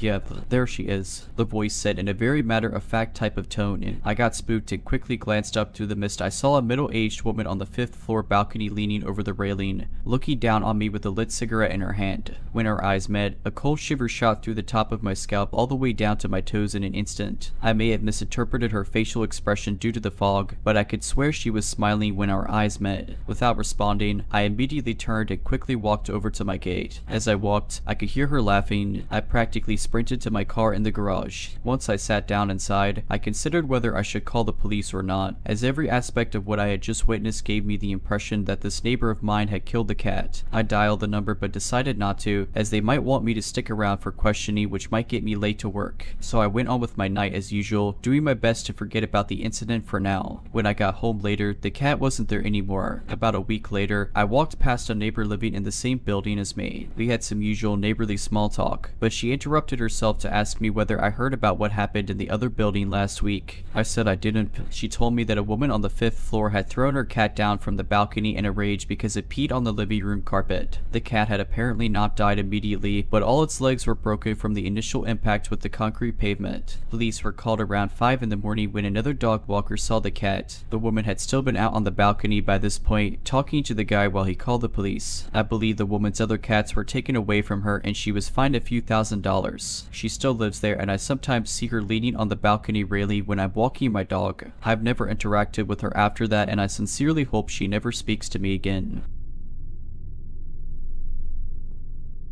I have this friend, for the sake of the story I'll just call him Ryan, who I believe has been stalking me for the past 2 weeks if not longer. I'll give some background information then get into the problem I'm in. Thanks in advance for any advice and help. We met back in 2014 in high school. He was always a quiet but nice and easygoing guy. We grew very close and I saw him as a brother. He didn't have a very smooth childhood. He saw his parents argue a lot, often for years. His mom even cheated on his dad and he saw the effect it had on him and the whole family. But you wouldn't suspect anything out of the ordinary just meeting him at first. Around 2016 he started to become a bit paranoid and would seem a bit pessimistic at times. He never had many friends, neither did I for that matter. We had 2 other friends together that we saw often, and we were the only ones he trusted. I saw him have this strange panic attack where he ran out of a restaurant we were at and he ran to a nearby park and yelled at people. I called his dad to come get him and he got him in the car and gave him a pill. Apparently this has been the second time this happened recently then. Fast forward to June 2021. In between that last episode / attack to now, Ryan seemed normal as could be, but I noticed he was a bit off and has been since then. He met a girl in college months before that he says he fell madly in love with, but she rejected him when he asked her on a date and blocked him on everything right after graduation. It took a massive toll on his emotional and mental state. He had another episode where he ran outside his house and actually provoked someone and they punched him in self-defense, and then his parents took him to the hospital during that summer and was officially diagnosed with schizophrenia. So from late 2021 until now I've noticed he's quieter, still cracks jokes, it can have a decent conversation with them, and still seems like a nice guy. But there's some stuff recently that I truly think is alarming, and this is why I'm making this post. So I'll cut to the chase. For the last 6 weeks we've hung out 3 times. This was actually after a hiatus where we didn't see each other since February this year because I started working more hours and went to night shift. Each of those 3 hangouts I've noticed he looks at me in a really strange way, like he's horny and imagining me naked or imagining himself hurting me. He also mentions how he's still in love with that girl from school but proceeds to call her names and wants to kill her right after. He has said this numerous times and even mentions going to the elementary school she goes to. He sent me a picture of that school on Google Maps with arrows pointed at it and firework emojis last week. He also admitted to having parked outside her home and sitting there for hours about 5 times back in 2021. For the past week he has been insisting on hanging out several times a day, and when I was at Chili's with my parents on site he sent me a message saying Chili's. He's able to see me since I'm on the Snap map on Snapchat since I use the app often to talk to other friends. When I went to the mall right after he said you're going to the mall again, you were there yesterday, which is true. I went to the mall twice, once with mom and then with both my parents the day later to get some stuff since one of our favorite stores was closing, so we wanted to check out good deals. On the drive home that day he messaged me saying you didn't work today, we should have hung out. I replied maybe Wednesday. So the day after, on Sunday he again insisted on seeing me, but I went to go play soccer instead with other friends and then went to go do laundry afterwards, and when I was at the laundromat he sent me a soccer ball emoji and a laundry emoji indicating he saw me on the Snap map.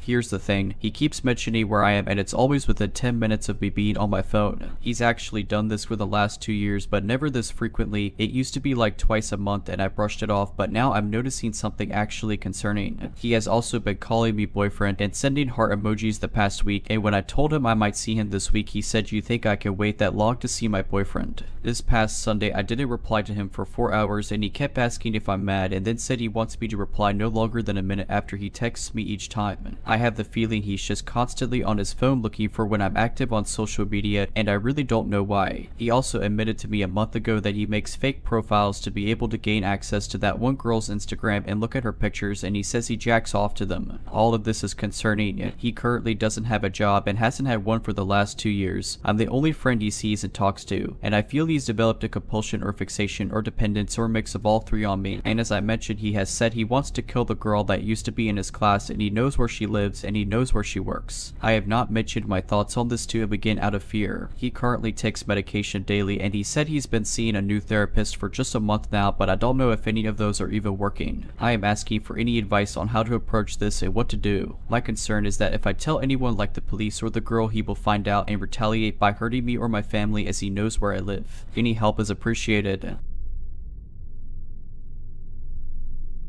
This happened about 20 years ago. I was 9 years old at the time, but my parents have also told me their side of the story on a bunch of different occasions. so that should help. My parents are both biologists. They met at work, and from there it's history. The place where they worked at the time was a government building dedicated to biology research used in government projects turned towards the public, meaning they were the ones studying the environment and making environmental protection laws around their studies. This being a massive, old government building, it always had a security guard present day and night. During the day, these security guards would mostly just stay at reception and greet people, but at night they would go do their rounds and make sure there were no intruders because of all the science equipment and computers kept in the building. One of these guards is the let's not meet guy. Initially, he seemed like the nicest person. He was really nice to me, and frankly, all the memories I have from him before this were really nice. He would greet me and talk to me in the nicest way every time my parents brought me to work. He would make me paper planes, which he was surprisingly good at, and throw them around with me, and he would stay with me at reception in the days my parents had to work into the night. Obviously, for me, that would get really boring really fast, so he'd keep me company and entertain me. Mostly we would talk, play with the paper planes, and watch television. It all seemed nice enough for my parents to trust him with me, which was probably their biggest mistake. One night, my parents had to work even later than usual. I think it was around 10 at night and they were still at it, so this guy, who was on the night shift, decided to take me around the building with him to do his rounds. We started on the top floor, checking all the rooms and the exterior part on the roof. Every room was so dark that I'd always stay a little behind and wait for him to turn on the lights. Then we stepped down to the second floor where my parents' office and labs were. We checked the opposite side of the building, going into labs with massive extractors, microscopes, and every kind of science equipment you might think of. We walked down the stairs to the first floor where most of the administration rooms were. I still remember seeing some maps on the walls and embalmed fish everywhere serving as decorations. First floor was all clear, so it was time to check the 2 basement levels. I thought it would have made sense to check the labs on the right side first, as the left side had a flight of stairs at the end leading up to where my parents were, but for some reason he decided we'd go check that side first. We checked all the labs, but I noticed his pace was accelerating and he was starting to look and sound happier, excited even. Once again, we checked all the labs, all the quarters from one end to the other, turning the lights on ahead of us and turning them off behind us when we left. When we got to the last area, he turned all the lights on and we went inside. There were 3 separate offices on each side of the lab, and on the first one, he hurried towards the printer, opened it up, took out 2 pieces of paper, and made 2 quick paper planes. That's when everything changed. He picked up one of the planes, went outside of the office, and threw it towards the end of the room. Then he told me the one he just threw was mine and that we could throw them around in there. I ran to the other side of the room to pick my plane up, excited to play with it, and suddenly the lights went off. When I turned around to check what was happening, I saw him getting out of the lab, turning the lights off and locking the door. I ran to the door, punched it and kicked it while screaming for him to open, panic taking over me because of how scared I was of being in the dark at the time. Through the glass on the door, I could see him scurrying away in the corridors, turning the lights off as he went and disappearing after turning a corner. I'm pretty sure that everything I felt and every shadow and creepy monster I saw in there while waiting was part of my imagination because of how scared I was. I balled up against a corner and could see shadows moving around me in the dark. I could only cry, lost, without knowing what was happening and why he was doing that. My parents finished work eventually, and when they did, they packed up their things and made their way to the lobby to pick me up and go home. When they got there, the security guard was at reception, but I was nowhere to be found. They panicked, of course, must have shouted 100 different cuss words at the guy, and I'm not sure how my dad didn't murder him right then and there, but when they first asked the guy where I was and what he had done with me, he simply said that he had gone to do the rounds with me and I must have gotten lost somewhere. This is a building that would take you about an hour and half to check from top to bottom, even if you're rushing, so must have gotten lost somewhere is not exactly helpful. They looked for hours without finding me. It was only when I saw a light far at the end of the corridors leading to the lab I was in that I got the courage to stand up, rush towards the door and start punching it as hard as I could. They finally found me there and made the guard unlock the door to get me out. I don't really remember sleeping that night, and if I did, it must have been out of exhaustion, but I know I made my mom stay in the bedroom with me the entire night. Of course, my parents made a complaint against the guard, and when they did and the guy started being investigated, he was fired and arrested, not because of locking me away where he probably hoped no one would find me, but because he had been partnering up with other criminals to steal computers and equipment from the building to sell in some shady market along with the information in the hard drives and make money off it. By then, he had stolen a lot of old computers without anyone realizing, and who knows what his plans were for me that night. I'm not convinced that locking a crying child in the middle of the darkness, hidden away in some room, is exactly the most normal behavior if you're not trying to hide them and come get them later when everyone has left and sell them as part of your product. Luckily, he never had the chance to do that, and I really hope he never got to do it to any other kid.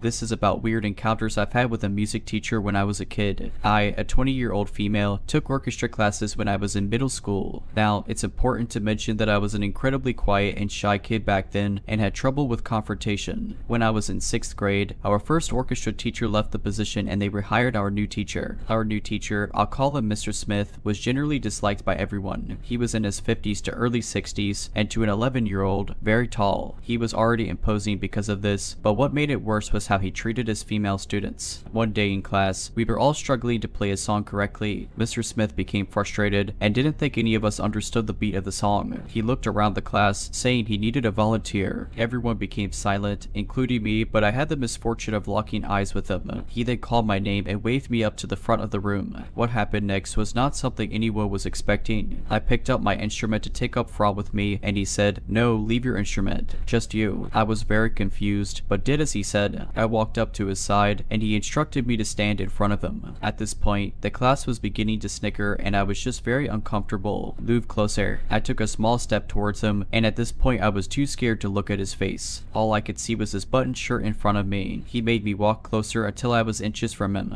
Then, he moved my arm up and put my hand in his. He proceeded to make me slow dance with him for what felt like forever as he counted the beat. I let go of his hand at one point and tried walking back to my seat, but he grabbed my arm and pulled me back, saying not yet. After this was over and I went on to my other classes, I learned that in each period of the day, he had chosen a female student to dance with him, regardless if the class was struggling to understand the beat. Unfortunately, this was not the end of what felt like unwanted attention from him. He would somehow find me in the hallways and would try to have talks with me about anything, even though I mostly kept to myself and didn't cause trouble in class. It got to a point that my friends understood how I felt and knew to say something to me when they saw him. And every time, without fail, he always managed to put his hands on my shoulders when he talked to me, even if I was already backed against a wall. He wouldn't let me leave, and I was too scared to say anything. He could find me in a crowd easily. He didn't do anything to my knowledge that was punishable, but to me, something always felt off about him. So to my creepy music teacher, let's not meet again. If you're liking this video, all I ask is that you make sure to subscribe to my channel and like this video. Thank you.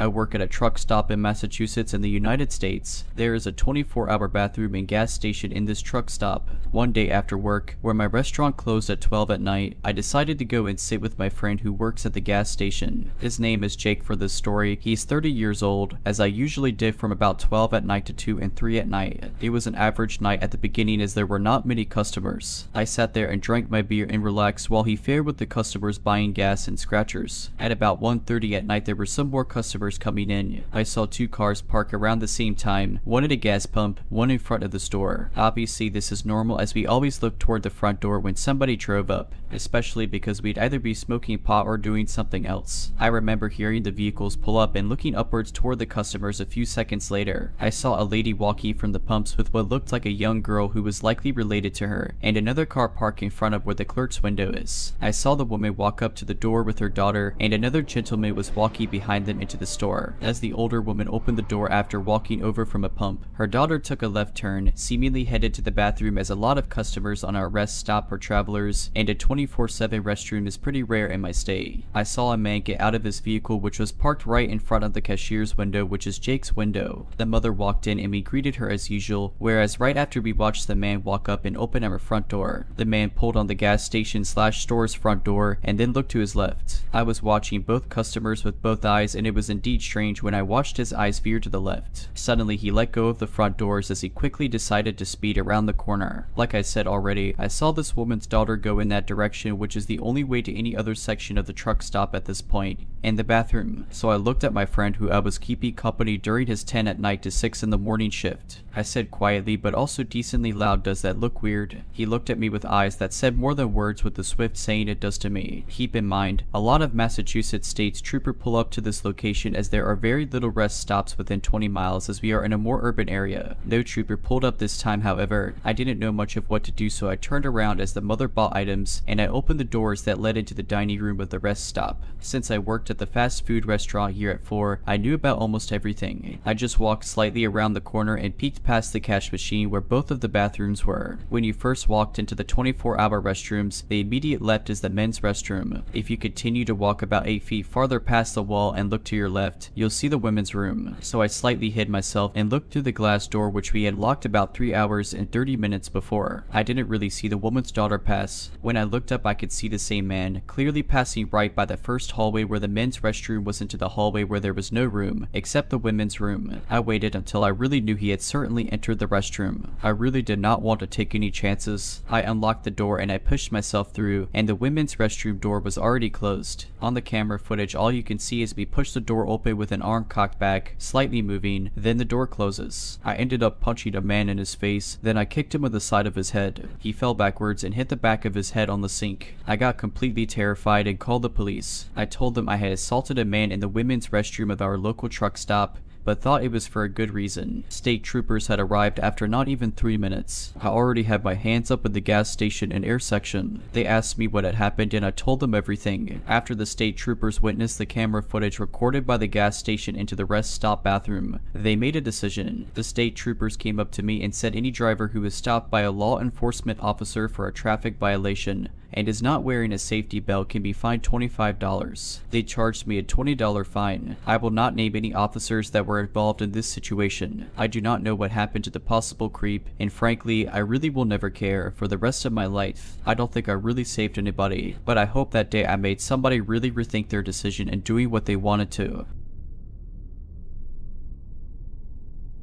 This happened at a travel hockey tournament. I've never had an experience like this before, so it was shocking as somebody who has been playing for 13 years. At the time I was a 13-year-old female. However, at 13 I gained the privilege of being able to walk around in public without having an adult's eyes on me 24/7. In hindsight, probably not the best decision of my dad. I was on a co-ed team this year and all of the kids were 13 and 14. We were headed down nearby DC for a tournament in December. Our team manager booked a hotel that was in the projects. I'm talking hearing a gunshot and seeing abandoned houses nearby when I pulled into the parking lot of this hotel. This was already a red flag, but I continued to unload my suitcase from my dad's truck and grab my backpack too. As we were headed towards the doors of the hotel, I heard a man behind me calling some girl's name. I think he was screaming Annie or something that sounded like that. I turned around just to see if he was anywhere near us, and he was standing next to a large pillar connected to the hotel. This man had bloodshot red eyes and was definitely on some sort of substance. I decided to start walking faster, and my dad must have thought the same thing as me because we started hightailing it to the hotel doors. Less than a minute had passed once we reached the hotel doors, probably about 10 seconds. I decided to look back to see if this man was still there, but he disappeared. Eventually my teammates all texted the group chat saying they had arrived and they were hanging down in the lobby. I rushed to the elevator to go join them. I clicked the start button which leads to the lobby, but when the door opened, it wasn't the lobby. The elevator had taken me to the basement. I was frightened because it kind of looked like the back rooms except tile flooring, with some 60s music playing faintly. I took a peek outside the elevator door and there was absolutely nobody in sight. I tried the start button again, absolutely horrified from that. I didn't feel myself go up or down. The door opened to the basement again. I figured maybe the start button was the basement and it was just different from other hotels. Maybe I just had made a mistake and was supposed to press floor 1 to get to the lobby. I hit the floor 1 button. This time it took me to a hallway. The button led me to the first floor of hotel rooms, still not taking me to the lobby. At this point I started to get confused and an eerie feeling overcame me. I decided to head back onto the elevator, go to my floor and walk down the stairs. I knew my entire team was roomed on the 3rd floor, so I felt more comfortable walking down the stairs from there. I went up to floor 3 and got off of the elevator. On my way to the stairs I saw weird crumbs in front of a hotel door and bent down to take a look at what it was. It was weed on the floor. I was kinda taken aback a bit. The person on the inside must have heard me because the door opened. The crazy man from the parking lot was the one behind the door. After seeing this, I bolted to the stairwell and ran down the stairs. I was running so fast that I was skipping some steps. I even ended up accidentally tripping at one point, but I got up as fast as my little legs could carry me. I made it down to the lobby and my team saw me in a panic. They all asked me what's wrong and I explained my story. I got a few looks from them and they probably thought I was delusional, but one of the boys convinced the whole team to follow me onto the elevator so I could show them in person what happened. I clicked the start button and lo and behold, the door reopened without any movement from the elevator. This was the same elevator and same button I had pressed previously. I still have no explanation behind this. The weekend ended up continuing but being completely normal until we had to leave for our last game. We all were standing in the lobby about to leave.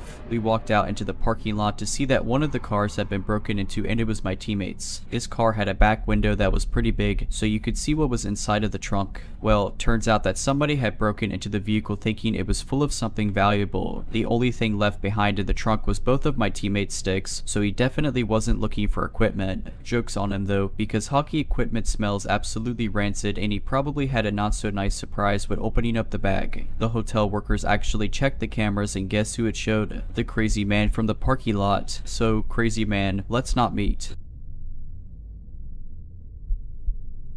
This happened not too long after I moved to England. Back then, and still to this day, my country's living conditions weren't great, with everything getting worse every year, low salaries and high cost of living, so I decided I had enough. Not too long before that, my best friend had moved to England with her boyfriend and her dog. They lived in a house with a spare room, so we planned it out, and I moved to their house and shared the rent while I tried to find a job in my own place. We didn't last too long in that house though, and 2 weeks after I moved in, we moved into a different house. The house itself was supposed to be better, but the neighborhood it was in, well, let's just say it had a lot to improve on. The problem, though, was that my friends had the dog, and most nights they would get into huge fights about who was the most tired from work, who worked the hardest, who did the most at home, and other nonsense I didn't have the patience for, so I would end up offering to take the dog for his walk just so I didn't have to listen to them anymore. They would usually go pretty well, I think especially because this was around the pandemic time, so there were a lot less people on the street. One night, though, was different. When I offered to take the dog and walked out of the house with him, I had this strange feeling going on, like that night I shouldn't have offered to go and should have just stayed home. Then again, maybe it's best it was me and not my friend.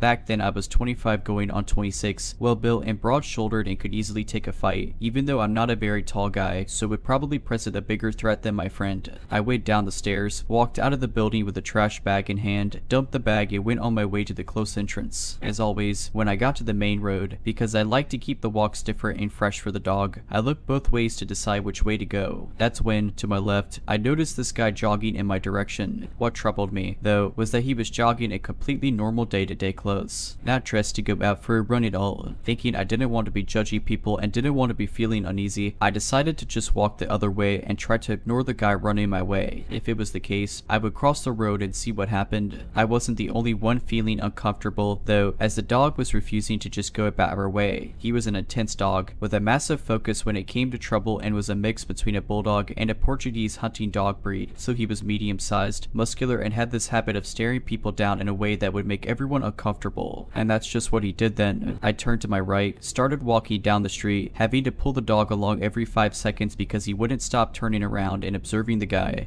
who was still about 30 seconds jogging away from us. Of course, I kept my eye on the guy as well, taking advantage of having to pull the dog along to keep measuring how far the guy was from us, and when he was starting to get too close for comfort, I decided to cross the street. If he was just running past, he would be on his way. If there was something else happening, he would cross the street as well. Of course, that's exactly what happened. When I started crossing the street, the guy crossed it behind me, and then I decided to actually stop and let the dog stare the guy down to see what would come out of this. It was like I had messed everything up for him. He looked surprised, stopped running, and walked past us with both me and the dog eyeing him. He then lifted his hands like he was surrendering and said, "Hey brother, all good, all good," to which I just replied, "All good, you?" "Yeah, boss, yeah," he said. Then he walked ahead of us and finished crossing the road, and I went back to the same side of the road I was on to begin with and thought that would be it. No trouble, just a slight misunderstanding. That's when the guy stopped, turned around, saw I was not on his side of the road anymore, and did the weirdest thing. He took 2 steps back up the road and hid behind a tree, like he was hiding from someone else that was ahead on the street. This made me even more uncomfortable, and I was now having to control my shaking legs, adrenaline, and increasing heartbeat, and not let any signals give my discomfort away. I ignored it, kept walking ahead, walked past the guy on the opposite side of the road, looked him in the eye again to warn him without having to say anything,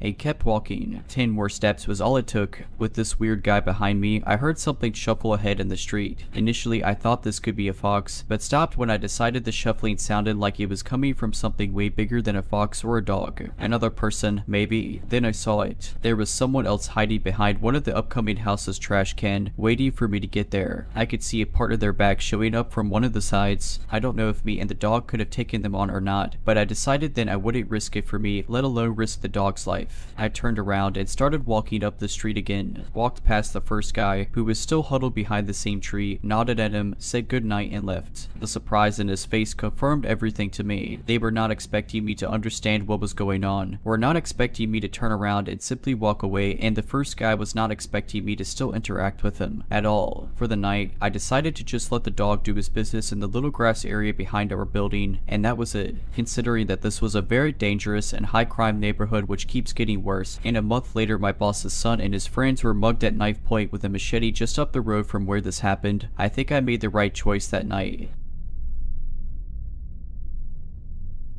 So this happened a while back. I was probably around 10 or 11 years old. Meeting my brother, Alex, was around 8 to 9 years old. We were walking home from the bus, which takes about 7 minutes to do, when I noticed something was off. I didn't see anything at first, but I just knew that something was wrong. So my brother and I start walking home, as the only two who got off at our stop were him and this blue and silver beat up truck drives past us, and I think nothing of it. It never slowed down or stopped. It just kept going. Alex and I were holding hands, as my grandmother always told me to do with him, as he's my baby brother and I want nothing to happen to him. Nothing happens at first, but then the same truck drives around again, driving our way this time. There was a cul-de-sac at the end of our road. It was driving slower this time. It went up the road and turned out of sight. Now Alex and I were nearing the three-way intersection that connected the cul-de-sac road to the other side road. Right off the main road the man just drove down. I happened to look down the street and see the truck driving real slow down the street towards us again. I knew we had to run. I knew there was no other option. I knew that if we didn't, my brother and I would not be safe. I don't know how I knew, but I did. As soon as we passed a house that blocked us from view, I turned to Alex and spoke to him exactly 4 words. No questions, just run. And we did. In our driveway, which is about 100 feet long, there is a row of bushes and pine trees that divide our home from the next door neighbor. I dragged him in there and told him to be quiet and I'd explain later. I watched as the same truck drove down and around the cul-de-sac again before coming to a stop right in front of our house. I had to hold my brother's mouth shut because he was crying and I was scared that whoever was following us would hear him and hurt us. I was more worried for him than for myself at this point. I was in fight or flight mode. I was the big sister. I had to protect him. I looked at him and said that the truck was following us, and I told him to not be scared. I said I wouldn't let anyone hurt him, and it seemed to calm him down a little. After what felt like hours but was probably only minutes, the door to the truck opened and out came a man. He was tall, skinny, and messy. Short hair covered by a torn baseball cap,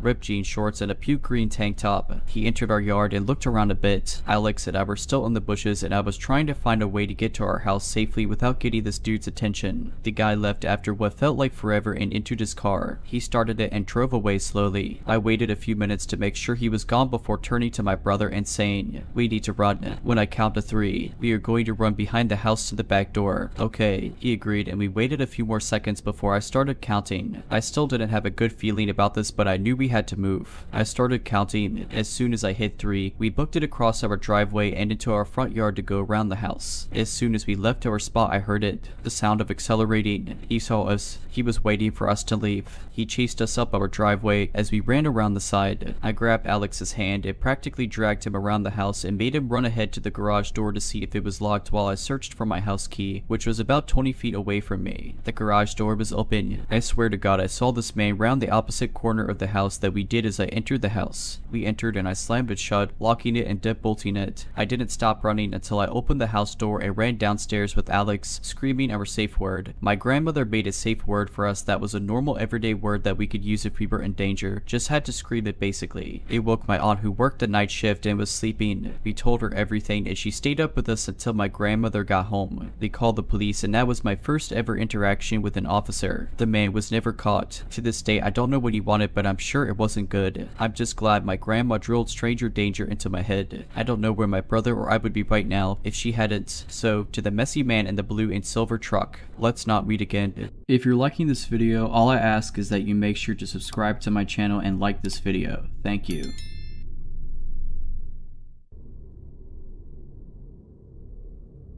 So I'm a new Uber Eats driver, only been going about a month. I was just completing an order in the middle part of town, not too suburbs but also not too bad. I live in a major city, so going in and out of varying income level places is normal. As I walked up to my customers, I see there's a man and woman in the doorway and another woman across from them on the sidewalk. The woman in the doorway is standing timidly behind the guy and his jaw looks firm. She doesn't break eye contact with me as I walk up, but I tried not to pay it much mind. The guy accepted it, said thanks and rushed him and his girl into the building. swimming. I started to walk back to my car when I noticed the woman from before gently calling for me to stop. She was gently saying hey, and I almost didn't catch it. However, I did notice her trying to keep pace with me on my way to my car. That sent my haunches up, and I did a quick little 1-2 step to get a bit in front of her, jumped into my car without breaking eye contact with her, pushed the lock button on my door, and she still proceeded to try and reach for my passenger side door as if to open it. She heard the door click and stopped on her way to grab it. She bent down to look at me through my window, and her eyes looked far off and bleary. She kept mouthing something, but just like before, her voice was very quiet and I couldn't hear her. I cracked my window just a bit so I could hear her, but not enough that she could get a hand inside. I said hello. I was pretending to be callous and hard, but I am very soft and easily intimidated. I'm not good with confrontation, and in most dangerous situations I tend to panic. I'm really proud of myself at this point that I was quick enough to think of all of these safe solutions. She starts just talking in circles about what are you doing, where are you going, and you can't deliver for Uber, you're in high school. Keep in mind that I do have a baby face, but I am 30 years old. I'm polite but curt with her and tell her yes, I am doing deliveries and now I have to go. Did you need something or did you need any help? She keeps trying to talk in circles, but as I'm about to insist that I am peeling out, she says hey, let me come with you. I get this weird feeling in the back of my neck because she looks like what she said was a perfectly sane request and still did not break eye contact with me. Also keep in mind that this entire time she's been speaking with a very gentle and quiet voice as if she was talking to a small scared animal. I say no thanks. She insists saying just trust me, I'm going to go with you, just trust me. Again, this point getting more nervous, I say no thanks, I'm about to drive off, you should step back so I don't run over your feet. She tries to get closer, maybe thinking that if she doesn't move I won't move. She's sadly mistaken and I start rolling slowly forward saying you better step back, I'm about to crush your feet. She kept laughing to some unknown joke in her own mind saying you're so funny, you're so funny. I peeled out of there and confusedly looked back in my rearview mirror. I never come across someone like that before and I've been in much rougher neighborhoods than this, so I was very confused. I called my husband, who was used to living in the rougher part of my large city, and said that she could have potentially been trying to trap me so that another person or car could roll up on my driver's side and potentially jump me or try to steal my car. I'm always glad for his insight. Because of my shelteredness, I have no idea about all of these strategies that people have to get one up on you.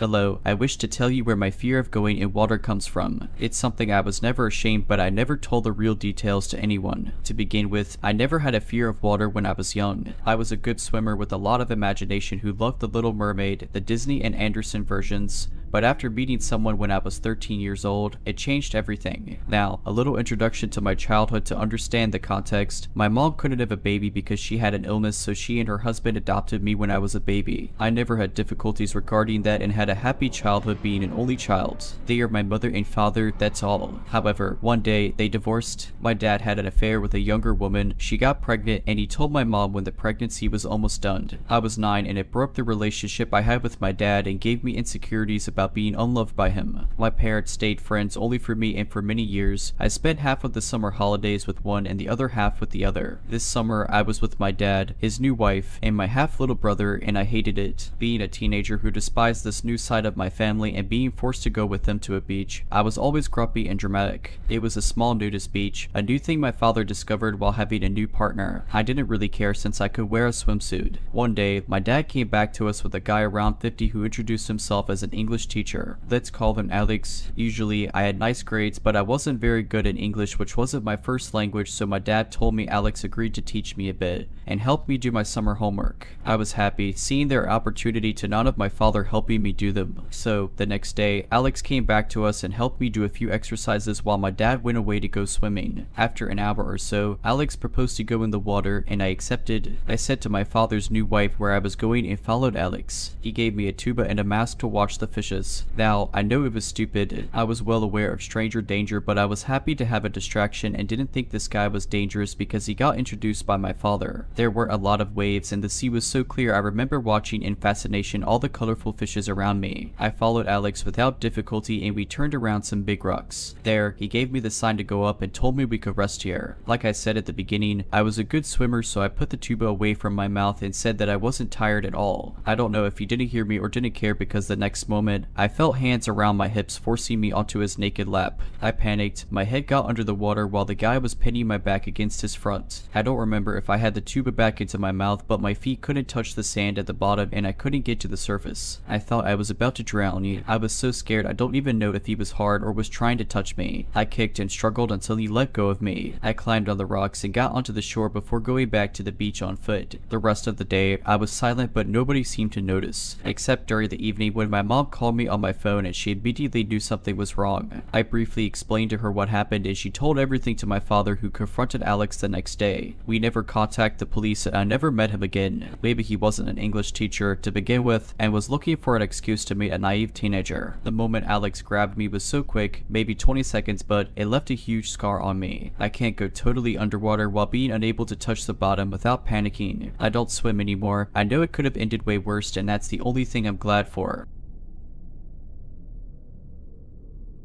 About 3 years ago, I, a 21-year-old female, was a waitress during the height of the pandemic. It was my first ever job and I remember being so excited to start as soon as possible. After all my training was finished and I got my certifications, I was put on the closing shift. We closed at 10 at night every night. At the time, typically it was just my cook, a 20-year-old male, and I rarely would there be another waitress with me and I liked it that way. I always worked better alone and I didn't really get along with most of the other waitresses anyway, so it was nice. I can remember it was near the end of my time there that this experience happened and I'm really happy I had the circumstance I did at the time. I never could really trust my gut very much because I had mild anxiety and couldn't tell if what I felt half the time was valid or not. I mentioned this because when all this went down, it felt real and I had an absolute feeling. I had started my shift that evening around 3. I said goodbye to the last waitress and I was on my own with my cook. Everything was pretty slow and normal until I got a call about one of the specialty items on the limited time menu we had. The food couldn't be ordered as takeout and the lady over the phone really didn't take it well. After a little debating, she finally decided to sit in and eat instead. I'd say around 10 to 20 minutes later is when I spotted an older looking car pull up and 3 people came out. 2 men and a woman who looked to be in their 30s to 40s. I could tell it was the same lady I spoke to over the phone judging by her attitude coming in. I further confirmed it by asking since I already had a pretty good idea of what she wanted to eat. What I thought was an act of mild embarrassment and pettiness was actually something much more sinister later on. Her attitude toward me changed when she saw me. She was much nicer and more cooperative. This didn't ring any bells at first because it was something that most people who wanted to look good in front of others would do. I sat them at a booth and took their orders. I noticed they had a red binder and a black pen. Remember this. I then waited 10 to my other customers as there were a couple other tables I was waiting on. Once I brought their food out to them, they asked me if I knew any realtors. I found this to be normal as this being the tourist vacation state it is, it wasn't uncommon for outsiders to be looking for getaway homes. I would say this was reasonable for me to assume it was nothing if they didn't already look like the unsavory type of people, if you get what I mean. Nonetheless, I gave them the phone number to a realtor I knew closely and well since I often went to church with her. There wasn't any other notable interactions I really had aside from occasional small talk if I wasn't doing anything or refilling their drinks. It was around 4:30 now and they were the last of my tables to leave the restaurant. If any of you were in the food industry, you know that as a server, you don't really get breaks. Just a lunch most of the time, and sometimes not even that if it's super busy all day. So my cook and I took this as an opportunity to take a well-deserved break. We walked out behind them and had a small chat with them. I should mention by now that the front of the restaurant had a disabled ramp coming up to the doors. It was long because the building was on a raised foundation. This is important.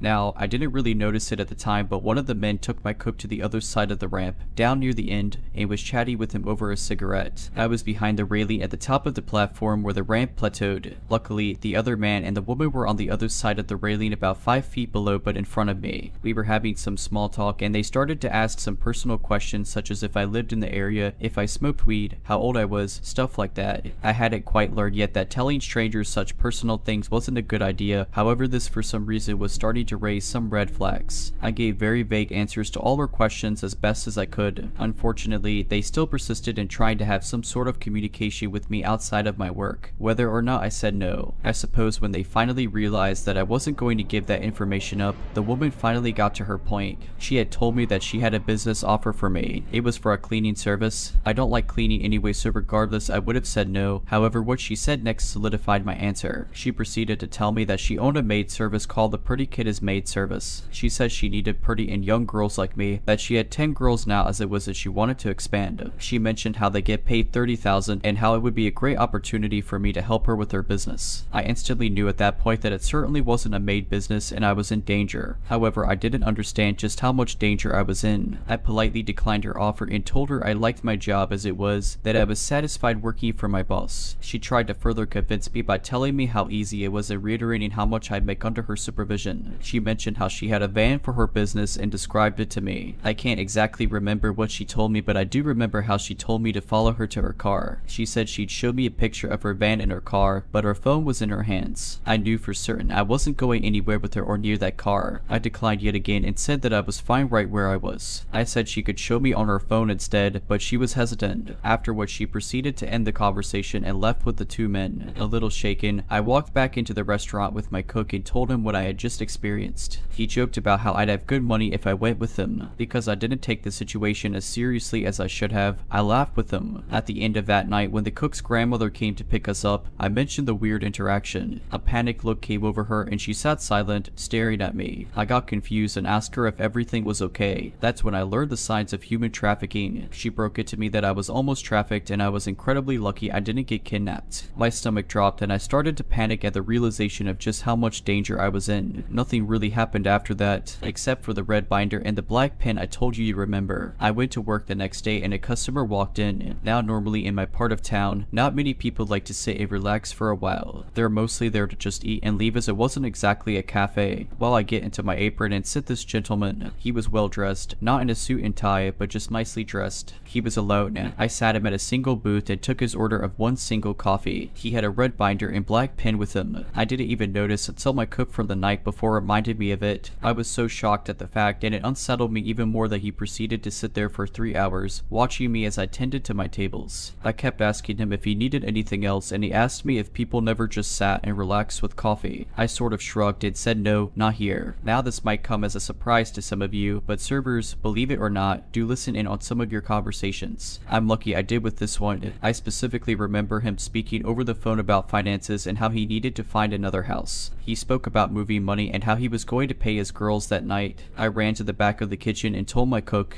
Thankfully, he came out with me to help deliver some plates in order to throw the guy off. It worked, I think. He ended up leaving not long after that, and I haven't seen or heard anything since. I'll tell you though, I've been much more on guard since then. Though, I wasn't able to report them because their car was facing forward toward the building's cameras and we couldn't see the license plate. Yes, I told my manager and he never allowed any of the servers to leave the building without someone else walking them out. I made it known throughout the whole staff about what happened since I didn't want any of them to get hurt. If you're liking this video, all I ask is that you make sure to subscribe to my channel and like this video. Thank you.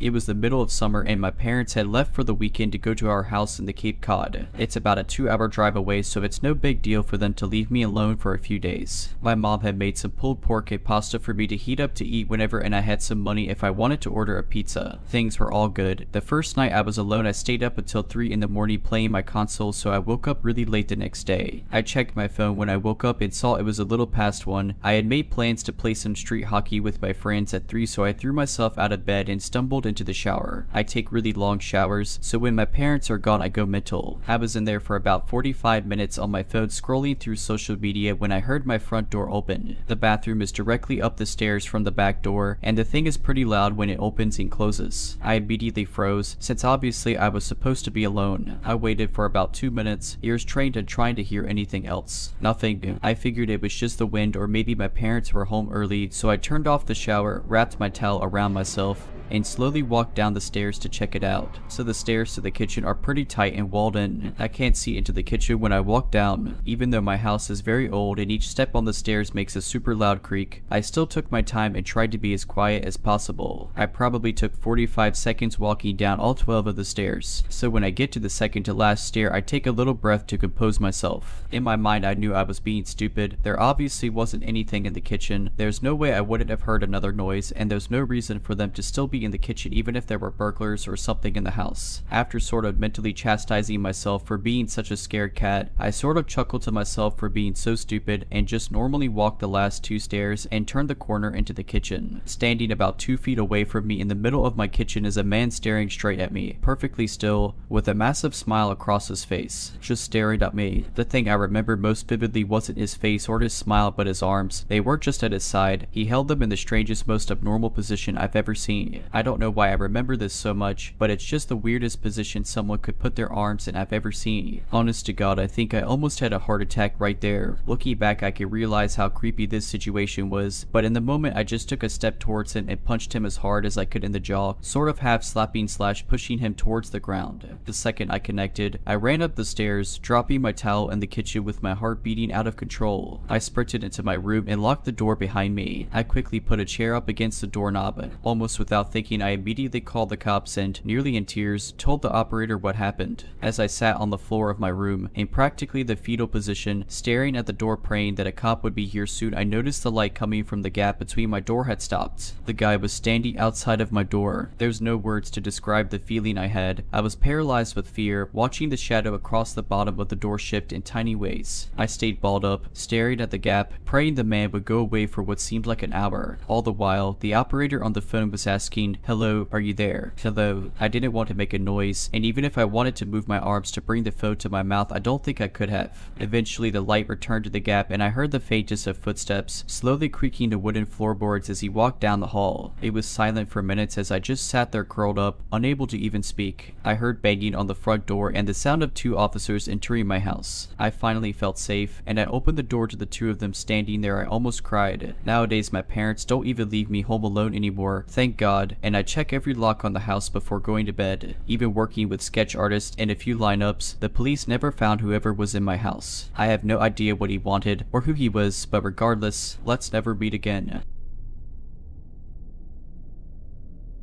So, this happened in 2011, so the exact dialogue may have escaped my memory a bit, but the situation is something I'll never forget. Also, AIM was still pretty active during this time, and so was video chatting. This is important for later. I was on an online dating site and was talking to this guy. I was 31 at the time, he was 28. We talked for about 6 weeks before I gave him my phone number, and we took it online to calling and texting for another couple of weeks. 2 months after our initial chat, we were texting, and he told me that he was out having a few beers at a bar near my house. He asked what I was doing and asked if I wanted to come out, but I had a very long day at work and didn't feel like going to a bar. I invited him over to my place, which was stupid in hindsight, and after he finished at the bar, he accepted. I figured I would be okay since I do keep firearms for protection and know how to defend myself if needed. I also had a webcam. I took a shower so I wouldn't smell like a water buffalo on a hot day, put on some makeup and got dressed to wait. He then called and said he was outside of my house. I clicked record on my computer's webcam program and turned off my monitor and wait to let him in. It's around 10 at night, and he comes in and we go back to my bedroom because my living room was being remodeled.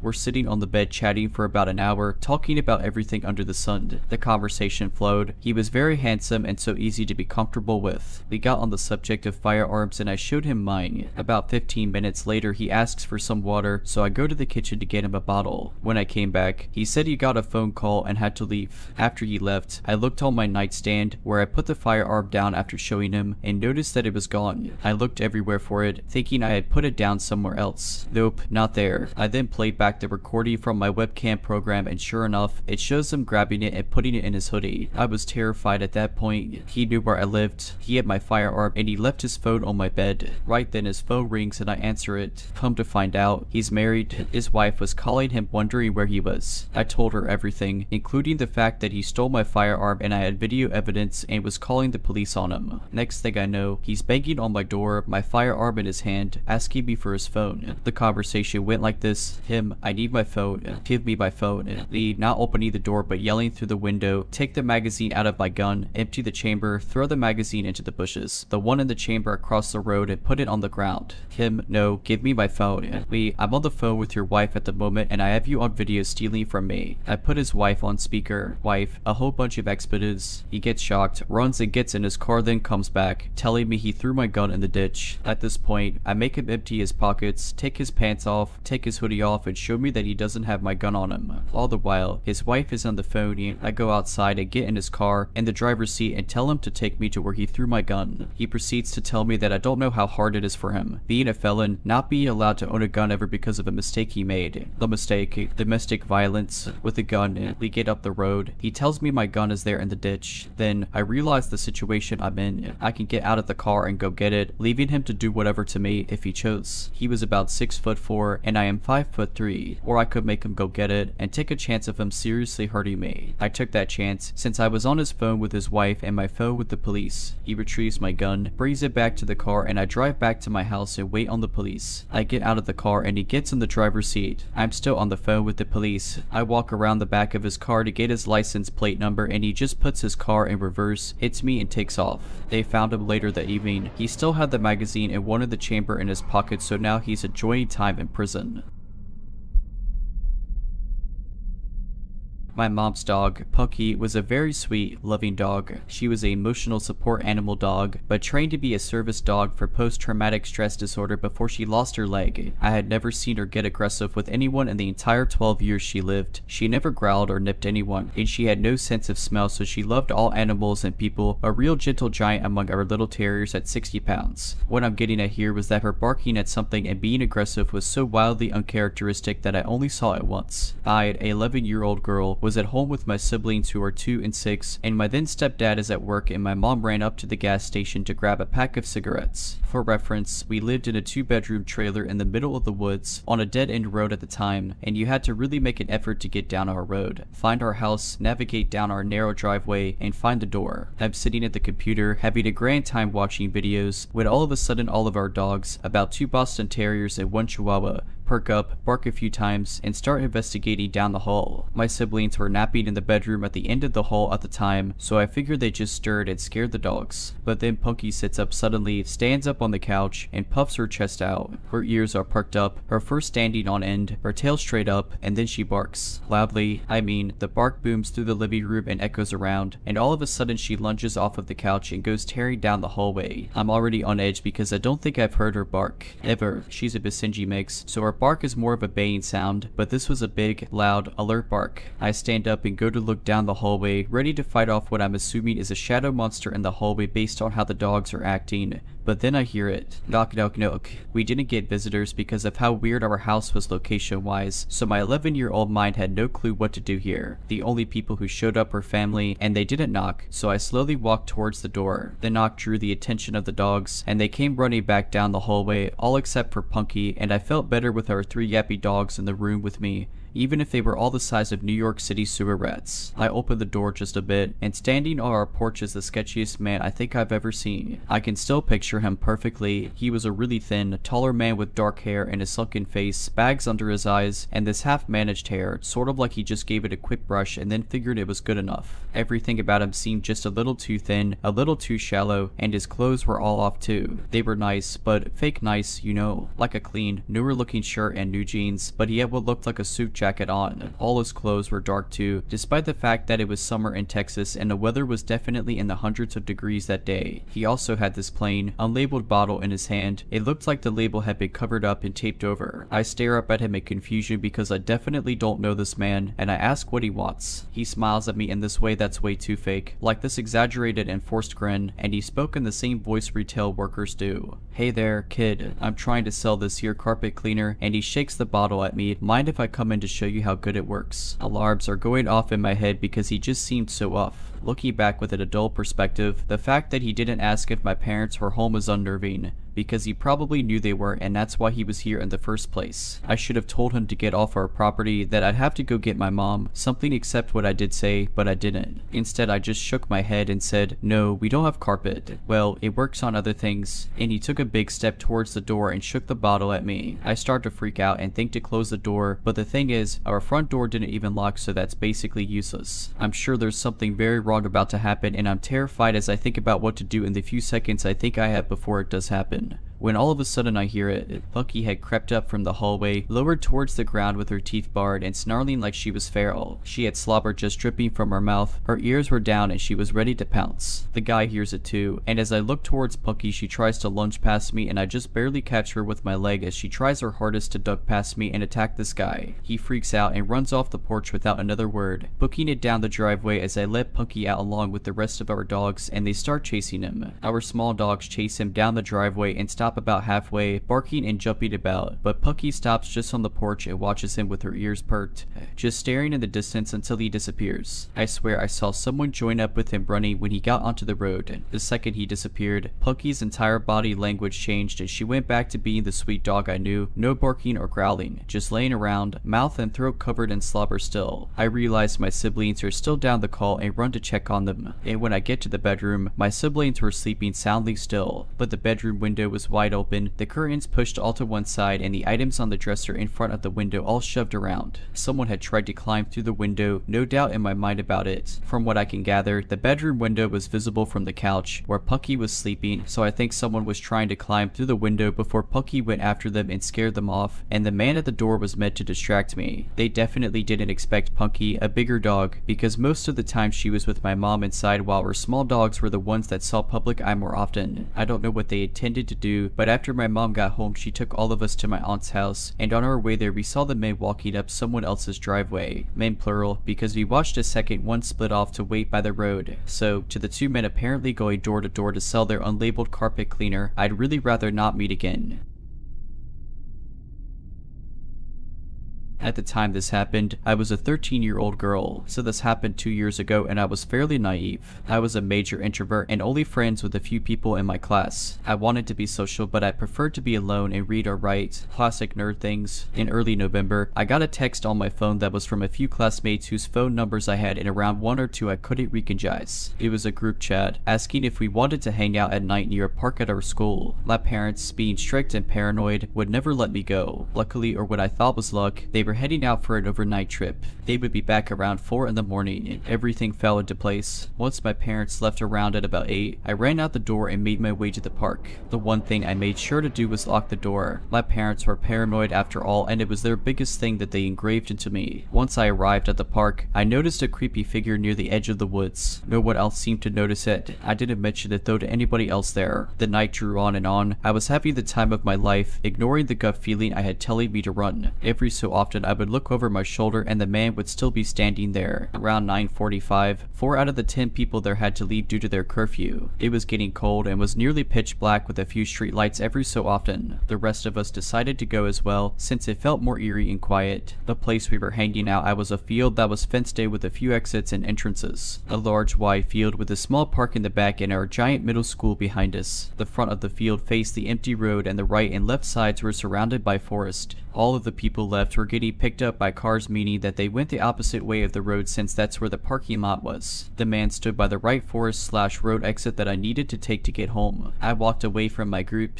The man was probably early 40s, late 30s, dark hair with a beard. He was probably around 5'9", but at the time it seemed like he was 6 foot. He stood about 10 feet from the exit I had to take, so when I got close enough to it, I ran for about 30 feet through the exit and through the woods. Once I felt safe enough, I started to quickly walk through the woods, or at least get to the road. I heard a snap and a crunch from behind me. I stopped walking for a second and quickly checked over my shoulder. Around 15 feet behind me stood the very same man. He was walking slowly behind me, almost as if he was trying not to be suspicious, but it only made my fear worse. I turned around and walked so quickly I was basically jogging. I lived about 10 minutes away from the park we had hung out at and I wasn't athletic enough to run home. After around 7 minutes of walking fast, I was in my neighborhood. I knew that I could run to my house if I had to, so I checked to see if he was still trailing behind me. To my horror, he was only 5 feet away. I ran faster than I've ever ran. I could hear his footsteps behind me thumping across the concrete as he ran too. I dove down an alleyway I knew well and tried to lose him in a park, making my way home longer. I could hear his heavy breath followed by his footsteps as he tried to keep up. I cut through houses, backyards, and front yards. I finally made it to my house and flew up the steps. I looked behind me and he had just arrived at the bottom of my stairs. I unlocked the door and burst through it, shoving it close behind me and I heard him hit the door with his whole body. I ran around the house and locked all the windows, turned off the lights and hid in my bedroom with a kitchen knife just in case he got in. He didn't, luckily. If this was a better world, that's where my story would end, but it doesn't. After a few months, I haven't really told anyone what's happened since I don't want to get in trouble with my parents for sneaking out or anything. I didn't go out with anyone or any group anymore and my loner status returned. I began to write horror stories as a coping mechanism and never went out past 7. It was around February when a classmate of mine was sharing a story of some random man following her home on the bus. She described him almost the exact same as the man who had chased me home. Another girl mentioned that he sounded like the guy who stood outside the school and tried to follow her home. I didn't join it, but everyone agreed that he was just a weird guy. He was kind of forgotten, and eventually I moved on too. Around May, I was getting ready to walk to school when my mom pulled me aside and showed me a picture of a man. The guy who stalked me actually. She told me that he had been taken into custody 2 weeks ago for assaulting a child and had escaped last night. She told me to keep an eye out for him and to call the cops if I saw him. I was shaking the whole time I walked to school. It haunts me to know that if he had caught me, I would most likely be in her position or even dead. So, creepy nighttime stalker who liked to hunt down young girls and assault them, let's not meet again. If you're liking this video, all I ask is that you make sure to subscribe to my channel and like this video. Thank you.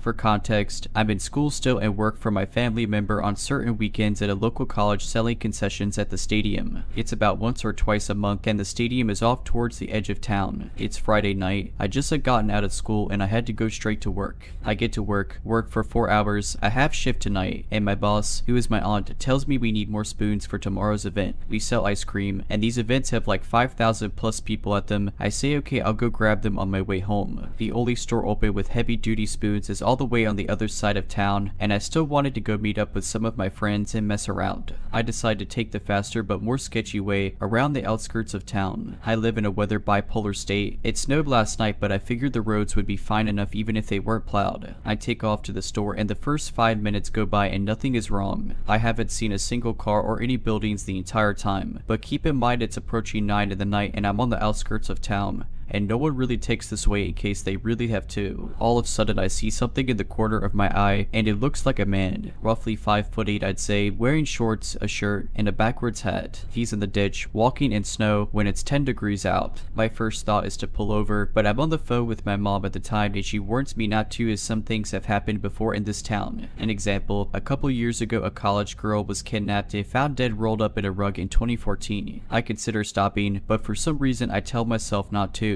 I wasn't really worried about anything. I'm a young dude driving a big pickup truck. Last type of person anyone would want to harm, right? I pass the man, going about 40 miles per hour. I drive not even 500 feet past him, and immediately, a car that I did not see at all before turns on. It pulls out of a field entrance off the road and starts to follow me. At first, I thought I just was focused on the man in the ditch and didn't see a road, and that's where they come from. But I later found out there was not a road there. Now, again, I'm not super worried. I didn't feel it was a threat yet. I start to approach the town again and have to take some turns to get where I'm going. I turn left, the car turns left. I turn right, car turns right. I go around a roundabout and skip my turn and go twice as no one else was there. Car follows. At this point, I start to worry a little, but maybe they just need to go to the store also. I then pull up to a stop sign. Keep in mind, I wasn't on the best side of town either, may I add. I turn without my turn signal. The car follows. Now, at this point, I should have went straight to the police station, but I still didn't think much of it. I'm 2 miles from the store, where plenty of people will be. I take a few more turns, and the car continues to follow me. I completely blew a stop sign at a non-busy intersection, and the car does a quick stop and go and catches up. At this point, I'm 2 turns until the store, so I'm still not worried. I turn into the store, and the car turns also. The store also has a gas station, so I pull there first to act like I was getting gas. The car sets off to the side of the road, in between the gas station and store, and just sits there. I wait about 10 minutes, and the car doesn't move. At this point, I start to get worried. I'm a young kid alone at night near the bad side of town.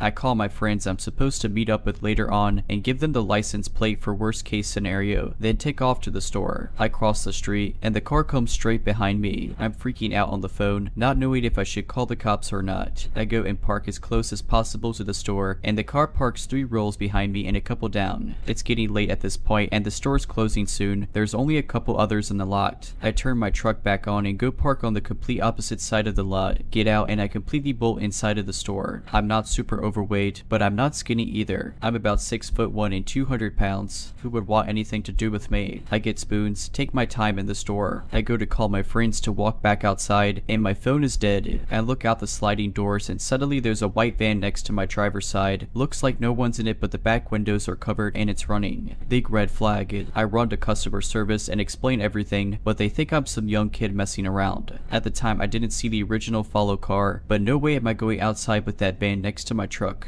After waiting what seemed like hours, in reality about 30 minutes, the van pulls forward and the original car appears from the side of the building. They came from the in-store Starbucks window and talked, and both drove off. I wait another 10 minutes and dash outside. I speed to my friend's house, and when I get there I park in his garage. My one buddy asked why there's a big orange mark on my tire, and my heart sinks. When I was inside, the follow car must have marked my tire. After inspecting rest of truck, we find a small pipe dropped in the bed of my truck surrounded by snow. It was about 2 inches wide and I'd say about 18 inches long, wrapped in duct tape. It was not Mike. I was alone, no phone, scared, in a part of town I'm not familiar with. I try to laugh it off, but now that everyone's asleep I can't help but think what would have happened if I walked outside. I've always been sort of ego boosted on the fact I'm a chubby fat dude that no one would want to mess with, but after tonight I realize anyone can be targeted.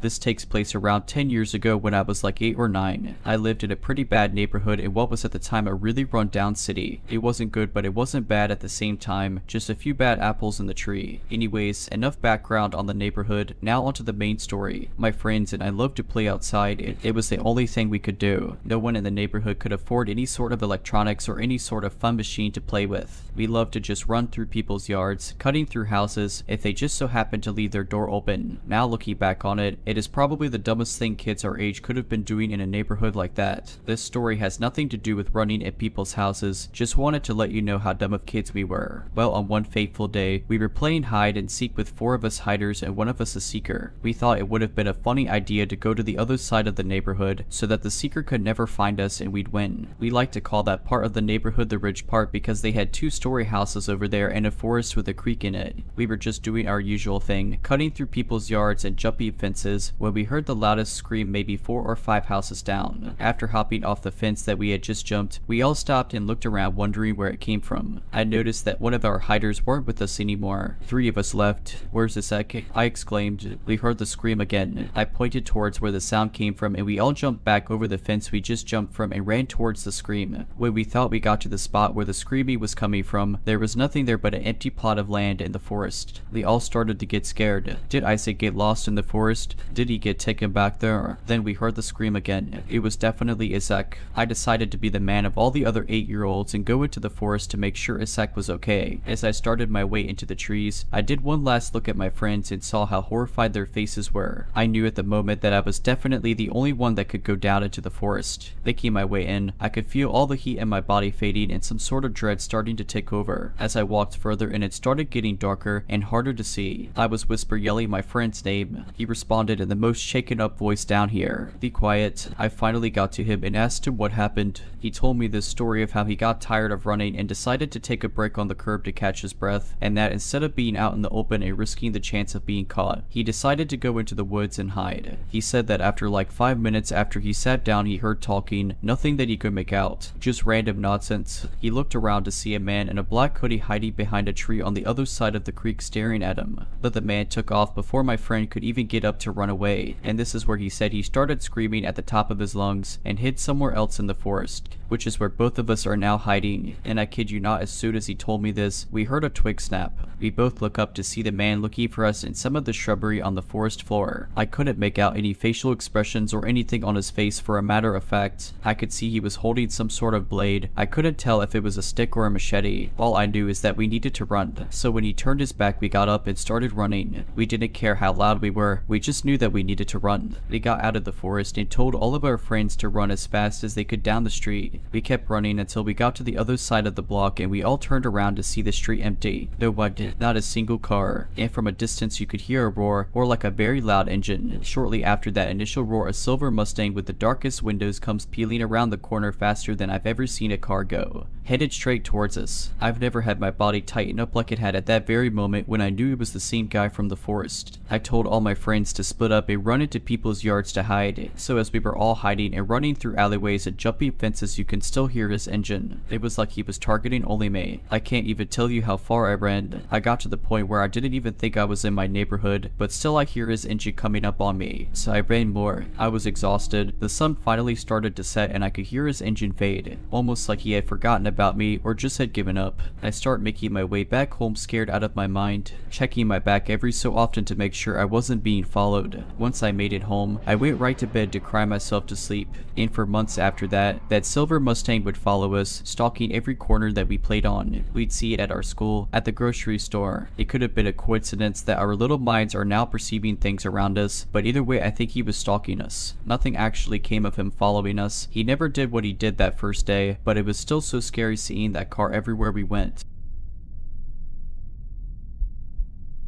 This happened to be last summer. I'm a 20-year-old woman. I went to the thrift store with my boyfriend who is 20 years old, and as we were heading back home, I suggested we pick up some sushi for dinner at our nearby grocery store. As my boyfriend works night shifts, he was already feeling tired and suggested that I go to the grocery store while he goes back home. We live in the busy part of our city where the mall, library, city hall, restaurants, and major stores are. They're all a couple of minutes away from our home. Not to mention, I live in a relatively safe city with little crime, so I was more than alright with going by myself. Now, I truly wish I hadn't. As we parted ways, I was walking through the parking lot of the grocery store when a stocky man, about 6'5", probably in his early to mid-40s, approached me. With a wide smile and wider eyes, he said, "Wow, you are stunning." I simply thanked him and tried walking away. He cut me off, saying, "I have never seen someone as beautiful as you before." I was immediately filled with dread. I looked back, hoping my boyfriend was still in sight. No luck. I was starting to feel cautious. Not to mention, with his eyes and smile, he honestly reminded me of a buffer Art the Clown from Terrifier, minus the clown costume and lack of talking. The man roped me into a one-sided conversation, asking me my name and how old I was. I gave him a fake name and told him I was Nitid. He laughed and said, unnaturally excitedly, "That's good. That means you're a true woman now." My boyfriend later told me I should have lied and said I was under 18, as this may have made the man not interested. From the red flags I got from the man, I seriously doubt that. He then stuck his phone out, asking for my number. I refused, saying I had a boyfriend, and "I just want to talk to you." I repeated that I had a boyfriend. It was unnerving how his smile never wavered, despite showing that I wasn't interested, like he wasn't understanding, or he just didn't care. He sounded confused, but still grinning. He stepped towards me and asked, "So you don't want to cheat on your boyfriend?" As if to say, what do you mean you don't want to go out with a scary man that's double your age? Speechless, I stepped back and gave pleading looks to the people walking in and out of the grocery store. After the last time I refused, his smile suddenly dropped, while he placed his hand on my back, saying in a now cold, firm tone, "Come on, I have a nice car I can drive you around in. Let's check out one of these restaurants." Seeing a person's entire demeanor change with the flip of a switch was something I only saw in movies/television shows, and seeing it in this situation terrified me. Going into panic mode, I somehow found the courage to push myself off of it and almost shouted, "Sorry, I really have to go buy my groceries." Noticing that people were staring at us, his sick smile reappeared and said with a low voice, "Alright then, I'll see you later, insert the fake name I gave here." I practically ran into the grocery store with so much relief. I glanced back, hoping to see him get in his car to try getting his license plate number, only to see the man just standing in the middle of the parking lot, leering at me. I called my boyfriend in the store, but he kept going to voicemail. I figured he was sleeping, and I was seriously scared to walk back home. I managed to calm myself down in the store, figuring the man must have been long gone. Yet, I was on high alert the entire walk home. It was starting to get dark, but I figured if I just stayed cautious and walked quickly I would be fine. I couldn't be more wrong. When I was approaching the crosswalk that led to my street, I heard a car pulling up to the sidewalk, followed by a sickeningly familiar voice barking, "Hey, hi, hey, hi." My heart dropped into my stomach.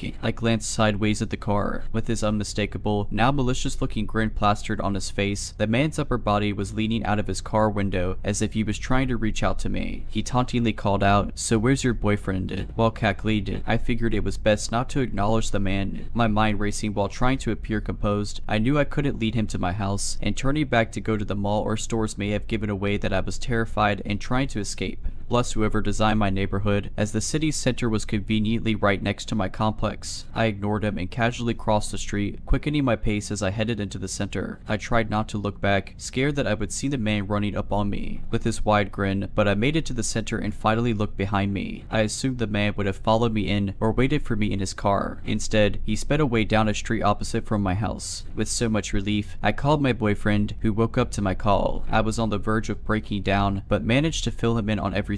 He rushed to the center, and after he helped me calm down, we walked home. My boyfriend asked if I got the man's license plate number, to which I felt like an idiot. Not only was it too dark, but I was too consumed with fear for my own life that it didn't even cross my mind at the time. At the very least, I called the police, giving them a description of the man and the make and model of his car. They said they would do what they could, but I haven't heard back from them. I haven't seen that man since, not in person at least. At the same time, I feel so grateful that the man never found out where I live. But for all I know, he could be lurking around, trying to harm other women like he tried to that night he almost trailed me home. For mine and the women in my city's sake, I hope I don't have to find out. If you're liking this video, all I ask is that you make sure to subscribe to my channel and like this video. Thank you.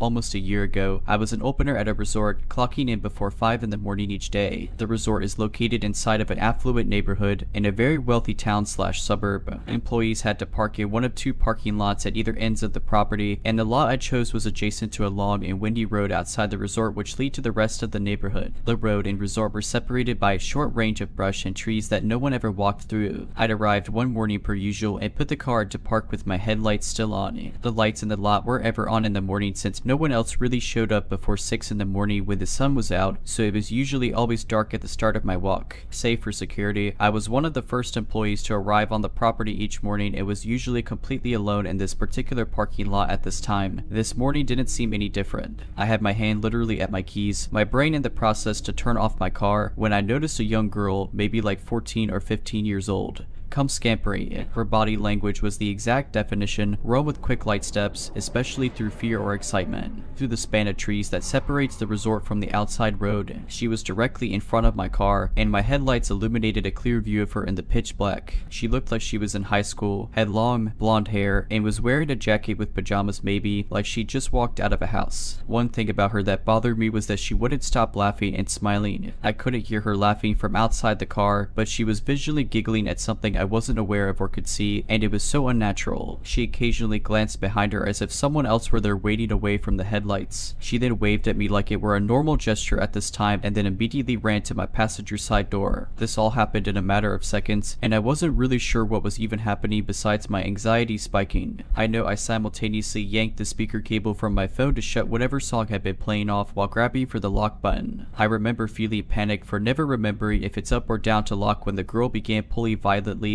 and incessantly on the door handle on the passenger side. I realized because I didn't turn my car off, it had stayed locked. She began pounding on the window, and I was screaming at the top of my lungs for her to leave before pressing on my horn. I could see her laughing outside like this were some type of game, as if I were a silly friend not letting her in as a joke. After a few seconds, she stopped the pounding and trying to open my car door. Her face fell flat like I disappointed her, and she started to walk away from my car back the way she came. She waved at me again before squeezing through the trees, out of the view of my headlights. This whole encounter confused me almost as much as it scared me. Most people I told the story to just chalked it up to her being on drugs, but that narrative hasn't felt right to me despite her behavior. Maybe she was just being an extremely out of touch teenager whose parents need a firmer grip on her. I didn't call the police, and I regret that. I'll never get out of my brain though how off the feeling was watching a stranger, seemingly alone, pop out from the trees in the darkness laughing, and then try to violently enter your car in an empty parking lot. I do think the possibility of someone else being present the whole time is a lot more scary, and I wonder who else was there and where exactly.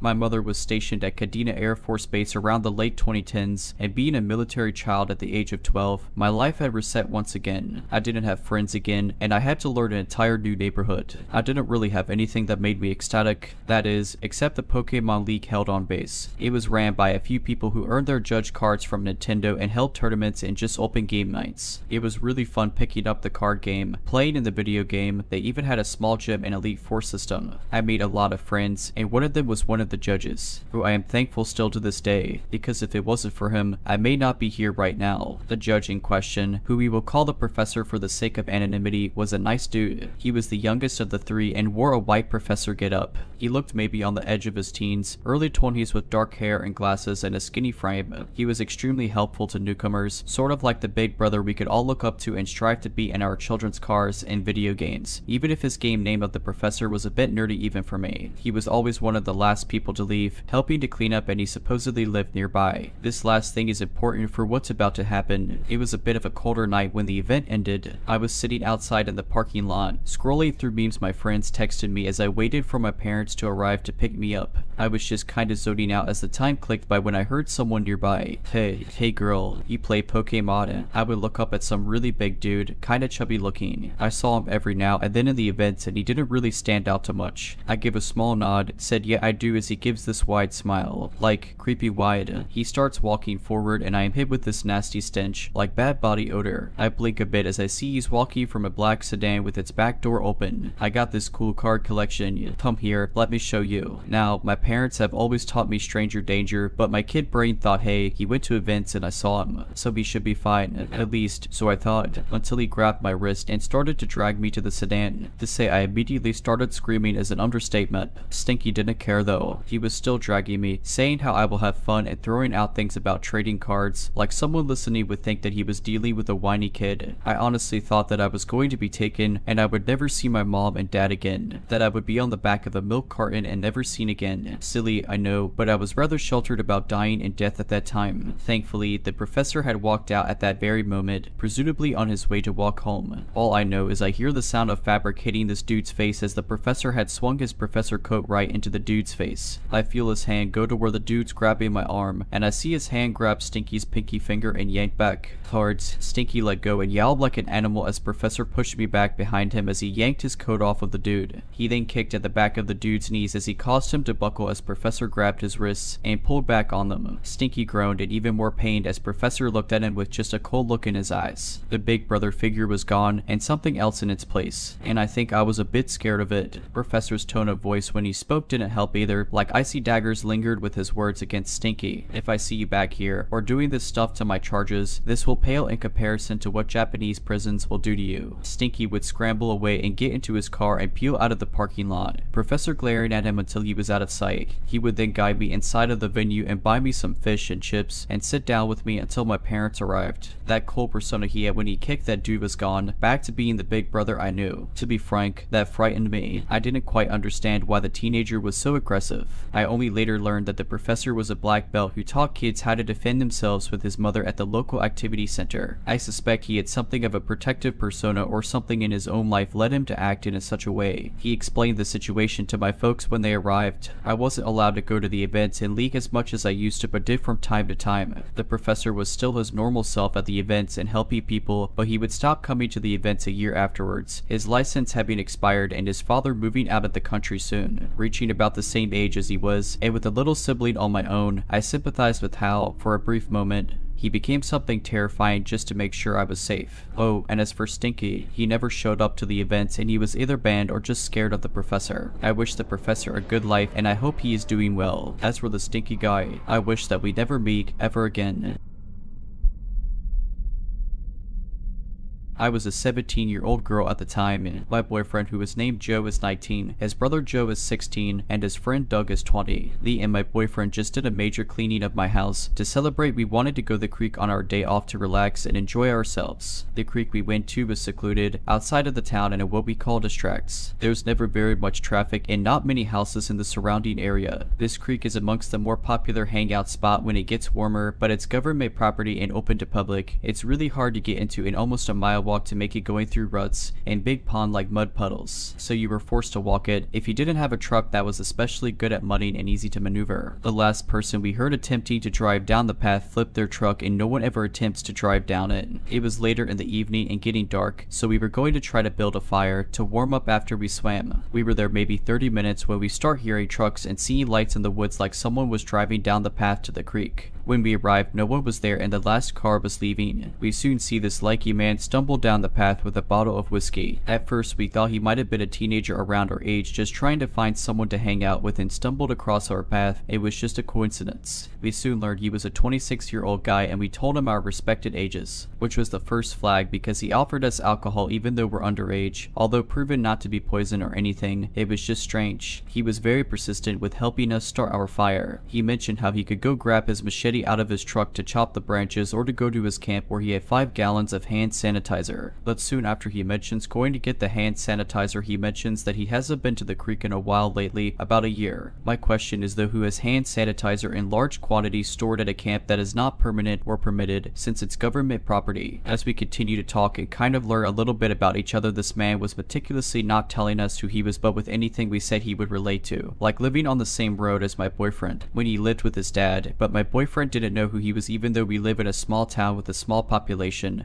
Only after my boyfriend had mentioned it. Also said he was from the same town I grew up in, which was almost 2 hours away in a very populated town, so seemingly like a serial peer or trying to relate to us to gain our trust. Eventually he asked why we haven't asked him his name yet, and we proceeded to not tell us anything about his name or who he is, but claimed that we have done this all before, like we have been in the same place with him before doing the same thing. We have not been to this creek in almost a year and I only went one time before and do not remember him. He acted like he was stuck in a time loop. He claimed that he knew us all already. I just moved to this town and don't know very many people and stay very much so to myself, so I remember a lot of the people I meet. What made it worse was the smiles he was giving all of us when no one else was looking. It was bone chilling, and he knew we were kind of freaked out of him and he would make sly comments that we didn't really pick up on. After that we decided it was time to leave as Joe had school in the morning. As we were walking up the bank of the river, the man whispered into Doug's ear that if we kept asking questions we were going to find out something we didn't want to, and mentions how we are all scared of him and that he can tell, and tries to more sarcastically defend himself, seemingly making it worse because we could sense the danger. This man persisted that we get in the truck and ride with him, and when we denied he wanted us to sit on the tailgate, which we denied again, he wanted to have us walk in front of the truck so we could use the headlights to see. We eventually convinced him that we would walk behind and he said he would go walking speed and let us keep up. He then starts making my boyfriend help him jump his newer model truck at the time that was beat up. We finally get the truck going and Joe at this point is shaky with me and starts getting noticeable uncomfortable when the man starts making persistent remarks about how he should get in the truck with him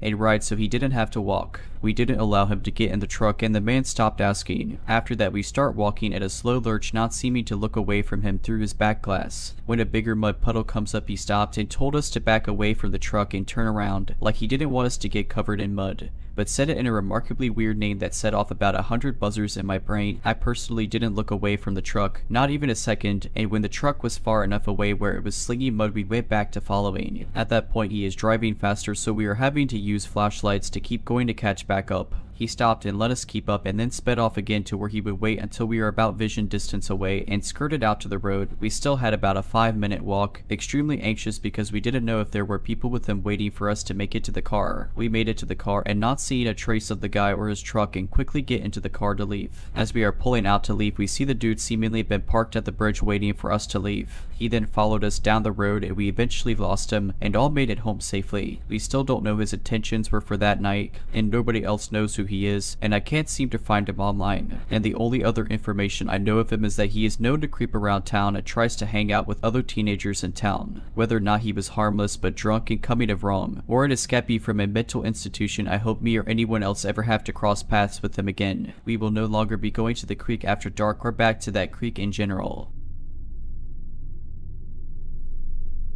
If you're liking this video, all I ask is that you make sure to subscribe to my channel and like this video. Thank you.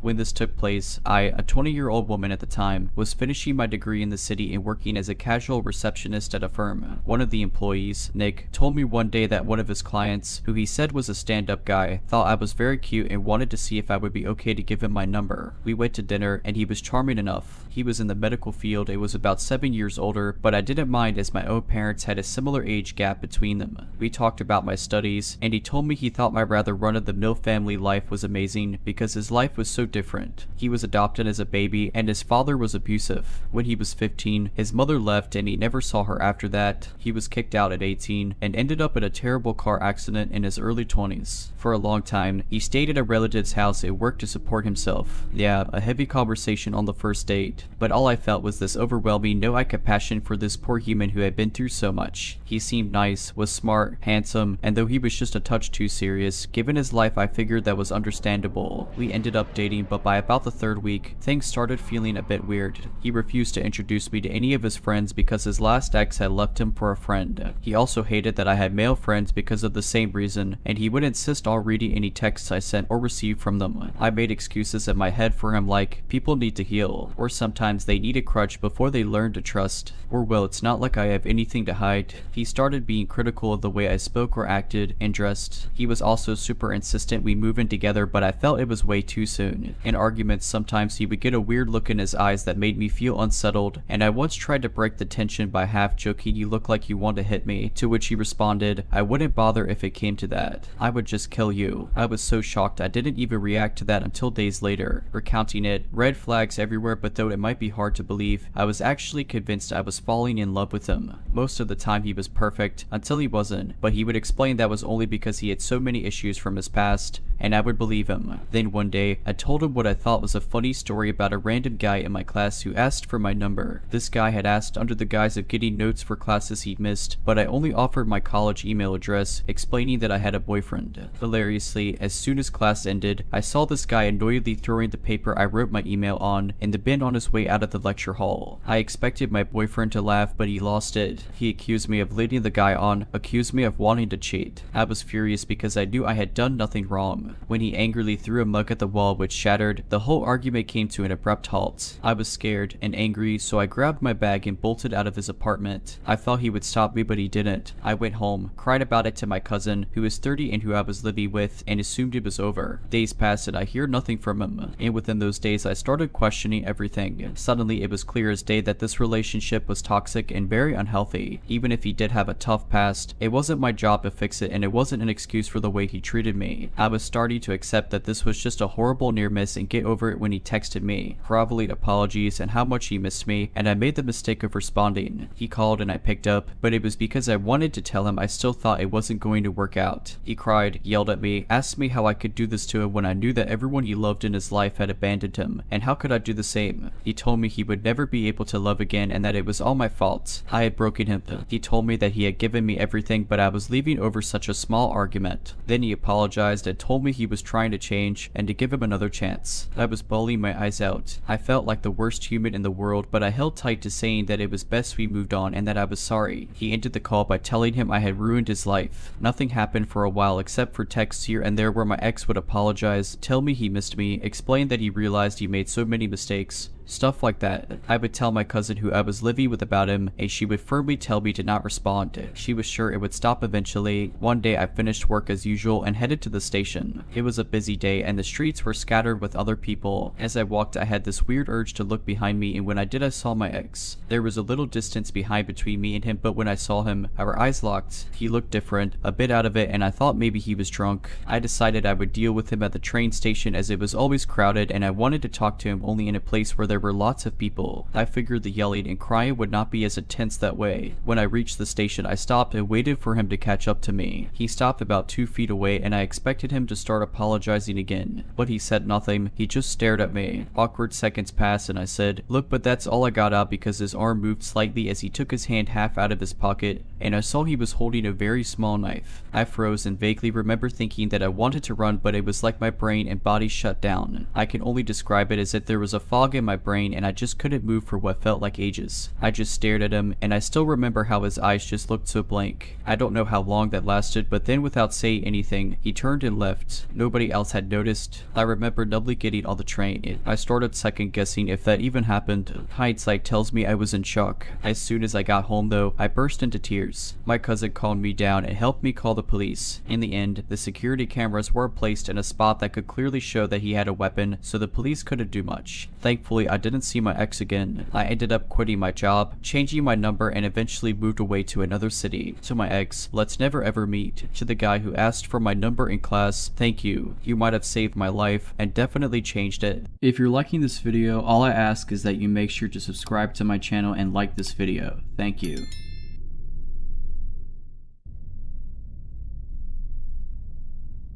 This story happened a few months ago. At that time, I had moved out of my house for a professional reason, but I had to wait a couple of months before moving into my next house. To spend this time span, and since I could work from anywhere, I rented my very close friend Amy's holiday family house, which is otherwise empty, located in a village I grew up in the countryside. I know this family and their house very well since I was a small child. The house is rather large. It has 2 floors and 5 bedrooms. It is located in a quiet, or even remote, area of the village, only surrounded by forest and other empty holiday houses. While planning this, I was aware this setting could be scary being a single 27-year-old woman, but I hate to restrain myself in life because of unjustified fears, so I instead took a few measures to feel more safe. Before moving in, I had planned to go on a complete checkup of all the doors and windows. Once done, I would look into every room, under every bed, and inside all the wardrobes. This way, I could be certain that the house was perfectly empty at that moment, and would stay so as I will be very careful with closing doors, and I knew there were no spare keys, so that when at night I would be scared, I could reason with myself and know that it is only in my head. I was accompanied by my mother to proceed to the checkup, as she lives close by. We faced a problem rather quickly while verifying doors and windows. 2 glass doors from the patio were malfunctioning,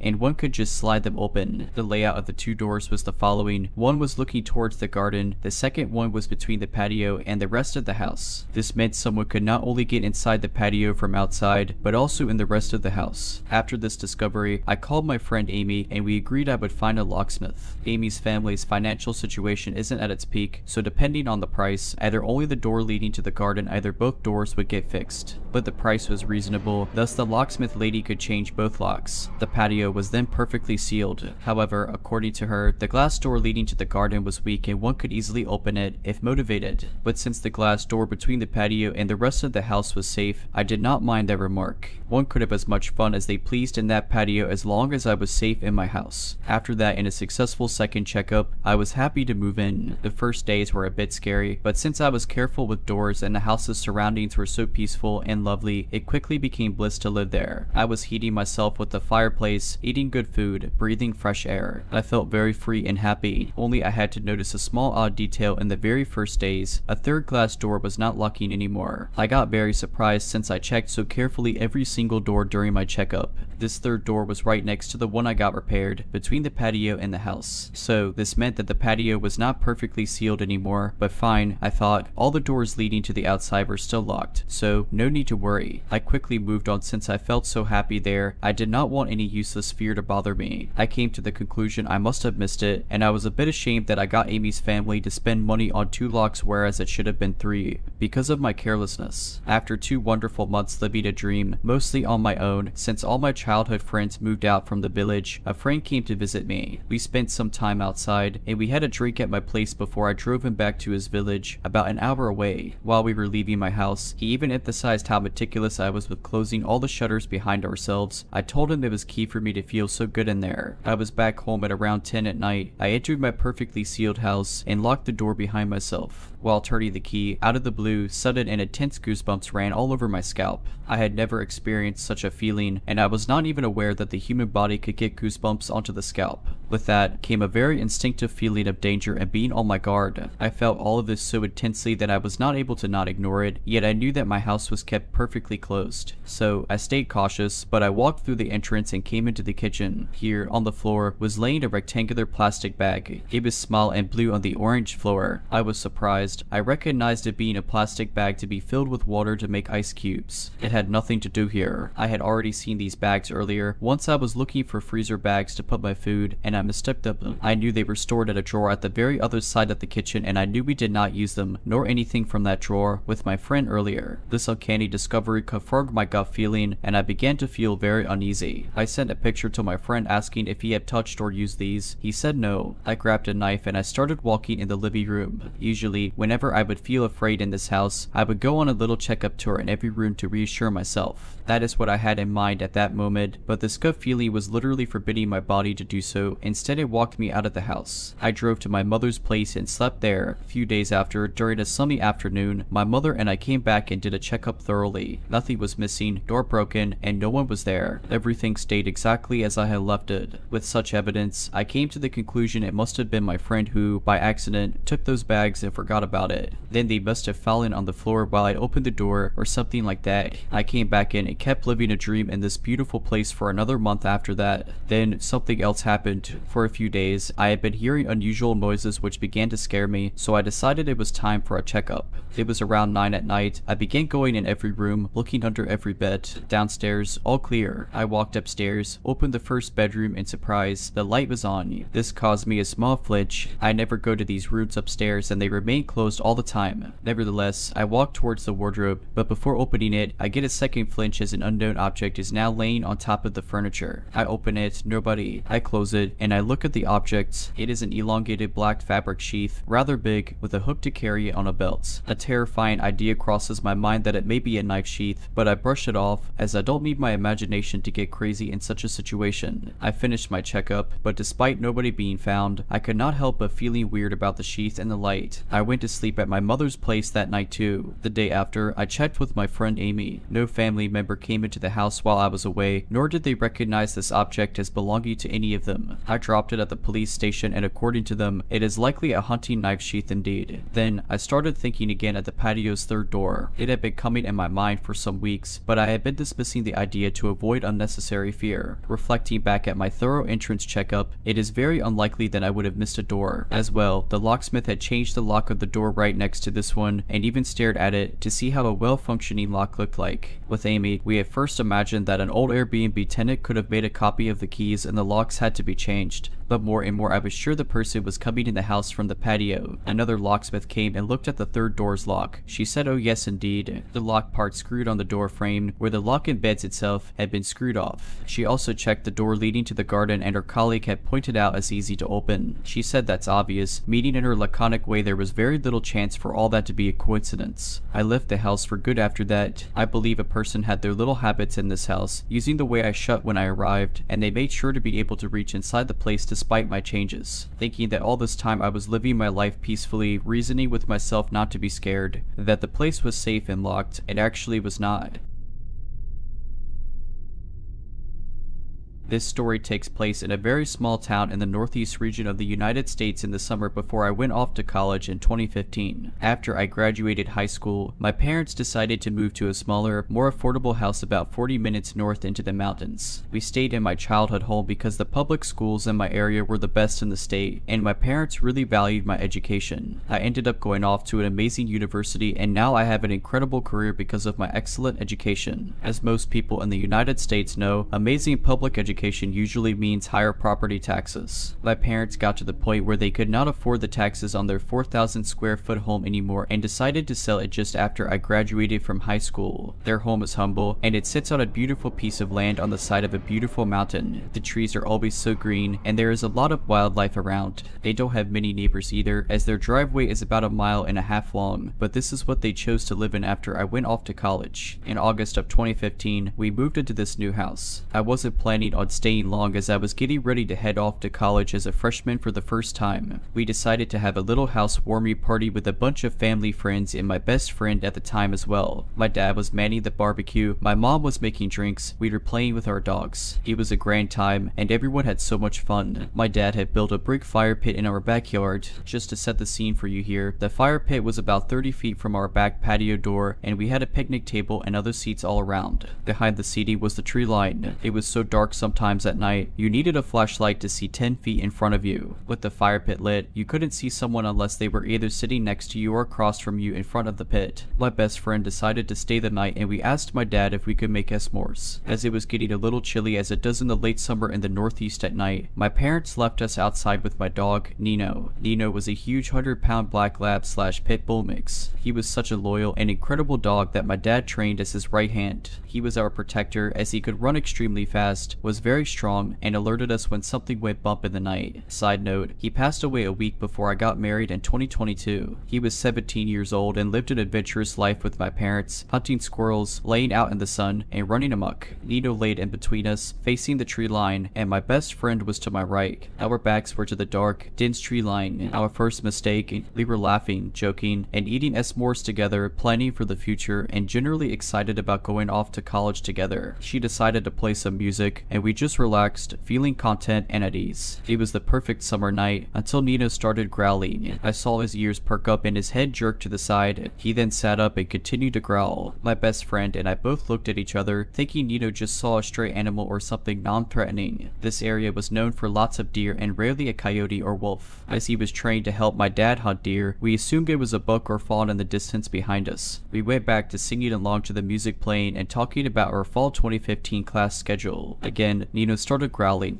Our second mistake, we did not call out for my dad. We didn't even think there was a problem until Nino started barking repeatedly, this time louder and more vicious. He stood up and started barking as if alerting us to activity beyond the tree line that we could not see. We stood up as well, the fire obscuring our view. My best friend took her phone, paused the music, and turned on her flashlight. She started to walk towards the edge of the tree line with Nino by her side, still growling and barking, alerting us to not go any further and to call for help. We stood still in silence, listening. I was too afraid to even breathe at this point. She started walking into the woods, and when she shined her flashlight, she saw a figure, someone peering behind a tree. A man with a green shirt and green pants on, about 5'11" with glasses too. We screamed and ran as fast as we could inside, leaving the fire unattended and this creepy man behind the tree. What we did not know at the time is where this man came from. They crashed through our front door, breathless with Nina tailing behind us, and startled my mother, who was washing dishes and cleaning up from the party. She was talking to my dad about something they saw on the news, and I think we cut him off mid-sentence to explain that there was a man dressed in all green lurking behind a tree in the woods. We didn't know how long he was there or if he was still there, but we were both crying. I remember feeling extremely sick, like I was going to throw up.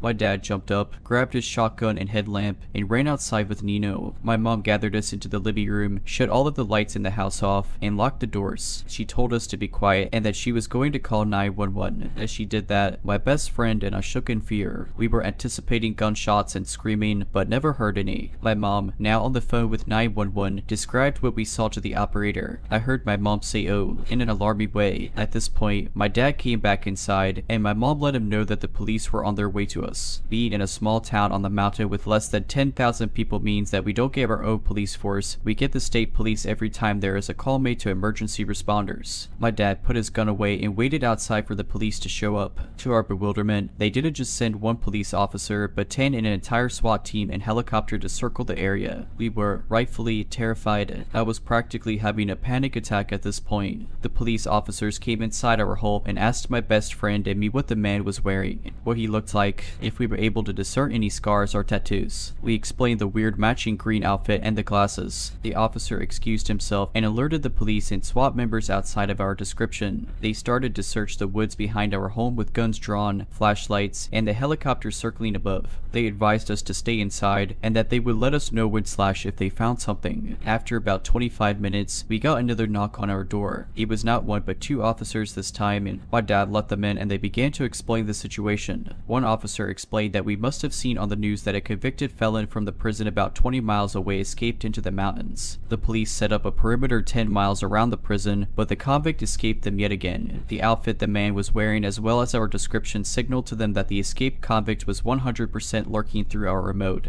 densely wooded backyard that night. The all-green outfit was a standard issue for prisoners in my state then. They did not, however, find the man near us after 25 minutes of searching. He was still out there. The officers let us know that they were going to have a squad car stay and watch our house for a few days as they were unable to locate the fugitive, and believe he is still an active threat to our safety. That night and for 3 nights after that, we all slept in the living room together. My dad's shotgun was within arm's reach of him at all times. Later that week, we got another knock on our door from the officers stationed outside of our home. They let us know that the man was back in police custody and that we were safe. They advised us to get security cameras and how sorry they were that this happened to us. Alright, but that's it. I hope you enjoyed this video. If you did, make sure to subscribe to my channel, like this video, and comment something down below. But as always, have a nice day.